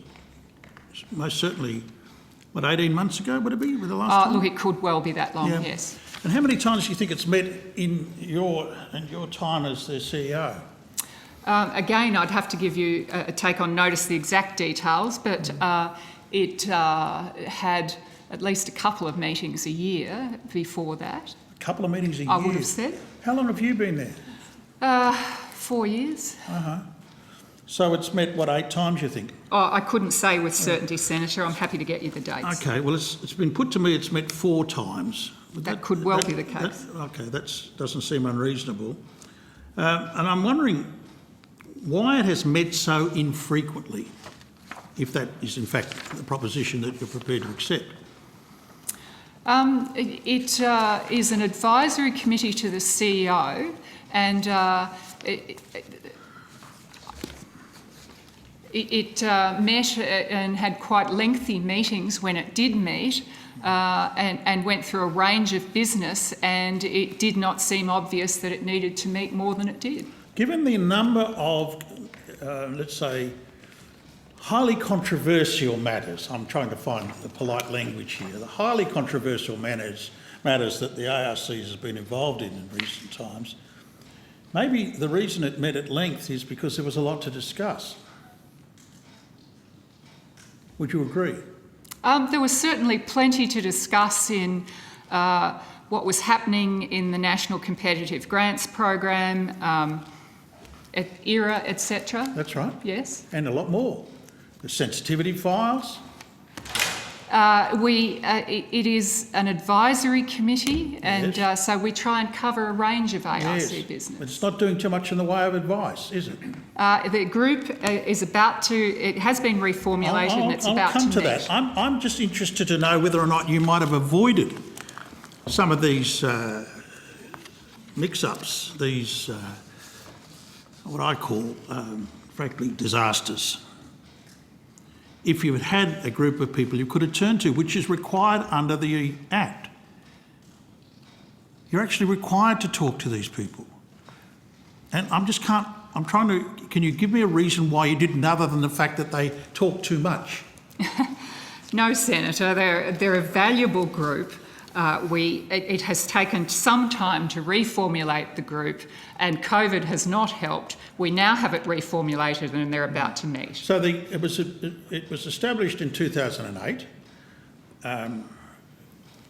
My memory serves me correctly. I believe I spoke to them at that time. It had a number of designated committees which were required under the Act, aren't they?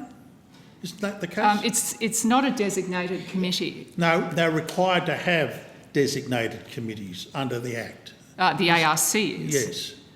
Is that true? Well, it's not a designated committee anymore.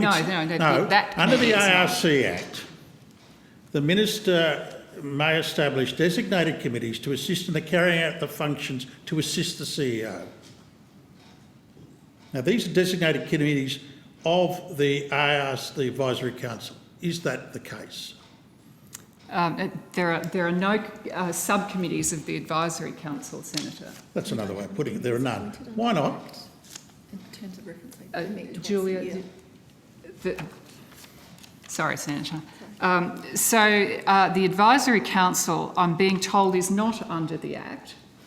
The original Act in 2001, it certainly was. Yep. So it was taken out, was it? Is that what you're saying? Yes, I'm hearing. And the terms of reference are that it meets twice a year. So in 2015, the minister approved the reclassification of the council as a non-designated committee. Is that when the change occurred, in 2015? That would be before my time. But I'm just asking if that is the case. We're not sure, Senator. Would you take that on notice?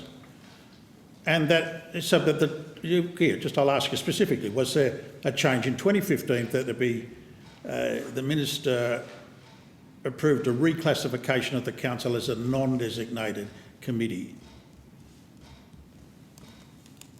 You'll take that on notice? Yes, Thank you. Now, I understand a number of policy matters have been discussed through the process, including innovation research, research training, and matters relating to the evaluation of quality and outcomes of research and research training in international context. That's been its traditional purview? Certainly the matters have been wide-ranging, things the ARC might consider as well as data on what we're actually doing. Mm-hmm. So can you tell me this, did any members of the council, the previously constituted council, approach you to convene an ARC Advisory Council meeting? I don't know whether members did. Certainly one of the peak bodies had asked and urged that they meet. Their terms had run out. So, sorry, you're saying, what, a peak body? You talk about the group of 8, are you? Yes, yes. So they approached you, did they? So not a member of the council, Professor Iveson? Whether Professor Iveson did or not as well, I can't recall. Well, will you take that on notice? Sure. Now, I understand that there were 9 additional members appointed.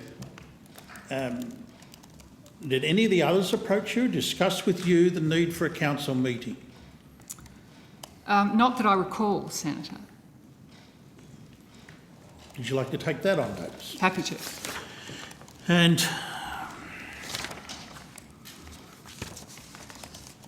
And the last meeting, and you've agreed to take on notice when the last meeting occurred, which I'm told was March 2020. Happy to take it on notice. Right? And you're saying the reason it hasn't met since then is? The terms ran out, we were renewing, and it's taken us a while during COVID to get new folk under contract. So you're saying the terms of the previous council ran out, what, after March 2020? We can give you details on that. When their terms ran out? Is that, you'll do that? We're happy to provide you with that. All right. And you've recently announced the reappointments. That was just last week, wasn't it? Yes, yes. And why did, I just can't follow, it took you from March 2020 to October 21 to find new members. Is that what the proposition you're putting to this committee? It was a combination of things. It was certainly finding new members. It took quite some time to engage with those members and then to get those members under contract as well. I see. All that time?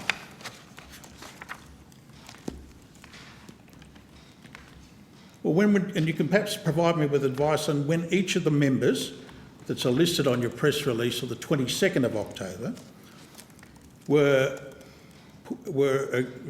had their appointments formalised by way of contract. We can do that, yes. Thank you. And what was the process for their appointment? Ministerial announcement? Was it ministerial? I don't believe there was a ministerial announcement. I see. So this is your press release, is it? Yes. I see. Did the minister sign off on these appointments? It's not a ministerial appointment, but we informed the minister. Yes. When did you inform the minister? I can take that on notice and provide you with that. Because I'm interested to know, I mean, you've had a couple of ministers in that time, haven't you? So this is the current minister was advised, was he? Current minister has been informed, yes. Informed, right. And it took you all that time to gather these professors to be on advisory council? It took quite a while. Well, I'd be interested to see the dates on which you managed to do that. Okay. extraordinary. You've had a few changes of personnel, I see. Yes. Can you tell me about that? So what's happened, for instance, to Ms Kylie Emery? Ms Emery is on leave. For how long? Quite some time. Sorry, what do you mean quite some time? Long-term leave, Senator. Can you give me more detail than that, please? Senator, I will respect the privacy of... Well, what's the nature of the long-term leave? Is it study leave? Is it, is there anything you can give me within which protects her privacy that gives us some understanding of how long she's likely to be away? Long service leave, Senator. Well, that's pretty straightforward.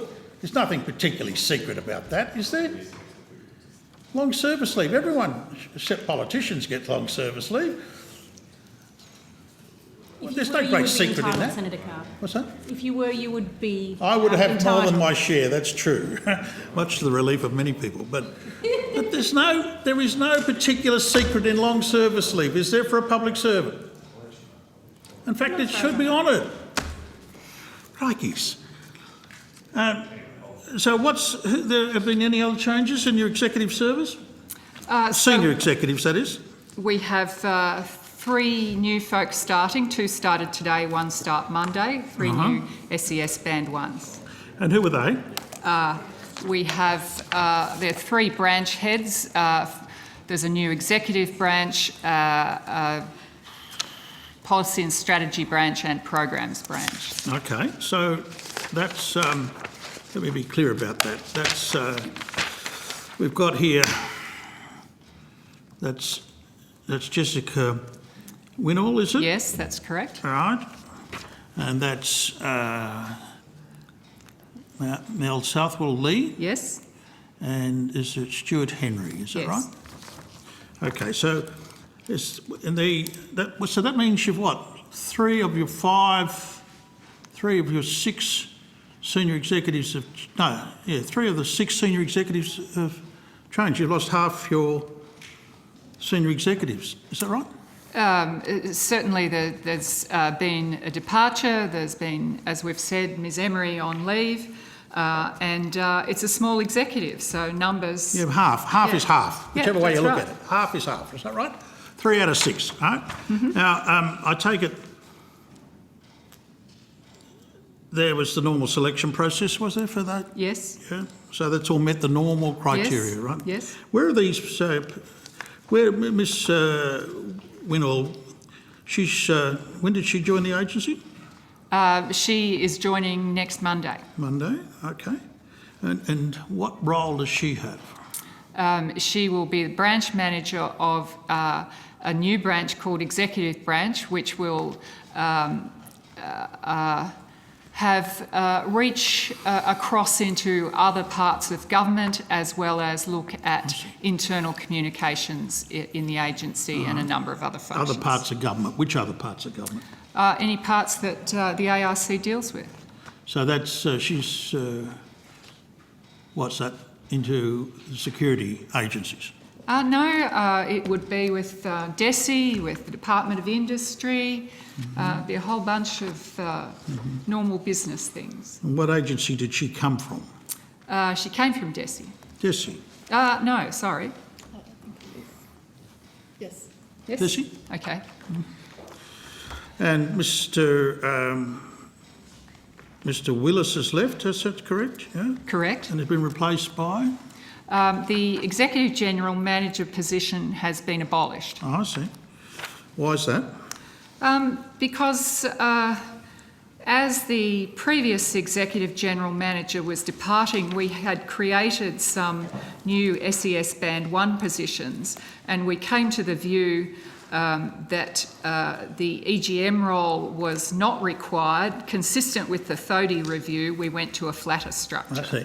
So, right, okay, and who's replacing Mr. Willis? There is no replacement. That position is abolished. Okay, I see it. There's no movement there. So Jessie Winnell, she actually came from the Foreign Interference Unit, didn't she, in DESI? She's done a number of things, But that's the unit she was last in, wasn't she? I don't recall. Would you like to take that on notice? Sure. Now, Ms Southwell Lee is from DESI as well. Yes. What was the position she held there? Look, I would have to Take that check on notice, for you. please. Yes. And is it Stuart Henry? Yes. He comes from where? DSTG. Yes, from the Defence Department. Yes. And what position did he hold there?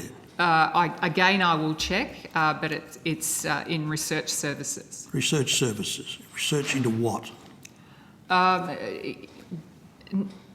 Services across the types of research and administration for Defence that science? organisation. What are we talking about in defence? It's about administration supporting all flavours of research in the same way as a research office supports all flavours of research in a university. There's nothing implied about security in that appointment. We've got 3 officers joining your agency. Looks like 3 of them have a security background. Is that true or not? That was not the emphasis in their appointment, Senator. But is that true or not? Have I misunderstood something? Well, I would have to look. That is not the emphasis on why they were Thank appointed. you. If you could just take that on notice for me and perhaps indicate to me. And is it the case that you've not had any breaches of the Defence Trade Control Act since we last spoke that you've been notified of? Correct. There have Thank been you. none. And is it the case that you've not had any individual grant any university in Australia that's had to repay money for any security reason? Certainly that's true. That's still true, Yes. right? So in fact, the evidence you've given previously that you've had 57 individual grants where money had to be repaid in the period from 2016 to 2020 still stands? Certainly money has been recalled for a number of reasons. None of them for security. None of them for None security. of them for security. 57 out of all the hundreds, maybe thousands of grants, 57 more. The more politicians would have had to pay money back in that time than members of the Academy. I just want to be clear about the status of the security threat of our universities at the moment. Now, I've asked you a series of questions about the sensitivity files, and I just wonder if I could return to that, please. You said some of the correspondence that I asked for, you said you couldn't provide because it wasn't, let me get the words here, something about it wasn't in the national interest or something to provide it. Remember I suggested you talk to the individual universities about these matters. I'm wondering, do you know that, I'm talking about here, SQ 21 000887.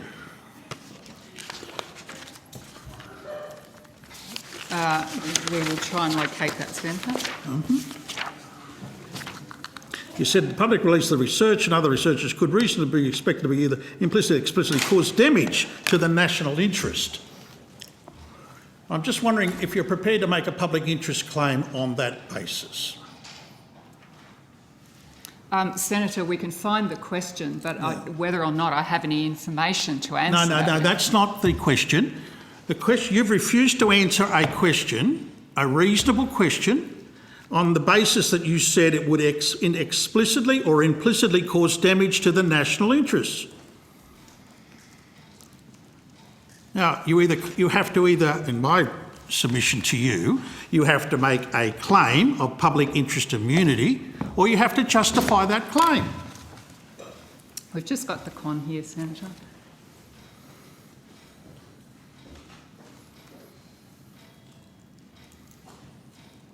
Do you wish to make a public interest immunity claim?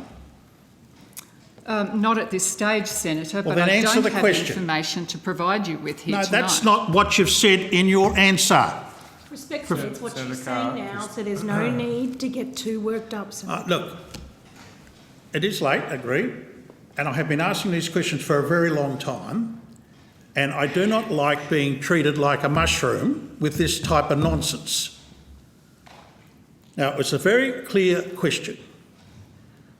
I'd like to see the correspondence that you've sent to the universities where you've denied people money that they're entitled to, you've undermined their reputations, on the basis of highly spurious grounds, and I've suggested you provide the information as to why you've done that. And you said, well, we can't do that because we've got to ask the universities. I said, go and ask the universities. And now you say to me, oh, we couldn't possibly do that because it would be either explicit or implicit cause damage to the national interest. Now, do you wish to reconsider that answer, or do you wish to make a public interest immunity claim? Look, Senator Carr, while Professor Thomas gathers her thoughts, can I, not having seen the correspondence myself, say that if the correspondence you're talking about is dealing with a matter where a application for a grant has been refused on the basis of the government's policy of treating with caution the risk of foreign interference in Australian universities, it's worth putting on the record that there is a really difficult balancing act between the need for international research collaboration, which is vitally important to Australia. You know, we do want to have the best researchers in the world, and we do want to promote economic prosperity through that cause, but it's also very important to make sure that universities are supported in implementing the guidelines to counter foreign interference. Look, Senator, we're not going to go around the bush on this. We understand the argument. I know you're not a big believer in the risk that is posed by foreign interference in Australian universities. Slow down. I've actually said to you on many occasions there are the most rigid regulations probably in the world governing our universities. And I keep asking, have there been any breaches? Regulations of which I personally have been closely associated with since they were introduced in this country. They're much tougher in this country than the United States. I keep asking these officers, in other offices, in ATO and everywhere else, have there been any breaches? And the answer is no. The existence of breaches does not demonstrate a lack of need for the regulatory system that protects against this kind of interference. One does not follow from the other, Senator Carr. Well, then I think you should pay more attention to the detail here, and I will press this point. Do you wish to make a public interest immunity claim, or do you wish to reconsider this answer? I don't wish to make a public immunity claim, and Senator, we will contact the universities. Thank you. That's all I seek. Now, I think you'll find the university's only too happy to provide you with the information. That's my judgment. At the last estimate, I also sought advice into the manner by which you were, as you said to me, providing natural justice and procedural fairness to the applicants, which you assured me you were. But when I ask you, show me the guidelines by which that occurs, you say to me now, the ARC is currently in the process of developing the guidelines, following consultation with national security agencies, to guide the process to ensure procedural fairness for applicants. Now, you told me you already were providing that. How is that consistent? So, Senator, the process is evolving. Certainly, the process that was used did provide the opportunity for us to contact universities as the applicant and to get them to respond once a flag had been raised. Okay. So have the guidelines now been finalised? It's an evolving process, Senator, so it's not a question of having a fixed in stone set. So the answer is no? We have a process we follow, yes.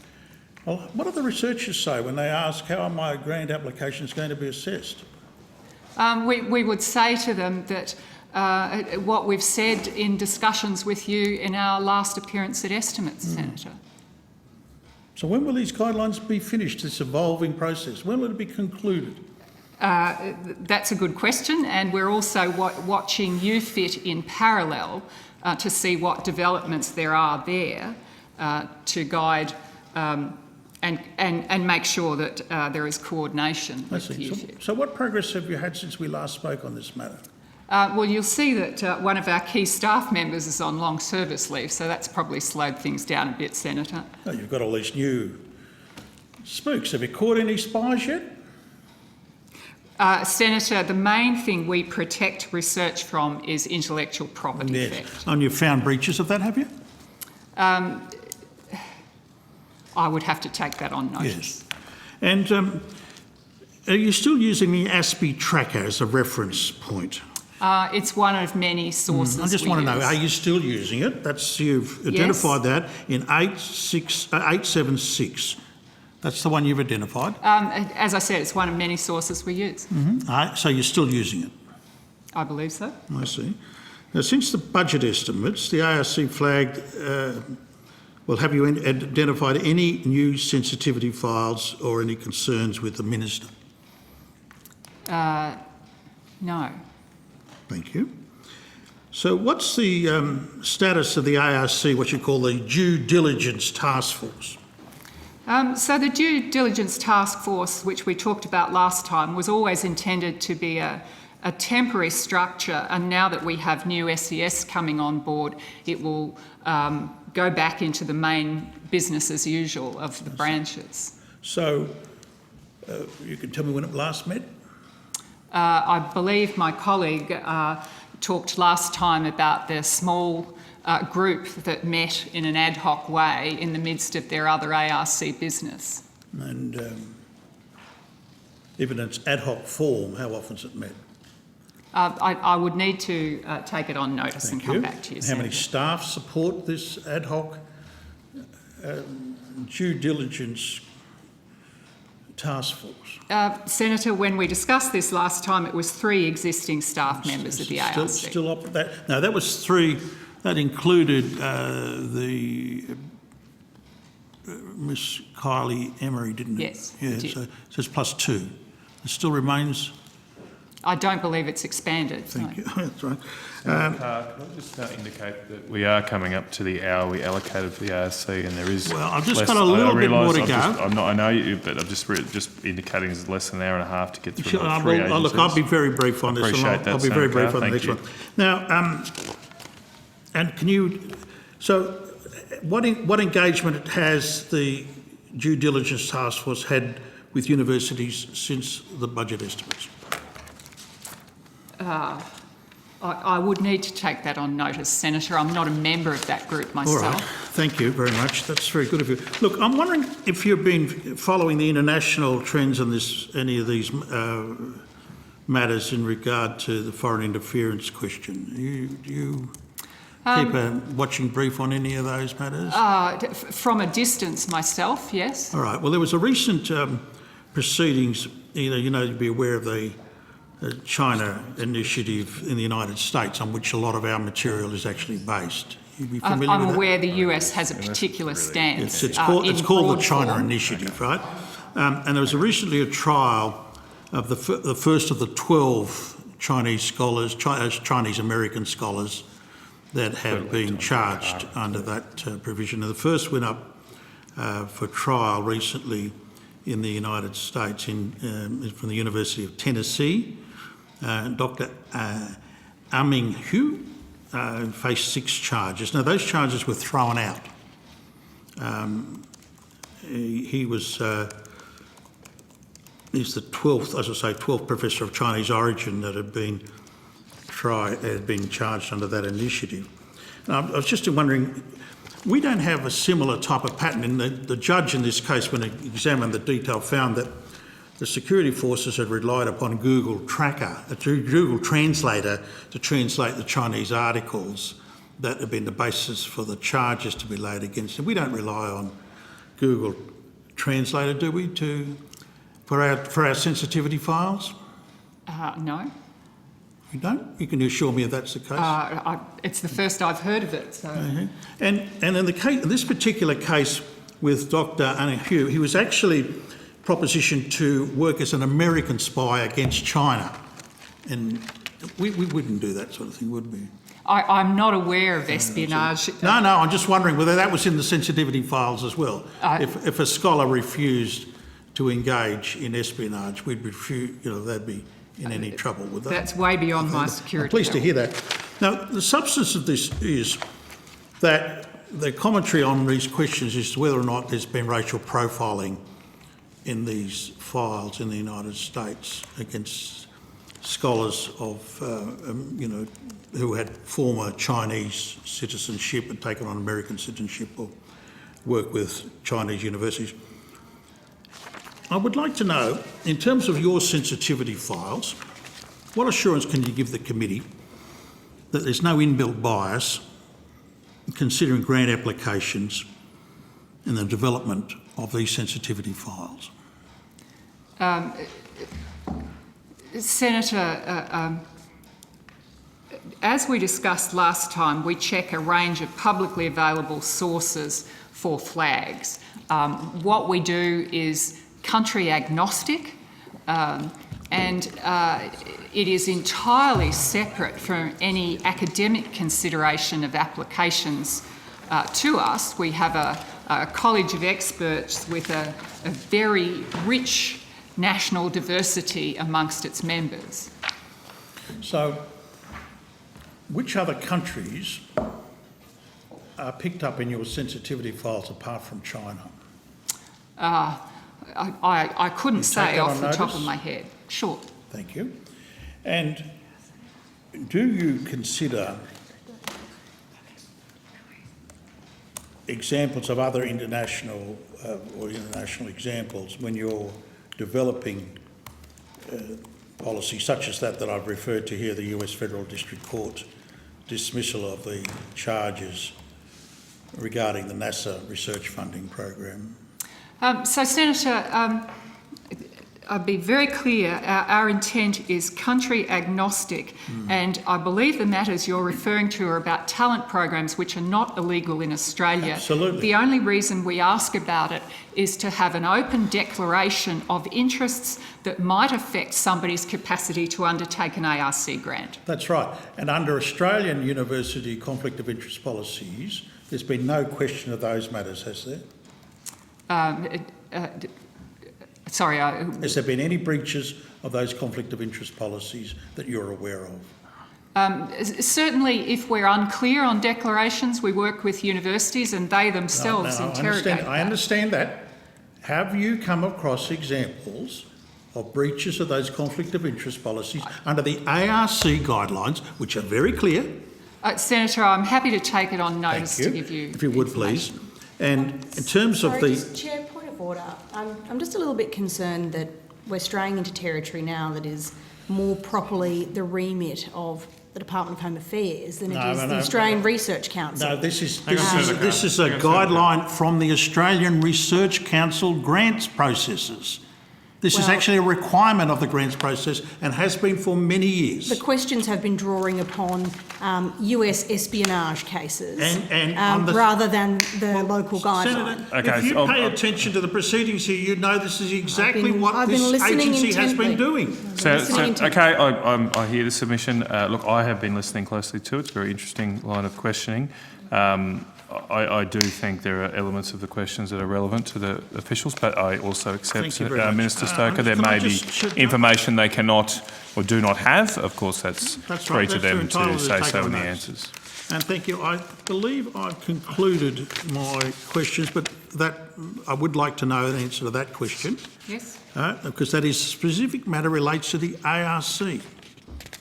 Thank you very much. Thank you, Senator Carr. I will, if there is no one else, I will release the officials from the Australian Research Council. Thank you very much for your time this evening. And we are moving to the Tertiary Education Quality and Standards Agency. Yeah, I'll have to put those on notice. Look, I've got some questions to put on notice about funding rounds that have been delayed. I'll put those on notice, though, if that's right. Thank you, Senator Carr. Appreciate that at this hour. Techs, are they? They've got to come from downstairs, do they? They're here online, are they?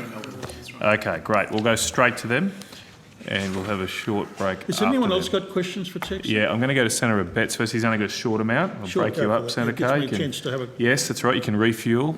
So you're at your peak performance. Sorry. Oh, sorry, text. We're still getting text from online, so we'll just suspend shortly. Thank you. To go, so we will recommence with the Tertiary Education Quality and Standards Agency.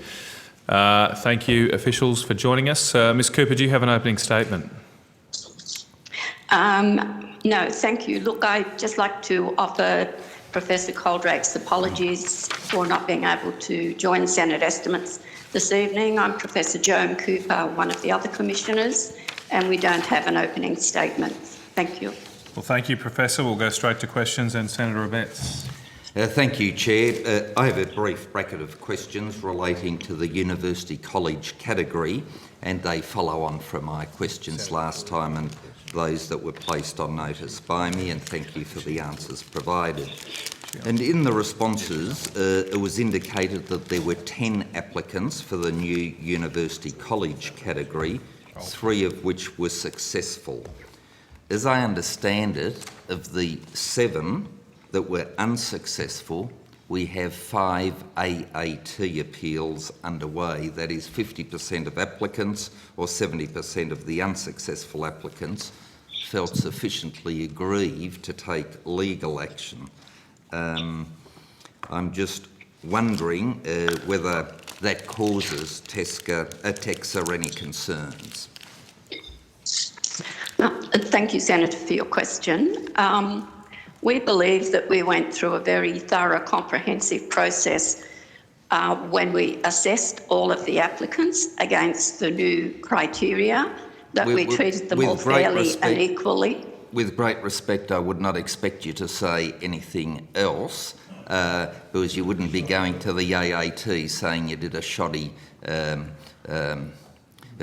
It's a bit like when I was a lawyer, the police always said we have a very strong prima facie case, and I used to say, Magistrate, have you ever heard them say they don't have a strong prima facie case? It sort of doesn't help us for this discussion. I'm asking the fact that 50% of applicants or 70% of unsuccessful applicants have felt sufficiently aggrieved that they are taking legal action. Does that tell you anything about the way that they were handled that you might do differently in the future?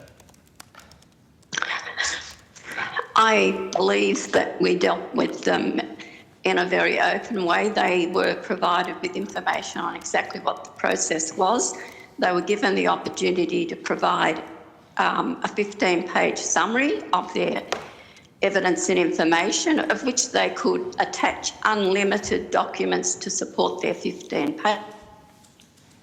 We sought information from them. We used the evidence that we had, and I don't believe that we have reason to be concerned about how we managed the process. Right, so in brief, you wouldn't be doing anything differently.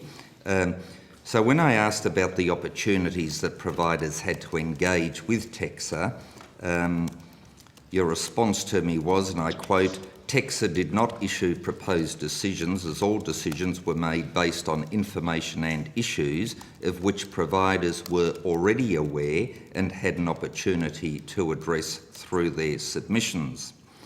Yet I've seen evidence that directly contradicts that assertion, because I'm aware of situations in which TEQSA used certain reports and external opinions in their deliberations on the University College category, but these reports were only released to the provider after the University College submission had already been sent. Is that correct?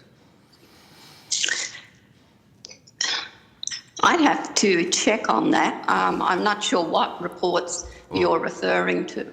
All right, well, take that on notice. It's a bit concerning if you don't know what reports, but take that on notice, because I would put to you that it's not correct to say that providers were already aware of issues and had an opportunity to address them through their submissions.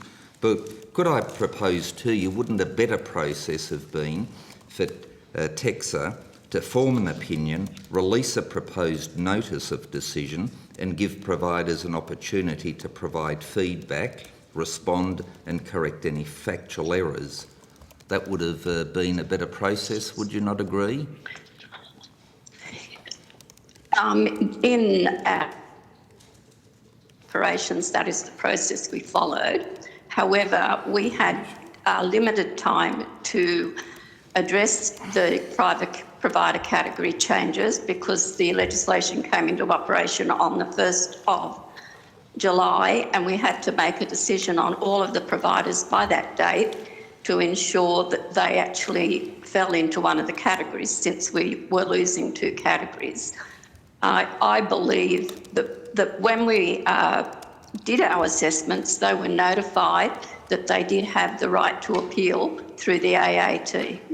Oh, yeah, of course. There's the right to appeal to the AAT after the decision is made, but wouldn't it be better to have an iterative process, that you have a preliminary decision and then give them the opportunity, a notice of decision, proposed notice of decision, and then allow them to respond so that you could be better informed. But look, moving on, when I was asking about this last time, you sought to correct me that it did not involve applications but rather submissions. So what's the significance of this distinction between applications and submissions when you're applying for a university college category? This was a special round because of the change of category, and we wrote to all the potential possibilities for university college, which were those that had self-accrediting authority, and gave the opportunity to make a submission to us at short notice to them, I must admit, but we had to deal with it in a short time frame. And we asked for a 15-page synthesis of their evidence and reasoning why we should consider them for the category, and from which they could attach all the evidence that they wanted to in attachments to support their 15 pages. Yep. So yeah, with a normal application through a standard process, then they would have longer to get it together, and there would be a longer process and more documents to support that. I don't know, Nicholas, do you want to comment? Happy to address that matter, Joan. Nicholas Reardon, General Counsel. Senator, the agency made these decisions under a higher education standards framework that didn't commence until the 1st of July 2021. So it wasn't possible for providers to make an application in relation to a standards framework that didn't commence until that date. Practically speaking, all of the providers, as Commissioner Cooper has said, had an opportunity to address those criteria as part of the submissions that they put to us, and those were all considered. But what's the point of trying to correct me that they're submissions rather than applications? What sort of what's material in that differentiating of the term application as opposed to submission? And the reason I ask that is, and I'll ask you to take this on notice if you don't know, but is there any official correspondence from TEQSA signed and dated in which the process of transition to the new provider categories was referred to as, you've guessed it, an application process?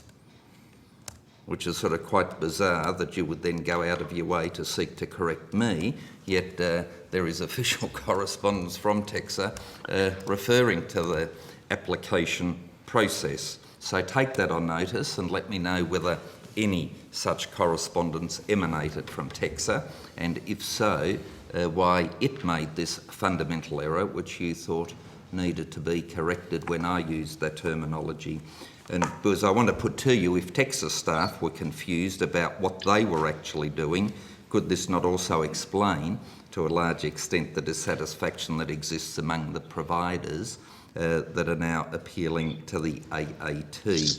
But I'll make that more a rhetorical question.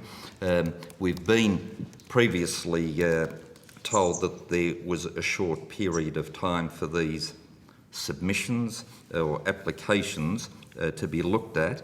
And is it correct that previous applications to the former university college category took on average over 18 months for a single institution, and this recent process assessed 10 providers in 10 weeks?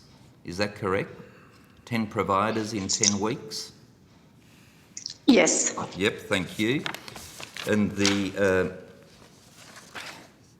if it turns out that TEXA erred in their decision-making on one or more of these AAT appeals, will legal costs or compensation be provided to these institutions? Nick. Senator, that I suppose is a matter for the tribunal ultimately, or for other mechanisms to determine whether costs or other compensation would be payable. That wouldn't typically be the case in merits review proceedings in the tribunal.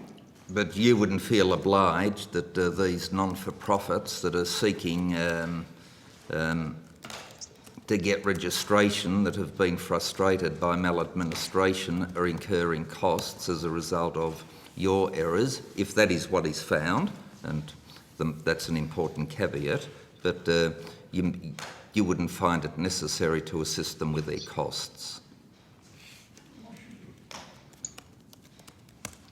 Senator, I'm not sure that the agency can address a scenario in which... All right. Look, the government made these legislative changes to provide greater diversity, rewarding high-performing providers and providing achievable pathways to university status. However, the 3 university colleges that were successful are all small and narrow, single-stream institutions, 2 of which are publicly funded, with no clear aspirational pathway to university status. Is that a correct description? The change to the provider category was so that the university college was not a transitional process to university anymore. There was the possibility it could be used, but it was to recognise the diversity in the sector and to allow for high performers to achieve a level above where they were, but not necessarily for them to have an aspiration to become a university. So the government's changes were not to provide greater diversity, rewarding high-performing providers and providing achievable pathways to university status. Is that your evidence? That's not what I said. I said that the university college is a possible pathway for those that want to become universities, but it can be an endpoint for others that just want to achieve that category. So I didn't say that at all. Right, for small and narrow single-stream institutions, but that's sort of hardly providing greater diversity, is it? So, sorry, they're also quite diverse in what they provide in ways of education. They may be narrow, but they're quite different in what they offer. And the 5 that are appealing, 3 are in an area that we've already put a college into, and 2 are more general education areas. Well, we'll see how the AAT deals with these matters and see you next time round. Thank you, and thank you, Chair. Thank you, Senator Betts. Senator Carr. Yes. I'll just be clear about this. In terms of the evidence you've just provided, the reason that you had to deal with 10 providers in 10 weeks was because of the requirements of the legislation which was carried by this parliament. Is that correct? Commissioner, is that correct? Can you answer? You said that you had 10 weeks to provide 10, to deal with 10, process 10 provider applications. That's correct, Senator, that's yes. right, Senator. Yeah, that's right. So that's not a problem that you created, that's a problem the legislation created. Is that your evidence? Yes. That's the consequence. Now, when was the last time we had a university college established in this country? Can you name it? University College was Avondale, I think in 2020, but sorry, I can't guarantee that year. Yeah. So 2019. Yeah, 2019. 20 when? 2019. Yeah. So, but the traditional path, I remember the University of Ballarat. It was a university college under the auspices of another university, and over time became a university. That was the pattern, wasn't it? Before the... So right. That's right, before that the change in the process and provided category standards were defined within the TEXA Act, yes. That's right. And the protocols in terms of the measurement of a university still apply, do they? Yes, there's standards that are required to be met. That's right.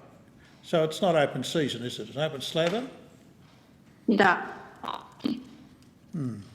Well, you mentioned Avondale, and I'd like to ask you, because that's not the University College, this is a university of... was one that was pushed through under that 10-week period as well? Yes, it was. 10 weeks. Can you tell me,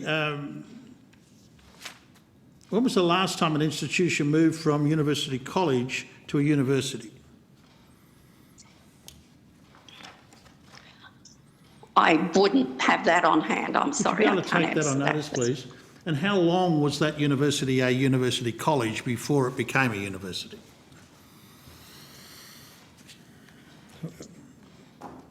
So on your basis... Sorry? Yes, I'd just like to know what was the period of time that they were a university college for? I think it might have been Ballarat, but perhaps you can tell me if I'm correct about that. Will you take that on notice, please? I don't expect you to have that in front of you, but it's... I'm just interested. The Minister said that Avondale was look forward to the valuable contribution they are going to make in student outcomes. It's not unreasonable, you'd expect that. But he said on research quality and greater community. Now, I'm interested in the research quality. Right. Well, when Avondale was made a university college, it wasn't under the present standards which define a college. It was under include research and research output. So when it was evaluated against considerably different standards, and the assessment was quite rigorous in terms of the quality of the research that it was engaged in to determine it met the requirements of the then current category requirements for a university college. So in terms of the Coldrake review, the proposition was that there had to be breadth and quality of research, and I'm just wondering if you could explain to me what this rigorous standard was in regard to Avondale. When Avondale was previously assessed to become a university college, it was done by our standard methods, which we had experts in research to evaluate their research. They had to submit, because they're not part of ERA, because they're not a public funded university. Yes, all of those things are true. That's as a college. As a university, what is their standard? What's the measurement that you've relied upon in this 10-week period? We used the evidence they provided, the evidence that we already had on hand, where we'd already done a substantial assessment of their research and had research reports available to us about the quality and quantity of their research. Well, okay, we're going around in circles. Can you perhaps provide me with advice as to what the benchmark of quality and quality of research was undertaken at Avondale to meet TESCA's new standards?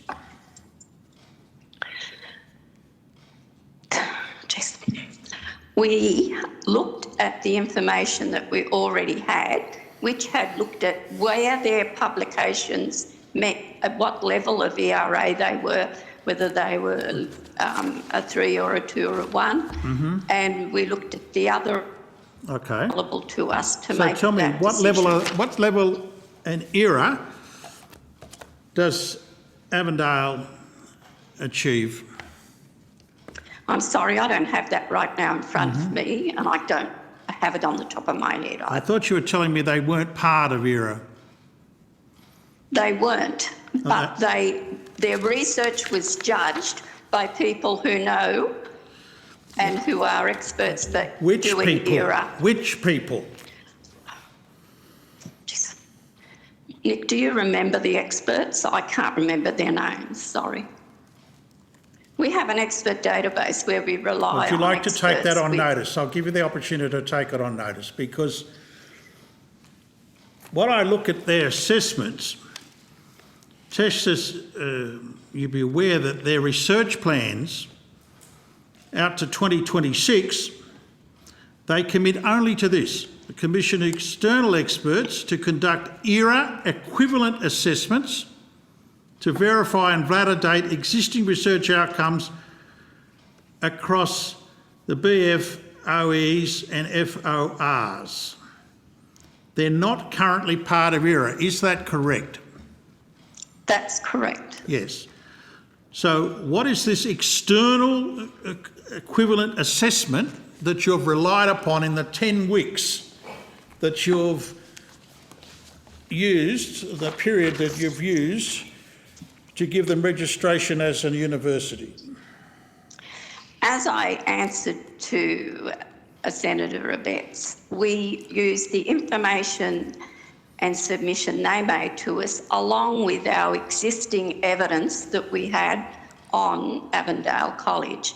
And that existing evidence included the extensive had when they applied to be a university college under the previous 2 years category ago. Standards.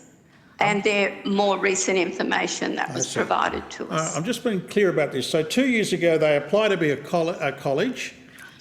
They're not part of ERA. They've got some external assessment. You've accepted that. And then suddenly they become a university. Sorry, Senator, there are threshold standards in the new categories that we had to What look are at they? to see if they met. There's quite a few of them. Commissioner, I'm just trying to get to the point of what these standards are. Now, I understand they're claiming expertise in health, education, society and culture. Yes. That's correct, isn't it? Yes. And you think that's broad enough for a university?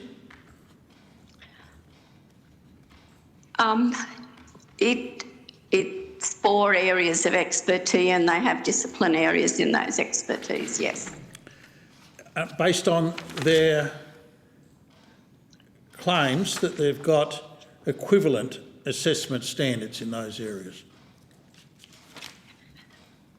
Sorry, who's... I'm just trying to work out your assessment process. How do you get to those? How do you accept that that's their claim is correct? We use independent experts to assess those. Can you give me the names of those independent assessors? They're the ones, you just asked me that before. And Good, well, we're going around in circles on that as well. Off the top of my head. Okay, we've got the idea. Well, I can't.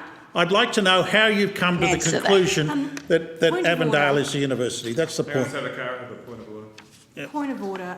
Look, Senator Carr is passionate and robust, but he's not giving the officer the time needed to be able to complete her answers and to do it in a way that isn't badgering or unfair. Right. So if we can take the Thank you. pace down and be a little fairer, I think that would be nice. I'll take the pace right down in a minute. I want to finish in about 2. I do enjoy your style, Senator Carr, but it is a bit difficult, I think, sometimes remotely for the witness. Yes, I agree entirely. If we could keep that in mind. And I just take the moment to ask, Give me 2 minutes? Yeah, that's fine. We've got 45 minutes to go. 2 more. You give me 2 witnesses, minutes. So thank you.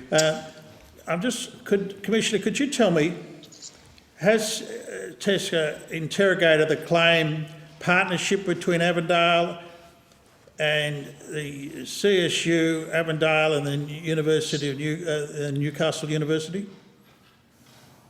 How do you mean investigated? Well, exactly that. Have you checked it? Have you made inquiries about it? Have you evaluated the assertion that they have a claim partnership? Yes, we did. That was part of our assessment, looking at those partnerships and how they worked. Okay. Is the MOU still active? I'll have to take that on notice, Thank you. How many students have made use of the MOU arrangements between what was then Avondale College and the University at Newcastle? I'd have to take that on notice too. I don't have those sort of figures. Of course, if you would please. And is there any concern that Avondale has to partner in such a broad manner, to get the so-called breadth and depth of the course offerings Is it a legitimate, in other words, is it a legitimate partnership document? As far as I'm aware, it is. But perhaps we could take that on notice Thank and you give very you much. more information. Thank you. Thank you, Senator Carr, and thanks you to all of the officials. Oh, sorry, Senator O'Neill, I didn't realise. I'll put some on notice about your recent case with closing down some websites, if I could. Thank you. That is more than reasonable. Senator O'Neill. Thank you very much, Chair. I just have a few questions that relate to matters that have already been asked in previous hearings, but I just need a little more clarity. Are you able to hear me properly? Yes. Thank you. So what actions has TEXA taken in response to recommendations 11 and 12 of the Respect at Work report?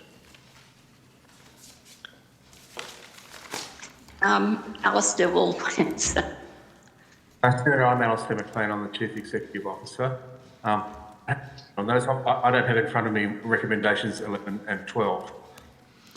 You have taken a question on notice with this in regard to this matter previously, and in your response to Senate question from 21, number 784, you indicated that support will be provided to smaller providers who lack the necessary resources and expertise to deliver recommendation 11.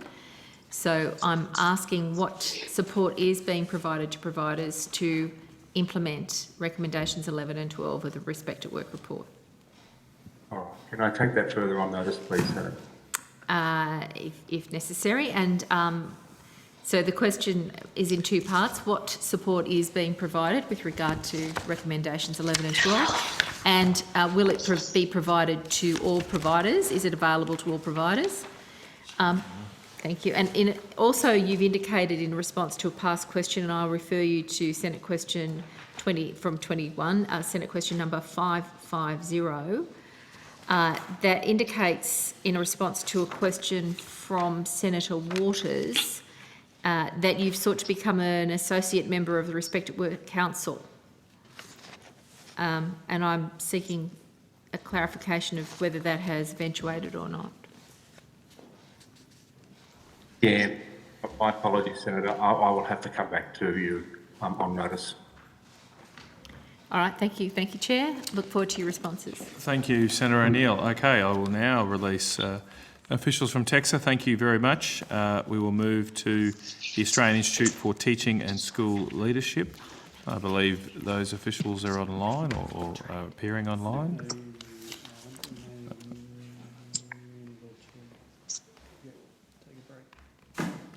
Okay, we'll shortly suspend, but everyone stay where they are. We need to rip through now. We commence with the Australian Institute for Teaching and School Leadership. Welcome to all the officials. Thank you for appearing. Mr. Grant, did you have an opening statement? I do have a very brief one. Yeah, if we could keep it very brief, with keeping in mind we've got 2 witnesses to go with not long left. So thank you, Mr. Grant. Certainly. Just to acknowledge, in a few hours' time, 29th of October is World Teachers' Day in Australia. And just to put on the record, the thanks to Australia's 330,000 plus teachers, and to encourage community members to join in thanking our teachers tomorrow. There's a website through which they could do that, www.worldteachersday.edu.au. I think everyone would recognise the last 18 months or so has really stretched Australians in very different but significant ways. And we've seen teachers across the country rise to many challenges and disruptions caused by COVID. But despite those challenges and disruptions, our teachers continue to nurture, grow and educate the generation, ensuring Australia indeed does have a bright future. So on behalf of AITSL, and I'm sure Senators, big thanks to all of our amazing teachers across Australia, and encourage anyone listening and watching to take the time tomorrow to thank teachers. Well, thank you, Mr. Grant, and I think we all echo those sentiments and the positive impact teachers have on children. I will go to Senator O'Neill for questions. Thank you, Chair. Mr. Grant, I absolutely endorse your accolades for teachers. It's a very honourable profession of incredible responsibility and with incredible outcomes. In fact, I think it's critical to the underpinning of democracy. So it's a pleasure to acknowledge teachers. That being said, there are a few issues on the horizon, and perhaps the allure of becoming a teacher is somewhat less than it was previously. So I'll go to those questions around teacher workforce. You told me at the beginning of June that the release of the National Workforce Strategy number 2 was imminent. Yet, to the best of my knowledge, that is still not publicly available. Why is that the case, Mr Grant?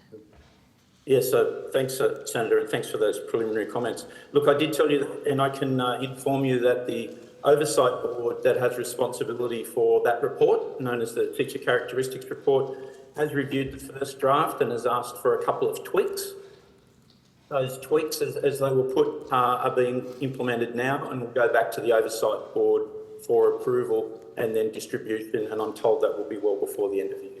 So the Oversight Board is an element of what organisation? Yours or the department? It's a body established by ASOC, the Senior Officials Group that Dr Brunnages chairs. It's chaired itself, the Oversight Board is chaired by one of its members, the Director General from the Western Australian government education system, and it has a range of people on that board who make that decision. So when did they receive the report? It was at their September meeting. I don't have the precise date, but it was at their September meeting. I can get you the date. Okay, so between June and September, there's quite a few days, Mr. Yes, Grant. there was So, you know, I'm ASOC, mindful of what you've put on the record previously, and I am concerned about the delay.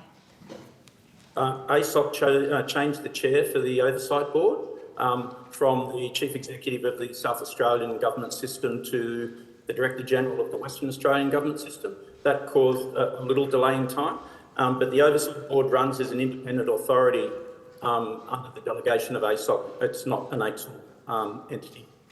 So my next question is, whose decision is it to withhold the release of this information?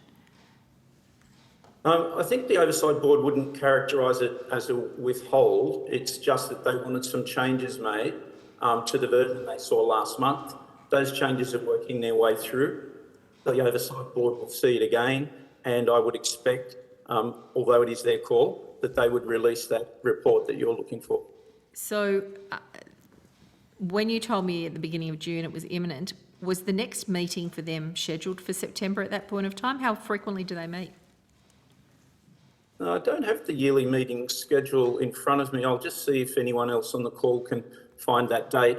I don't have the date in front of me, but I did expect it would have been released prior to that September meeting. It would have or should have?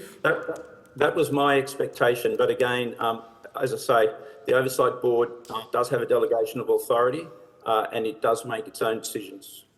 And does it meet, like, for you to make that claim here to the Senate that the release was imminent, were you aware at the time that ASOC the Oversight Board was to be looking at it? The ATWD Oversight Board manages all of these matters, and it was scheduled to review that particular report.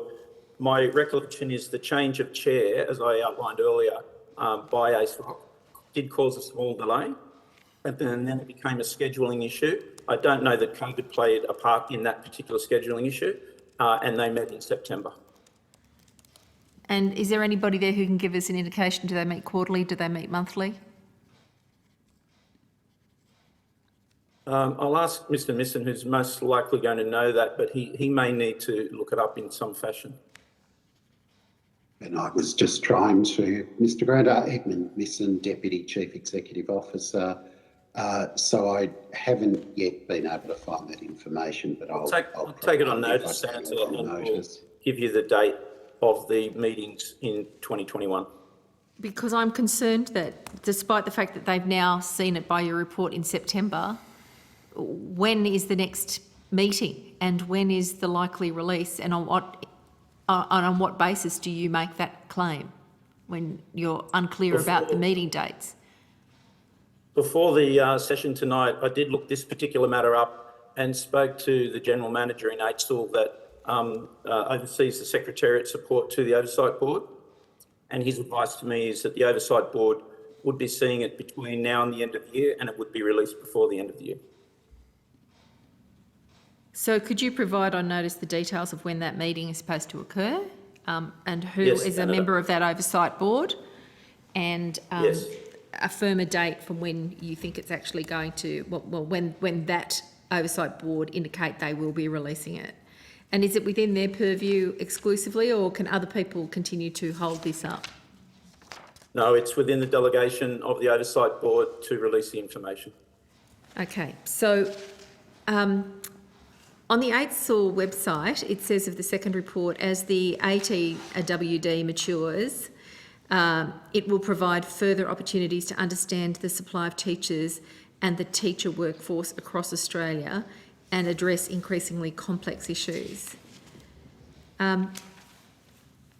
It seems that this is information we want to be getting out into the public place sooner rather than later. How...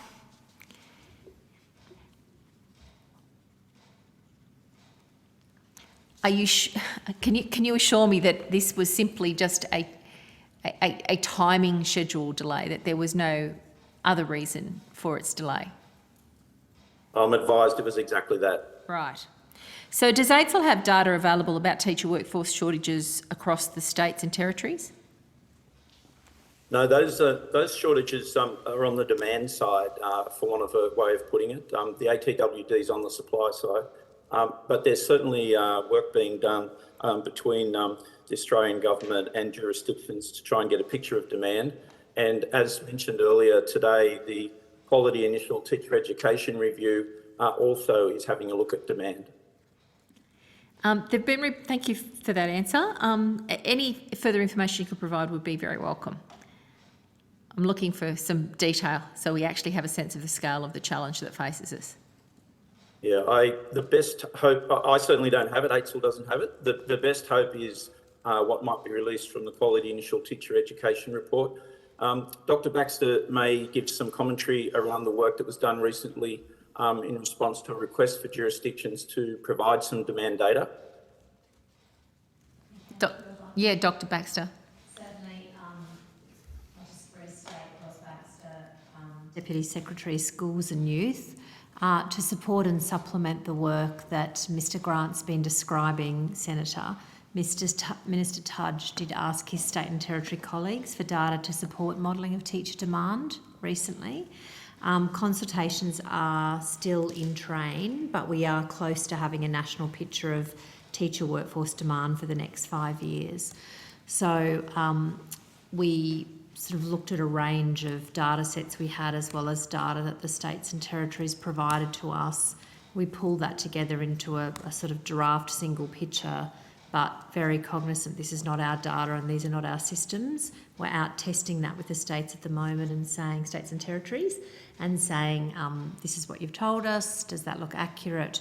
And we're hoping from that to get a fuller picture of data that we would then put through ASOC to say, is this something that would be helpful to present to education ministers? Or having the data about where the workforce is, I'm sure will be helpful. Yes. So do you have preliminary data that you can put on the record today? No, I don't, Senator. As I say, it has been pulled from some sources, including modelling based on numbers that the states gave us. So we are out verifying that with them, that some of those assumptions we've made are correct. We're doing that consultation and looking to pull together a fuller picture. It is not, though, to supplant the ATWD piece of work, which is a very substantial and sustained piece of work. This is to try to complement that a bit on the demand side. And as Mr Grant said, it's been pulled together fairly recently with a call from Minister Tudge out to the states for extra data they may have on their demand side modelling. When do you expect to be able to make that public? Because this committee would absolutely be very keen to get sight of that data. I'll have to take that on notice, Senator. As I say there, it's it's been a fairly recent process. I'd have to again take the dates on notice, but it's been a fairly recent process that we've been developing this piece of work. It needs to be tested with states. It will need to go through that verification process. We will work with AITSL and others on it as well, share that with AITSL as we go through. So I'd have to take the timing on notice. Obviously, it's something we are all very, very interested in. Senator, just while you were talking with Dr Baxter, Mr Misson has found that the ATWD Oversight Board meets again in December. Right. And just, Senator, just to avoid taking matters on notice unnecessarily, I can also advise that meetings of that board were held in April and September of 2021 with otherwise successive drafts of that report considered out of session as needed. Okay, so the board doesn't meet that regularly, April, September, and the next meeting's not until December. That is apparently the meeting schedule that Mr Misson has found, and again, just stating factually, the Oversight Board sets its own meeting agenda and does quite a bit of work between sessions, but they are the 3 formal meetings for 2021. Can you indicate if this matter is on the agenda for resolution at that meeting?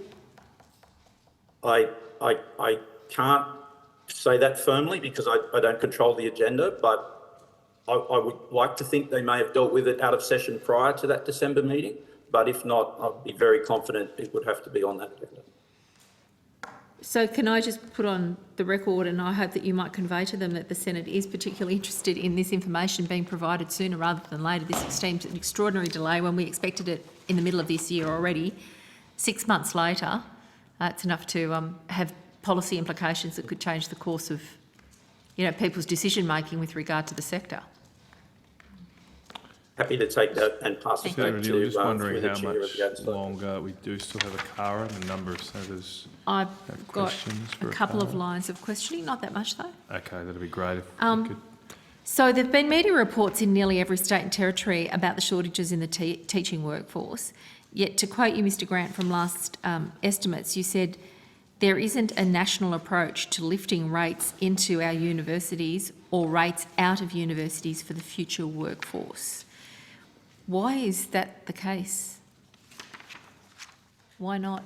Without just putting my mind back to probably what would have been the context, Senator, the 47 tertiary institutions that run the 48 initial teacher education courses around Australia make their own decisions about enrolment size, and you've heard many of these things during the course of testimony today.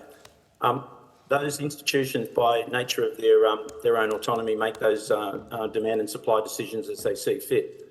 What I'm really hopeful of and very expectant will be that the QITE report due to Minister Tudge by the end of the month will really put a spotlight on these issues, and together with the data that Dr Baxter referred to, give much more transparency to the demand side of the equation that the ATWD mirrors on the supply side, so we can actually get to some of the issues behind your question.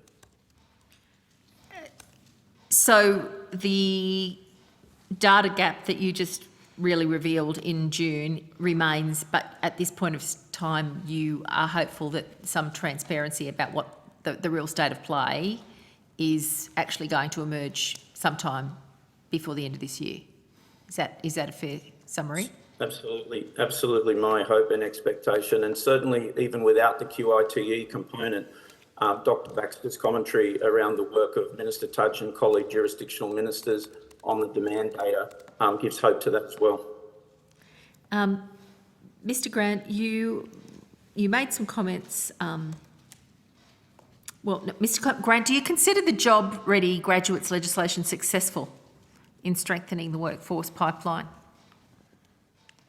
Firstly, I think it's a bit early, to be fair, to make some judgments about success. I know, again, it was a discussion point earlier today, and I listened with some intent to some of those comments. I think it's a little early to talk about the effects in the sense of impact on workforce, which is perhaps where I'm expecting your questions coming from.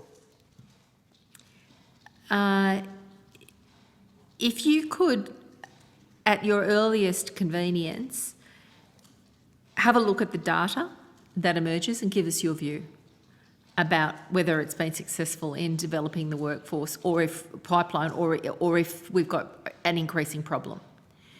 On the evidence provided at the last estimates hearing, I'm quoting question 476, the department showed that there were 19,495 undergraduate commencements in education in 2021, yet in 2019 there were 21,015.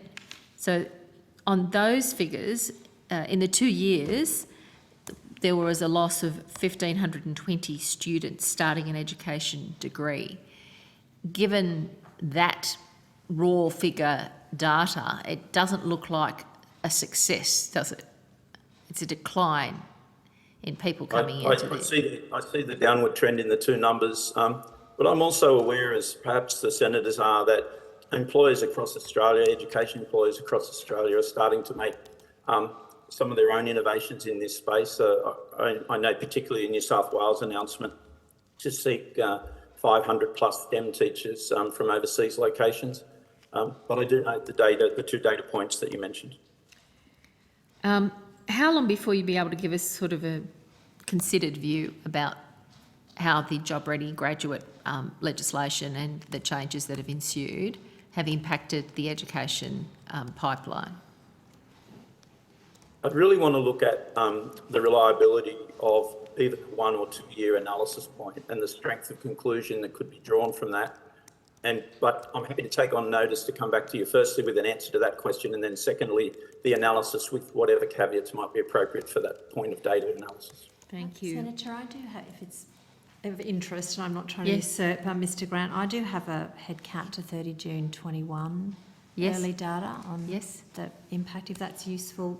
Mr Grant, sorry to Thank you. No, thank you. We agree with Mr Grant, it's still a bit early to tell whether this is going to be sustained, but we do have some early data that suggests the package might have had a positive impact on encouraging students to study education. A head count to 30 June 2021 of undergraduate Commonwealth supported places from 31 out of 38 universities has seen increased commencements in all education fields. Early childhood education increased about 29.2%, primary teacher education 13.2%, secondary teacher education 10.8%, and other education 34.9%. And I'm sorry, I don't know. I'll try to find out what that other education includes, because I'm sorry, I don't know what that particular data point refers to. But as I say, early data, but promising from our side. Someone can probably, who's watching online, let me know what that other education category includes.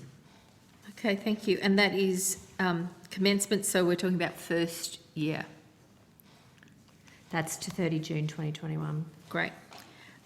Any data like that or further supporting data, Dr Baxter, would be very welcome. Could I just ask when the Quality Initial Teacher Education Review is due to be released? If that question's to me, Senator, I'm not sure. I know it's due to the Minister by the end of the month. I'm not sure a release date has ever been known. So due to the Minister by the end of this month, so that means tomorrow? I believe it's more likely going to get itself into the weekend, last I heard. But yes, I understand they're on a tight deadline of end of month. Okay, thank you. The Minister in his roaring back speech last week spoke of the need to pay teachers more. In fact, he listed it amongst his top priorities in improving teacher quality. What is the Commonwealth proposing to do to lift teacher pay? I'll take that on notice. I'm sure there'll be a lot of teachers who'd be actually interested in an answer, Senator Stoker. No doubt. If it's a top priority, is there an action plan to go with it, or is it just going to be more rhetoric and announcement?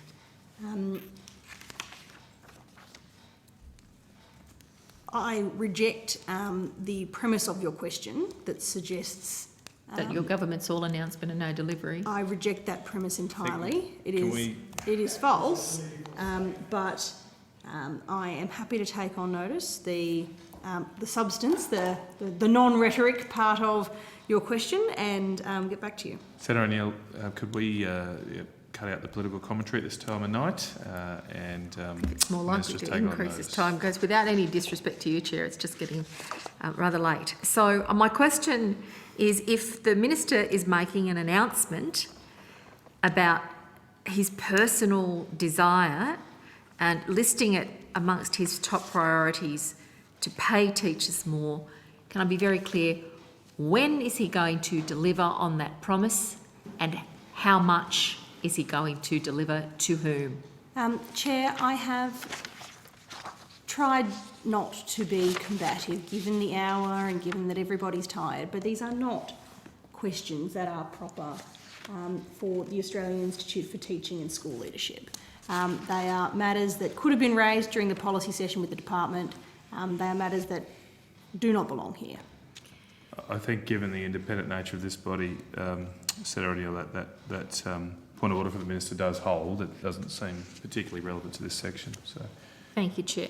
Documents from the New South Wales Department of Education have warned that our public schools are likely to run out of teachers in the next 5 years.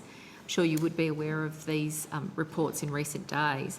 What's the federal government doing to stave off this impending education crisis in Australia's largest state?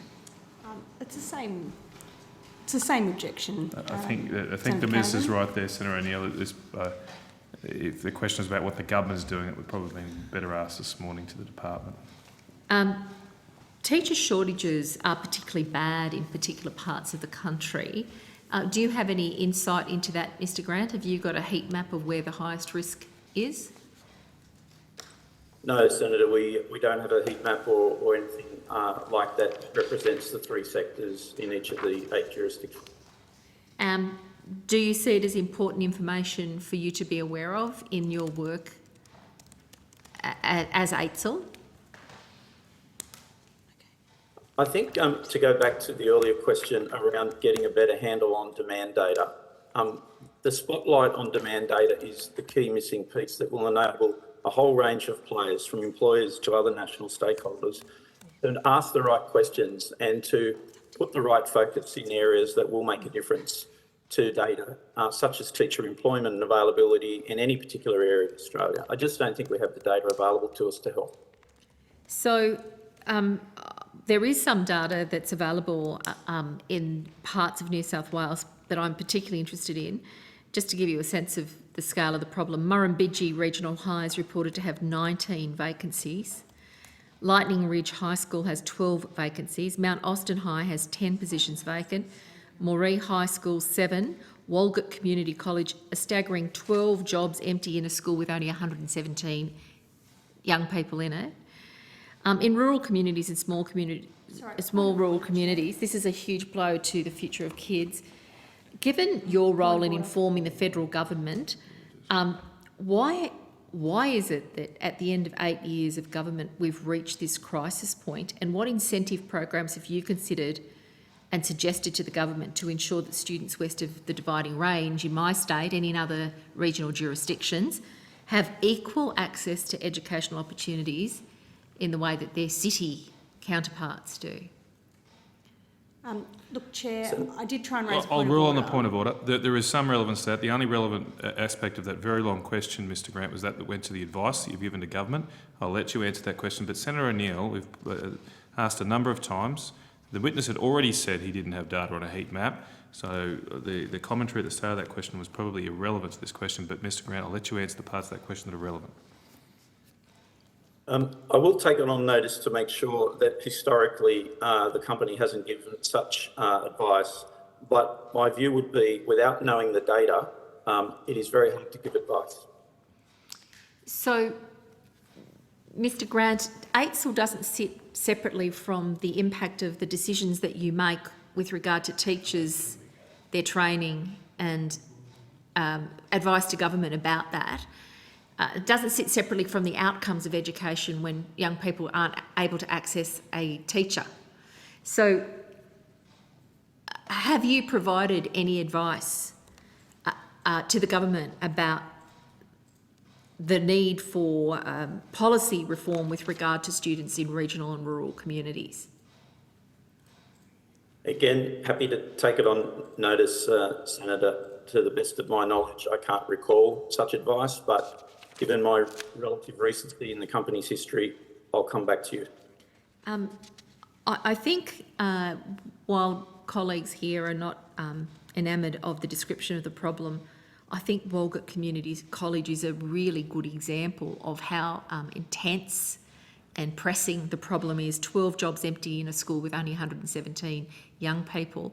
I urge you to take this matter really by the scruff of the neck and give some consideration to it and provide us with any information you can. And also encourage you to provide the government with information about this reality, because this is not exclusive to Walgett. That's just an indication of something that's happening in many communities. Point of order, Mr Chair. I'm sort of struggling. I completely appreciate where Senator O'Neill is going, because I too live in regional New South Wales and I see teacher shortages every day. Yep. But I'm also very aware that public school staffing is actually a matter for state governments. So I appreciate that the heat mapping should happen, some sort of high-level advice, but this is either a matter for the Council of Education Ministers across Australia or for state governments, more so than for an independent agency. Thank you, Senator Davey. I think, Sarah Neal, that last contribution was not a question in any case. So, again, could we focus on questions so we can, because I know we have other senators online and here wanting to wait to ask questions. Question, if I Thank you, can. Senator Thank Neal. you. So, with regard to not just the numbers of teachers, but the mix of teachers, you mentioned a little earlier the STEM and some initiatives around that. The shortage of teachers in New South Wales is actually so bad that 1 in 6 teachers are now working outside their area of expertise, which clearly impacts the quality of their capacity to teach and the quality of learning that happens in those contexts. 22% of Year 7 to 10 maths teachers don't have specialist maths qualifications. 35% of special education teachers do not have specific qualifications in the area. So my question to you, as a significant informer of federal government policy, is what is the federal government doing to help states reduce these glaring shortages? And what has the federal government tasked AITSL with in terms of responding to this national crisis? Senator, the point you made about New South Wales is a great example of a jurisdictional response that sits with an employer around particular need and gaps, and obviously would reflect the data that they hold about where the need and gaps are, which goes to my earlier answer about what we don't hold. In terms of information to our federal government or the collective group of education ministers, I'm really putting a lot of stock into particular and imminently due pieces of work, one being the QITE report and the other being the data that Dr. Baxter and I have been looking for in recent months on the back of Minister Tudge's discussions with his jurisdictional colleagues. The data is the key to being able to inform judgments and advice, and we really need, Australia really needs, that demand data to inform what the next steps should be, and in what areas of discipline, if it's secondary schools we're referring to, the emphasis needs to be. So in addition to the skill poverty for teachers for maths and other STEM subjects, we have data poverty in terms of our knowledge about the scope and scale of the problem in Australia. I think the data that exists is well known to the employer within the jurisdiction.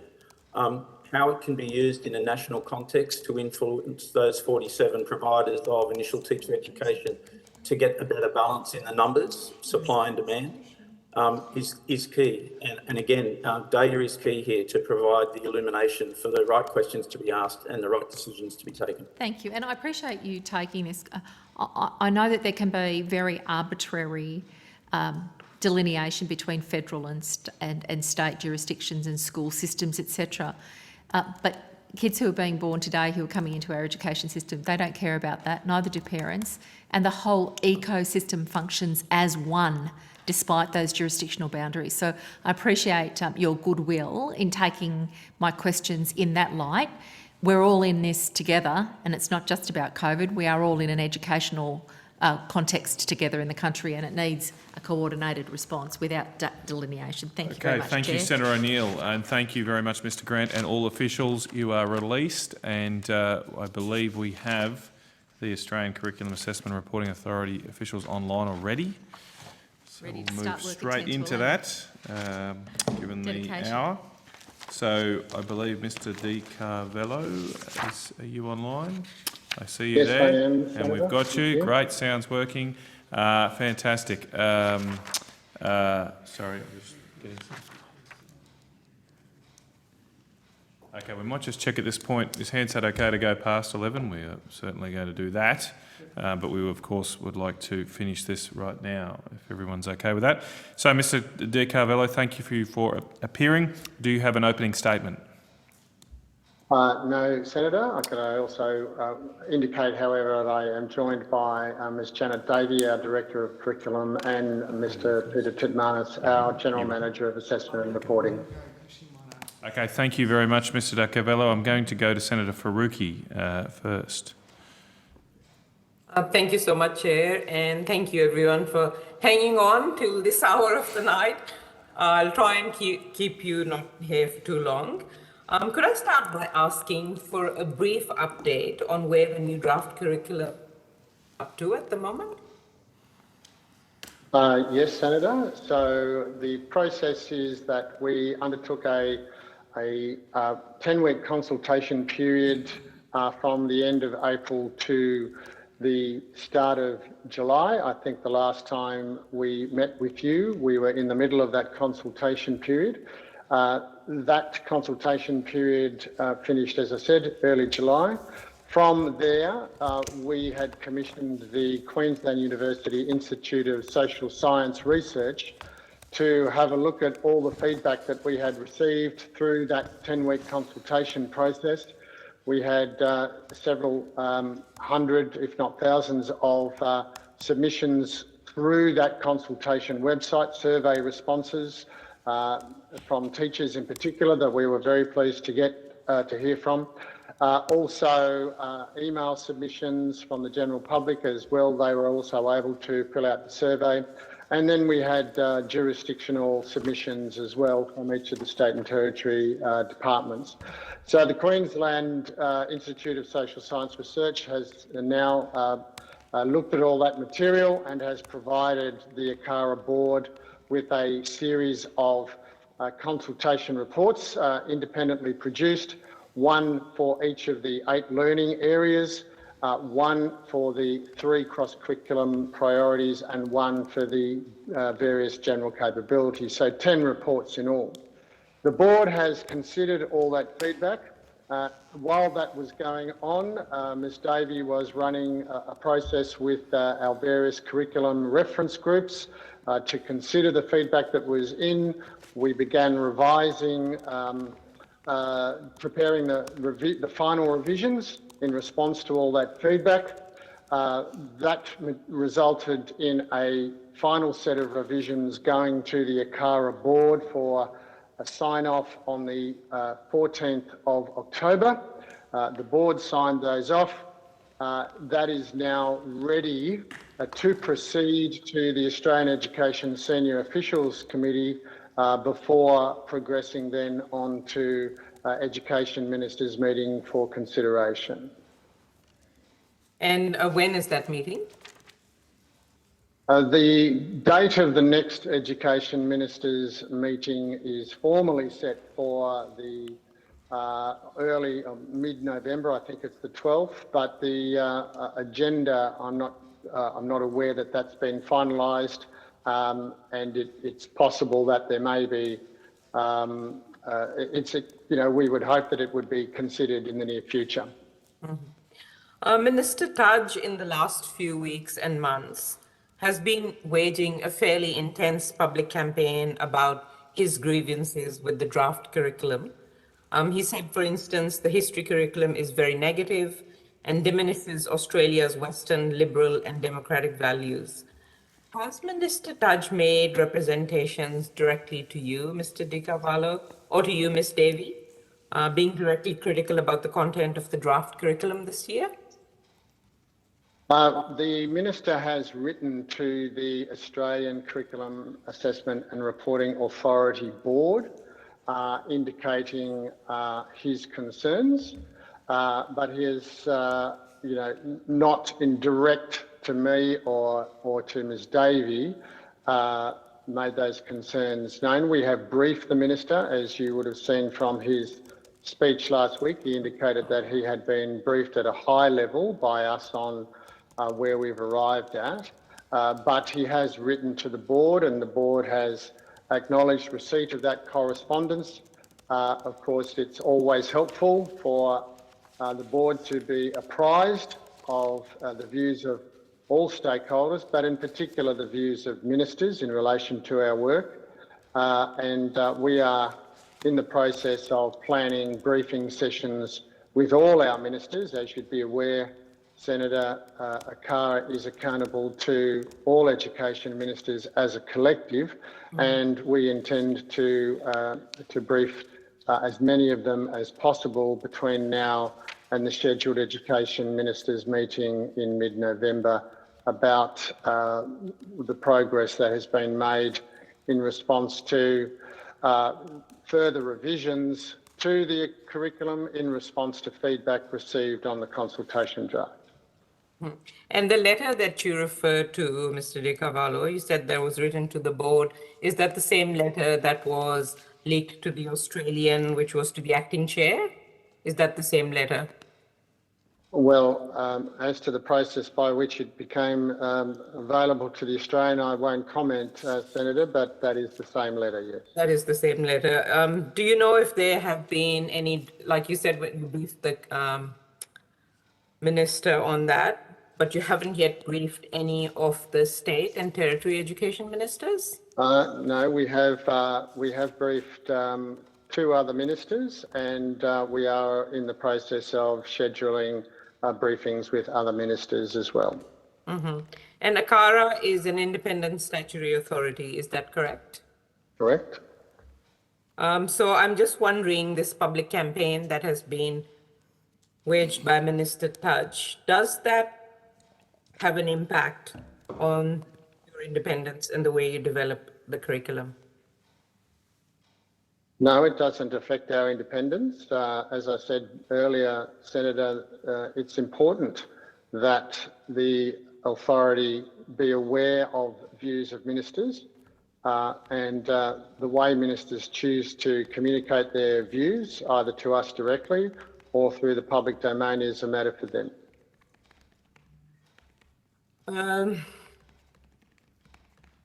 By my count, I can identify at least 12 TV interviews, several opinion pieces or placed media stories, and a stack of Dorothy Dixes in Parliament about this, with, I'm referring to Minister Tudge here, with a focus on history curriculum in particular.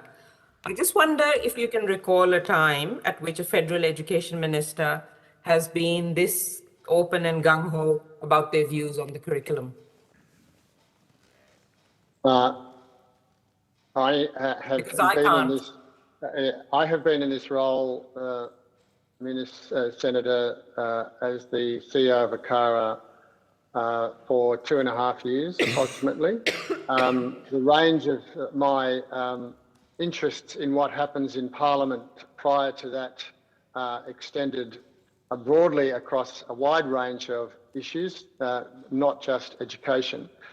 So the fact that if I was to say to you, I cannot recall such a campaign is not a reflection necessarily on whether such campaigns have been waged in the past, perhaps more a reflection on the other things that have been happening. But it certainly is a process of making views known, which is completely within the rights of the minister to undertake. Sorry, but could I just clarify? did you say that you can't recall such a campaign? Senator Faruqi, I have a point of order from the Minister.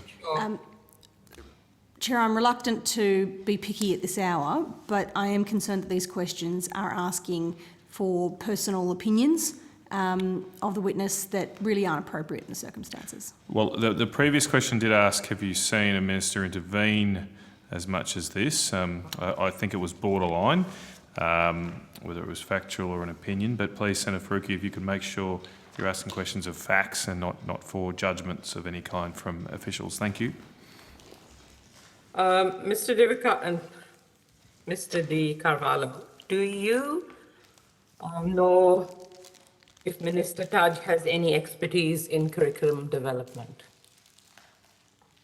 I know Minister Taj has a long experience and interest in education, going back a number of decades. We all went to school. You may be... We all went to school, Senator Faruqi. Most of us have kids, so... Yes, Senator Faruqi. Sorry? I said we all went to school. We can ignore the interjections. Sorry, Senator Faruqi. You have the call. That is true. Well said, Senator O'Neill.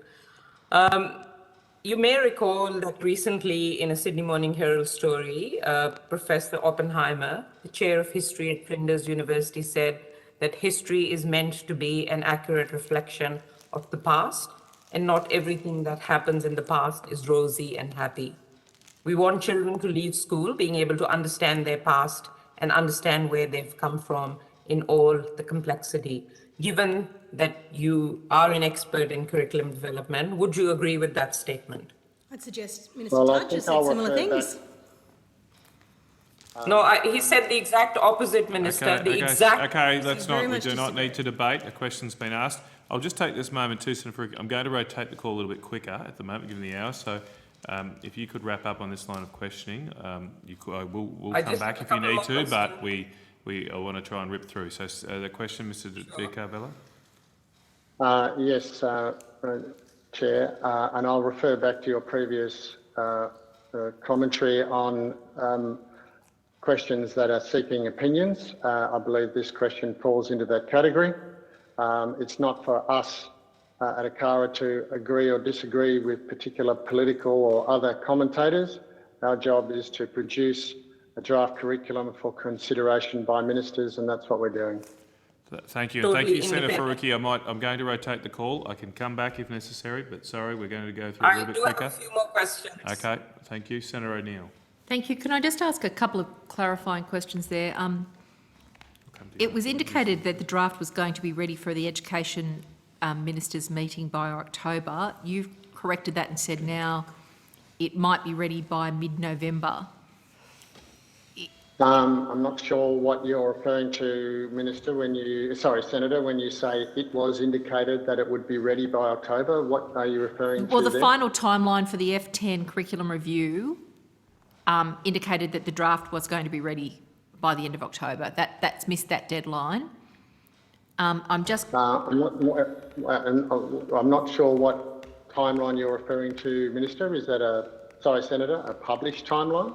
I believe so. That was picked up from a website. Well, I'll ask Ms Davey if she could clarify, but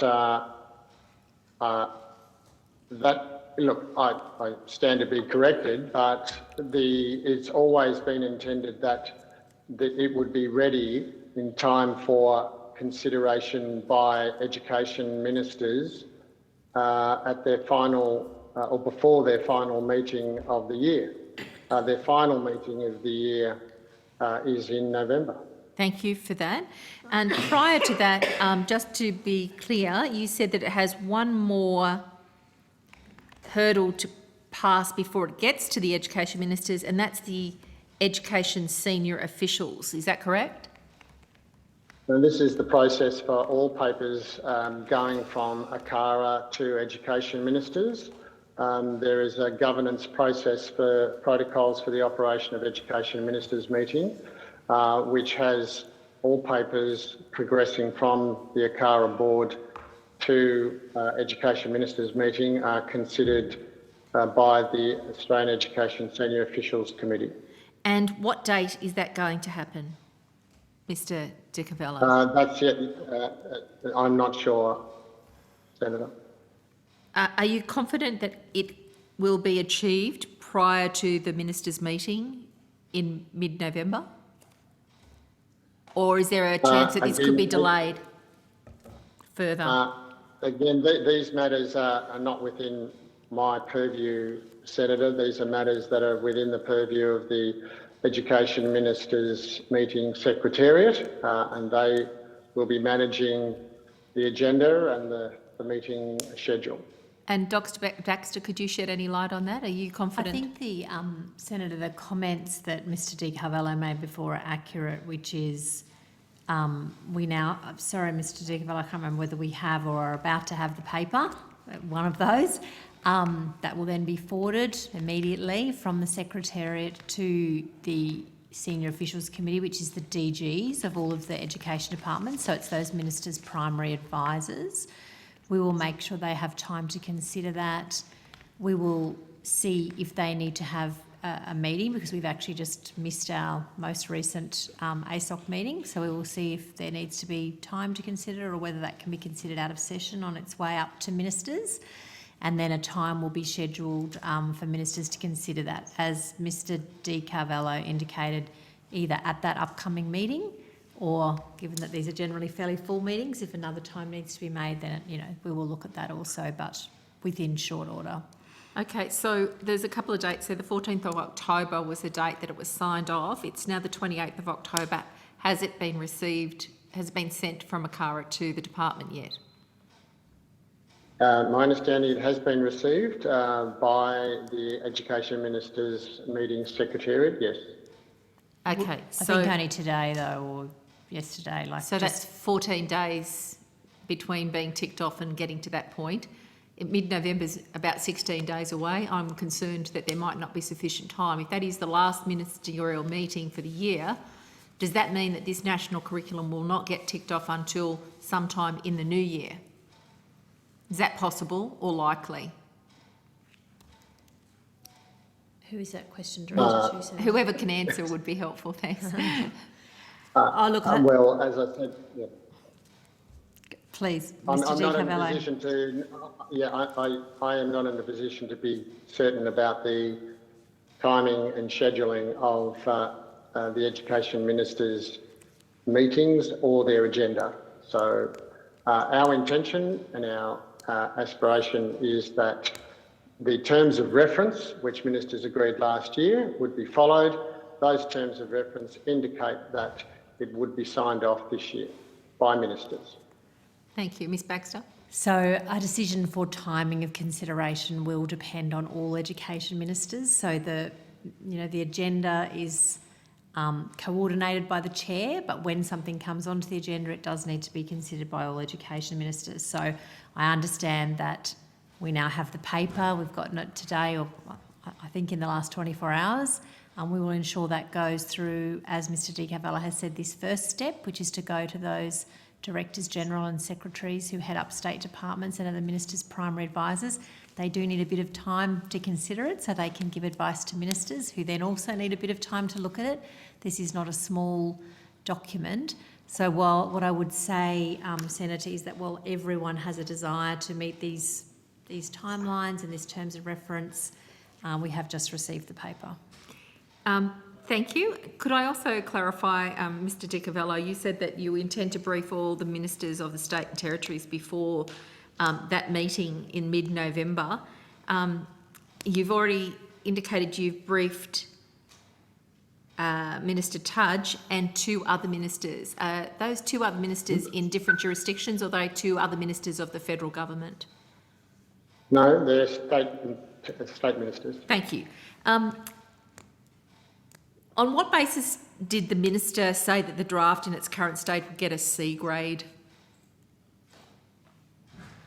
I couldn't answer that, Senator. You'll have to ask the minister.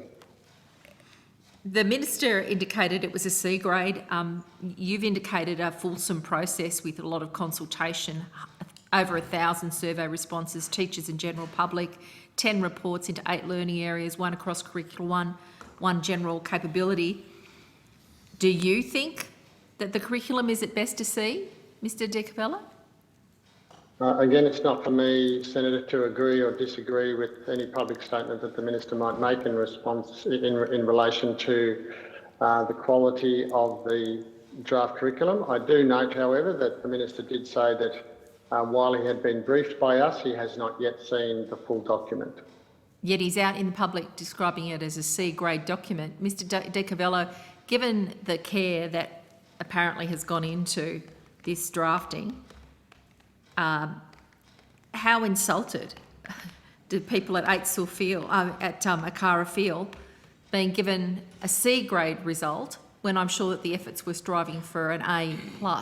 Point of order. That's seeking an opinion, as well as being inflammatory. Look, I mean, Senator O'Neill, you might want to rephrase. I mean, asking for that kind of a judgment does seem to be asking for an opinion.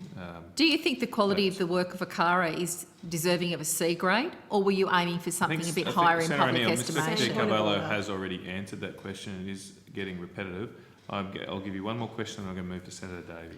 Do you think that the proposed revisions to the curriculum will actually improve the quality of education in our schools? That is our hope. The curriculum has yet to be approved, but if and when it is approved, if implemented as intended, that is our belief. And okay, Senator, I'll come back. Yeah, I've got more questions. I'm going to go to Senator Davey. Thank you very much. Thank you for appearing at this very late hour. I just have a couple of clarifying questions based on Senator Faruqi's line of questioning about the consultation that Akara did in developing the draft curriculum. I understand there were a significant amount of submissions received. Can you identify what the key themes of the concerns raised in those submissions were and what particular aspects? Well, I might turn to Ms Davey for this. There are, of course, 8 learning areas, 3 cross-curriculum priorities and 7 general capabilities. We received feedback on many of those, but in terms of a bit more colour and movement, I'll ask Ms Davey to comment. Thank you. Janet Davey, Director of Curriculum Akara. So just to confirm, we received over 6,100 online surveys and over 900 email submissions. The overwhelming feedback across all of the learning areas was positive.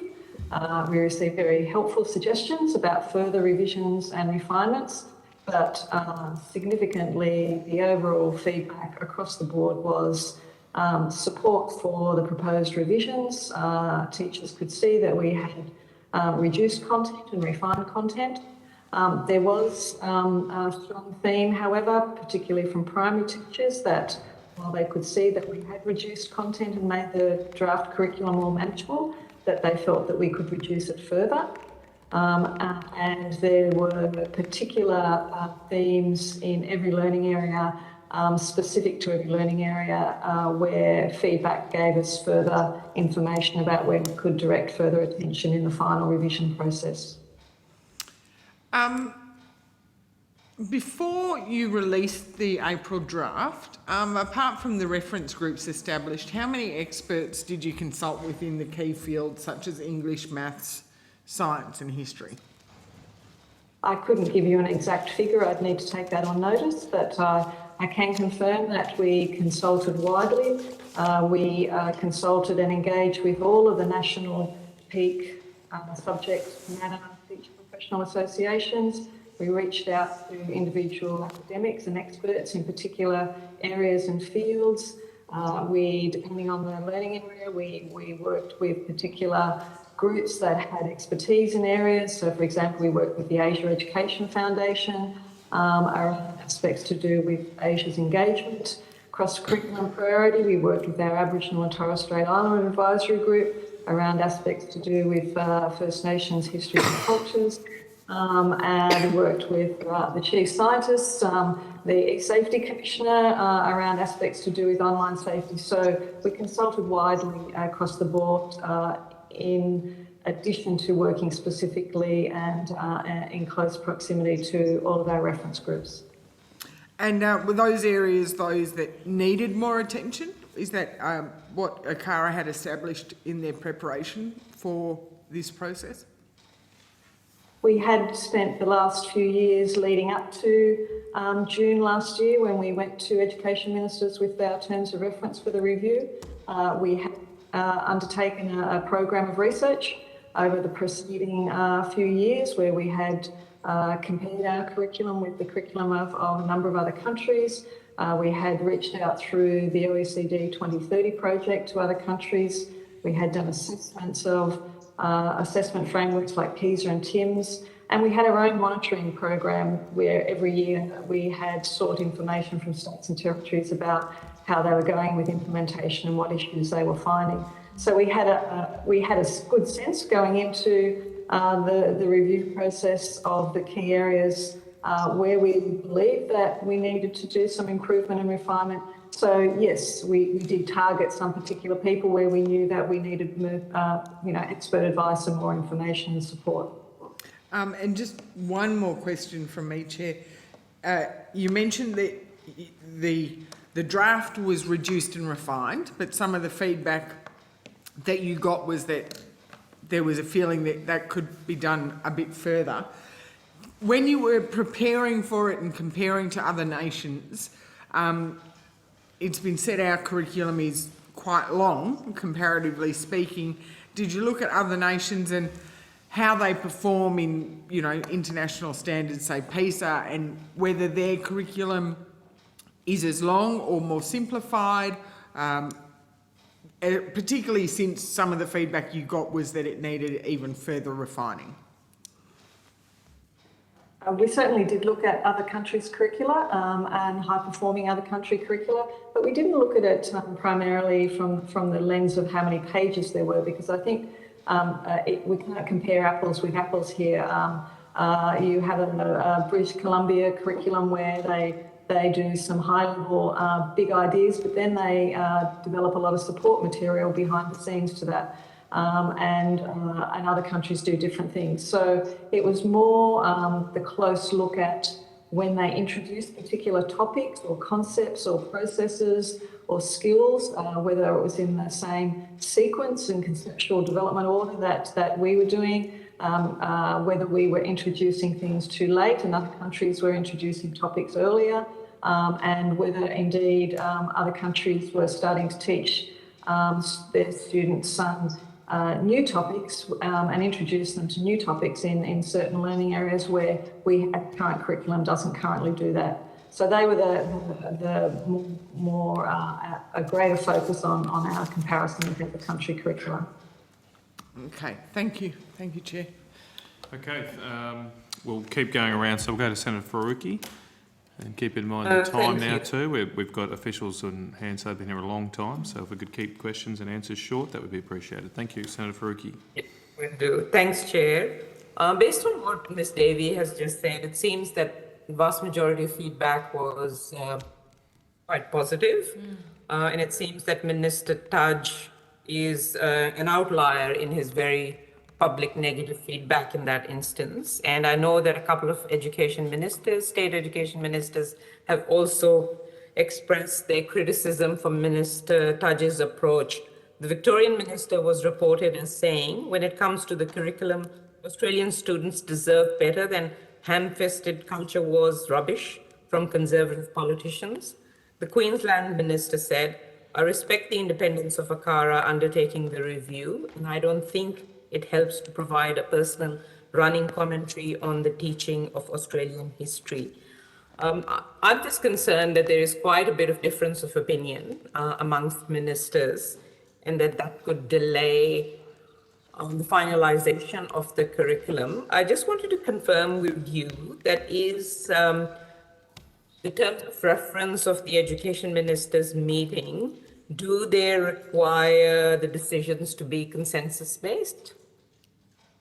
The protocols generally for education ministers is that ministers make decisions by consensus. The process by which they reach that consensus is can vary, but the intention is that they reach consensus. Are you concerned that consensus in this instance might be a problem? I think that will be up for ministers to discuss. I'm not in a position to be able to speculate on and give an answer on that question, Senator. Okay, thanks very much. Thank you for being here, and thanks, Chair. Thank you, Senator Faruqi. Very much appreciate those brief questions. Senator O'Neill. Thank you. Just a handful more for me. If I can go back, the ACARA website actually contains the curriculum timeline to which I was referring a little earlier, Mr. Di Cavello, and it does indicate that by September, feedback considered, final content changes complete, October recommended revisions for endorsement by the Council, and then October to November was to refresh work samples and other resources, prepare teacher-parent communication, and the most exciting part, 2022, start. So that's the schedule to which I was referring. Given the detail that we've got now about, delays, meetings, reviews, etc., how likely is this timeline to be achieved? The first thing that I could say, Senator, in relation to 2022 start, what we have said is that it would be available for teachers and systems to begin familiarising themselves with. There's not really an choice, isn't it? It's a choice. Well, it's not a requirement. It's not a requirement. The implementation of the Australian curriculum is a matter for jurisdictions and systems.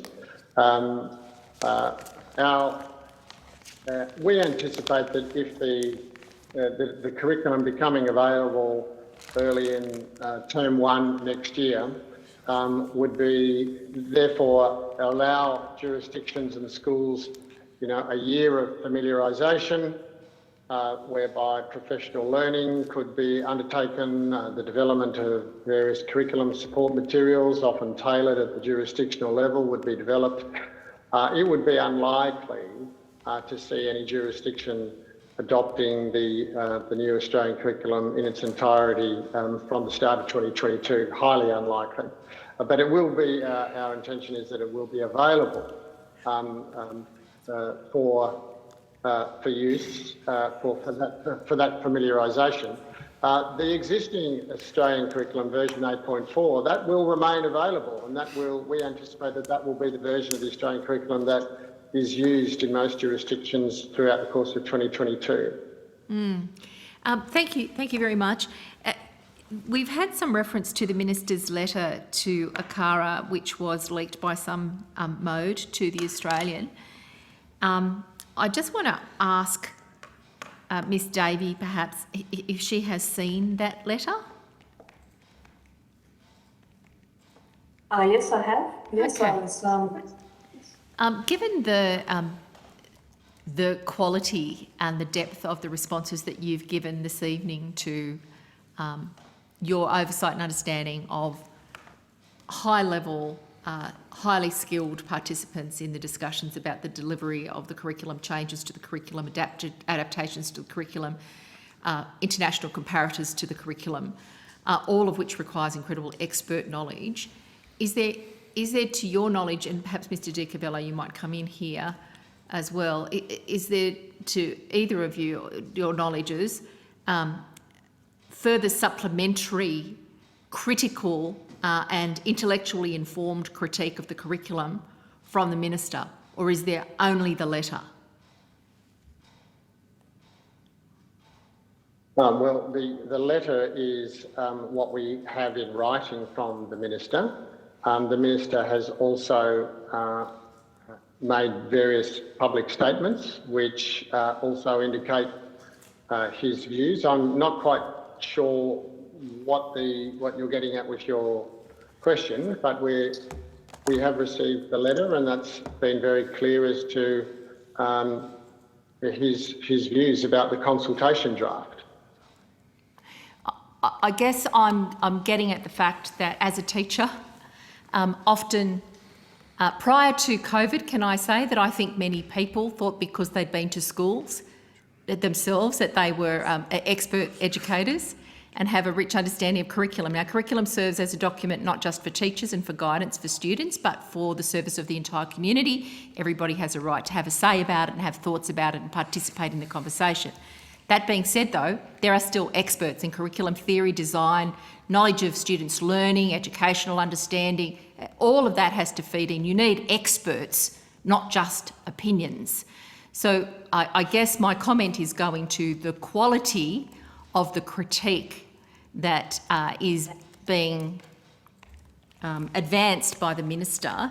Is it simply the statements that we see in public, the letter, or is there a separate process of experts on which Minister Tudge has drawn to provide you with a rich document that is a critique of the curriculum toto?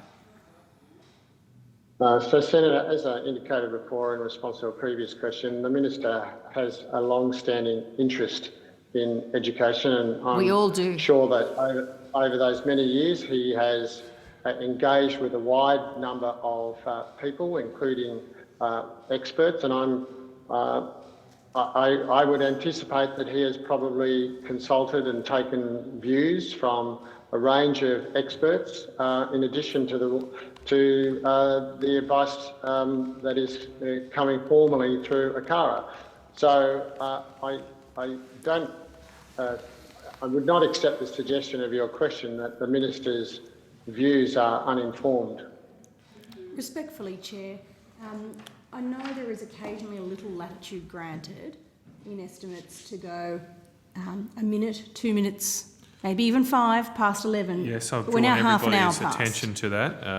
And Senator O'Neill, I'll draw your attention to it again, but of course we would prefer to avoid another day. So once again, thank the officials here for their indulgence.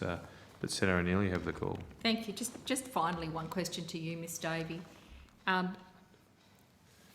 Given your close association with the document, or the multiple documents, the 10 reports, and your engagement with a wide range of experts, when you advanced this final draft of the curriculum, did you consider it C grade, or did you have a higher estimation of the work of that collective Brains Trust? I think we've been over this, Senator O'Neill, and it is very much asking for an opinion. So Ms Davey, can I say that as an educator and a curriculum theorist with some interest myself, I want to commend all of those who did the work, and having had a look across previous drafts. Is there a question, Senator O'Neill? I believe that you deserve much better than a C for the hard work that was engaged. I just want to put that on the record. Well, thank you very much. I know it's late, but I've just got... Chair.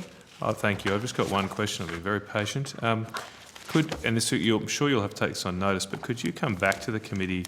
I'm particularly interested in the history curriculum from years 7 to 10, and could you come back to the committee with any removal of the word Christian, Christ, or Christianity from the previous curriculum, and if relevant, what has it been replaced with it in its place? Thank you. Senator, we won't be in a position to provide any detail on the final revisions until ministers have... Okay, just to be clear, I'm referring to the draft curriculum here. So you could do that comparison, presumably, with the draft curriculum? We can compare the draft curriculum with the current curriculum. Yes, but and all removal of the words Christ, or any omission of the words Christ, Christianity or Christian. Thank you. Thank you. All right, thanks. Thank you very much, officials, for hanging around this very late hour. That concludes today's proceedings, and I thank all of the ministers who have been here today, Minister Stoker, Power of Effort, Minister Reynolds earlier in the day, all of the officers of the department and all witnesses who have given evidence to the committee. Thank you also very much, especially to Hansard Broadcasting and the Secretariat for hanging around for this late hour. I close or adjourn this Education and Employment Committee. Thank you. Thank you.